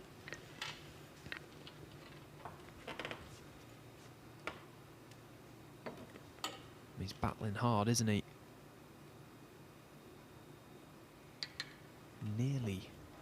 Nearly got the job done in this frame.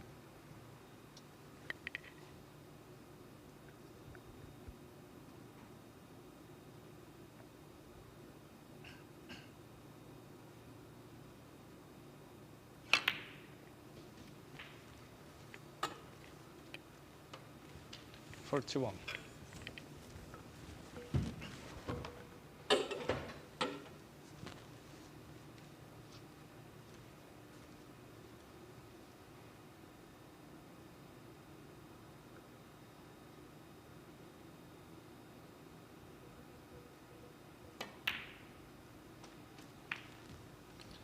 Blue and pink then, to take this group down to the last frame.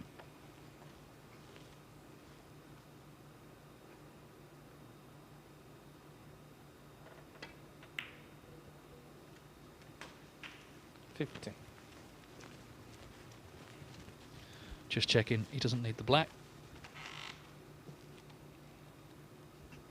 It's a good job because he wanted to be a lot straighter on this pink. Shouldn't be a problem.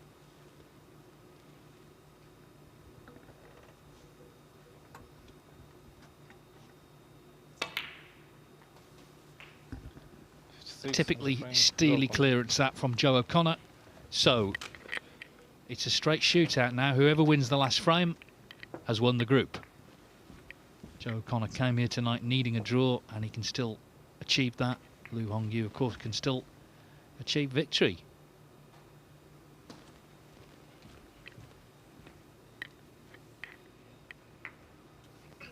So just while we wait for the balls to be set up, we can look again to tomorrow. As I say, two interesting groups. Certainly table one, something for everyone here, really. You've got Jack Jones, who's been in a Crucible final. Alfie Burden, of course, been around a long time, won the shootout last season to get his tour card back effectively. But the other end of the scale, Mikhail Larkov from Ukraine, starting out his professional career. And Oliver Lyons, of course, well established now. So I could certainly see that group possibly coming down to the last couple of frames as well. Table 2, Ulian Boyko, Ian Martin, Lan Yu Hao and Josh Thomond. And as I say, tomorrow we'll reach the halfway point of the whole event. We complete stage 1 a week today, actually, next Thursday, and we start stage 2 a week tomorrow. That's 4 days, of course, the final day, 2 groups, and then a final best of 5. But right now, it's all on this frame to decide who is our latest group winner.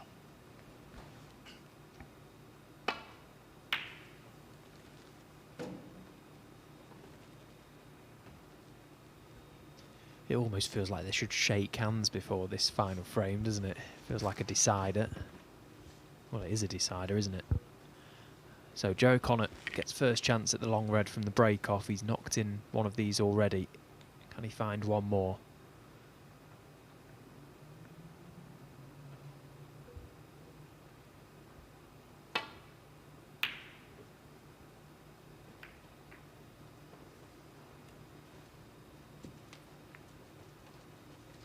Again, that's a sign that there's a bit more on this frame now. Just the thought process behind that long red. Joe will have been, of course, trying to pot it, but telling himself if you're going to miss it thin. Often players will err on that side of caution.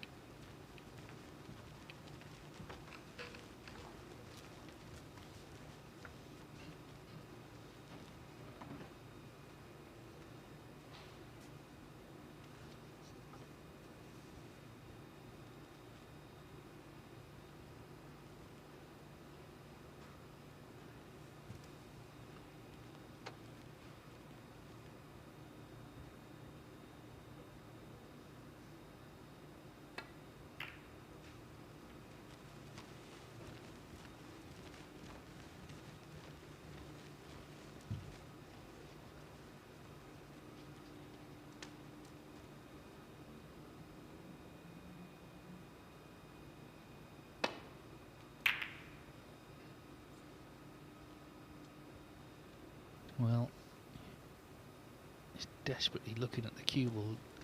Maybe okay. The red on the right hand side being covered by the other red.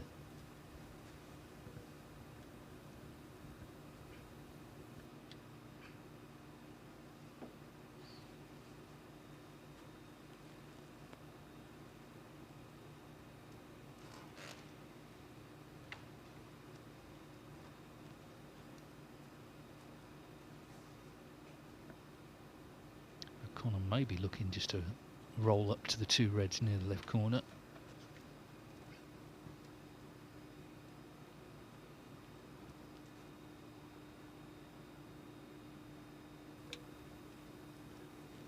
Yeah, he's interested in them because he needs to do something to them.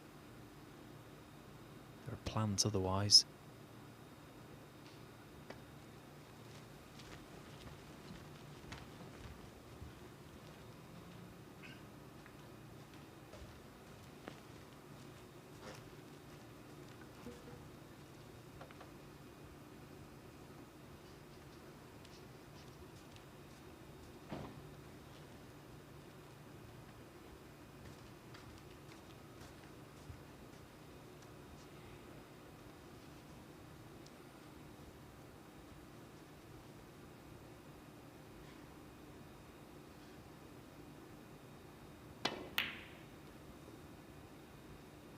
Well, he's gone for the big shot. It didn't work. And for now, it's out of his hands. Well, I must say, I think I would have to question the shot selection there at this stage of the day, in this position of the group. There's no reason really to attempt that red. How many times out of 10 would you knock that in from the jaws of the corner pocket?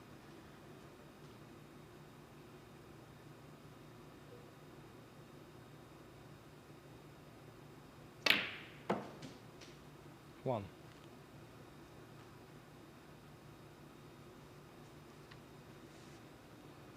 So very cheaply has given away the first opportunity to Joe O'Connor. And look at the reds now. If he can somehow figure out how to get one of those high value colours in play, that would help his cause greatly.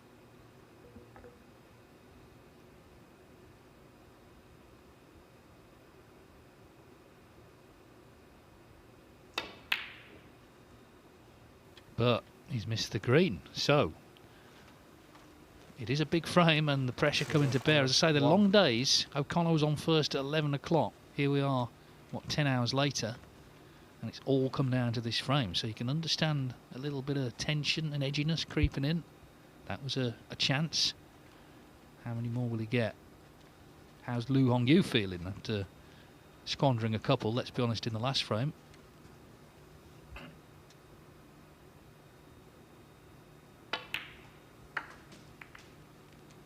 One.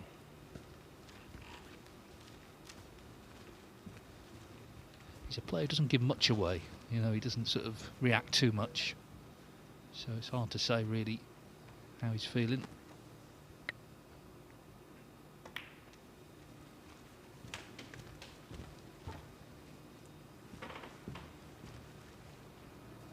May see Alfie tomorrow, Alfie Burden, a little more animated. Yeah, I wonder if there'll be any jumping on the table at the end of play. Well, I hope not, because we're back Saturday for more.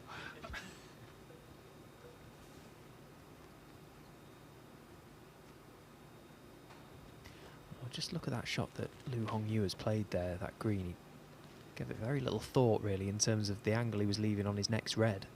Left himself in no man's land. He's had to play a shot round the back of the reds, and every credit to him, he's judged it to perfection. He shouldn't have had to play that, but he's played it really well. He doesn't seem to mind having to play tough shots. In fact, he almost seems to relish it. Yeah, it's like he plays his previous shot and then he realises the issue he's faced with when he stood behind the next one. You know, it's not advised to do that because eventually you get found out, but his temperament doesn't really let up. He just cracks on.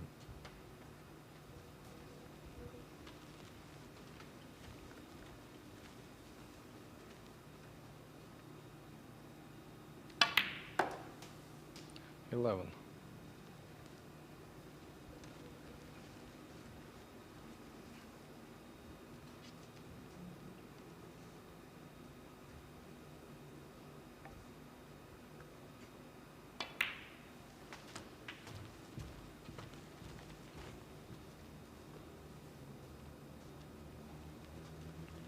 $16.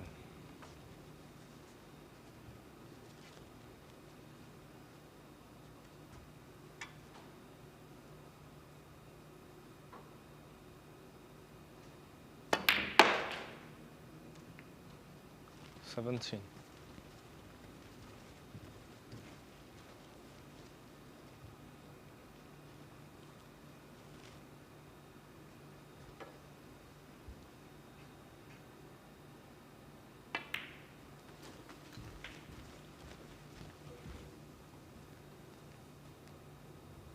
$22.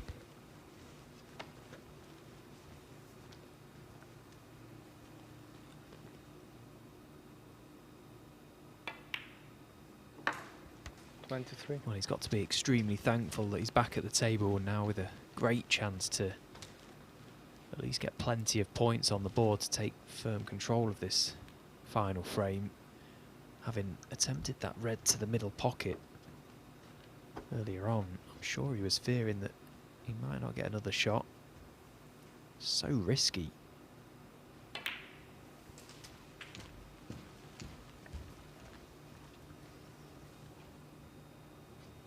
$28.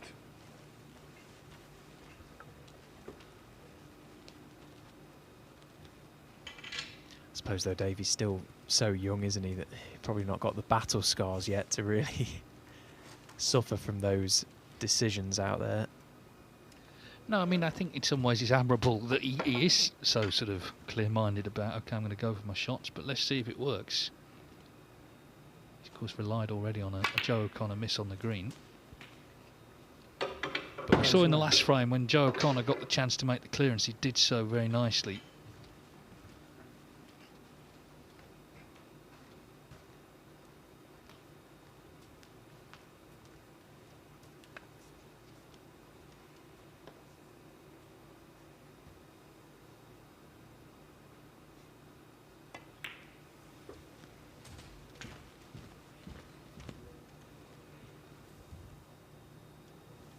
$34. It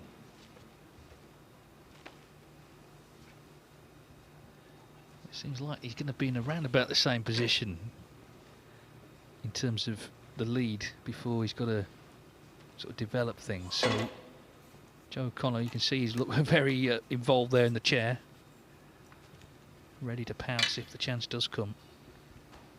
Yeah, and he should stay alert in his seat because, OK, Liu Hongyu is still at the table, yes, but he's not scored that many off 35. what was there because he hasn't had the big colours in play. So Joe O'Connor will feel that he's still very much in this frame. And he'll be just staying alert in his seat. If a chance comes, he'll be ready. And we've seen in previous frames Liu Hongyu do a lot of the hard work in a break and then eventually break down. Well, he's played into the cluster to open them. 40. So as long as he's on this red to left corner, this is a much better chance now.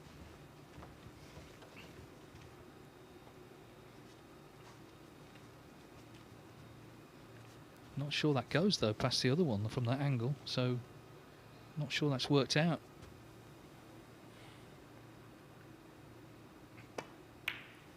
No, so just having to play safe. 39 in front.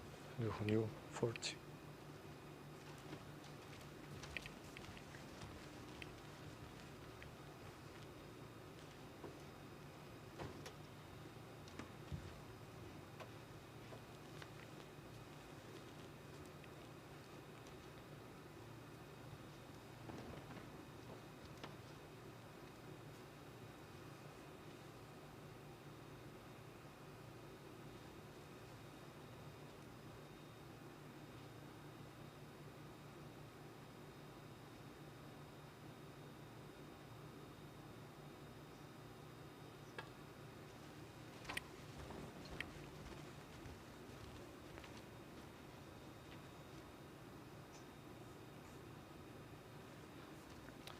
Obviously got there. Yeah. So touching? No, no touching. No touching ball.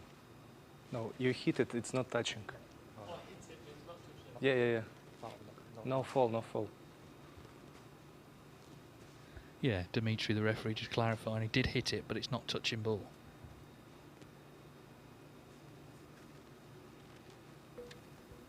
Well, he's got the pace of the table, hasn't he, Joe?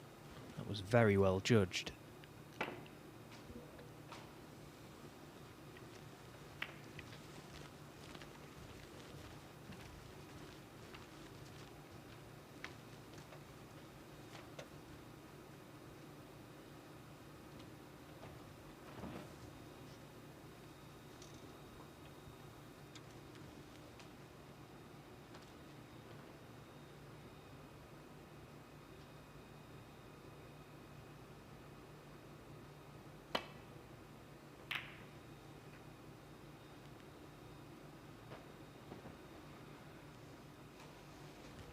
And so is that. A very good line with the safety. Looking for an area in baulk to put Liu Hongyu in trouble. He's found it.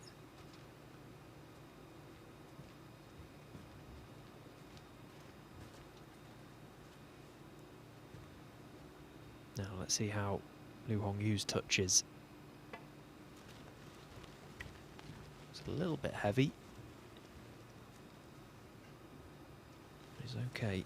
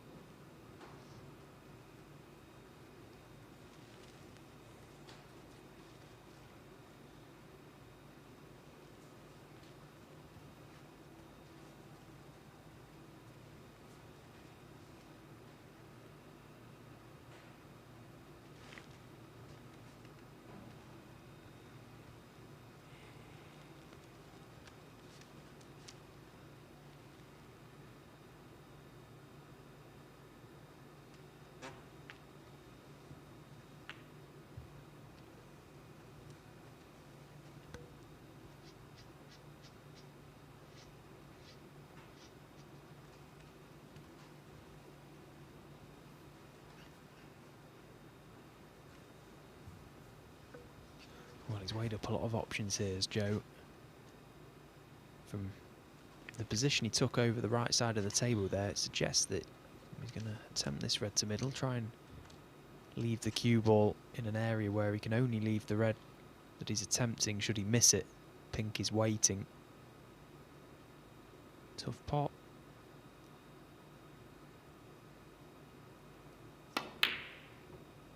Ooh, very close to it.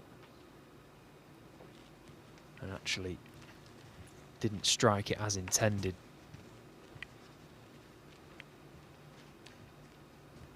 No, I'll be concerned now.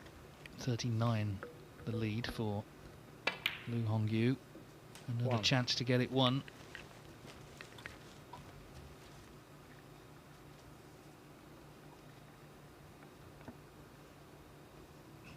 What a tense finish to the group.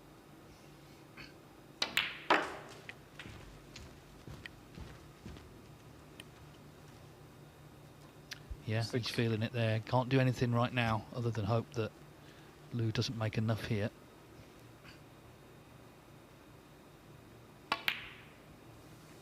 Seven.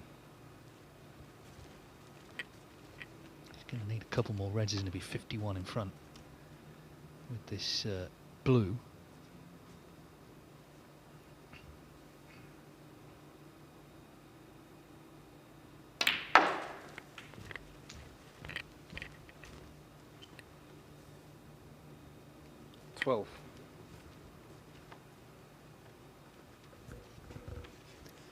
Again, didn't play that particularly well. What sort of angle has he got on this red? Can he punch, stun the cue ball out? 13. A tremendous amount of reaction on that cue ball with a very little effort. How well has he struck that? It's actually one of the shots of the day, isn't it, in context? Because it should have won in this group now. The black, O'Connor can only tie.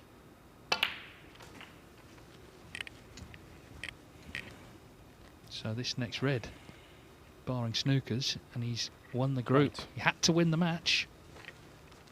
He's come right down to the last frame. And this is the decisive ball now. Yeah, well done, Lu Hongyu. That's a steely little break if ever you've seen one. O'Connor needs 3 snookers, so if you can add the pink here, even for Joe O'Connor, I don't think there's any way back. And it's going in.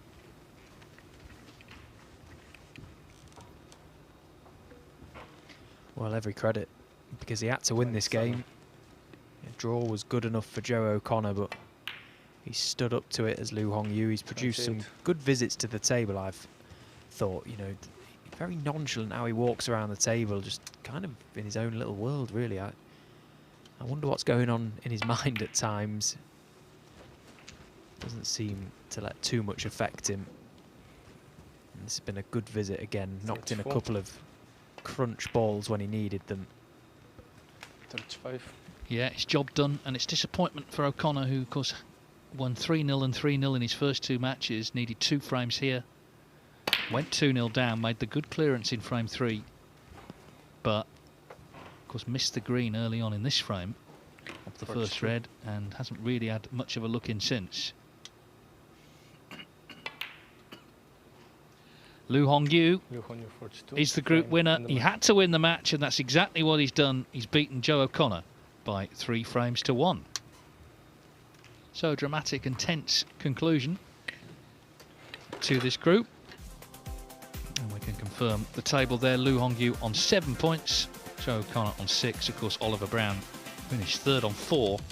Paul Norris did not win a match, so he unfortunately goes away with no prize money or ranking points, on 0 points. Table 2, Stan Moody. He needed a draw in his last match, actually won it, so 7 points.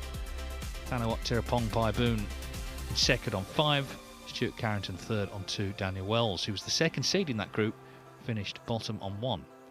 Tomorrow we kick off at 11 o'clock local time. Jack Jones, former Crucible finalist, leading the way. Mikhail Markov, Oliver Lyons and Alfie Burden are in that group. The other group, Ulian Boyko, Ian Martin, Lan Yu Hao and Josh Follend. I hope you can join us tomorrow at 11 o'clock. We reach the halfway stage. Tomorrow there's still a lot of snooker to be played, and we look forward to enjoying it all with you here on Friday.